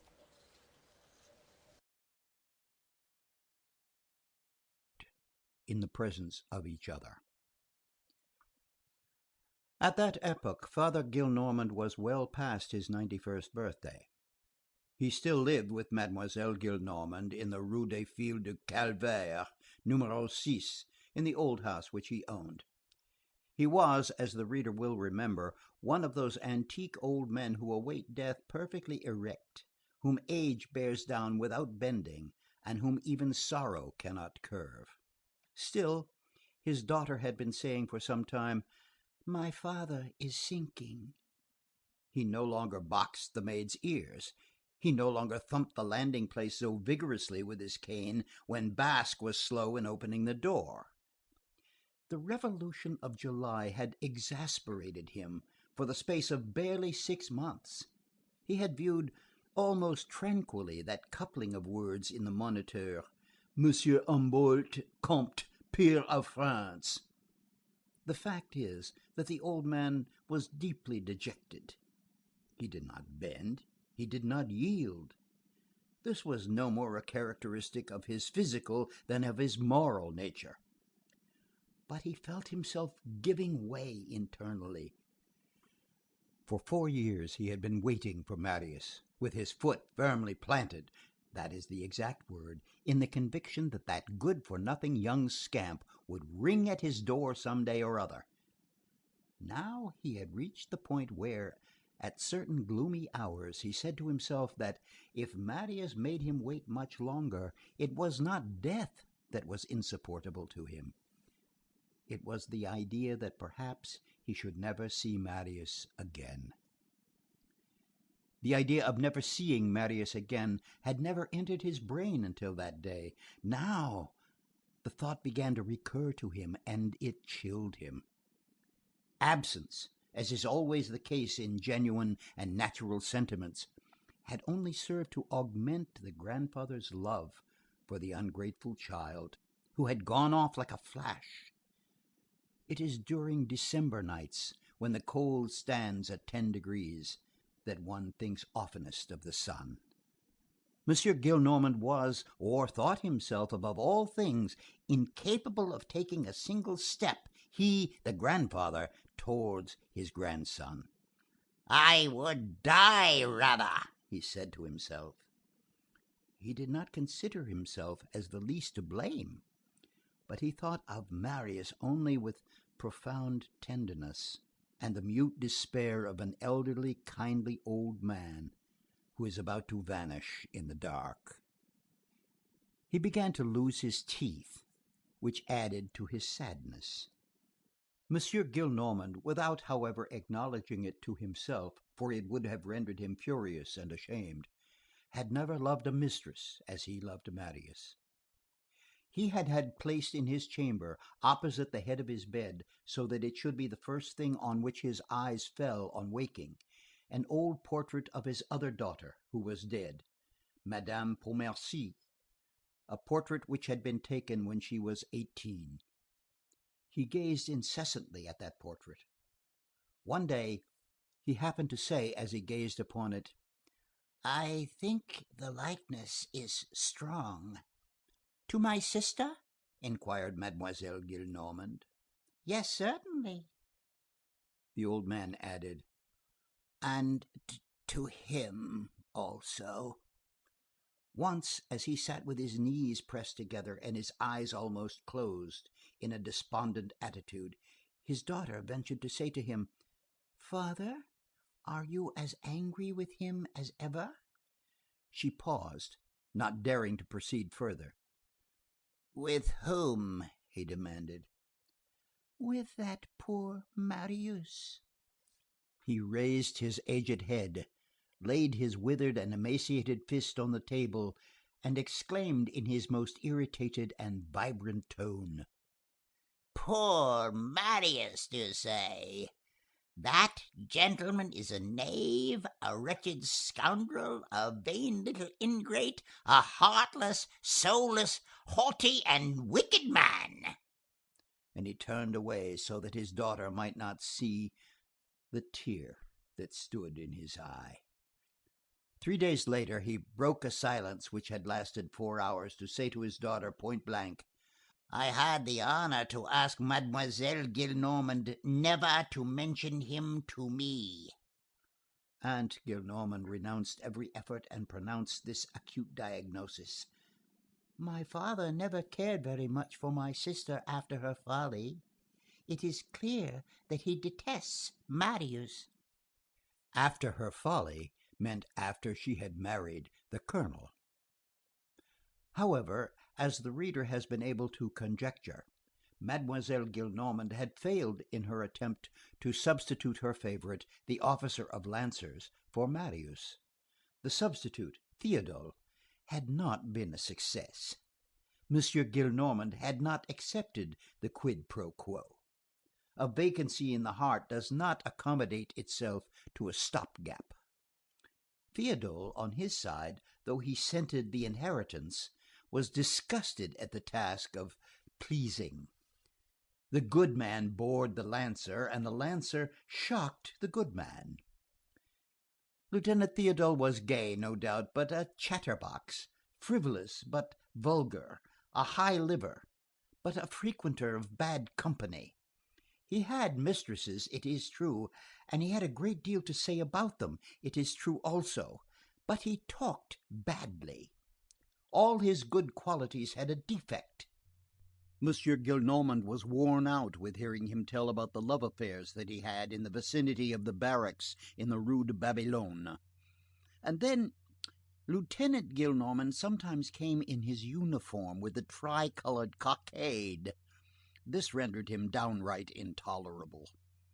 Finally, Father Gillenormand had said to his daughter, "I've had enough of that Théodule. I haven't much taste for warriors in time of peace. Receive him if you choose. I don't know, but I prefer slashers to fellows that drag their swords. The clash of blades in battle is less dismal, after all, than the clank of the scabbard on the pavement. And then throwing out your chest like a bully and lacing yourself like a girl with stays under your cuirass is doubly ridiculous. When one is a veritable man, one holds equally aloof from swagger and from affected airs. He is neither a blusterer nor a finicky-hearted man. Keep your Théodule for yourself." It was in vain that his daughter said to him, "But he is your grandnephew, nevertheless." It turned out that Monsieur Gillenormand, who was a grandfather to the very fingertips, was not in the least a grand uncle. In fact, as he had good sense, and as he had compared the two, Théodule had only served to make him regret Marius all the more. One evening, it was the 24th of June, which did not prevent Father Gillenormand having a rousing fire on the hearth, he had dismissed his daughter, who was sewing in a neighboring apartment. He was alone in his chamber amidst its pastoral scenes, with his feet propped on the andirons, half enveloped in his huge screen of Coromandel lacquer with its 9 leaves, with his elbow resting on a table where burned 2 candles under a green shade, engulfed in his tapestry armchair, and in his hand a book which he was not reading. He was dressed according to his wont like an incroyable, and resembled an antique portrait by Garat. This would have made people run after him in the street had not his daughter covered him up whenever he went out in a vast bishop's wadded cloak, which concealed his attire. At home he never wore a dressing gown, except when he rose and retired. "It gives one a look of age," said he. Father Gillenormand was thinking of Marius lovingly and bitterly, and, as usual, bitterness predominated. His tenderness, once soured, always ended by boiling and turning to indignation. He had reached the point where a man tries to make up his mind and to accept that which rends his heart. He was explaining to himself that there was no longer any reason why Marius should return, that if he intended to return, he should have done it long ago, that he must renounce the idea. He was trying to accustom himself to the thought that all was over, that he should die without having beheld that gentleman again. But his whole nature revolted. His aged paternity would not consent to this. "Well," said he, this was his doleful refrain, "he will not return." His bald head had fallen upon his breast, and he fixed a melancholy and irritated gaze upon the ashes on his hearth. In the very midst of his reverie, his old servant Basque entered and inquired, "Can monsieur receive Monsieur Marius?" The old man sat up, erect, pallid, and like a corpse which rises under the influence of a galvanic shock. All his blood had retreated to his heart. He stammered, "Monsieur Marius, what?" "I don't know," replied Basque, intimidated and put out of countenance by his master's air. "I have not seen him. Nicolette came in and said to me, 'There's a young man here, say that it is Monsieur Marius.'" Father Gillenormand stammered in a low voice, "Show him in." And he remained in the same attitude, with shaking head and his eyes fixed on the door. It opened once more. A young man entered. It was Marius. Marius halted at the door, as though waiting to be bidden to enter. His almost squalid attire was not perceptible in the obscurity caused by the shade. Nothing could be seen but his calm, grave, and strangely sad face. It was several minutes before Father Gillenormand, dulled with amazement and joy, could see anything except a brightness, as when one is in the presence of an apparition. He was on the point of swooning. He saw Marius through a dazzling light. It was certainly he. It certainly was Marius. At last, after the lapse of 4 years, he grasped him entire, so to speak, in a single glance. He found him noble, handsome, distinguished, well grown, a complete man, with a suitable mien and a charming air. He felt a desire to open his arms, to call him, to fling himself forward. His heart melted with rapture. Affectionate words swelled and overflowed his breast. At length all his tenderness came to the light and reached his lips, and by a contrast which constituted the very foundation of his nature, what came forth was harshness. He said abruptly: "What have you come here for?" Marius replied with embarrassment: "Monsieur." Monsieur Gillenormand would have liked to have Marius throw himself into his arms. He was displeased with Marius and with himself. He was conscious that he was brusque, and that Marius was cold. It caused the good man unendurable and irritating anxiety to feel so tender and forlorn within, and only to be able to be hard outside. Bitterness returned. He interrupted Marius in a peevish tone. "Then why did you come?" That "then" signified, "if you do not come to embrace me."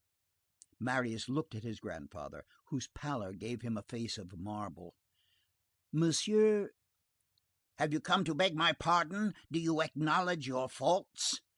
He thought he was putting Marius on the right road, and that the child would yield. Marius shivered.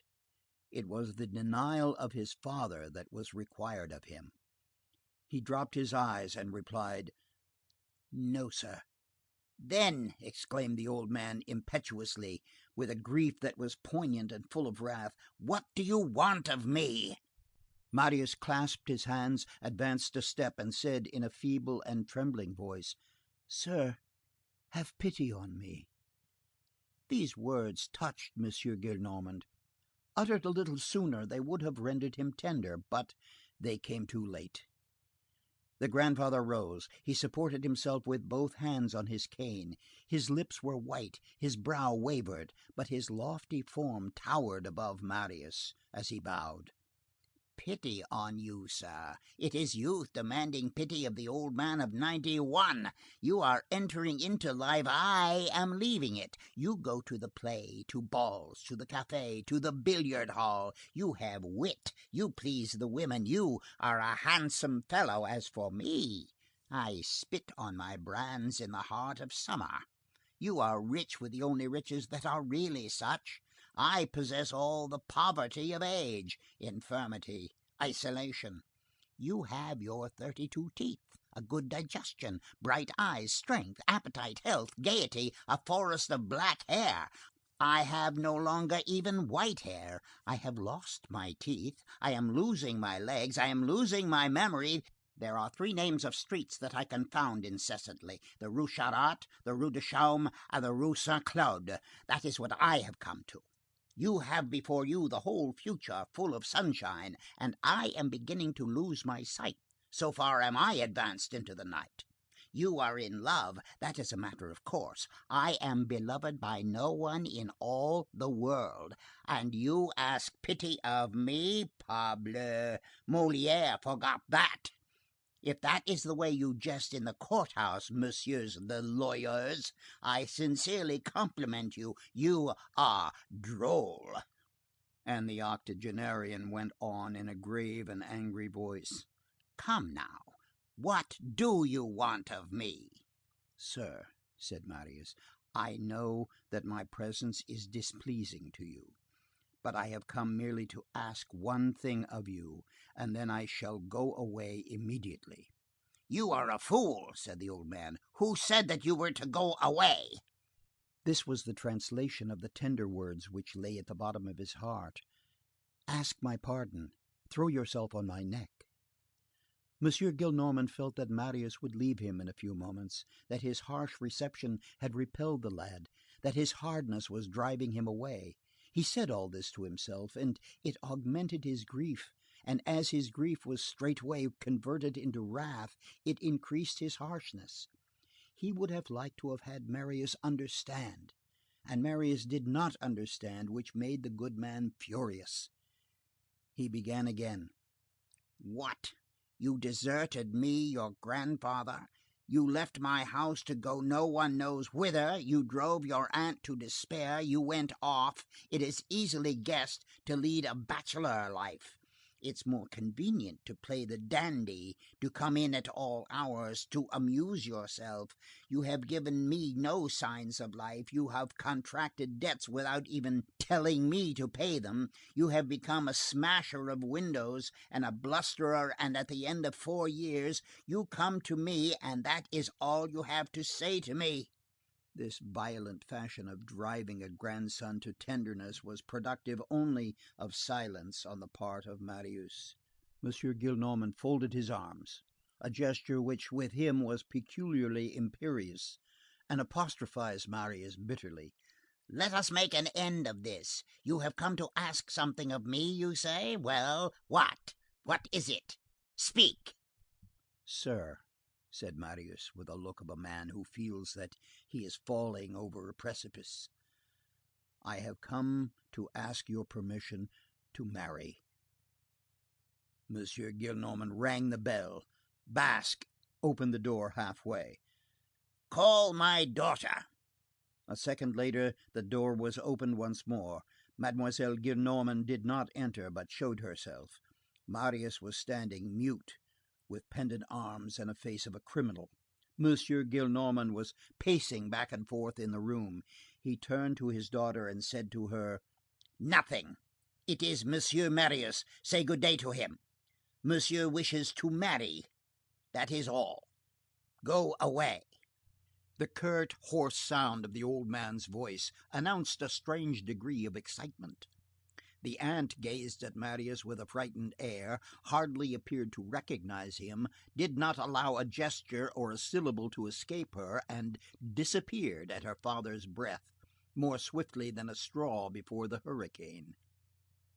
In the meantime, Father Gillenormand had returned and placed his back against the chimney-piece once more. "You marry at 21? You have arranged that? You have only a permission to ask, a formality. Sit down, sir. Well, you have had a revolution since I had the honor to see you last. The Jacobins got the upper hand. You must have been delighted. Are you not a republican since you are a baron? You can make that agree. The Republic makes a good sauce for the barony. Are you one of those decorated by July? Have you taken the Louvre at all, sir? Quite near here, in the Rue Saint-Antoine, opposite the Rue des Normandières, there is a cannonball encrusted in the wall of the third story of a house, with this inscription, July 28th, 1830. Go, take a look at that. It produces a good effect. Ah, those friends of yours do pretty things. By the way, aren't they erecting a fountain in the place of the monument of Monsieur le Duc de Berry? So, you want to marry. Whom? Can one inquire without indiscretion? He paused, and before Marius had time to answer, he added violently, "Come now! You have a profession, a fortune made? How much do you earn at your trade of lawyer?" "Nothing," said Marius, with a sort of firmness and resolution that was almost fierce. "Nothing? Then all you have to live upon is the 1,200 livres that I allow you?" Marius did not reply. Monsieur Gillenormand continued. "Then I understand the girl is rich?" "As rich as I am." "What? No dowry?" "No." "Expectations?" "I think not." "Utterly naked. What's the father?" "I don't know." "And what's her name?" "Mademoiselle Fauchelevent." "Fauche what?" "Fauchelevent." "Pft!" ejaculated the old gentleman. "Sir!" exclaimed Marius. Monsieur Gillenormand interrupted him with the tone of a man who is speaking to himself. "That's right, 21 years, no profession, 1,200 livres a year. Madame la Baronne de Pontmercy will go and purchase a couple of sous' worth of parsley from the fruitière." "Sir," repeated Marius, in the despair of the last hope, which was vanishing, "I entreat you, I conjure you in the name of heaven, with clasped hands, sir, I throw myself at your feet, permit me to marry her." The old man burst into a shout of strident and mournful laughter, coughing and laughing at the same time. You said to yourself, "Pardine, I'll go hunt up that old blockhead, that absurd numbskull. What a shame that I'm not 25, how I'd treat him to a nice, respectful summons. How nicely I'd get along without him. It's nothing to me. I'd say to him, 'You're only too happy to see me, you old idiot. I want to marry. I desire to wed Mademoiselle no matter whom, daughter of Monsieur no matter what. I have no shoes, she has no chemise. That just suits. I want to throw my career, my future, my youth, my life to the dogs. I wish to take a plunge into wretchedness with a woman around my neck. That's an idea, and you must consent to it.' And the old fossil will consent. Go, my lad, do as you like. Attach your paving stone. Marry your Pousselivant, your Coupelivant. Never, sir, never." "Father!" "Never." At the tone in which that never was uttered, Marius lost all hope. He traversed the chamber with slow steps, with bowed head, tottering and more like a dying man than like one merely taking his departure. Monsieur Gillenormand followed him with his eyes, and at the moment when the door opened and Marius was on the point of going out, he advanced 4 paces with the senile vivacity of impetuous and spoiled old gentlemen, seized Marius by the collar, brought him back energetically into the room, flung him into an armchair, and said to him, "Tell me all about it." It was that single word, "father," which had effected this revolution. Marius stared at him in bewilderment. Monsieur Gillenormand's mobile face was no longer expressive of anything but rough and ineffable good nature. The grandsire had given way before the grandfather. "Come, see here, speak. Tell me about your love affairs. Jabber, tell me everything. Sapristi, how stupid young folks are." "Father," repeated Marius. The old man's entire countenance lighted up with indescribable radiance. "Yes, that's right. Call me father, and you'll see." There was now something so kind, so gentle, so open-hearted, and so paternal in this brusqueness, that Marius, in the sudden transition from discouragement to hope, was stunned and intoxicated by it, as it were. He was seated near the table.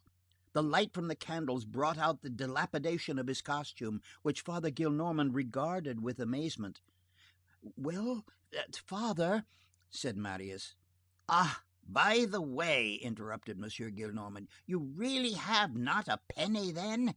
You are dressed like a pickpocket." He rummaged in a drawer, drew forth a purse, which he laid on the table. "Here are 100 louis. Buy yourself a hat." "Father," pursued Marius, "my good father, if you only knew, I love her. You cannot imagine it. The first time I saw her was at the Luxembourg. She came there. In the beginning I did not pay much heed to her, and then, I don't know how it came about, I fell in love with her. Oh, how unhappy that made me! Now, at last, I see her every day, at her own home. Her father does not know it. Just fancy, they are going away. It is in the garden that we meet, in the evening. Her father means to take her to England. Then I said to myself, I'll go and see my grandfather and tell him all about the affair. I should go mad first, I should die, I should fall ill, I should throw myself into the water. I absolutely must marry her, since I should go mad otherwise. This is the whole truth, and I do not think that I have omitted anything. She lives in a garden with an iron fence in the Rue Plumet. It is in the neighborhood of the Invalides." Father Gillenormand had seated himself with a beaming countenance beside Marius. As he listened to him and drank in the sound of his voice, he enjoyed at the same time a protracted pinch of snuff. At the words Rue Plumet, he interrupted his inhalation and allowed the remainder of his snuff to fall upon his knees. The Rue Plumet, did you say? Let us see. Are there not barracks in that vicinity? But why, yes, that's it. Your cousin, Théodule, has spoken to me about it. The lancer, the officer, a gay girl, my good friend, a gay girl. Pardieu, yes, the Rue Plumet. It is what used to be called the Rue Plamet. It all comes back to me now. I have heard of that little girl, of the iron railing in the Rue Plumet, in a garden. Pamela, your taste is not bad. She is said to be a very tidy creature. Between ourselves, I think that simpleton of a lancer has been courting her a bit. I don't know where he did it. However, that's not to the purpose. Besides, he is not to be believed. He brags, Marius. I think it quite proper that a young man like you should be in love. It's the right thing at your age. I like you better as a lover than a Jacobin. I like you better in love with a petticoat, sapristi, with 20 petticoats, than with Monsieur de Robespierre. For my part, I will do myself the justice to say that in the line of sans-culottes, I have never loved any one but women. Pretty girls are pretty girls, the deuce. There's no objection to that. As for the little one, she receives you without her father's knowledge. Well, that's in the established order of things. I have had adventures of that same sort myself, more than one. Do you know what is done then? One does not take the matter ferociously. One does not precipitate himself into the tragic. One does not make one's mind to marriage and Monsieur le Maire with his scarf. One simply behaves like a fellow of spirit. One shows good sense. Slip along, mortals. Don't marry. You come and look up your grandfather, who is a good-natured fellow at bottom, and who always has a few rolls of louis in an old drawer, you say to him, 'See here, grandfather,' and the grandfather says, 'That's a simple matter. Youth must amuse itself, and old age must wear out. I have been young, you will be old. Come, my boy, you shall pass it on to your grandson. Here are 200 pistoles. Amuse yourself. Deuce take it, nothing better. That's the way the affair should be treated. You don't marry, but that does no harm. You understand me?' Marius, petrified and incapable of uttering a syllable, made a sign with his head that he did not. The old man burst out laughing, winked his aged eye, gave him a slap on the knee, stared him full in the face with a mysterious and beaming air, and said to him, with the tenderest of shrugs of the shoulder, 'Ah, booby! Make her your mistress.' Marius turned pale.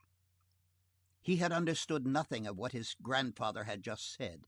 This twaddle about the Rue Plumet, Pamela, the barracks, the lancer, had passed before Marius like a dissolving view. Nothing of all that could bear any reference to Cosette, who was a lily. The good man was wandering in his mind, but this wandering terminated in words which Marius did understand, and which were a mortal insult to Cosette. Those words, 'Make her your mistress,' entered the heart of the strict young man like a sword. He rose, picked up his hat, which lay on the floor, and walked to the door with a firm, assured step. There he turned round, bowed deeply to his grandfather, raised his head erect again, and said, 5 years ago you insulted my father. Today you have insulted my wife. I ask nothing more of you, sir. Farewell.' Father Gillenormand, utterly confounded, opened his mouth, extended his arms, tried to rise, and before he could utter a word, the door closed once more, and Marius had disappeared. The old man remained for several minutes motionless, and as though struck by lightning, without the power to speak or breathe, as though a clenched fist grasped his throat. At last he tore himself from his armchair, ran, so far as a man can run at 91, to the door, opened it, and cried, 'Help! Help!'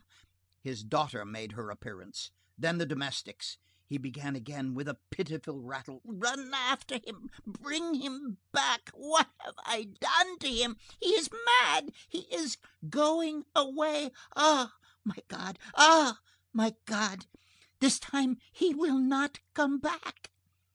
He went to the window which looked out on the street, threw it open with his aged and palsied hands, leaned out more than halfway, while Basque and Nicolette held him behind and shouted, 'Marius! Marius! Marius! Marius!' But Marius could no longer hear him, for at that moment he was turning the corner of the Rue Saint Louis. The octogenarian raised his hands to his temples 2 or 3 times with an expression of anguish, recoiled tottering, and fell back into the armchair, pulseless, voiceless, tearless, with quivering head and lips which moved with a stupid air, with nothing in his eyes and nothing any longer in his heart except a gloomy and profound something which resembled night. End of Book 8, Chapter 7.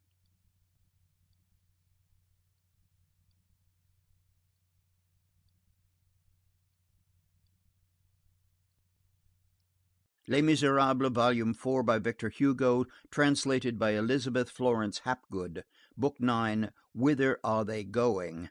Chapters 1 to 3. Chapter 1. Jean Valjean. That same day, towards 4 o'clock in the afternoon, Jean Valjean was sitting alone on the back side of one of the most solitary slopes in the Champ de Mars.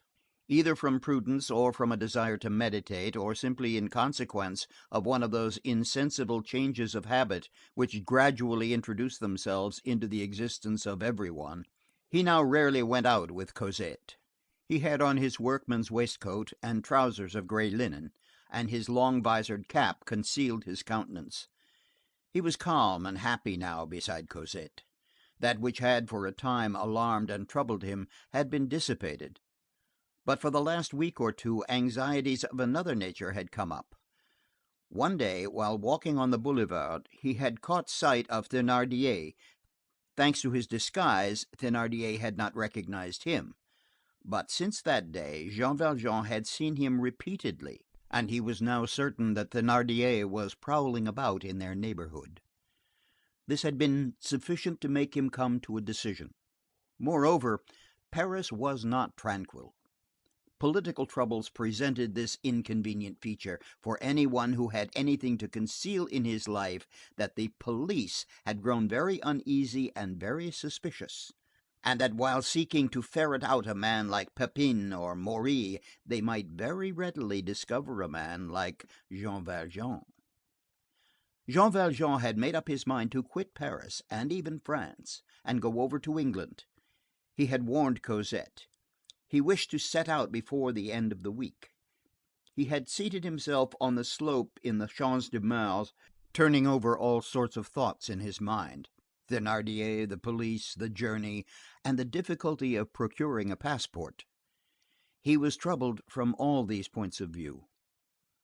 Last of all, an inexplicable circumstance, which had just attracted his attention and from which he had not yet recovered, had added to his state of alarm. On the morning of that very day, when he alone of the household was stirring, while strolling in the garden before Cosette's shutters were open, he had suddenly perceived on the wall the following line engraved, probably with a nail: 16 Rue de la Verrerie. This was perfectly fresh. The grooves in the ancient black mortar were white. A tuft of nettles at the foot of the wall was powdered with a fine, fresh plaster. This had probably been written on the preceding night. What was this? A signal for others, a warning for himself? In any case, it was evident that the garden had been violated and that strangers had made their way into it. He recalled the odd incidents which had already alarmed the household. His mind was now filled with this canvas. He took good care not to speak to Cosette of the line written on the wall, for fear of alarming her. In the midst of his preoccupations, he perceived from a shadow cast by the sun that someone had halted on the crest of the slope immediately behind him. He was on the point of turning round when a paper folded in four fell upon his knees as though a hand had dropped it over his head. He took the paper, unfolded it, and read these words written in large characters with a pencil: "Move away from your house." Jean Valjean sprang hastily to his feet. There was no one on the slope. He gazed all around him and perceived a creature larger than a child, not so large as a man, clad in a gray blouse and trousers of dust-colored cotton velvet, who was jumping over the parapet and who slipped into the moat of the Champs de Mars. Jean Valjean returned home at once in a very thoughtful mood. Chapter 2. Marius. Marius had left M. Gillenormand in despair. He had entered the house with very little hope, and quitted it with immense despair.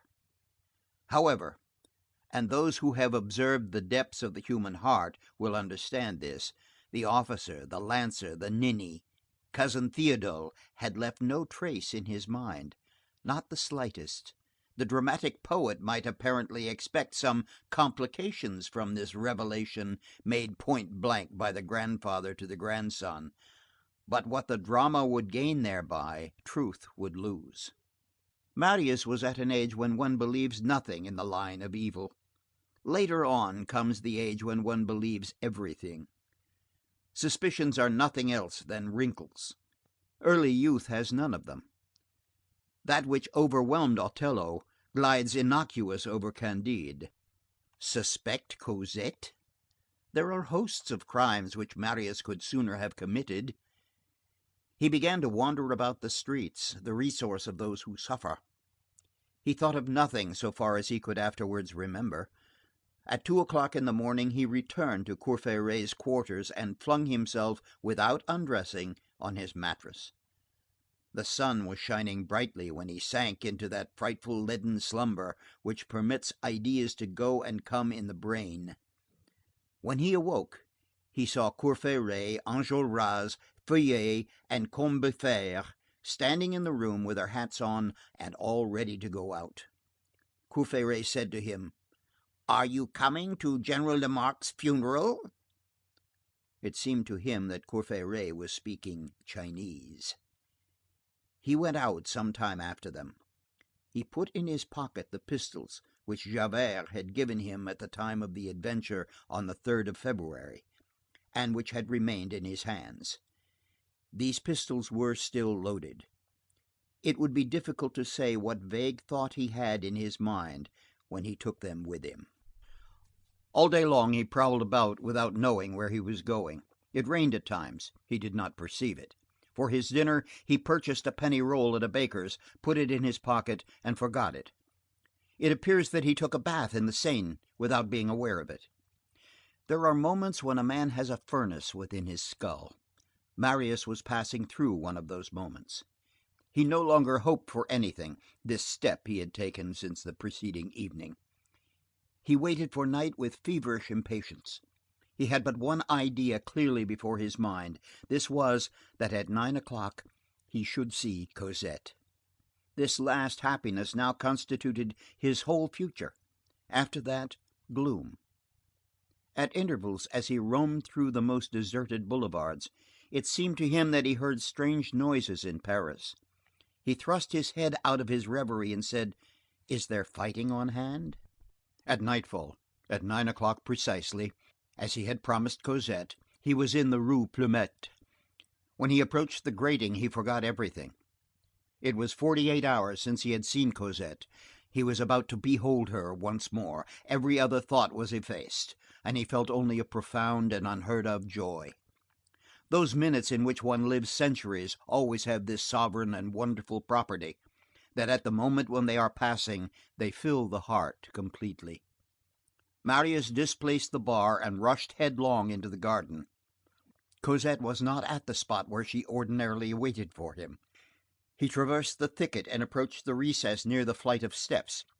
"She is waiting for me there," said he. Cosette was not there. He raised his eyes and saw that the shutters of the house were closed. He made the tour of the garden. The garden was deserted. Then he returned to the house and rendered senseless by love, intoxicated, terrified, exasperated with grief and uneasiness, like a master who returns home at an evil hour, he tapped on the shutters. He knocked and knocked again, at the risk of seeing the window open and her father's gloomy face make its appearance and demand: "What do you want?" This was nothing in comparison with what he dimly caught a glimpse of. When he had rapped, he lifted up his voice and called: "Cosette! Cosette!" he cried. "Cosette!" he repeated imperiously. There was no reply. All was over. No one in the garden, no one in the house. Marius fixed his despairing eyes on that dismal house, which was as black and silent as a tomb, and far more empty. He gazed at the stone seat on which he had passed so many adorable hours with Cosette. Then he seated himself on the flight of steps, his heart filled with sweetness and resolution. He blessed his love in the depths of his thought, and he said to himself that, since Cosette was gone, all that there was left for him was to die. All at once he heard a voice which seemed to proceed from the street, and which was calling to him through the trees. "Mr. Marius!" He started to his feet. "Hey?" said he. "Mr. Marius, are you there?" "Yes." "Mr. Marius," went on the voice, "your friends are waiting for you at the barricade of the Rue de la Chanvrerie." This voice was not wholly unfamiliar to him. It resembled the hoarse, rough voice of Éponine. Marius hastened to the gate, thrust aside the movable bar, passed his head through the aperture, and saw some one who appeared to him to be a young man, disappearing at the run into the gloom.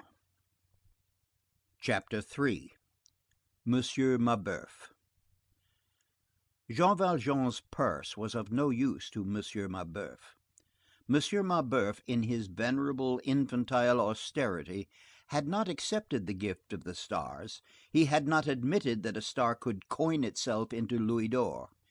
He had not divined that what had fallen from heaven had come from Gavroche. He had taken the purse to the police commissioner of the quartier, as a lost article placed by the finder at the disposal of claimants. The purse was actually lost. It is unnecessary to say that no one claimed it, and that it did not succor Monsieur Mabeuf.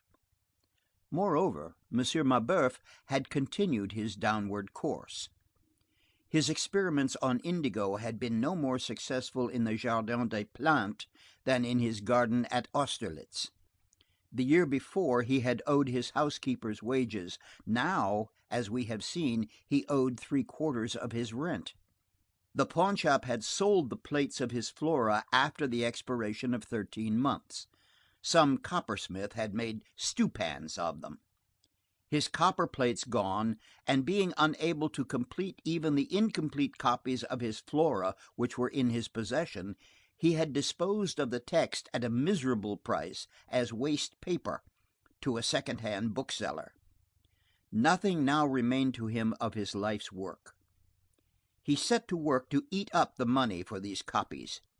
When he saw that this wretched resource was becoming exhausted, he gave up his garden and allowed it to run to waste. Before this, a long time before, he had given up his 2 eggs and the morsel of beef which he ate from time to time. He dined on bread and potatoes. He had sold the last of his furniture, then all duplicates of his bedding, his clothing, and his blankets, then his herbariums and prints, but he still retained his most precious books, many of which were of the greatest rarity.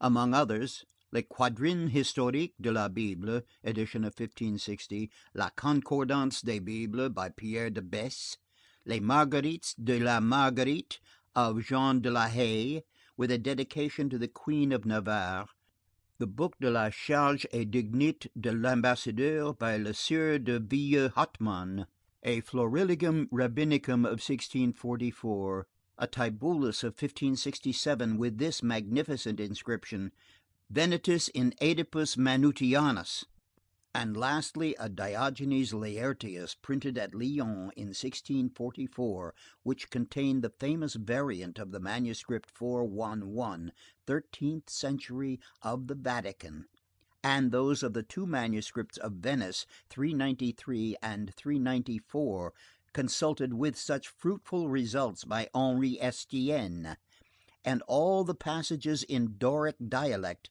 which are only found in the celebrated manuscript of the 12th century belonging to the Naples library.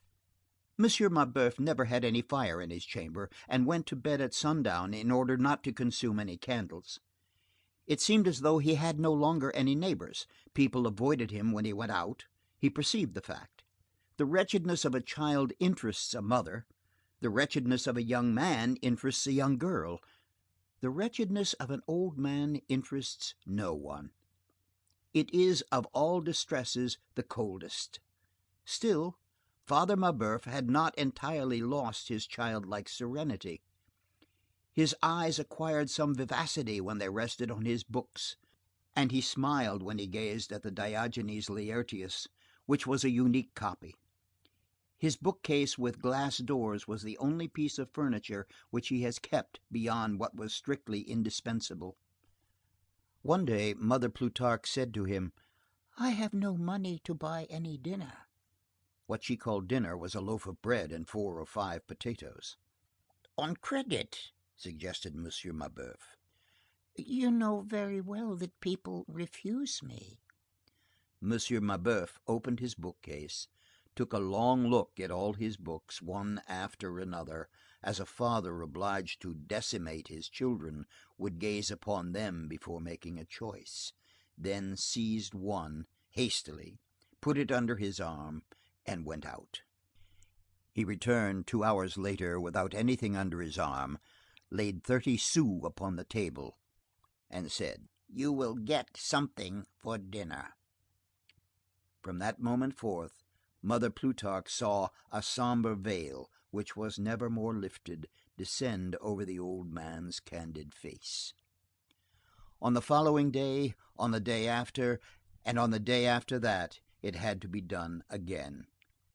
Monsieur Mabeuf went out with a book and returned with a coin. As the second-hand dealers perceived that he was forced to sell, they purchased of him for 20 sous that for which he had paid 20 francs, sometimes at those very shops. Volume by volume, the whole library went the same road. He said at times, "But I am 80," as though he cherished some secret hope that he should arrive at the end of his days before reaching the end of his books. His melancholy increased. Once, however, he had a pleasure. He had gone out with a Robert Estienne, which he had sold for 35 sous under the Quai Malaquais, and he returned with an Aldus, which he had bought for 40 sous in the Rue des Gris. "I owe 5 sous," he said, beaming on Mother Plutarque. That day he had no dinner. He belonged to the Horticultural Society. His destitution became known there. The president of the society came to see him, promised to speak to the Minister of Agriculture and Commerce about him, and did so. "Why, what!" exclaimed the minister. "I should think so! An old savant, a botanist, an inoffensive man! Something must be done for him." On the following day, Monsieur Mabeuf received an invitation to dine with the minister. Trembling with joy, he showed the letter to Mother Plutarque. "We are saved," said he. On the day appointed, he went to the minister's house. He perceived that his ragged cravat, his long square coat, and his waxed shoes astonished the ushers. No one spoke to him, not even the minister. About 10 o'clock in the evening, while he was still waiting for a word, he heard the minister's wife, a beautiful woman in a low-necked gown, whom he had not ventured to approach, inquire, "Who is that old gentleman?"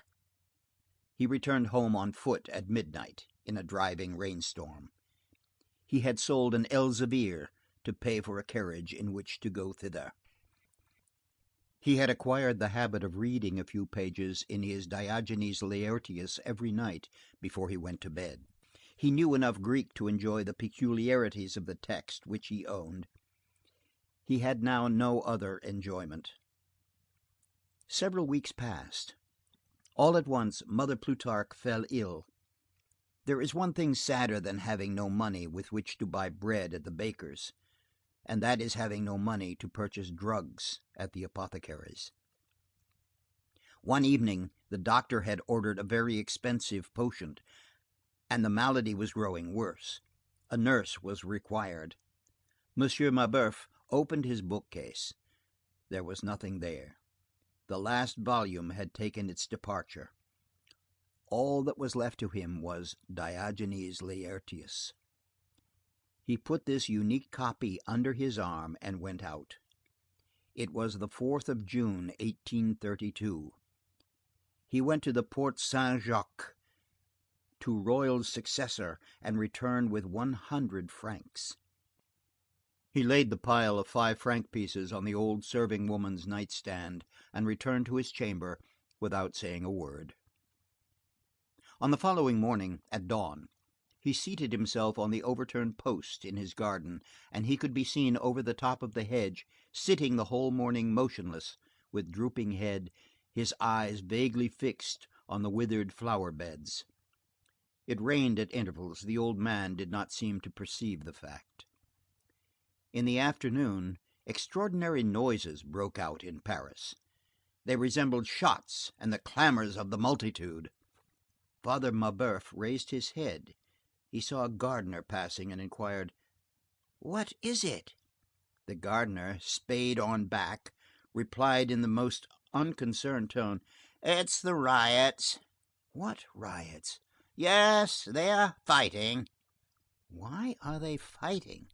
"Ah, good heavens!" ejaculated the gardener. "In what direction?" went on Monsieur Mabeuf. "In the neighborhood of the arsenal." Father Mabeuf went to his room, took his hat mechanically, sought for a book to place under his arm, found none, said, "Ah, truly," and went off with a bewildered air. End of Book 9, chapters 1 to 3. The surface of the question. Of what is revolt composed? Of nothing and of everything. Of an electricity disengaged little by little, of a flame suddenly darting forth, of a wandering force, of a passing breath. This breath encounters heads which speak, brains which dream, souls which suffer, passions which burn, wretchedness which howls, and bears them away. Whither? At random.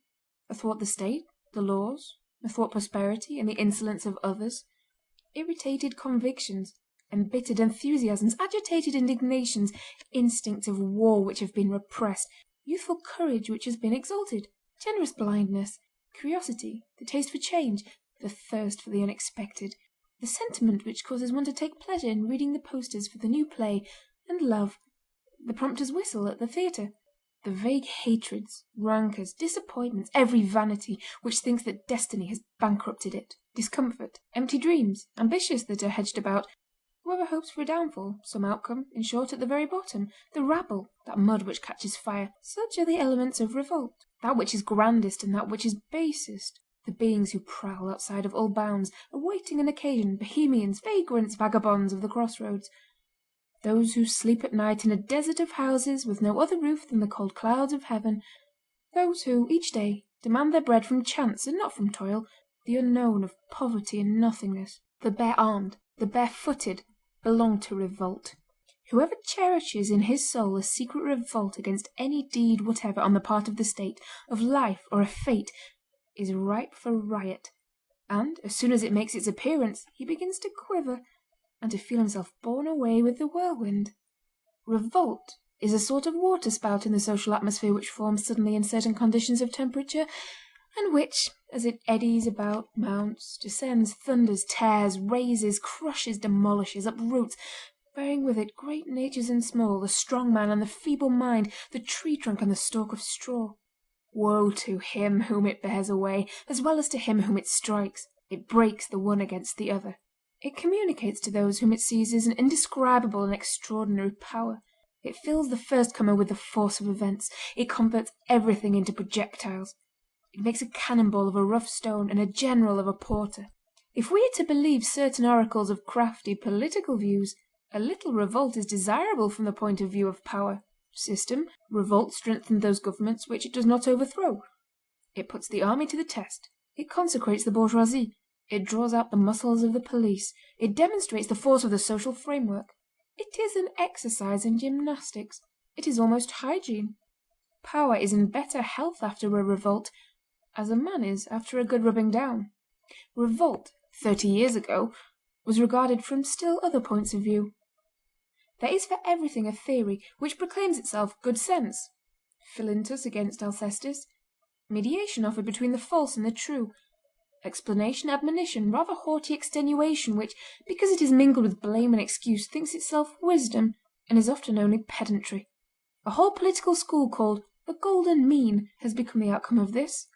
As between cold water and hot water, it is the lukewarm water party. This school with its false depth, all on the surface, which dissects effects without going back to first causes, chides from its height of a demi-science the agitation of the public square. If we listen to this school, the riots which complicated the affair of 1830 deprived that great event of a portion of its purity. The Revolution of July had been a fine popular gale, abruptly followed by blue sky. They made the cloudy sky reappear. They caused that revolution, at first so remarkable for its unanimity, to degenerate into a quarrel. In the Revolution of July, as in all progress accomplished by fits and starts, there had been secret fractures. These riots rendered them perceptible. It might have been said, this is broken. After the Revolution of July, one was sensible only of deliverance. After the riots, one was conscious of a catastrophe. All revolt closes the shops, depresses the funds, throws the exchange into consternation, suspends commerce, clogs business, precipitates failures. No more money, private fortunes rendered uneasy, public credit shaken, industry disconcerted, capital withdrawing, work at a discount, fear everywhere, counter-shocks in every town, hence gulfs. It has been calculated that the first day of a riot cost France 20 millions, the second day 40, the third 60. A 3 days uprising cost 120 millions. That is to say, if only the financial result be taken into consideration, it is equivalent to a disaster, a shipwreck or a lost battle which should annihilate a fleet of 60 ships of the line. No doubt, historically, uprisings have their beauty. The War of the Pavements is no less grandiose and no less pathetic than the War of Thickets. In the one there is the soul of forests, in the other the heart of cities. The one has Jean Chouin, the other has a Jeanne. Revolts have illuminated with a red glare all the most original points of the Parisian character: generosity, devotion, stormy gaiety, students proving that bravery forms part of intelligence, the National Guard invincible, bivouacs of shopkeepers, fortresses of street urchins, contempt of death on the part of passers-by. Schools and legions clashed together. After all, between the combatants there was only a difference of age. The race is the same. It is the same stoical men who died at the age of 20 for their ideas, at 40 for their families. The army, always a sad thing in civil wars, opposed prudence to audacity. Uprisings, while proving popular intrepidity, also educated the courage of the bourgeois. This is well, but is all this worth the bloodshed? And to the bloodshed add the future darkness, progress compromised, uneasiness among the best men, honest liberals in despair, foreign absolutism happy in these wounds dealt to revolution by its own hand, the vanquished of 1830 triumphing and saying, "We told you so." Add Paris enlarged, possibly, but France most assuredly diminished. Add, for all must needs be told, the massacres which have too often dishonoured the victory of order grown ferocious over liberty gone mad. To sum up all, uprisings have been disastrous. Thus speaks that approximation to wisdom with which the bourgeoisie, that approximation to the people, so willingly contents itself. For our part, we reject this word uprisings as too large, and consequently as too convenient. We make a distinction between one popular movement and another popular movement. We do not inquire whether an uprising costs as much as a battle. Why a battle in the first place? Here the question of war comes up. Is war less of a scourge than an uprising is of a calamity? And then, are all uprisings calamities? And what if the revolt of July did cost 120 millions? The establishment of Philip V in Spain cost France 2 milliards. Even at the same price, we should prefer the 14th of July. However, we reject these figures, which appear to be reasons and which are only words. An uprising being given, we examine it by itself. In all that is said by the doctrinarian objection above presented, there is no question of anything but effect. We seek the cause. We will be explicit. End of Book 10, Chapter 1. Recording by Kate Mackenzie. There is such a thing as an uprising, and there is such a thing as insurrection. These are two separate phases of wrath. One is in the wrong, the other is in the right. In democratic states, the only ones which are founded on justice, it sometimes happens that the fraction usurps. Then the whole rises, and the necessary claim of its rights may proceed as far as resort to arms. In all questions which result from collective sovereignty, the war of the whole against the fraction is insurrection. The attack of the fraction against the whole is revolt. According as the Tuileries contain a king or the Convention, they are justly or unjustly attacked. The same cannon, pointed against the populace, is wrong on the 10th of August and right on the 14th of Vendemiaire. Alike in appearance, fundamentally different in reality, the Swiss defend the false, Bonaparte defends the true. That which universal suffrage has effected in its liberty and in its sovereignty cannot be undone by the street. It is the same in things pertaining purely to civilization. The instinct of the masses, clear-sighted today, may be troubled tomorrow. The same fury legitimate when directed against Thérèse and absurd when directed against Turgot. The destruction of machines, the pillage of warehouses, the breaking of rails, the demolition of docks, the false roots of multitudes, the refusal by the people of justice to progress, Remus assassinated by students, Rousseau driven out of Switzerland and stoned, that is revolt. Israel against Moses, Athens against Phocion, Rome against Cicero, that is an uprising. Paris against the Bastille, that is insurrection. The soldiers against Alexander, the sailors against Christopher Columbus, this is the same revolt, impious revolt. Why? Because Alexander is doing for Asia with the sword that which Christopher Columbus is doing for America with the compass. Alexander, like Columbus, is finding a world. These gifts of a world to civilization are such augmentations of light that all resistance in that case is culpable. Sometimes the populace counterfeits fidelity to itself. The masses are traitors to the people. Is there, for example, anything stranger than that long and bloody protest of dealers in contraband salt, a legitimate chronic revolt, which at the decisive moment, on the day of salvation, at the very hour of popular victory, espouses the throne, turns into chouannerie, and, from having been an insurrection against, becomes an uprising for, somber masterpieces of ignorance. The contraband salt dealer escapes the royal gibbets, and with a rope's end round his neck mounts the white cockade. Death to the salt duties brings forth, "Long live the king!" The assassins of Saint Barthélemy, the cutthroats of September, the manslaughterers of Avignon, the assassins of Coligny, the assassins of Madame Lamballe, the assassins of Brune, Michelet, Verdetz, Cadenetz, the companions of Jehu, the chevaliers of Brossard, behold an uprising. La Vendée is a grand Catholic uprising. The sound of right in movement is recognizable. It does not always proceed from the trembling of excited masses. There are mad rages, there are cracked bells, all tocsins do not give out the sound of bronze. The brawl of passions and ignorances is quite another thing from the shock of progress. Show me in what direction you are going. Rise, if you will, but let it be that you may grow great. There is no insurrection except in a forward direction. Any other sort of rising is bad. Every violent step towards the rear is a revolt. To retreat is to commit a deed of violence against the human race. Insurrection is a fit of rage on the part of truth. The pavements which the uprising disturbs give forth the spark of right. These pavements bequeath to the uprising only their mud. Danton against Louis XIV is insurrection. Hébert against Danton is revolt. Hence it results that if insurrection in given cases may be, as Lafayette says, the most holy of duties, an uprising may be the most fatal of crimes. There is also a difference in the intensity of heat. Insurrection is often a volcano. Revolt is often only a fire of straw. Revolt, as we have said, is sometimes found among those in power. Polignac is a rioter. Camille Desmoulins is one of the governing powers. Insurrection is sometimes resurrection.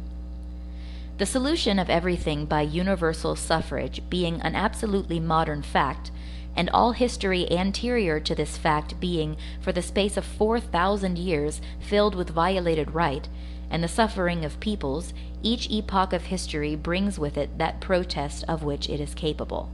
Under the Caesars there was no insurrection, but there was juvenile. The facit indignatio replaces the Gracchi. Under the Caesars there is the exile to Syene. There is also the man of the Annales. We do not speak of the immense exile of Patmos, who, on his part also, overwhelms the real world with a protest in the name of the ideal world, who makes of his vision an enormous satire and casts on Rome Nineveh, on Rome Babylon, on Rome Sodom, the flaming reflection of the apocalypse. John on his rock is the Sphinx on its pedestal. We may understand him, he is a Jew, and it is Hebrew, but the man who writes the Annales is of the Latin race. Let us rather say he is a Roman. As the Neros reign in a black way, they should be painted to match. The work of the graving tool alone would be too pale. There must be poured into the channel a concentrated prose which bites. Despots count for something in the question of philosophers. A word that is chained is a terrible word. The writer doubles and trebles his style when silence is imposed on a nation by its master. From this silence there arises a certain mysterious plenitude which filters into thought and there congeals into bronze. The compression of history produces conciseness in the historian. The granite solidity of such and such a celebrated prose is nothing but the accumulation effected by the tyrant. Tyranny constrains the writer to conditions of diameter which are augmentations of force.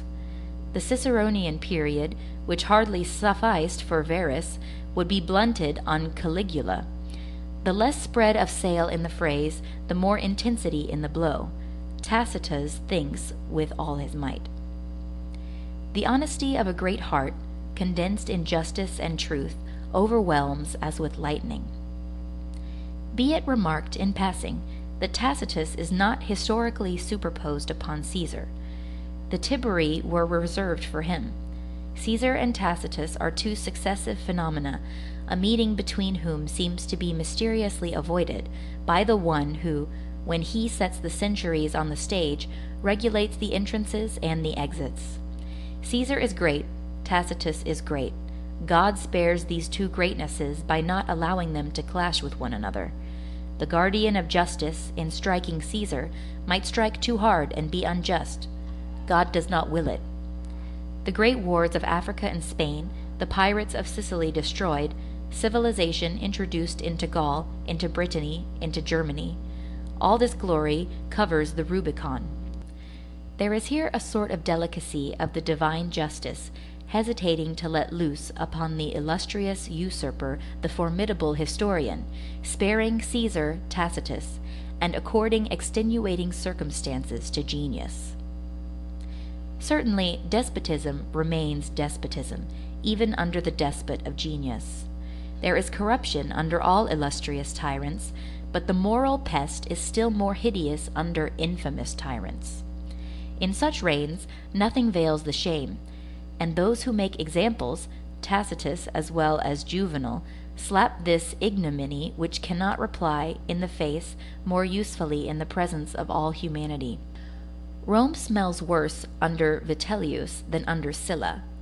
Under Claudius and under Domitian there is a deformity of baseness corresponding to the repulsiveness of the tyrant. The villainy of slaves is a direct product of the despot.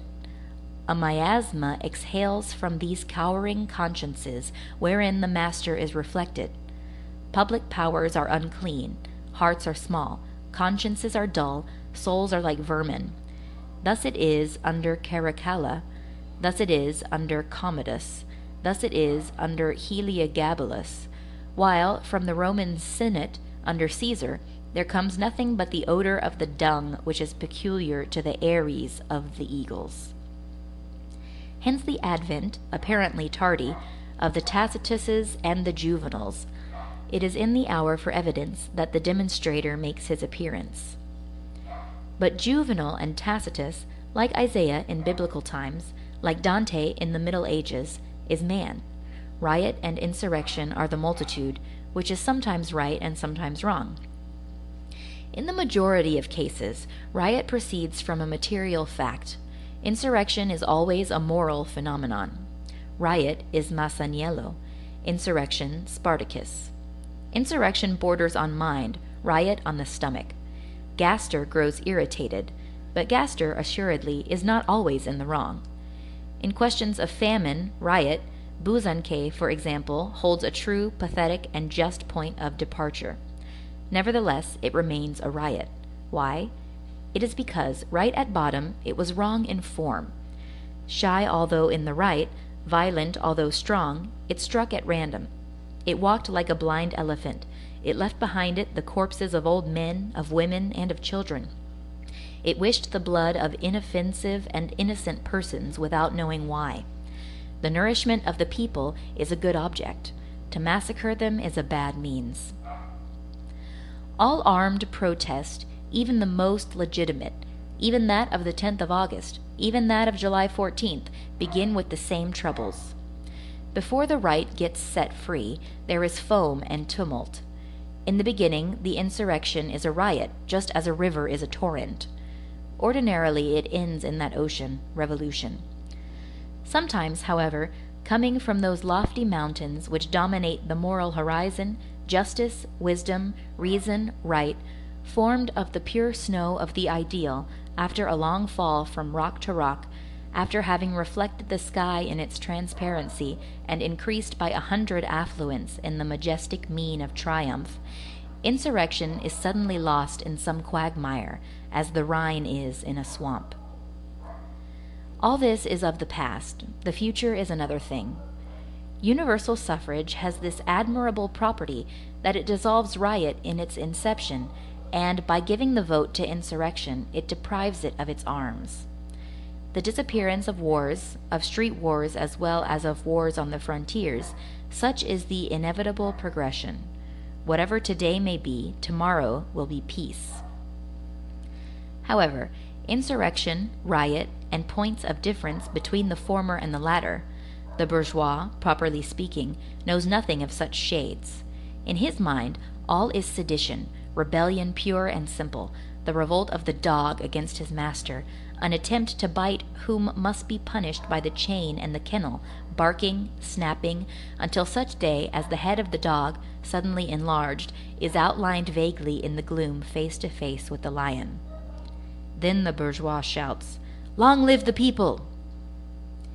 This explanation given, what does the movement of June 1832 signify so far as history is concerned?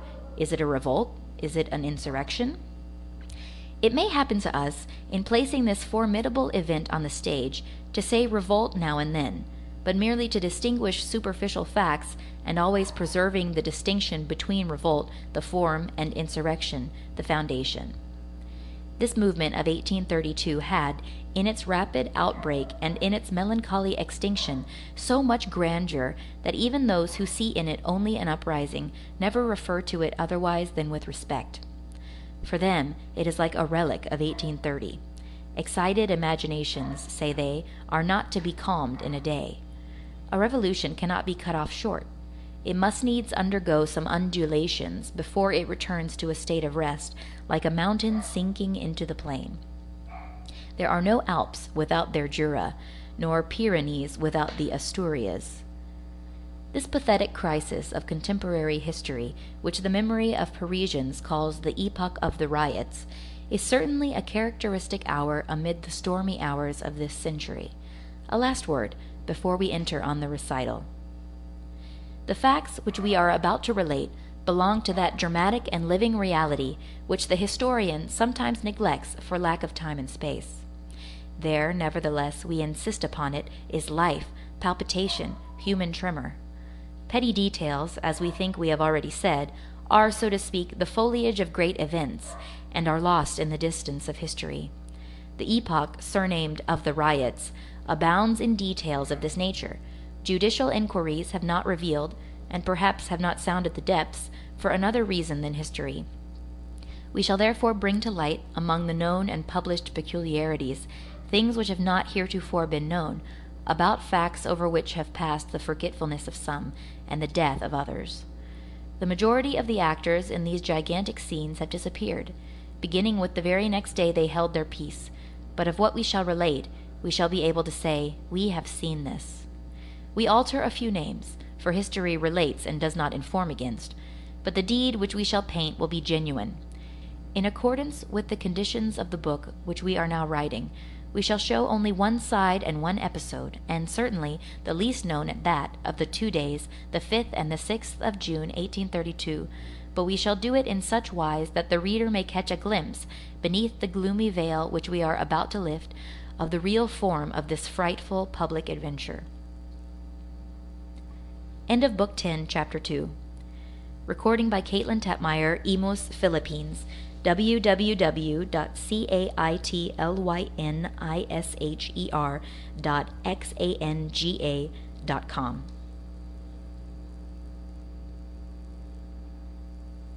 Les Misérables, Volume 4 by Victor Hugo, translated by Elizabeth Florence Hapgood, Book 10, the 5th of June, 1832. Chapter 3. A Burial, an Occasion to be Born Again. In the spring of 1832, although the cholera had been chilling all minds for the last 3 months, and had cast over their agitation an indescribable and gloomy pacification, Paris had already long been ripe for commotion. As we have said, the great city resembles a piece of artillery. When it is loaded, it suffices for a spark to fall, and the shot is discharged. In June, 1832, the spark was the death of General Lamarque. Lamarque was a man of renown and of action.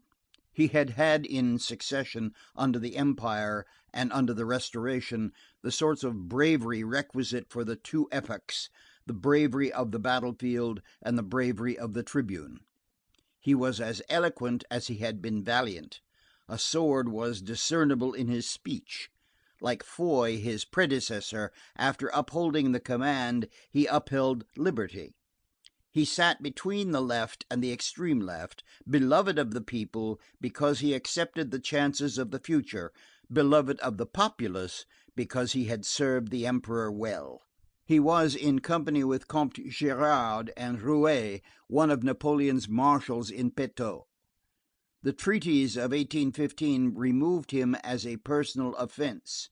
He hated Wellington with a downright hatred which pleased the multitude, and for 17 years he majestically preserved the sadness of Waterloo, paying hardly any attention to intervening events. In his death agony, at his last hour, he clasped to his breast a sword which had been presented to him by the officers of the 100 Days. Napoleon had died uttering the word army, Lamarque uttering the word country. His death, which was expected, was dreaded by the people as a loss, and by the government as an occasion. This death was an affliction. Like everything that is bitter, affliction may turn to revolt. This is what took place. On the preceding evening, and on the morning of the 5th of June, the day appointed for Lamarque's burial, the Faubourg Saint-Antoine, which the procession was to touch at, assumed a formidable aspect.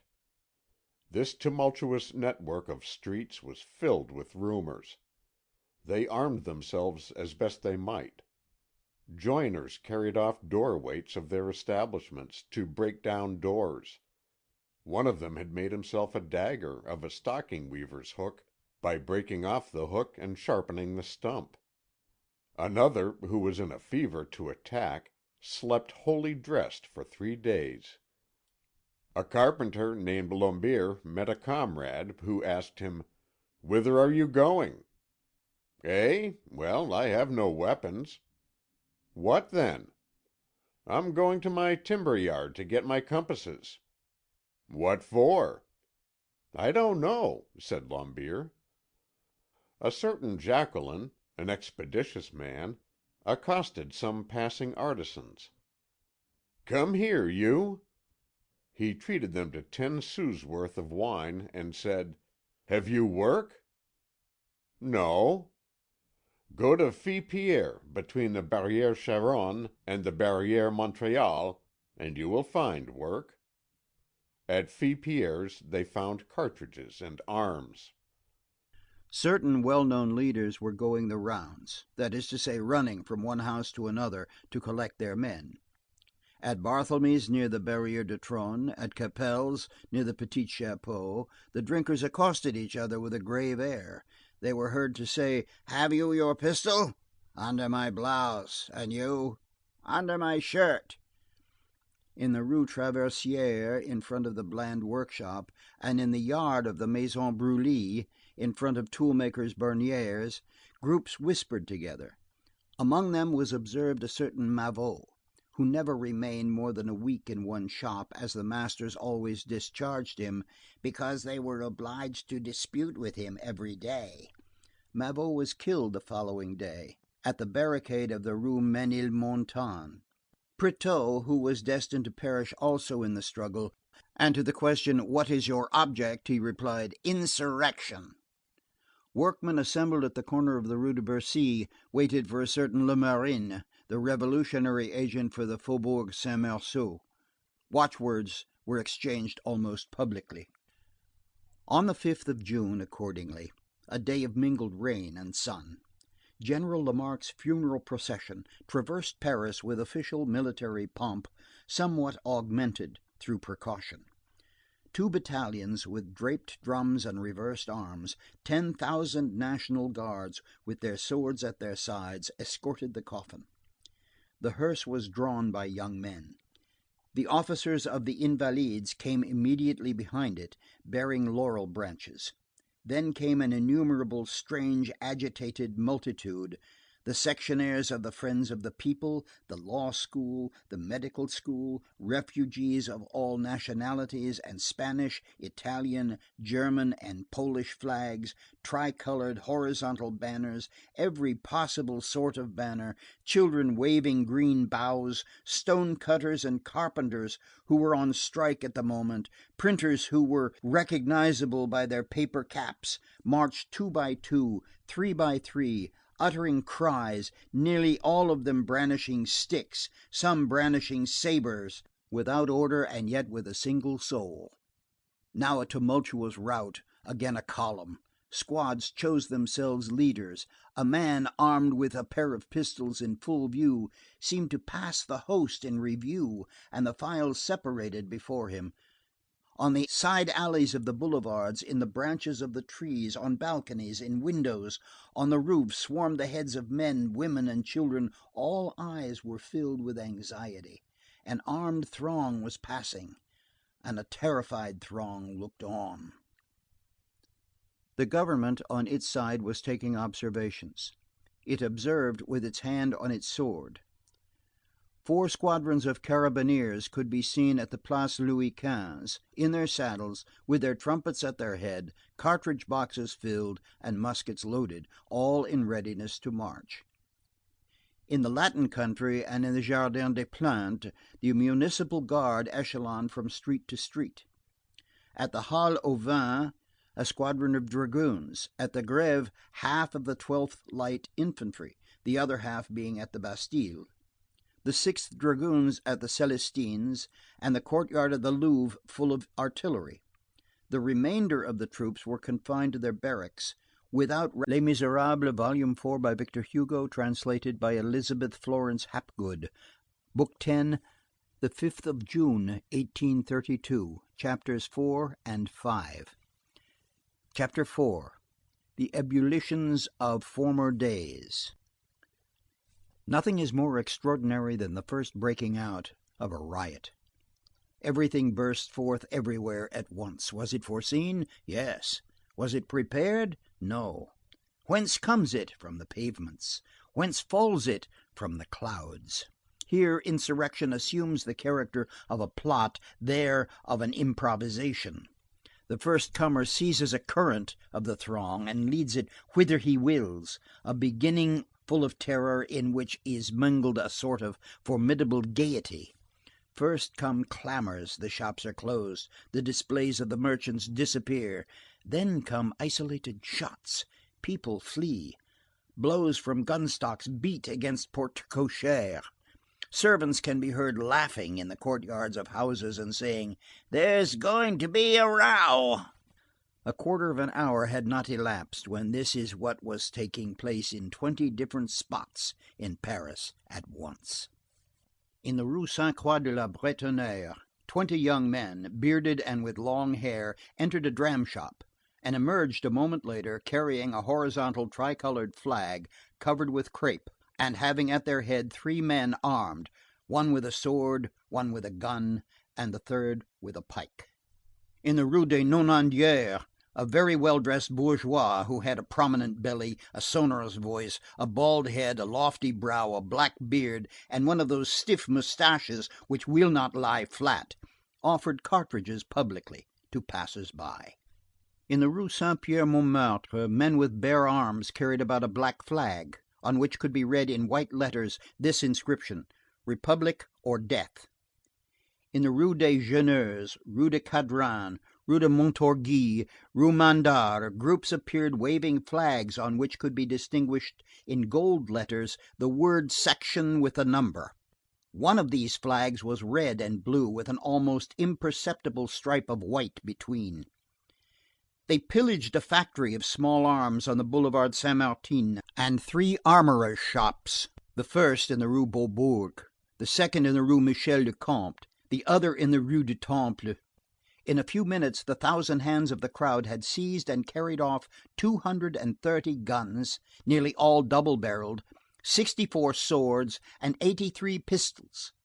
In order to provide more arms, one man took the gun, the other the bayonet.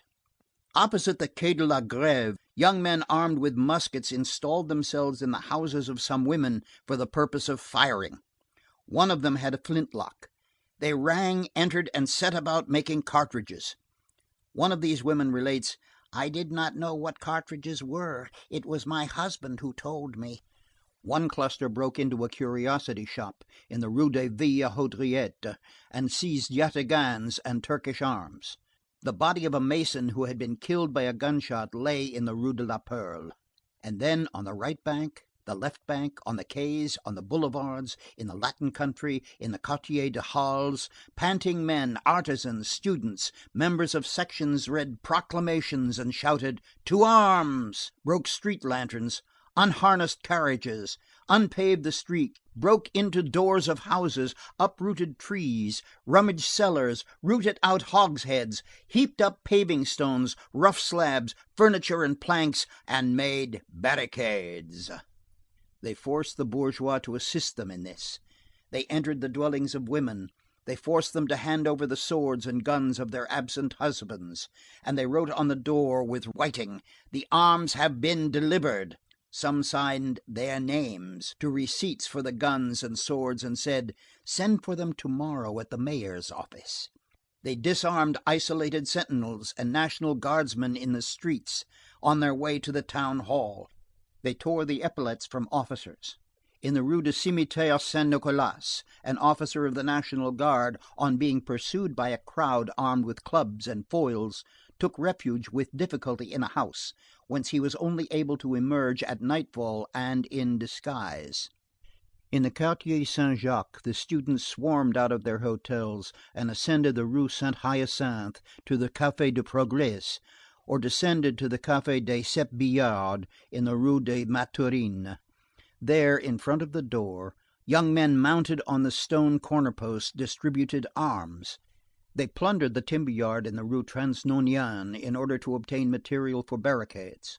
On a single point the inhabitants resisted, at the corner of the Rue Sainte-Avoye and the Rue Simon le Franc, where they destroyed the barricade with their own hands.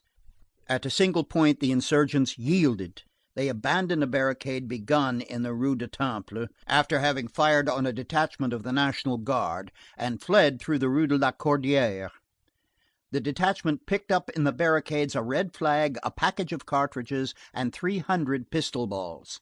The National Guardsmen tore up the flag and carried off its tattered remains on the points of their bayonets.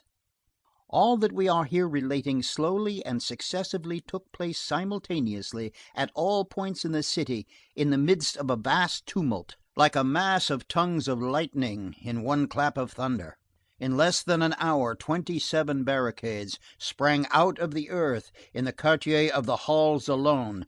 In the centre was that famous house, numero 50, which was the fortress of Gine and her 600 companions, and which, flanked on the one hand by the barricade at Saint-Merry and on the other by the barricade of the Rue Maubuée, commanded 3 streets, the Rue des Arcis, the Rue Saint-Martin, and the Rue Aubry-le-Boucher, which it faced. The barricades at right angles fell back, the one of the Rue Montorgueil on the Grande Truanderie, the other of the Rue Geoffroy Langevin on the Rue Sainte-Avoye, without reckoning innumerable barricades in 20 other quarters of Paris, in the Marais, in the Mont Sainte-Geneviève, one in the Rue Ménilmontagne, where was visible a porte cochère torn from its hinges, another near the little bridge of the Hôtel Dieu, made with an écossais which had been unharnessed and overthrown 300 paces from the Prefecture of Police. At the barricade of the Rue des Ménétriers, a well-dressed man distributed money to the workmen.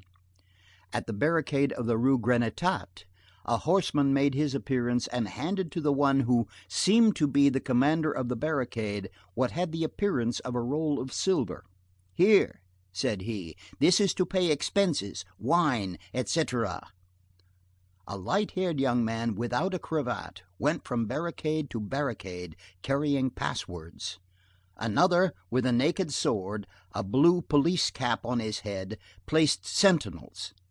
In the interior, beyond the barricades, the wine shops and porters' lodges were converted into guard-houses. Otherwise, the riot was conducted after the most scientific military tactics. The narrow, uneven, sinuous streets, full of angles and turns, were admirably chosen. The neighborhood of the Halles, in particular, a network of streets more intricate than a forest. The Society of the Friends of the People had, it was said, undertaken to direct the insurrection in the Quartier Sainte-Avoye. A man killed in the Rue de Ponceau, who was searched, had on his person a plan of Paris. That which had really undertaken the direction of the uprising was a sort of strange impetuosity which was in the air. The insurrection had abruptly built barricades with one hand, and with the other seized nearly all the posts of the garrison. In less than 3 hours, like a train of powder catching fire, the insurgents had invaded and occupied, on the right bank, the Arsenal, the mayoralty of the Place Royale, the whole of the Marais, the Popincourt arms manufactory, La Galiote, the Château d'Eau, and all the streets near the Halles. On the left bank, the barracks of the veterans, Saint Pellegrin, the Place Maubert, the powder magazine of the Deux Moulins, and all the barriers. At 5 o'clock in the evening, they were masters of the Bastille, of the Lingerie, of the Blanc-Manteau. Their scouts had reached the Place des Victoires and menaced the bank, the Petit Père barracks, and the post office. A third of Paris was in the hands of the rioters. The conflict had been begun on a gigantic scale at all points, and, as a result of the disarming domiciliary visits and the armorers' shops hastily invaded, was that the combat which had begun with the throwing of stones was continued with gunshots.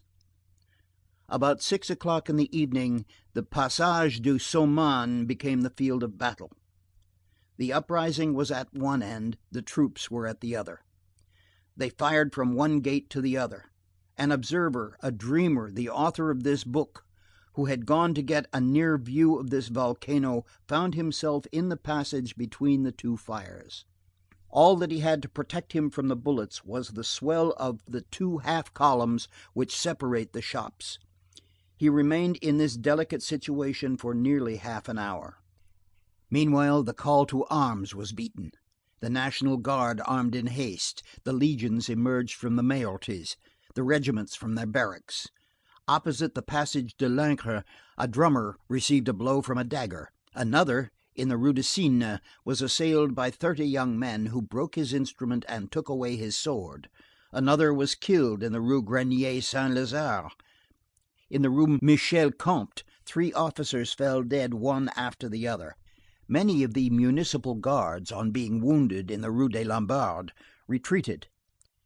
In front of the Cour Batave, a detachment of National Guards found a red flag bearing the following inscription: Republican Revolution, numero 127. Was this a revolution in fact? The insurrection had made of the center of Paris a sort of inextricable, tortuous, colossal citadel. There was the hearth. There, evidently, was the question. All the rest was nothing but skirmishes. The proof that all would be decided there lay in the fact that there was no fighting going on there as yet. In some regiments the soldiers were uncertain, which added to the fearful uncertainty of the crisis. They recalled the popular ovation which had greeted the neutrality of the 53rd of the line in July, 1830. 2 intrepid men tried in great wars. The Marshal Lobau and General Bugeaud were in command, Bugeaud under Lobau. Enormous patrols composed of battalions of the line, enclosed in entire companies of the National Guard, and preceded by a commissary of police wearing his scarf of office, went to reconnoiter the streets in rebellion.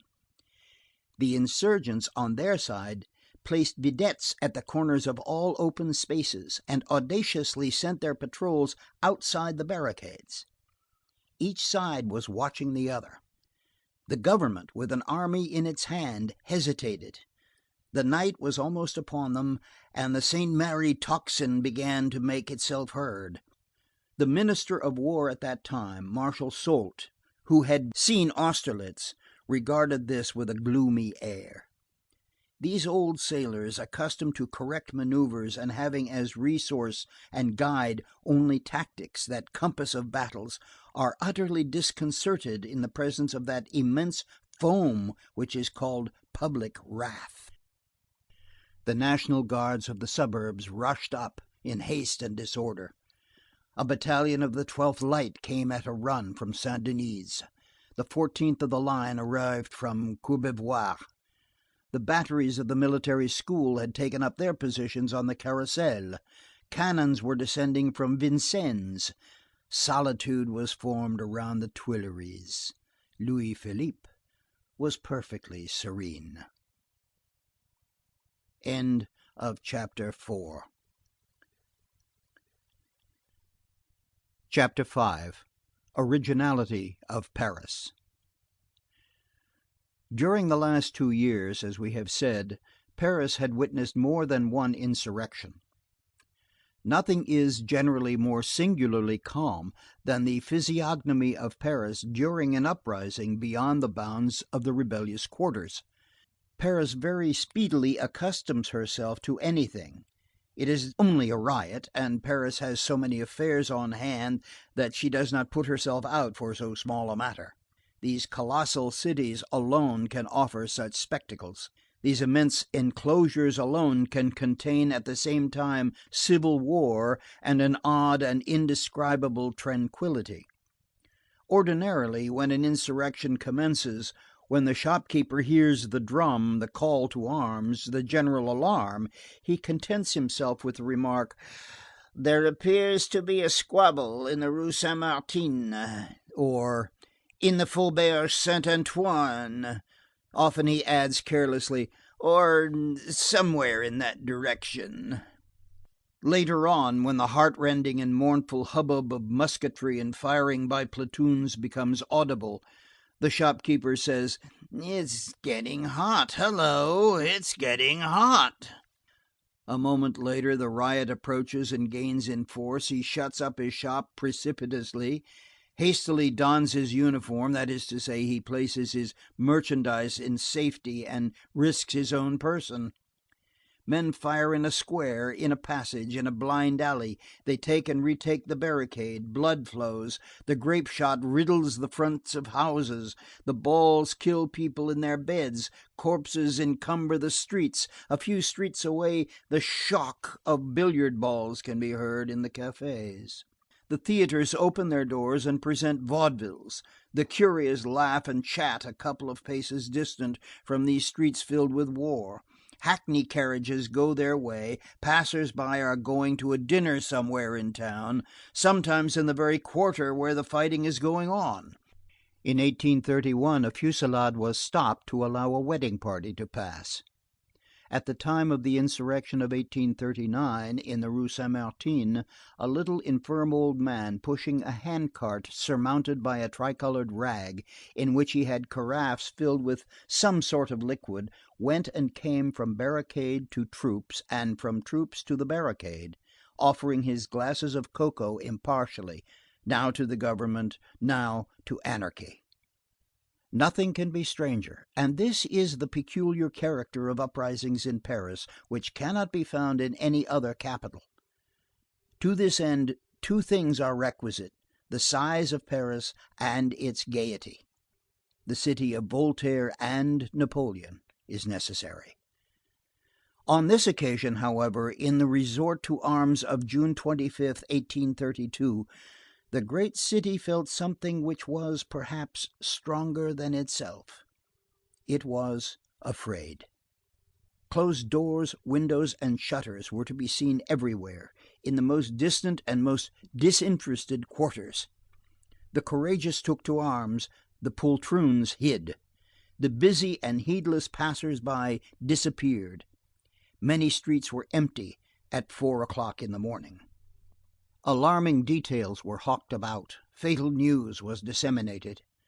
That they were masters of the bank, that there were 600 of them in the cloister of Saint Merry alone, entrenched and embattled in the church, that the line was not to be depended on, that Armand Carrel had been to see Marshal Clausel, and that the marshal had said, "Get a regiment first," that Lafayette was ill, but that he had said to them nevertheless, "I am with you, I will follow you wherever there is room for a chair," that one must be on one's guard, that at night there would be people pillaging isolated dwellings in the deserted corners of Paris.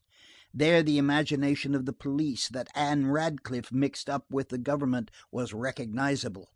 That a battery had been established in the Rue Aubry-le-Boucher. That Lobau and Bugeaud were putting their heads together, and that at midnight, or at daybreak at latest, 4 columns would march simultaneously on the centre of the uprising, the first coming from the Bastille, the second from the Porte Saint-Martin, the third from the Grève, the fourth from the Halles, that perhaps also the troops would evacuate Paris and withdraw to the Champs de Mars, that no one knew what would happen, but that this time it certainly was serious. People busied themselves over Marshal Soult's hesitations. Why did he not attack at once? It is certain that he was profoundly absorbed. The old lion seemed to scent an unknown monster in that gloom. Evening came, the theatres did not open. The patrols circulated with an air of irritation, passers-by were searched, suspicious persons were arrested. By 9 o'clock, more than 800 persons had been arrested. The Prefecture of Police was encumbered with them, so was the Conciergerie, so was La Force. At the Conciergerie in particular, the long vault, which is called the Rue de Paris, was littered with trusses of straw, upon which lay a heap of prisoners, whom the man of Lyons, Lagrange, harangued valiantly. All that straw rustled by all these men produced the sound of a heavy shower. Elsewhere, prisoners slept in the open air in the meadows, piled on top of each other. Anxiety reigned everywhere, and a certain tremor, which was not habitual with Paris. People barricaded themselves in their houses. Wives and mothers were uneasy. Nothing was to be heard but this: "Ah, my God, he has not come home." There was hardly even the distant rumble of a vehicle to be heard. People listened on their thresholds to the rumors, the shouts, the tumult, the dull and indistinct sounds, to the things that were said. "It is the cavalry," or "Those are the caissons galloping," to the trumpets, the drums, the firing, and above all, to that lamentable alarm peal from Saint Merry. They waited for the first cannon shot. Men sprang up at the corners of the streets and disappeared shouting, "Go home!" and people made haste to bolt their doors. They said, "How will all this end?" From moment to moment, in proportion as the darkness descended, Paris seemed to take on a more mournful hue from the formidable flaming of the revolt. End of Book 10, Chapters 4 and 5.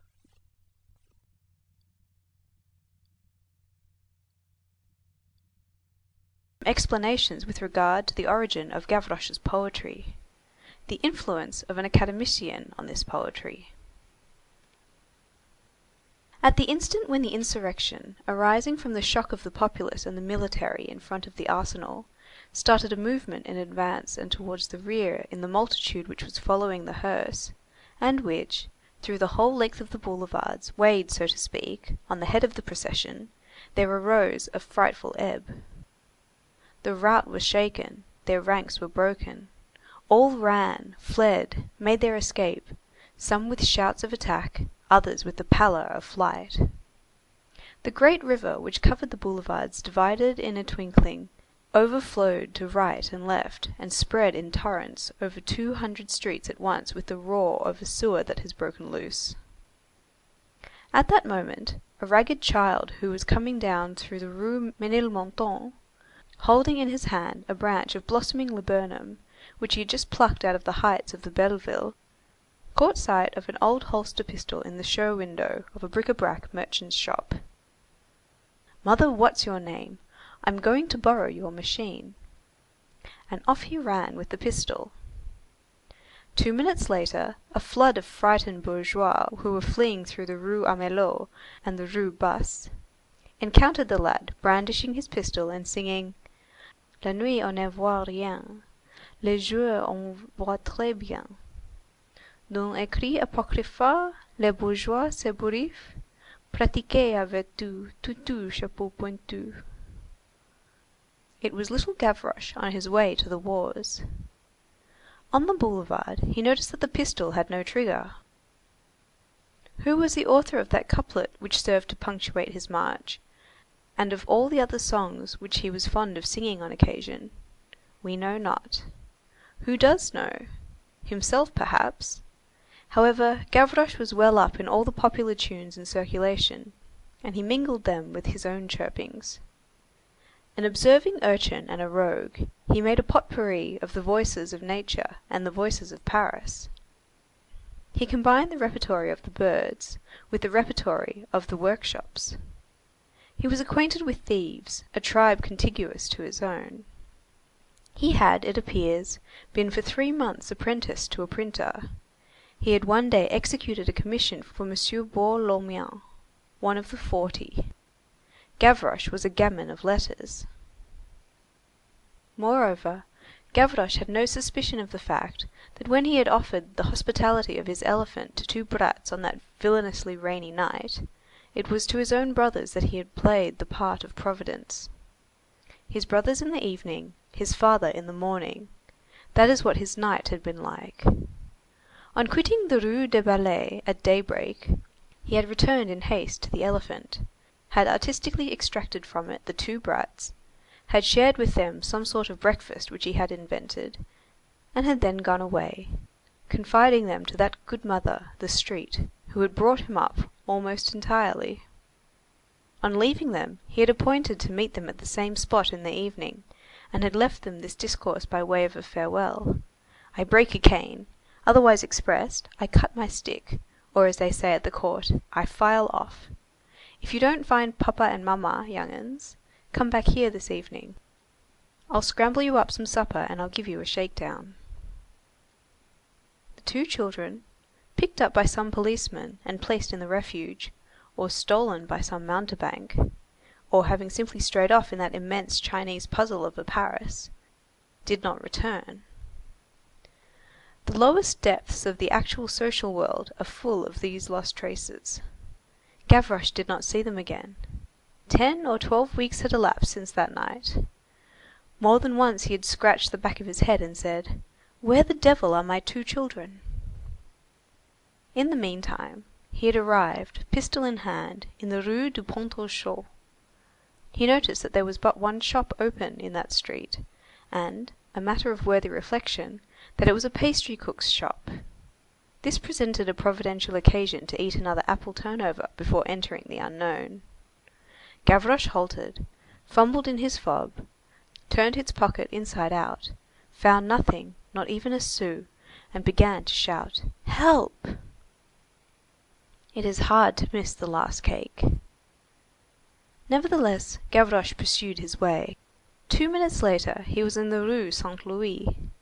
While traversing the Rue du Parc Royal, he felt called upon to make good the loss of the apple turnover which had been impossible, and he indulged himself in the immense delight of tearing down the theatre posters in broad daylight. A little further on catching sight of a group of comfortable-looking persons, who seemed to be landed proprietors, he shrugged his shoulders, and spit out at random before him this mouthful of philosophical bile as they passed: "How fat those moneyed men are! They're drunk. They just wallow in good dinners. Ask 'em what they do with their money. They don't know. They eat it, that's what they do, as much as their bellies will hold." Chapter 2 Gavroche on the March. The brandishing of a triggerless pistol, grasped in one's hand in the open street, is so much of a public function that Gavroche felt his fervour increasing with every moment.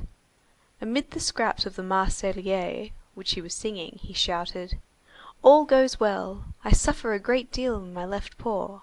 I'm all broken up with rheumatism, but I'm satisfied, citizens.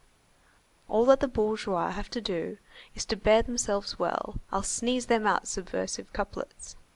What are the police spies? Dogs. And I'd just like to have one of them at the end of my pistol. I'm just from the boulevard, my friends. It's getting hot there. It's getting into a little boil. It's simmering. It's time to skim the pot. Forward march, men. Let an impure blood inundate the furrows. I give my days to my country. I shall never see my concubine more. Nini, finished? Yes, Nini? But never mind.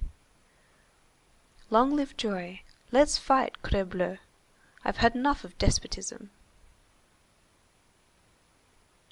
At that moment, the horse of a lancer of the National Guard having fallen, Gavroche laid his pistol on the pavement, and picked up the man.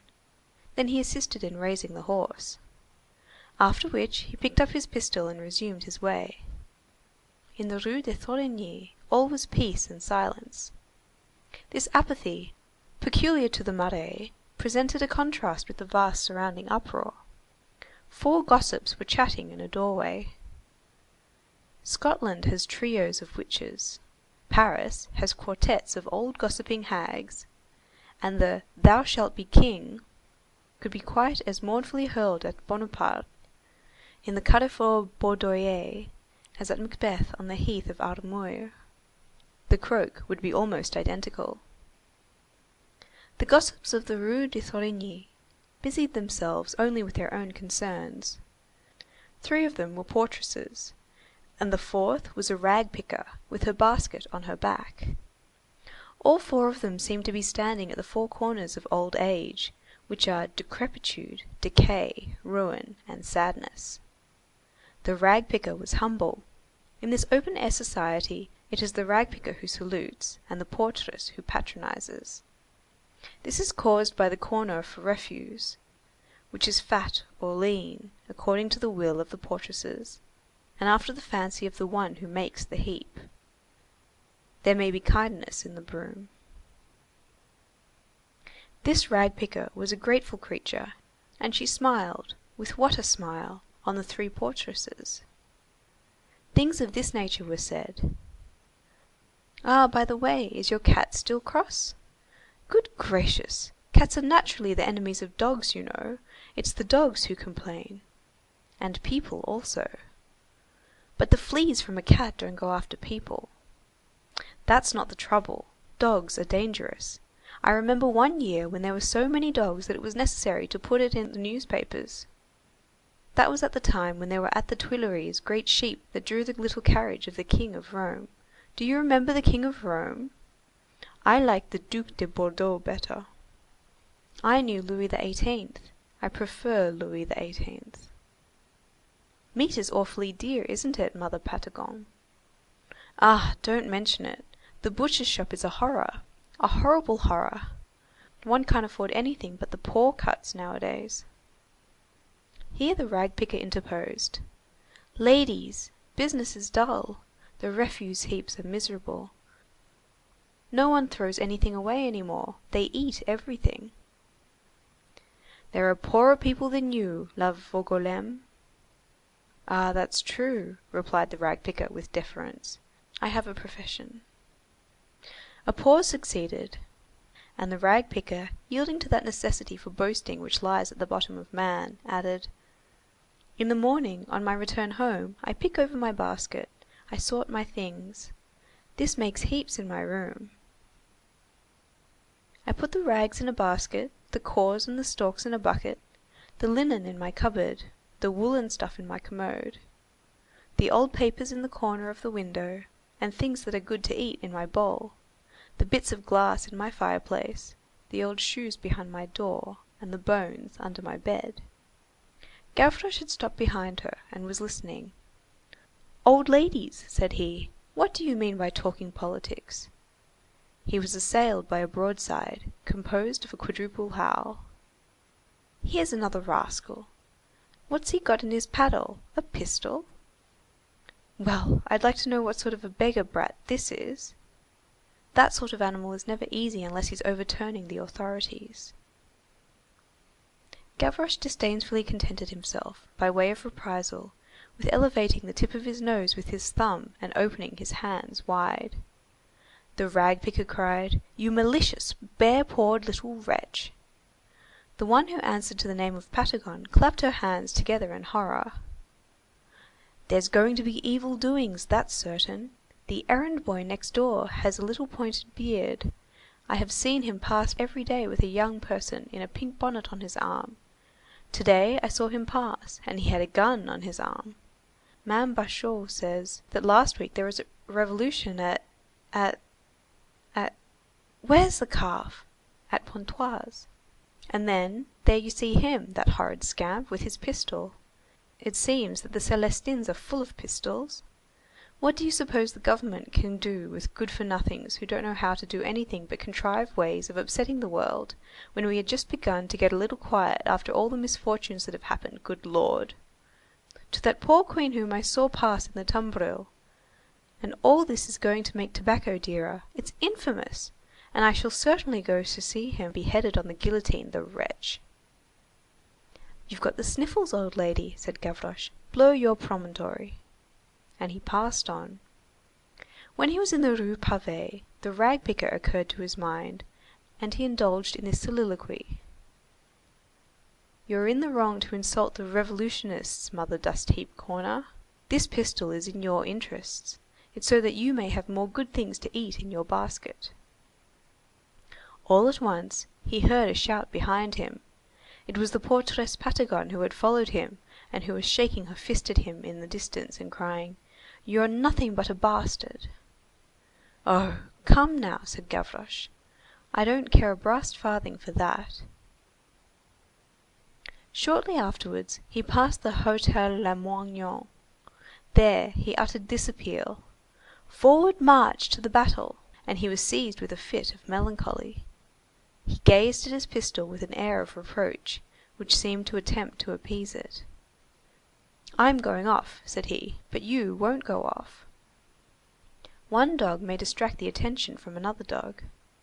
A very gaunt poodle came along at the moment. Gavroche felt compassion for him.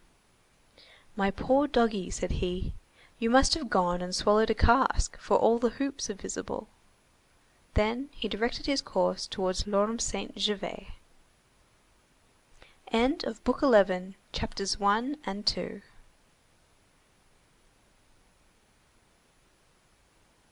The worthy hairdresser, who had chased from his shop the two little fellows to whom Gavroche had opened the paternal interior of the elephant, was at that moment in his shop, engaged in shaving an old soldier of the Legion who had served under the Empire. They were talking. The hairdresser had, naturally, spoken to the veteran of the riot, then of General Lamarque, and from Lamarque they had passed to the Emperor. Then sprang up a conversation between barber and soldier, which Prudhomme, had he been present, would have enriched with arabesques, and which he would have entitled "Dialogue between the Razor and the Sword." "How did the Emperor ride, sir?" said the barber. "Badly. He did not know how to fall, so he never fell." "Did he have fine horses? He must have had fine horses."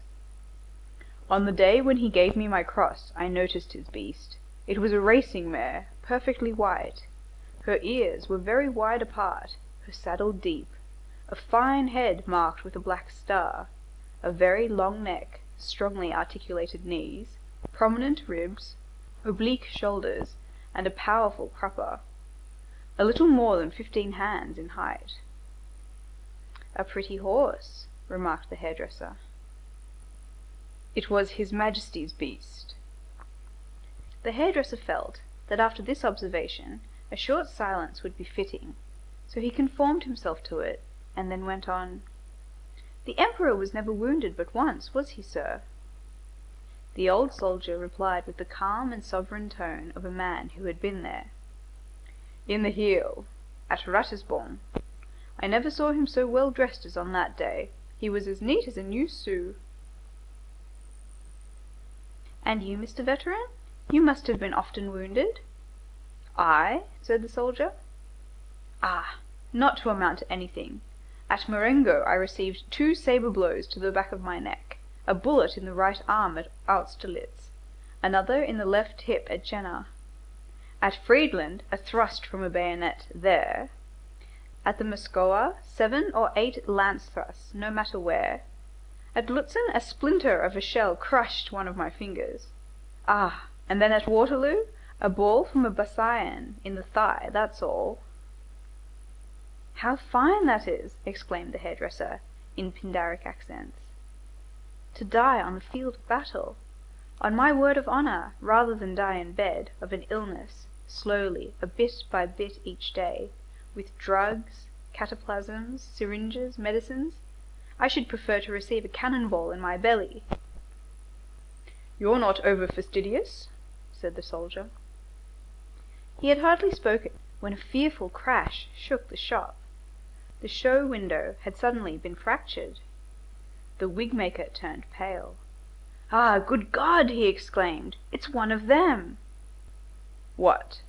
"A cannon ball!" "Here it is," said the soldier, and he picked up something that was rolling about the floor.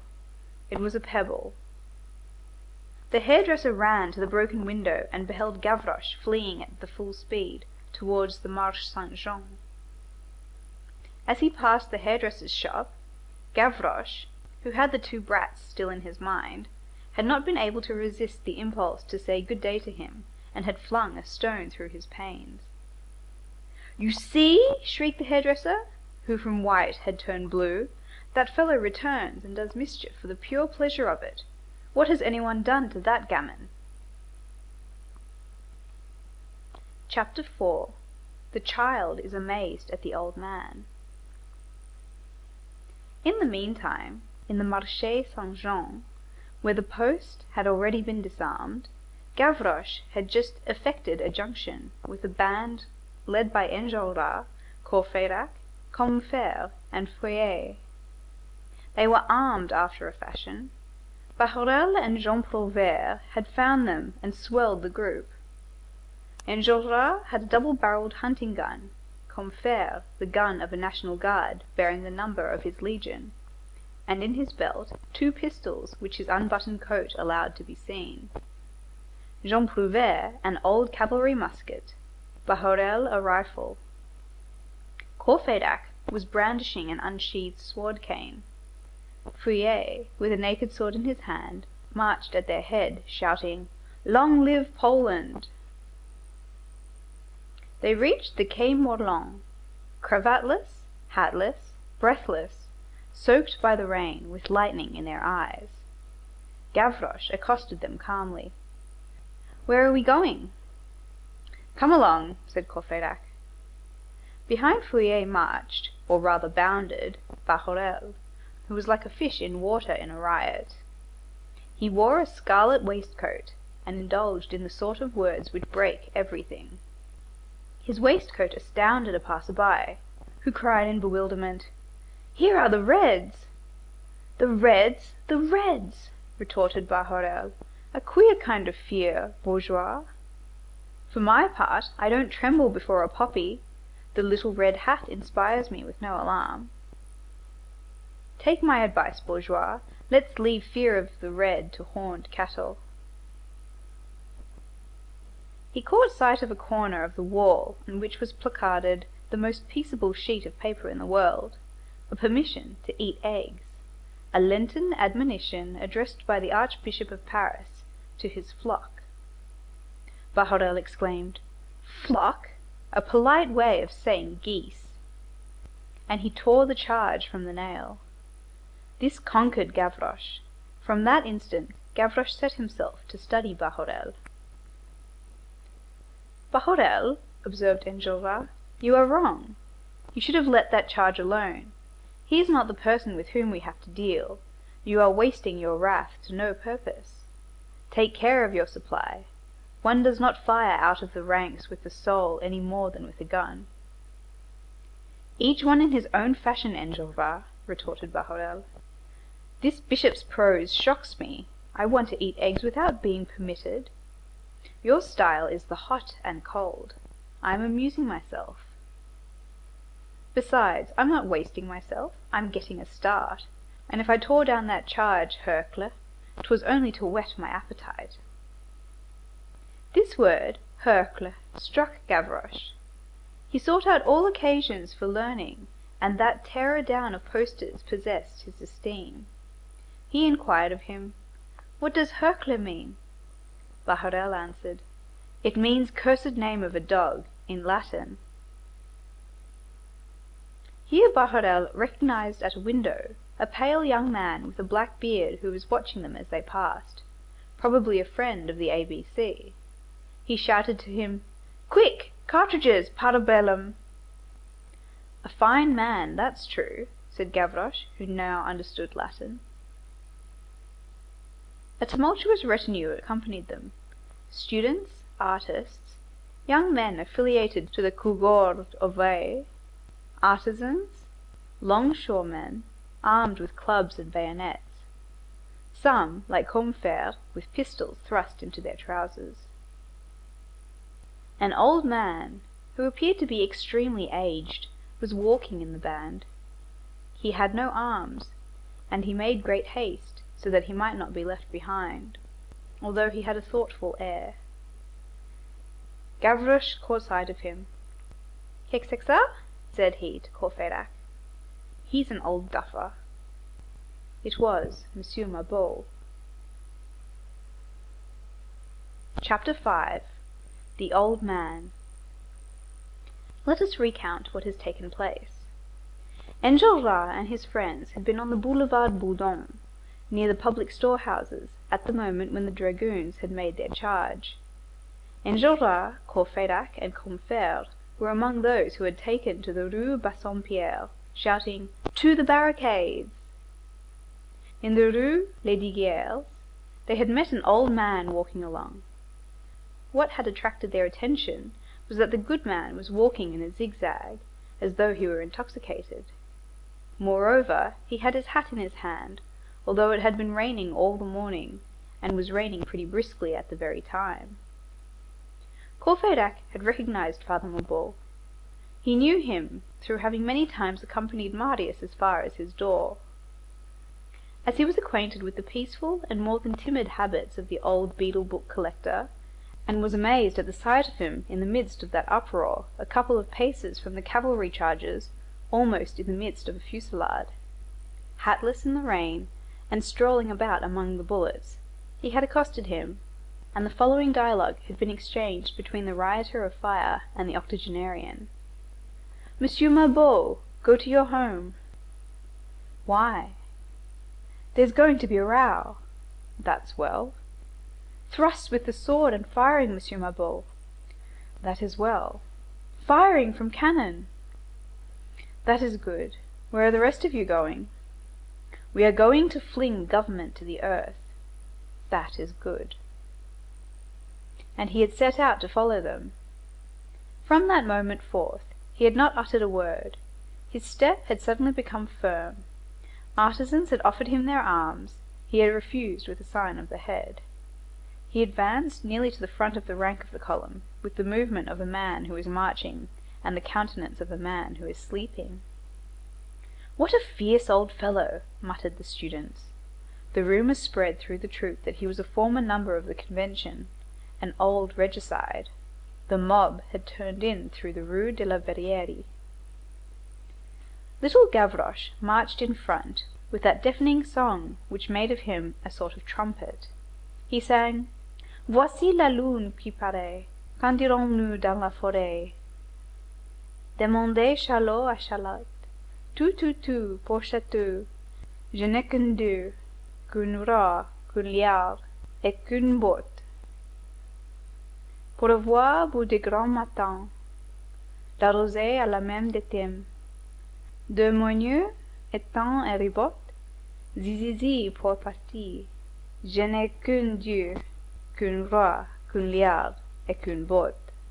Et ces deux pauvres petits loups, comme deux grives étincelant, un tigre enrayé dans sa grotte. Don, don, don, pour madame. Je n'ai qu'un dieu, qu'un roi, qu'un liard et qu'une botte. L'un juré et l'autre sacré. Qu'en dirons-nous dans la forêt? Demandez Charlotte à Charlotte. Tin, tin, tin, pour Patine. Je n'ai qu'un dieu, qu'un roi, qu'un liard et qu'une botte. They directed their course towards Sainte Marie. Chapter 6. Recruits. The band augmented every moment. Near the Rue des Billettes, a man of lofty stature, whose hair was turning grey, and whose bold and daring mien was remarked by Courfeyrac, Enjolras, and Combeferre, but whom none of them knew, joined them. Gavroche, who was occupied in singing, whistling, humming, running on ahead, and pounding on the shutters of the shops with the butt of his triggerless pistol, paid no attention to this man. It chanced that in the Rue de la Verrerie they passed in front of Courfeyrac's door. "This happens just right," said Courfeyrac.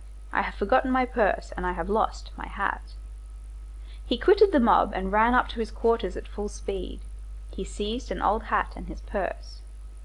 He also seized a large square coffer of the dimensions of a large valise, which was concealed under his soiled linen. As he descended again at a run, the portress hailed him. "Monsieur de Courfeyrac!" "What's your name, portress?" The portress stood bewildered. "Why, you know perfectly well. I'm the concierge. My name is Mother Veuvain." "Well, if you call me Monsieur de Courfeyrac again, I shall call you Mother de Veuvain. Now speak. What's the matter? What do you want?" "There is some one who wants to speak with you." "Who is it?" "I don't know." "Where is he?" "In my lodge." "The devil!" ejaculated Courfeyrac. "But the person has been waiting your return for over an hour," said the portress. At the same time, a sort of pale, thin, small, freckled, and youthful artisan, clad in a tattered blouse and patched trousers of ribbed velvet, and who had rather the air of a girl accoutred as a man than of a man, emerged from the lodge and said to Courfeyrac in a voice which was not the least in the world like a woman's voice, "Monsieur Marius, if you please." "He is not here." "Will he return this evening?" "I know nothing about it." And Courfeyrac added, "For my part, I shall not return." The young man gazed steadily at him and said, "Why not?" "Because." "Where are you going, then?" "What business is that of yours?" "Would you like to have me carry your coffer for you?" "I am going to the barricades." "Would you like to have me go with you?" "If you like," replied Courfeyrac. "The street is free, the pavements belong to everyone." And he made his escape at a run to join his friends. When he had rejoined them, he gave the coffer to one of them to carry. It was only a quarter of an hour after this that he saw the young man, who had actually followed them. A mob does not go precisely where it intends. We have explained that a gust of wind carries it away. They overshot Sainte Marie, and found themselves, without precisely knowing how, in the Rue Saint-Denis. End of Book 11, Chapters 3 to 6.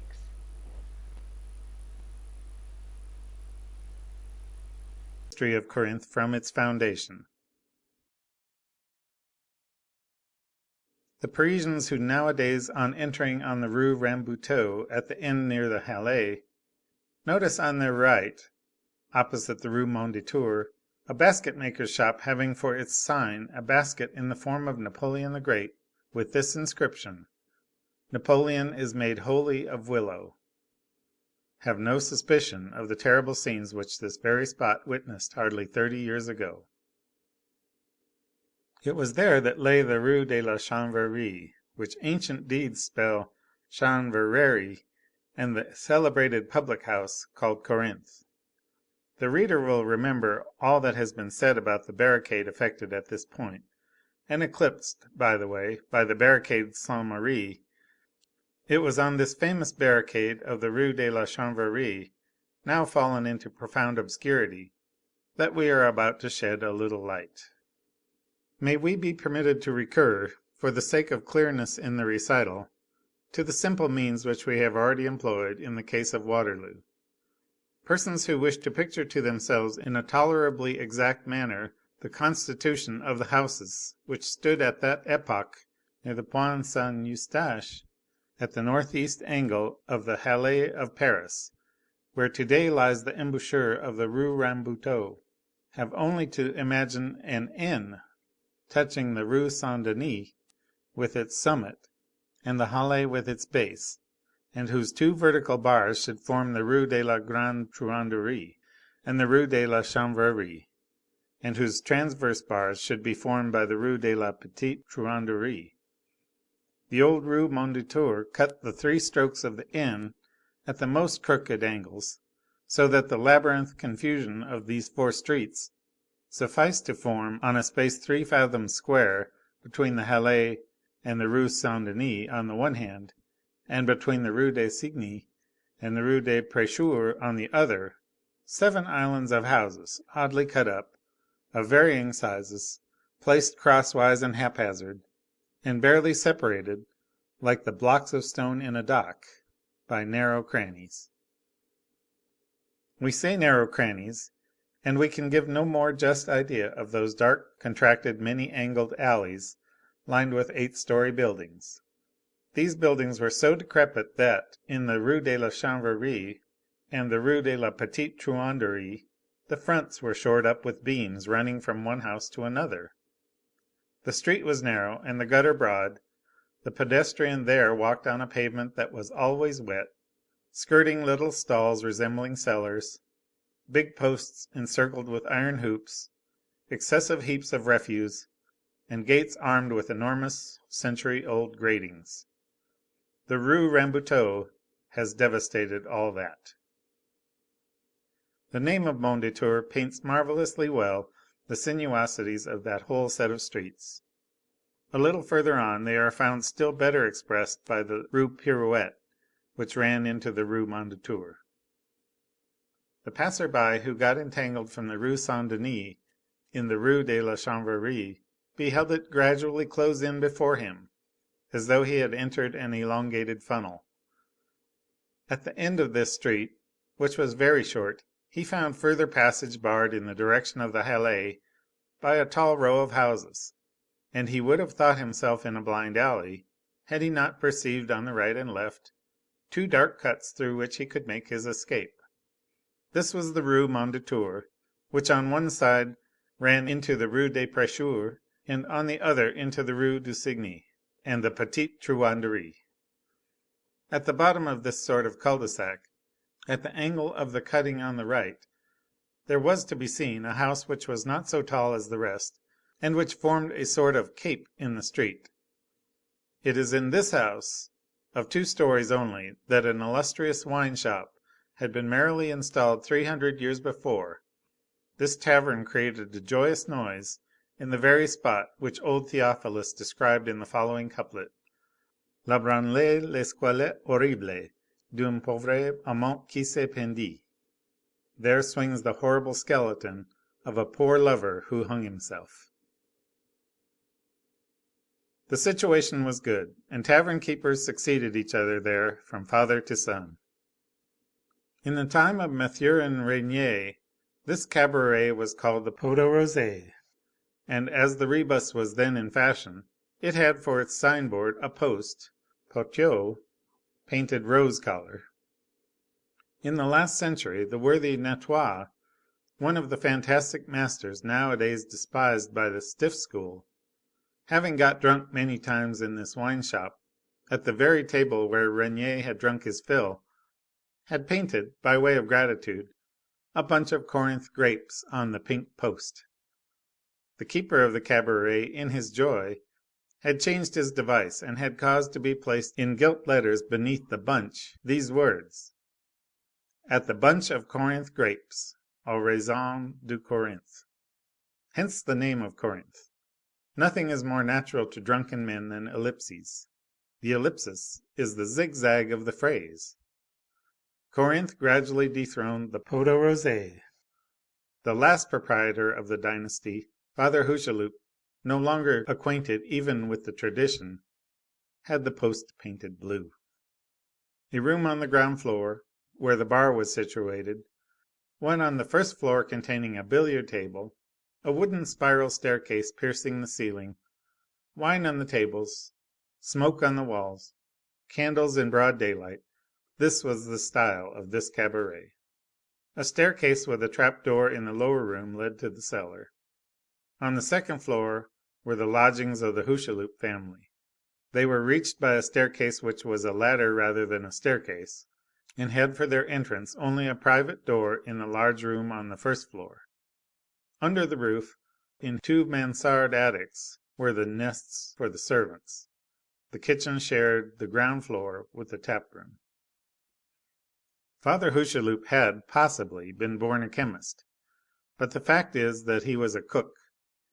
People did not confine themselves to drinking alone in his wine shop. They also ate there. Hucheloup had invented a capital thing which could be eaten nowhere but in his house, stuffed carps, which he called carpe au gras. These were eaten by the light of the tallow candle or of a lamp of the time of Louis XVI, on tables to which were nailed waxed cloths in lieu of tablecloths. People came thither from a distance. Hucheloup, one fine morning, had seen fit to notify passers by of this speciality. He had dipped a brush in a pot of black paint, and as he was an orthographer on his own account, as well as a cook after his own fashion, he had improvised on his wall this remarkable inscription: Carpe au gras. One winter, the rainstorms and the showers had taken a fancy to obliterate the S which terminated the first word, and the G which began the third. This is what remained: Carpe horas.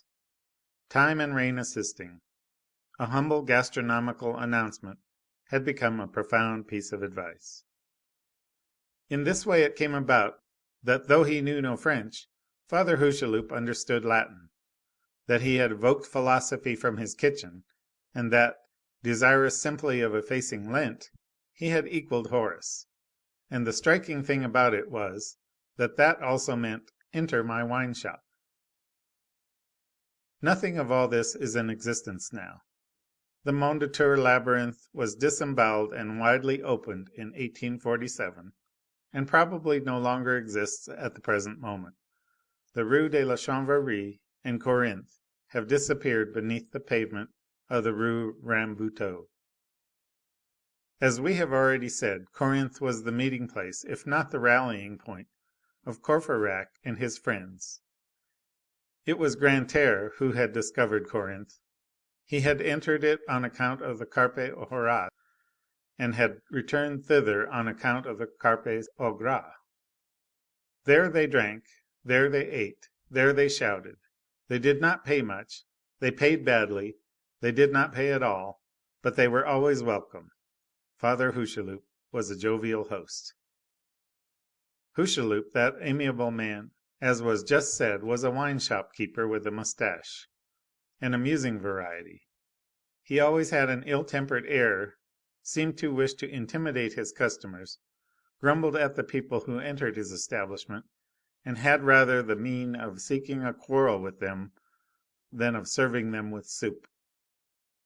And yet, we insist upon the word, people were always welcome there. This oddity had attracted customers to his shop, and brought him young men, who said to each other, "Come here, Father Hucheloup growl." And he had been a fencing master. All of a sudden he would burst out laughing, a big voice, a good fellow. He had a comic foundation under a tragic exterior. He asked nothing better than to frighten you, very much like those snuff boxes which are in the shape of a pistol. The detonation makes one sneeze. Mother Hucheloup, his wife, was a bearded and very homely creature. About 1830, Father Hucheloup died. With him disappeared the secret of stuffed carps. His inconsolable widow continued to keep the wine shop, but the cooking deteriorated and became execrable. The wine, which had always been bad, became fearfully bad. Nevertheless, Courfeyrac and his friends continued to go to Corinthe, out of pity, as Bossuet said. The widow Hucheloup was breathless and misshapen and given to rustic recollections. She deprived them of their flatness by her pronunciation. She had a way of her own of saying things, which spiced her reminiscences of the village and of her springtime. It had formerly been her delight, so she affirmed, to hear the loups de gorge chanter dans les ogrepines, to hear the redbreasts sing in the hawthorn trees. The hall on the first floor, where the restaurant was situated, was a large and long apartment, encumbered with stools, chairs, benches, and tables, and with a crippled, lame, old billiard table.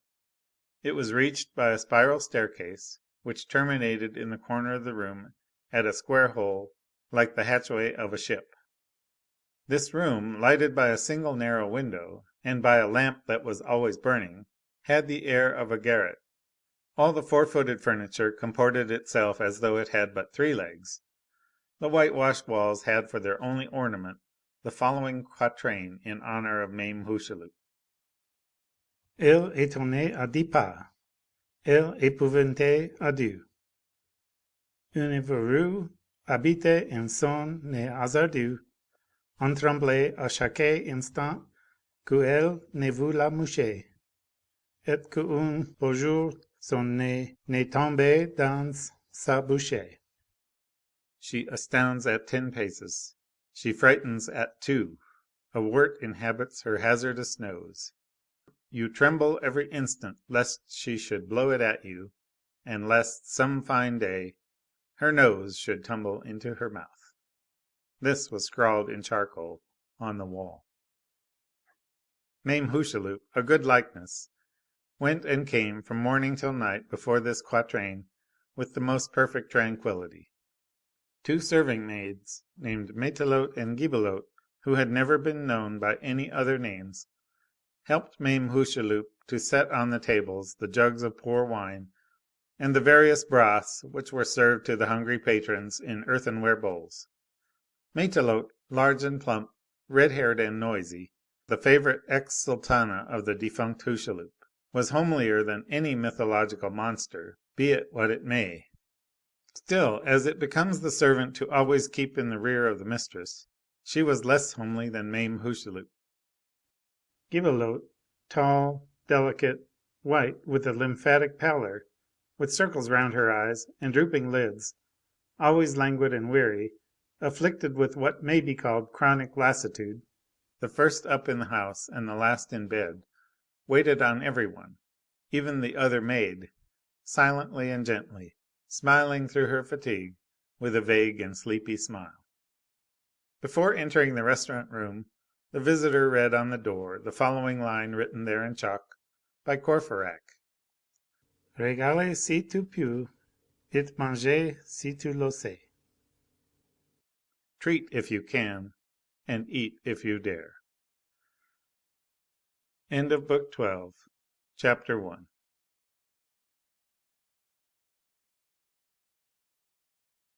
Preliminary gaieties. L'Aigle des Meaux, as the reader knows, lived more with Joly than elsewhere.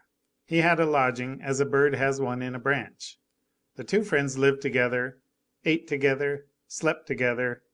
They had everything in common, even Musichetta to some extent. They were what the subordinate monks who accompany monks are called, bini. On the morning of the 5th of June they went to Corinthe to breakfast. Joly, who was all stuffed up, had a catarrh, which Laigle was beginning to share. Laigle's coat was threadbare, but Joly was well dressed. It was about 9 o'clock in the morning when they opened the door of Corinthe. They ascended to the first floor. Matelote and Gibelotte received them. Oysters, cheese, and ham, said Laigle. And they seated themselves at a table. The wine shop was empty. There was no one there but themselves. Gibelotte, knowing Joly and Laigle, set a bottle of wine on the table. While they were busy with their first oysters, a head appeared at the hatchway of the staircase, and a voice conscious of it because it keeps me warm. Old coats are just like old friends. That's true, ejaculated Joly, striking into the dialogue. An old goat is an old habit. Especially in the mouth of a man whose head is stuffed up, said Grantaire. Grantaire, demanded Laigle, have you just come from the boulevard? No, we have just seen the head of the procession pass, Joly and I. It's a marvellous sight, said Joly. How quiet this street is, exclaimed Laigle. Who would suspect that Paris was turned upside down?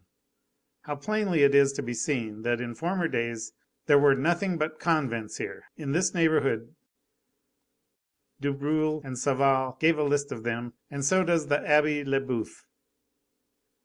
They were all round here. They fairly swarmed, booted and barefooted, shaven, bearded, grey, black, white, Franciscans, Minims, Capuchins, Carmelites, little Augustines, great Augustines, old Augustines. There was no end of them. Don't let's talk of monks, interrupted Grantaire. It makes one want to scratch one's self. Then he exclaimed, Boo! I've just swallowed a bad oyster. Now hypochondria is taking possession of me again. The oysters are spoiled, the servants are ugly. I hate the human race. I just passed through the Rue Richelieu in front of the big public library. That pile of oyster shells which is called a library is disgusting even to think of. What paper, what ink, what scrawling, and all that has been written. What rascal was it who said that man was a featherless biped? And then I met a pretty girl of my acquaintance, who is as beautiful as the spring, worthy to be called Floréal, and who is delighted, enraptured, as happy as the angels, because a wretch yesterday, a frightful banker all spotted with smallpox, deigned to take a fancy to her. Alas! Woman keeps on the watch for a protector as much as for a lover. Cats chase mice as well as birds.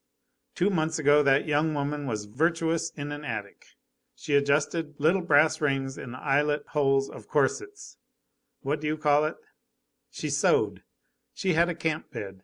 She dwelt beside a pot of flowers. She was contented. Now here she is, a bankeress. This transformation took place last night. I met the victim this morning in high spirits. The hideous point about it is, that the jade is as pretty today as she was yesterday. Her financier did not show in her face. Roses have this advantage or disadvantage over women, that the traces left upon them by caterpillars are visible. Ah, there is no morality on earth. I call to witness the myrtle, the symbol of love; the laurel, the symbol of air; the olive, that ninny, the symbol of peace; the apple tree, which came nearest wrangling Adam with its pips; and the fig tree, the grandfather of petticoats. As for right, do you know what right is? The Gauls covet Clusium, Rome protects Clusium, and demands what wrong Clusium has done to them. Brennus answers, the wrong that Alba did to you, the wrong that Fidenæ did to you, the wrong that the Eques, the Volsci, and the Sabines have done to you. They were your neighbours. The Clusians are ours. We understand neighbourliness, just as you do. You have stolen Alba. We shall take Clusium. Rome said, you shall not take Clusium. Brennus took Rome. Then he cried, Vae victis. That is what right is. Ah, what beasts of prey there are in this world! What eagles! It makes my flesh creep. He held out his glass to Joly, who filled it. Then he drank and went on, having hardly been interrupted by this glass of wine, of which no one, not even himself, had taken any notice. Brennus who takes Rome is an eagle. The banker who takes the grisette is an eagle. There is no more modesty in the one case than in the other. So we believe in nothing. There is but one reality. Drink. Whatever your opinion may be in favour of the lean cock, like the canton of Uri, or in favor of the fat cock, like the canton of Glaris, it matters little. Drink. You talk to me of the boulevard, of that procession, etc., etc. Come now, is there going to be another revolution?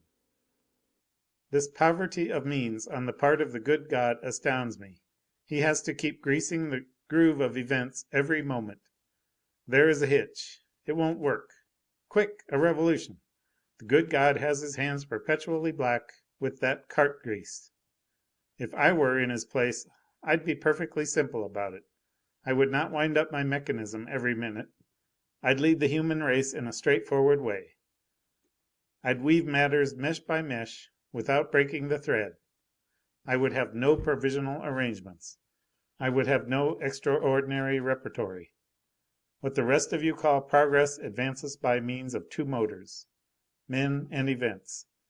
But, sad to say, from time to time the exceptional becomes necessary. The ordinary troop suffices neither for event nor for men. Among men geniuses are required, among events revolutions. Great accidents are the law.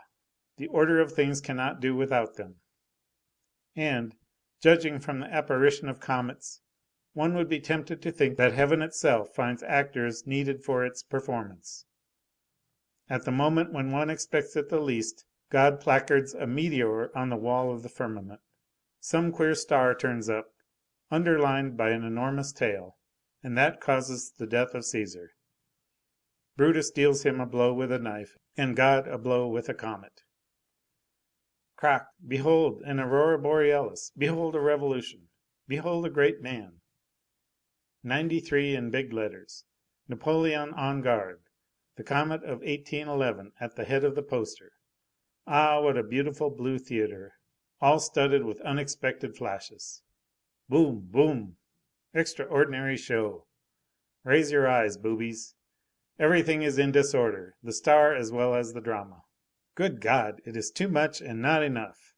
These resources gathered from exception seem magnificence and poverty. My friends, Providence has come down to expedients. What does a revolution prove? That God is in a quandary. He effects a coup d'etat because he, God, has not been able to make both ends meet. In fact, this confirms me in my conjectures as to Jehovah's fortune. And when I see so much distress in heaven and on earth, from the bird who has not a grain of millet to myself without 100,000 livres of income, when I see human destiny, which is very badly worn, and even royal destiny, which is threadbare, witness the Prince de Condé hung, when I see winter, which is nothing but a rent in the zenith through which the wind blows, when I see so many rags even in the perfectly new purple of the morning on the crests of the hills, when I see the drops of dew, those mock pearls, when I see the frost, that paste, when I see humanity ripped apart and events patched up, and so many spots on the sun, and so many holes in the moon, when I see so much misery everywhere, I suspect that God is not rich. The appearance exists, it is true, but I feel that he is hard up. He gives a revolution as a tradesman whose money box is empty gives a ball. God must not be judged from appearances. Beneath the gilding of heaven I perceive a poverty-stricken universe. Creation is bankrupt. That is why I am discontented. Here it is the 4th of June. It is almost night. Ever since this morning I have been waiting for daylight to come. It has not come, and I bet that it won't come all day. This is the inexactness of an ill-paid clerk. Yes, everything is badly arranged. Nothing fits anything else. This old world is all warped. I take my stand on the opposition everything goes awry. The universe is a tease. It's like children. Those who want them have none, and those who don't want them have them. Total, I'm vexed. Besides, L'Aigle des Meaux, that bald head offends my sight. It humiliates me to think that I am of the same age as that baldy. However, I criticize, but I do not insult. The universe is what it is. I speak here without evil intent, and to ease my conscience. Receive, Eternal Father, the assurance of my distinguished consideration. Ah, by all the saints of Olympus, and by all the gods of paradise, I was not intended to be a Parisian. That is to say, to rebound forever, like a shuttlecock between two battledores, from the group of the loungers to the group of the roisterers. I was made to be a Turk, watching Oriental houris all day, executing those exquisite Egyptian dances, as sensuous as the dream of a chaste man, or a Beauceron peasant, or a Venetian gentleman surrounded by gentle women, or a petty German prince, furnishing the half of a foot soldier to the Germanic Confederation, and occupying his leisure with drying his breeches on his hedge, that is to say, his frontier. Those are the positions for which I was born. Yes, I have said a Turk, and I will not retract. I do not understand how people can habitually take Turks in bad part. Mohammed had his good points, respect for the inventor of seraglios, with oris and paradises, with odalisques. Let us not insult Mohammedism, the only religion which is ornamented with a hen roost. Now, I insist on a drink. The earth is a great piece of stupidity, and it appears that they are going to fight, all those imbeciles, and to break each other's profiles, and to massacre each other in the heart of summer, in the month of June, when they might go off with a creature on their arm to breathe the immense heaps of new mown hay in the meadows. Really, people do commit altogether too many follies. An old broken lantern, which I have just seen at a bric-a-brac merchant's, suggests a reflection to my mind. It is time to enlighten the human race. Yes, behold me sad again. That's what comes of swallowing an oyster and a revolution the wrong way. I am growing melancholy once more. Oh, frightful old world! People strive, turn each other out, prostitute themselves, kill each other, and get used to it. And Grantaire, after this fit of eloquence, had a fit of coughing, which was well earned. "A propos of revolution," said Joly, "it is decidedly aberrant that Marius is in love." "Does any one know with whom?" demanded Laigle. "Do." "No?" "Do, I tell you." "Marius' love affairs!" exclaimed Grantaire. "I can imagine it. Marius is a fog, and he must have found a vapor. Marius is of the race of poets. He who says poet, says fool, madman, Timbraeus Apollo. Marius and his Marie, or his Marion, or his Maria, or his Mariette, they must make a queer pair of lovers. I know just what it is like, ecstasies in which they forget to kiss. Pure on earth, but joined in heaven, they are souls possessed of senses. They lie among the stars." Grantaire was attacking his second bottle, and possibly his second harangue, when a new personage emerged from the square aperture of the stairs. It was a boy less than 10 years of age, ragged, very small, yellow, with an odd phiz, a vivacious eye, an enormous amount of hair, drenched with rain and wearing a contented air. The child, unhesitatingly making his choice among the three, addressed himself to Laigle de Meaux. "Are you Monsieur Bossuet?" "That is my nickname," replied Laigle. "What do you want with me?" "This. A tall blond fellow on the boulevard said to me: 'Do you know Mother Hucheloup?' I said: 'Yes, Rue Chanvrerie.'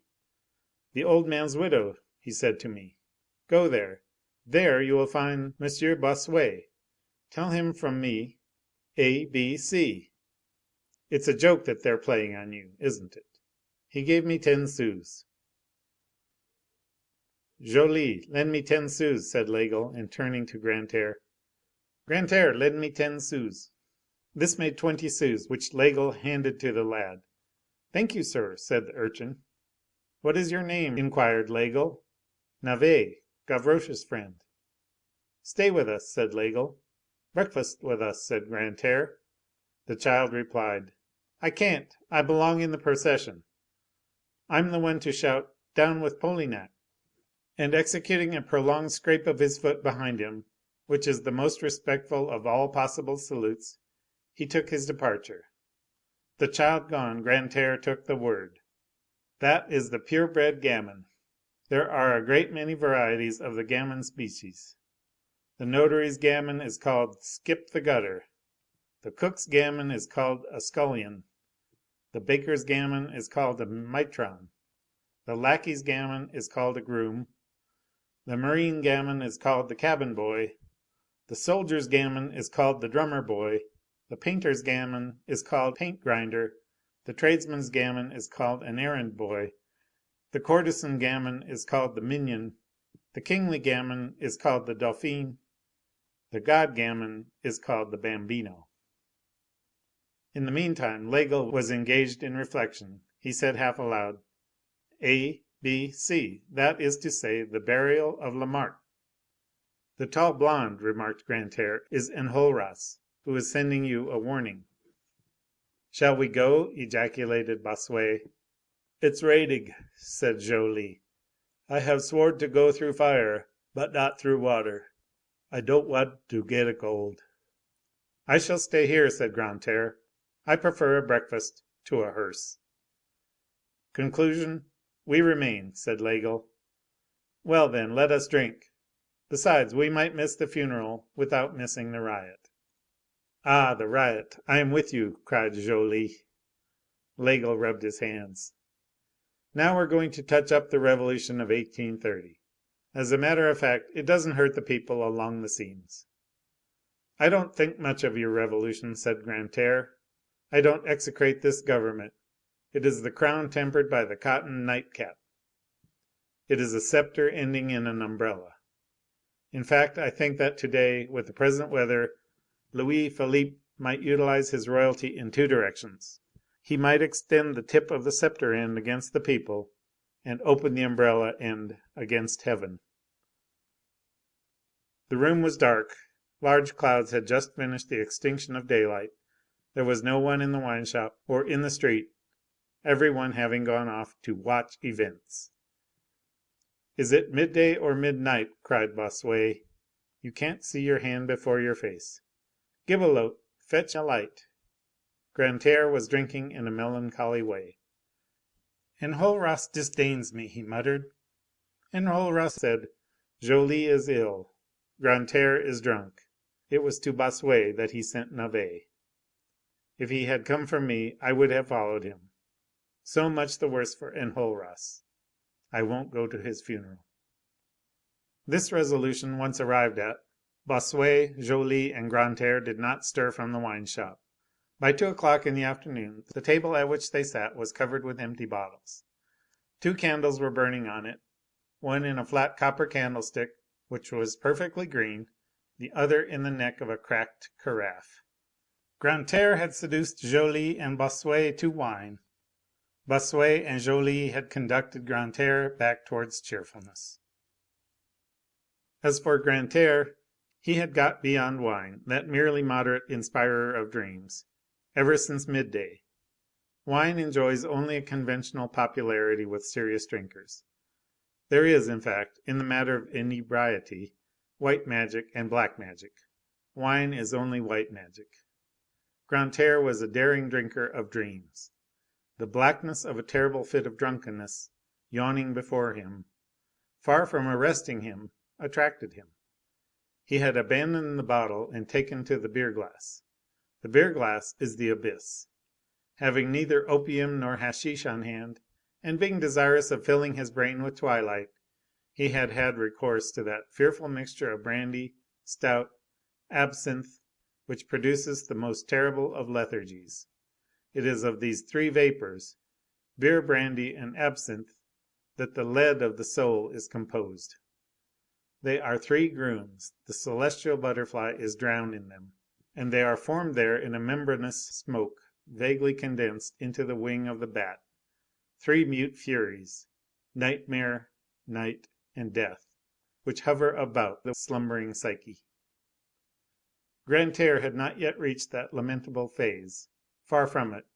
He was tremendously gay, and Bossuet and Joly retorted.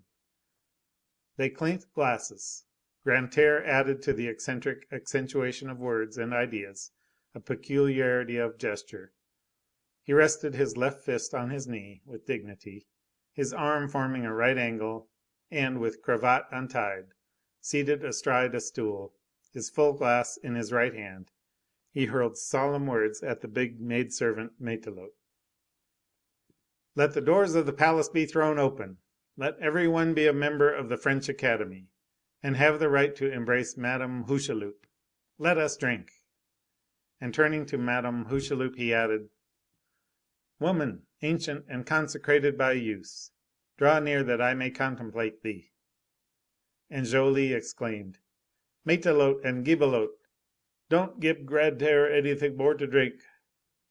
He has already devoured since this morning, in wild prodigality, 2 francs and 95 centimes."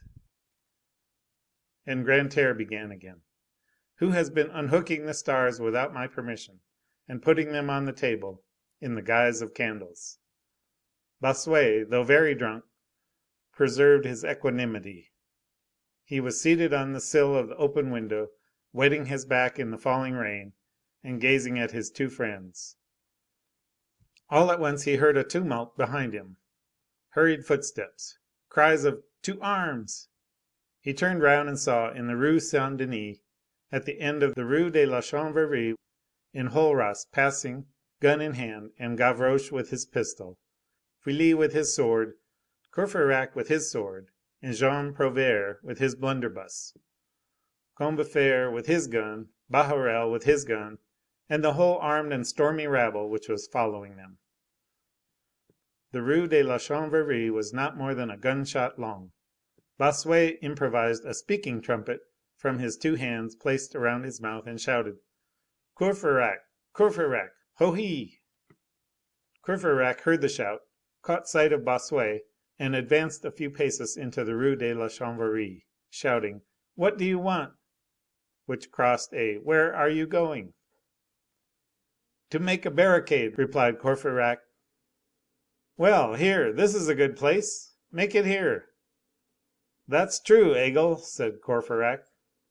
And at a signal from Courfeyrac, the mob flung themselves into the Rue de la Chanvrerie. End of Book 12, Chapter 2.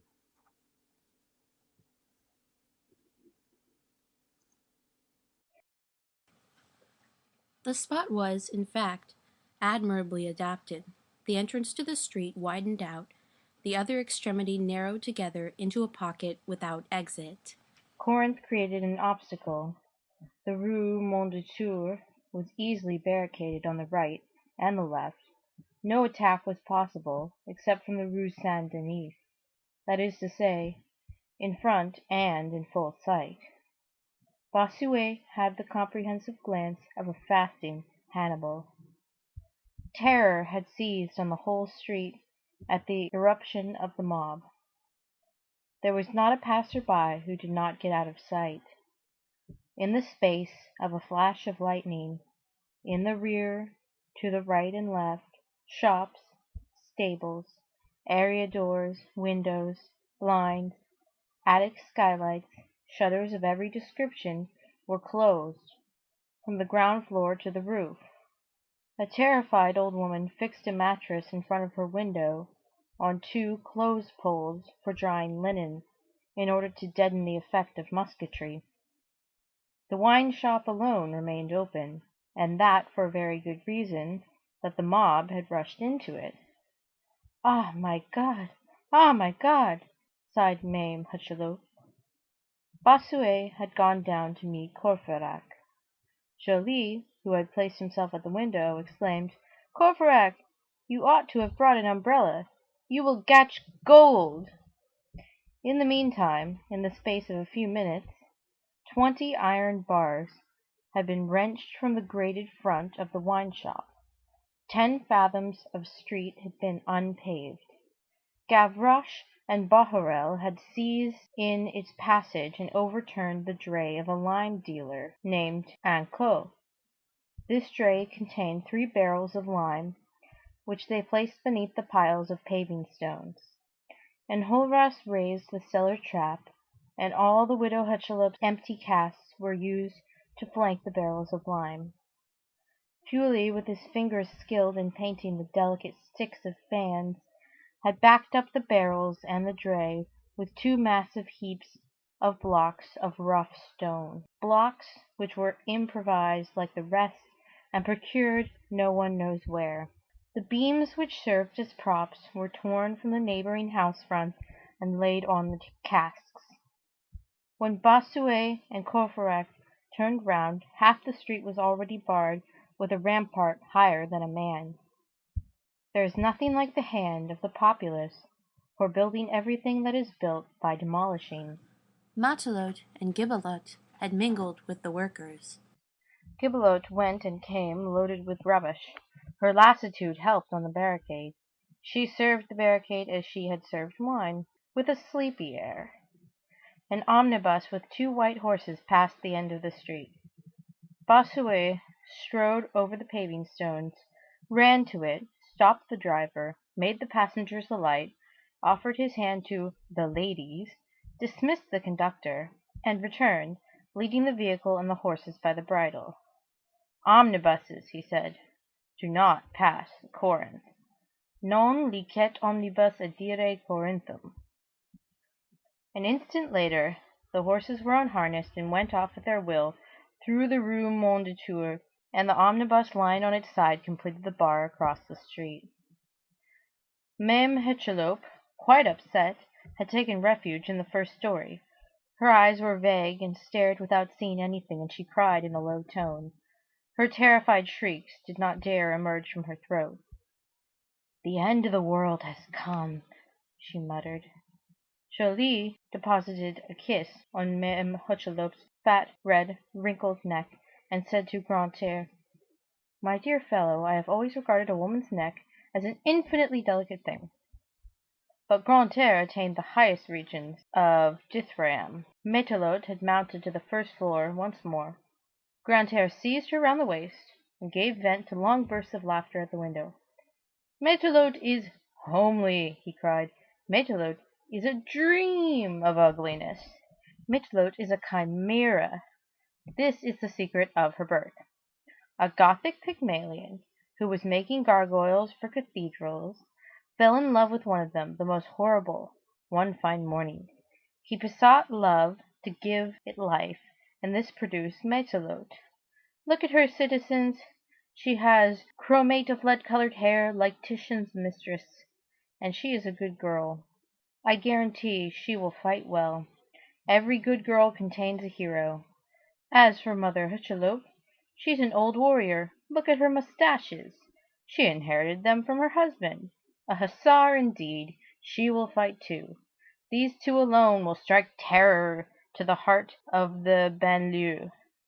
Comrades, we shall overthrow the government as true as there are 15 intermediary acids between margaric acid and formic acid. However, that is a matter of perfect indifference to me. Gentlemen, my father always detested me because I could not understand mathematics. I understand only love and liberty. I am Grantaire, the good fellow. Having never had any money, I never acquired the habit of it, and the result is that I have never lacked it. But if I had been rich, there would have been no more poor people. You would have seen. Oh, if the kind hearts only had fat purses, how much better things would go! I picture myself Jesus Christ with Rothschild's fortune. How much good he would do! Matelote, embrace me. You are voluptuous and timid. You have cheeks which invite the kiss of a sister, and lips which claim the kiss of a lover. "Hold your tongue, you cask," said Courfeyrac. Grantaire retorted, "I am the Capitoul and the master of the floral games." Enjolras, who was standing on the crest of the barricade, gun in hand, raised his beautiful, austere face. Enjolras, as the reader knows, has something of the Spartan and of the Puritan in his composition. He would have perished at Thermopylae and Leonidas, and burned at Drogheda and Cromwell. "Grantaire," he shouted, "go get rid of the fumes of your wine somewhere else than here. This is the place for enthusiasm, not for drunkenness. Don't disgrace the barricade." This angry speech produced a singular effect on Grantaire. One would have said that he had had a glass of cold water flung in his face. He seemed to be rendered suddenly sober. He sat down, put his elbows on a table near the window, looked at Enjolras with indescribable gentleness, and said to him, "Let me sleep here." "Go and sleep somewhere else," cried Enjolras. But Grantaire, still keeping his tender and troubled eyes fixed on him, replied, "Let me sleep here until I die." Enjolras regarded him with disdainful eyes. "Grantaire, you are incapable of believing, of thinking, of willing, of living, and of dying." Grantaire replied in a grave tone, "You will see." He stammered a few more unintelligible words, then his head fell heavily on the table, and, as is the usual effect of the second period of inebriety into which Enjolras had roughly and abruptly thrust him, an instant later he had fallen asleep. Chapter 4. An attempt to console the widow Hucheloup. Bahorel, in ecstasies over the barricade, shouted, "Here's the street in its low-necked dress! How well it looks!" Courfeyrac, as he demolished the wine shop to some extent, sought to console the widowed proprietress.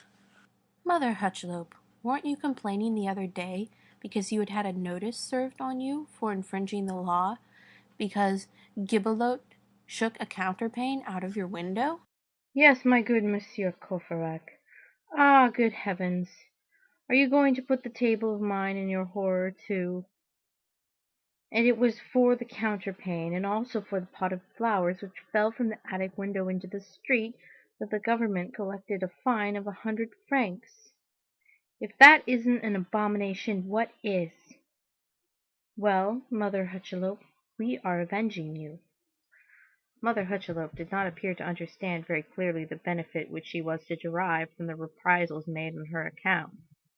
She was satisfied after the manner of that Arab woman, who, having received a box on the ear from her husband, went to complain to her father, and cried for vengeance, saying, "Father, you owe my husband affront for affront."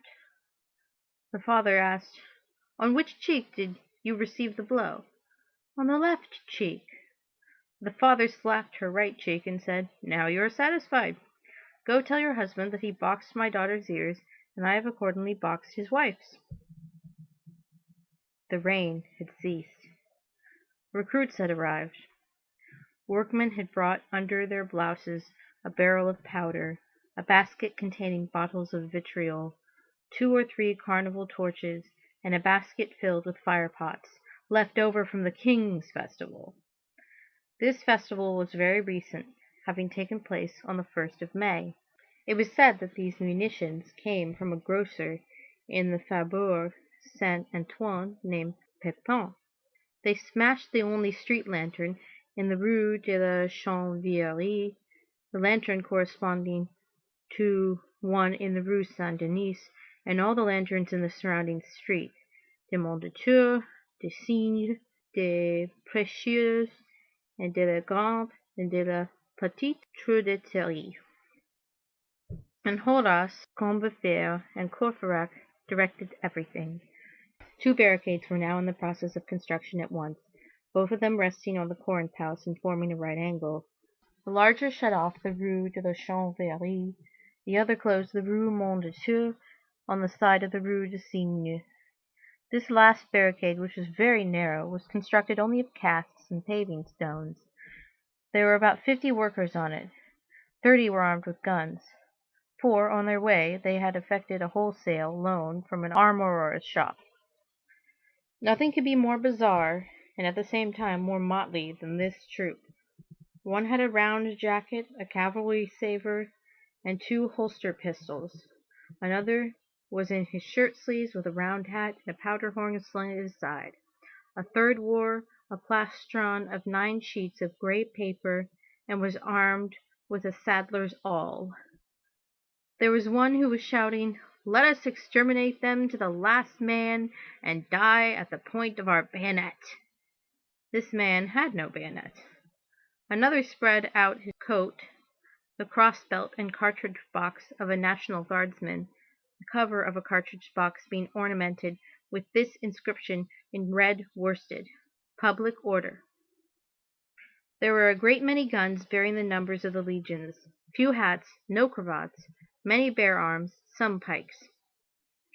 Add to this all ages, all sorts of faces, small, pale young men, and bronzed longshoremen. All were in haste, and as they helped each other, they discussed the possible chances. That they would receive succor about 3 o'clock in the morning. They were sure of one regiment, that Paris would rise. Terrible sayings with which was mingled a sort of cordial joviality. One would have pronounced them brothers, but they did not know each other's names. Great perils have this fine characteristic, that they bring to light the fraternity of strangers. A fire had been lighted in the kitchen, and there they were engaged in molding into bullets pewter mugs, spoons, forks, and all the brass tableware of the establishment.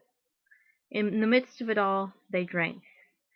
Caps and buckshot were mixed pell-mell on the tables with glasses of wine. In the billiard hall, Mame Hucheloup, Matelote, and Gibelotte, variously modified by terror, which had stupefied one, rendered another breathless, and roused the third, were tearing up old dishcloths and making lint. 3 insurgents were assisting them, 3 bushy-haired, jolly blades with beards and moustaches, who plucked away at the linen with fingers of seamstresses and who made them tremble. The man of lofty stature, whom Courfeyrac, Combeferre, and Enjolras had observed at the moment when he joined the mob at the corner of the Rue des Billettes, was at work on the small barricade and was making himself useful there. Gavroche was working on the larger one. As for the young man who had been waiting for Courfeyrac at his lodgings and who had inquired for Monsieur Marius, he had disappeared at about the time when the omnibus had been overturned. Gavroche, completely carried away and radiant, had undertaken to get everything in readiness. He went, came, mounted, descended, remounted, whistled, and sparkled. He seemed to be there for the encouragement of all. Had he any incentive? Yes, certainly, his poverty. Had he wings? Yes, certainly, his joy.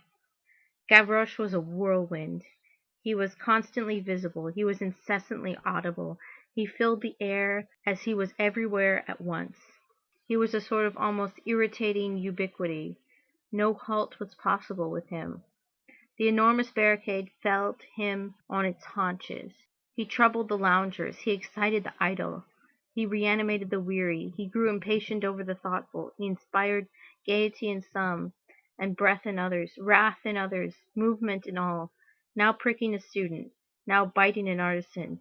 He alighted, paused, flew off again, hovered over the tumult and the effort, sprang from one party to another, murmuring and humming and harassing the whole company, a fly on the immense revolutionary coach.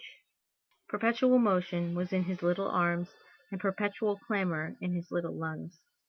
Courage! More paving stones, more cats, more machines! Where are you now? A hod of plaster for me to stop this hole with. Your barricade is very small, it must be carried up. Put everything on it, fling everything there, stick it all in. Break down the house. A barricade is Mother Gibot's tea. Hullo, here's a glass door. This elicited an exclamation from the workers. A glass door? What do you expect us to do with a glass door, tubercle? Hercules yourselves, retorted Gavroche. A glass door is an excellent thing in a barricade. It does not prevent an attack, but it prevents the enemy taking it. So you're never prigged apples over a wall when there are broken bottles? A glass door cuts the horns of the National Guard when they try to mount the barricade. Pardi, glass is a treacherous thing. Well, you haven't a very wildly lively imagination, comrades. However, he was furious over his triggerless pistol. He went from one to another demanding, "A gun! I want a gun! Why don't you give me a gun?" "Give you a gun?" said Combeferre. "Come now," said Gavroche. "Why not? I had one in 1830 when we had a dispute with Charles X." And Enjolras shrugged his shoulders.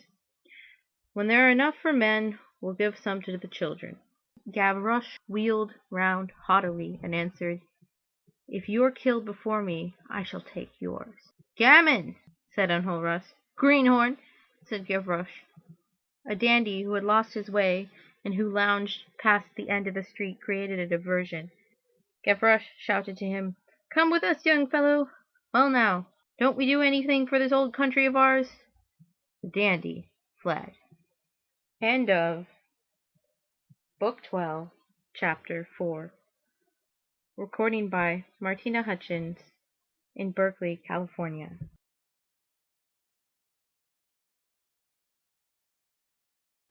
The journals of the day, which said that that nearly impregnable structure of the barricade of the Rue de la Chanvrerie, as they call it, reached to the level of the first floor, were mistaken. The fact is that it did not exceed an average height of 6 or 7 feet. It was built in such a manner that the combatants could, at their will, either disappear behind it or dominate the barrier and even scale its crest by means of a quadruple row of paving stones placed on top of each other and arranged as steps in the interior.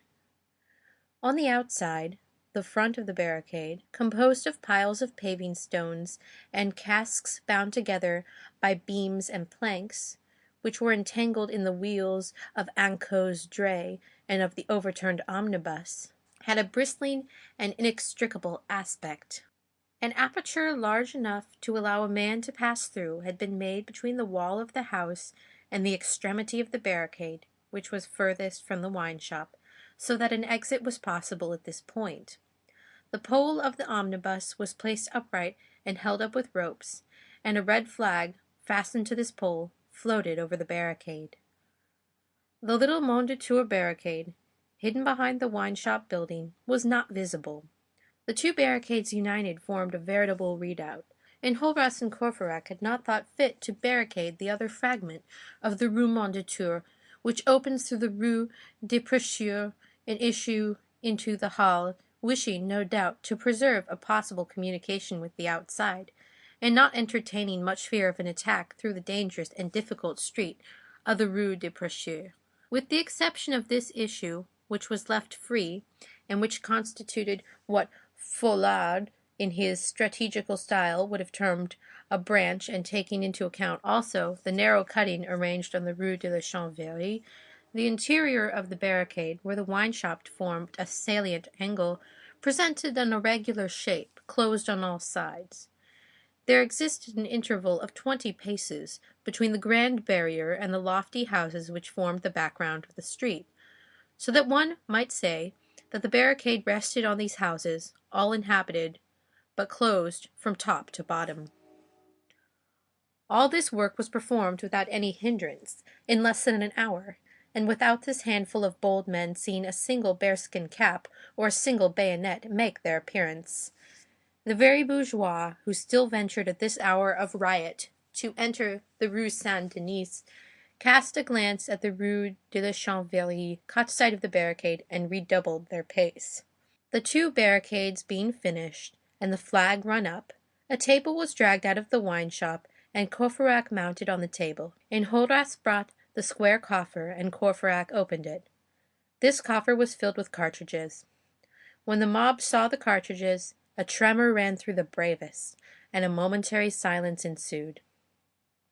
Courfeyrac distributed them with a smile.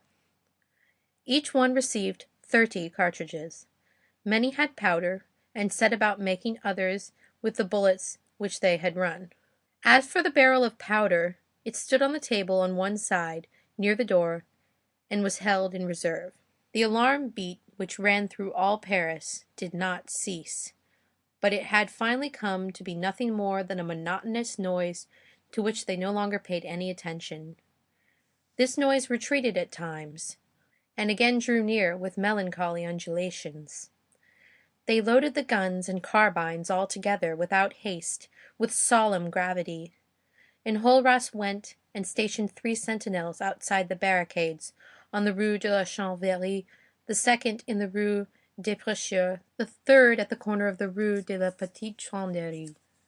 Then The barricades having been built, the posts assigned, the guns loaded, the sentinels stationed, they waited, alone in those redoubtable streets, through which no one passed any longer, surrounded by those dumb houses which seemed dead, and in which no human movement palpitated, enveloped in the deepening shades of twilight, which was drawing on, in the midst of that silence through which something could be felt advancing, and which had about it something tragic and terrifying, isolated, armed, determined, and tranquil. Chapter 6. Waiting. During those hours of waiting, what did they do? We must needs tell, since this is a matter of history. While the men made bullets and the women lint, while a large saucepan of melted brass and lead, destined to the bullet mold, smoked over a glowing brazier, while the sentinels watched, weapon in hand, on the barricade, while Enjolras, whom it was impossible to divert, kept an eye on the sentinels, Combeferre, Courfeyrac, Jean Prouvaire, Feuilly, Bossuet, Joly, Bahorel, and some others, sought each other out and united as in the most peaceful days of their conversations in their student life, and in one corner of this wine shop, which had been converted into a casement, a couple of paces distant from the redoubt which they had built, with their carbines loaded and primed, resting against the backs of their chairs, these fine young fellows, so close to a supreme hour, began to recite love verses. What verses? These. Vous rappelez-vous notre douce vie, lorsque nous étions si jeunes tous deux, et que nous n'avions à cœur d'autre envie que d'être bien mis et d'être amoureux. Lorsque, en ajoutant votre âge à mon âge, nous ne comptons pas à 40 ans, et que dans notre humble et petit ménage, toute même l'hiver nous attend printemps. Beau jour, Manuel était fier et sage, Paris s'assied à de saints banquets. Faut lancer la fondre et votre corsage avait une épingle où j'ai même piquois.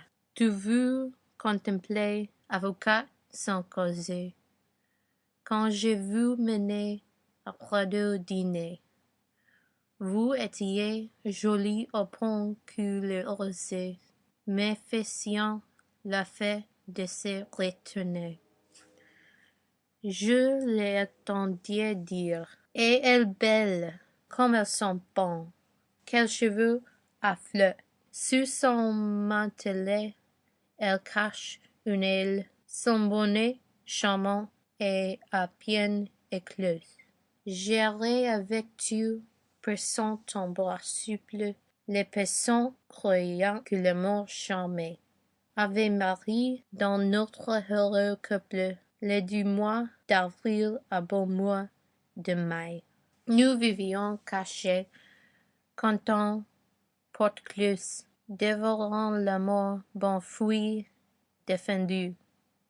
Ma bouche n'avait pas dit une chose, que déjà tout cœur avait répondu. Le second était le doigt bucolique.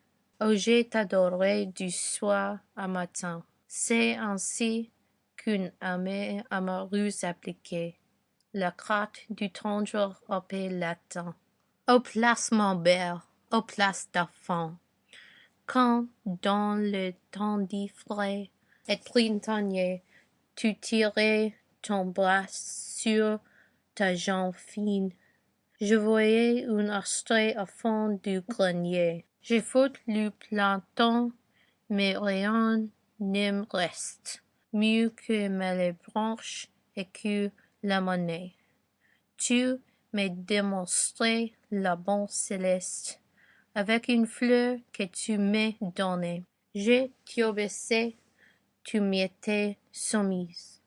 Au grenier doré, tes lacets, tes voix, aller en venir dès l'aube en chemise, mirant ton jeune front à ton vieux miroir, et qui danse pourrait pendre la mémoire de ces temps dorés et des firmaments, des rubans, des fleurs, des gaz et des moires. Ô l'amour bagué, un agate charmant. Nos jardins étaient une peau de tulipe. Tu masquais la vitre avec un jupon. Je prenais le bol de terre des pipes, et je te donnais la tasse et jupon. Et ces grands milieux qui nous faisions rire, dans mes champs brûlés, dans bois perdu, et ces chers portraits du divin Shakespeare, qu'un soir pour soupir nous avons vendu. Je t'ai mendiant, et tu charitable. J'abassais à vol tes bras frais et ronds. Dans tes in-folio nous serviez de table, pour manger gagnant et sans démérone. La première fois que moi, joyeux bouge, j'ai pris une bassier à ta livre infus. Quand tu tiens à lait décoiffé et rouge, j'ai resté tout pâle et j'ai cru indu. Te rappelles-tu nos bonheurs sans nombre et tous ces fichus changés et chiffons, au cou des soupirs et nuques pleines d'ombre, se sont envolés dans les cieux profondes. Translation. Do you remember our sweet life when we were both so young, and when we had no other desire in our hearts than to be well dressed and in love? When, by adding your age to my age, we could not count 40 years between us, and when, in our humble and tiny household, everything was spring to us even in winter. Fair days! Manuel was proud and wise. Paris sat at sacred banquets. Foy launched thunderbolts. And your corsage had a pin on which I pricked myself. Everything gazed upon you. A briefless lawyer, when I took you to the Prado to dine, you were so beautiful that the roses seemed to me to turn round, and I heard them say, "Is she not beautiful? How good she smells! What billowing hair! Beneath her mantle she hides a wing. Her charming bonnet is hardly unfolded." I wandered with thee, pressing thy supple arm. The passers-by thought that love bewitched had wedded, in our happy couple, the gentle month of April to the fair month of May. We lived concealed, content, with closed doors, devouring love, that sweet forbidden fruit.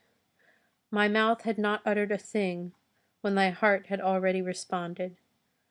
The Sorbonne was the bucolic spot where I adored thee from eve till morn.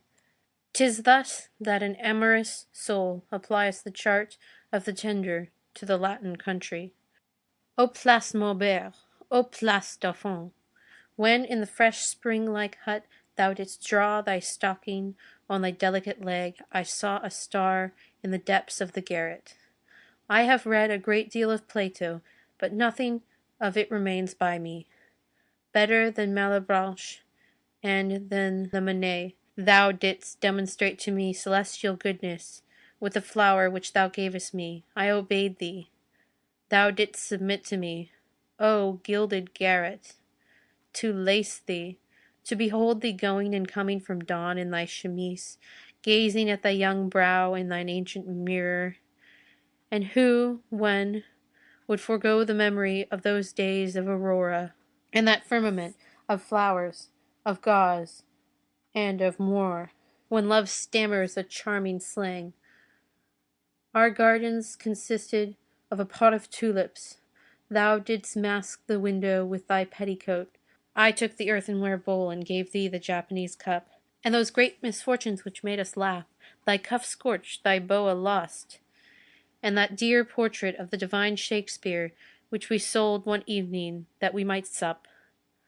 I was a beggar, and thou wert charitable. I kissed thy fresh round arms in haste. A folio Dante served us as a table on which to eat merrily a centime's worth of chestnuts. The first time that, in my joyous den, I snatched a kiss from thy fiery lip, when thou wentest forth, dishevelled and blushing, I turned deathly pale, and I believed in God. Dost thou recall our innumerable joys, and all those fichus changed to rags? Oh, what sighs from our hearts full of gloom fluttered forth to the heavenly depths! The hour, the spot, these souvenirs of youth recalled, a few stars which began to twinkle in the sky, the funeral repose of those deserted streets, the imminence of the inexorable adventure, which was in preparation, gave a pathetic charm to these verses murmured in a low tone in the dust by Jean Prouvaire, who, as we have seen, was a gentle poet. In the meantime a lamp had been lighted in the small barricade, and in the large one of those wax torches such as are to be met with on Shrove Tuesday, in front of vehicles loaded with masks, on their way to La Courtille. These torches, as the reader has seen, came from Faubourg Saint-Antoine. The torch had been placed in a sort of cage of paving stones, closed on three sides to shelter it from the wind, and disposed in such a fashion that all the light fell on the flag. The street and the barricade remained sunk in gloom, and nothing was to be seen except the red flag formidably illuminated as by an enormous dark lantern. This light enhanced the scarlet of the flag with an indescribable and terrible purple. End of Book 12, Chapter 6. Recording by Martina Hutchins in Berkeley, California.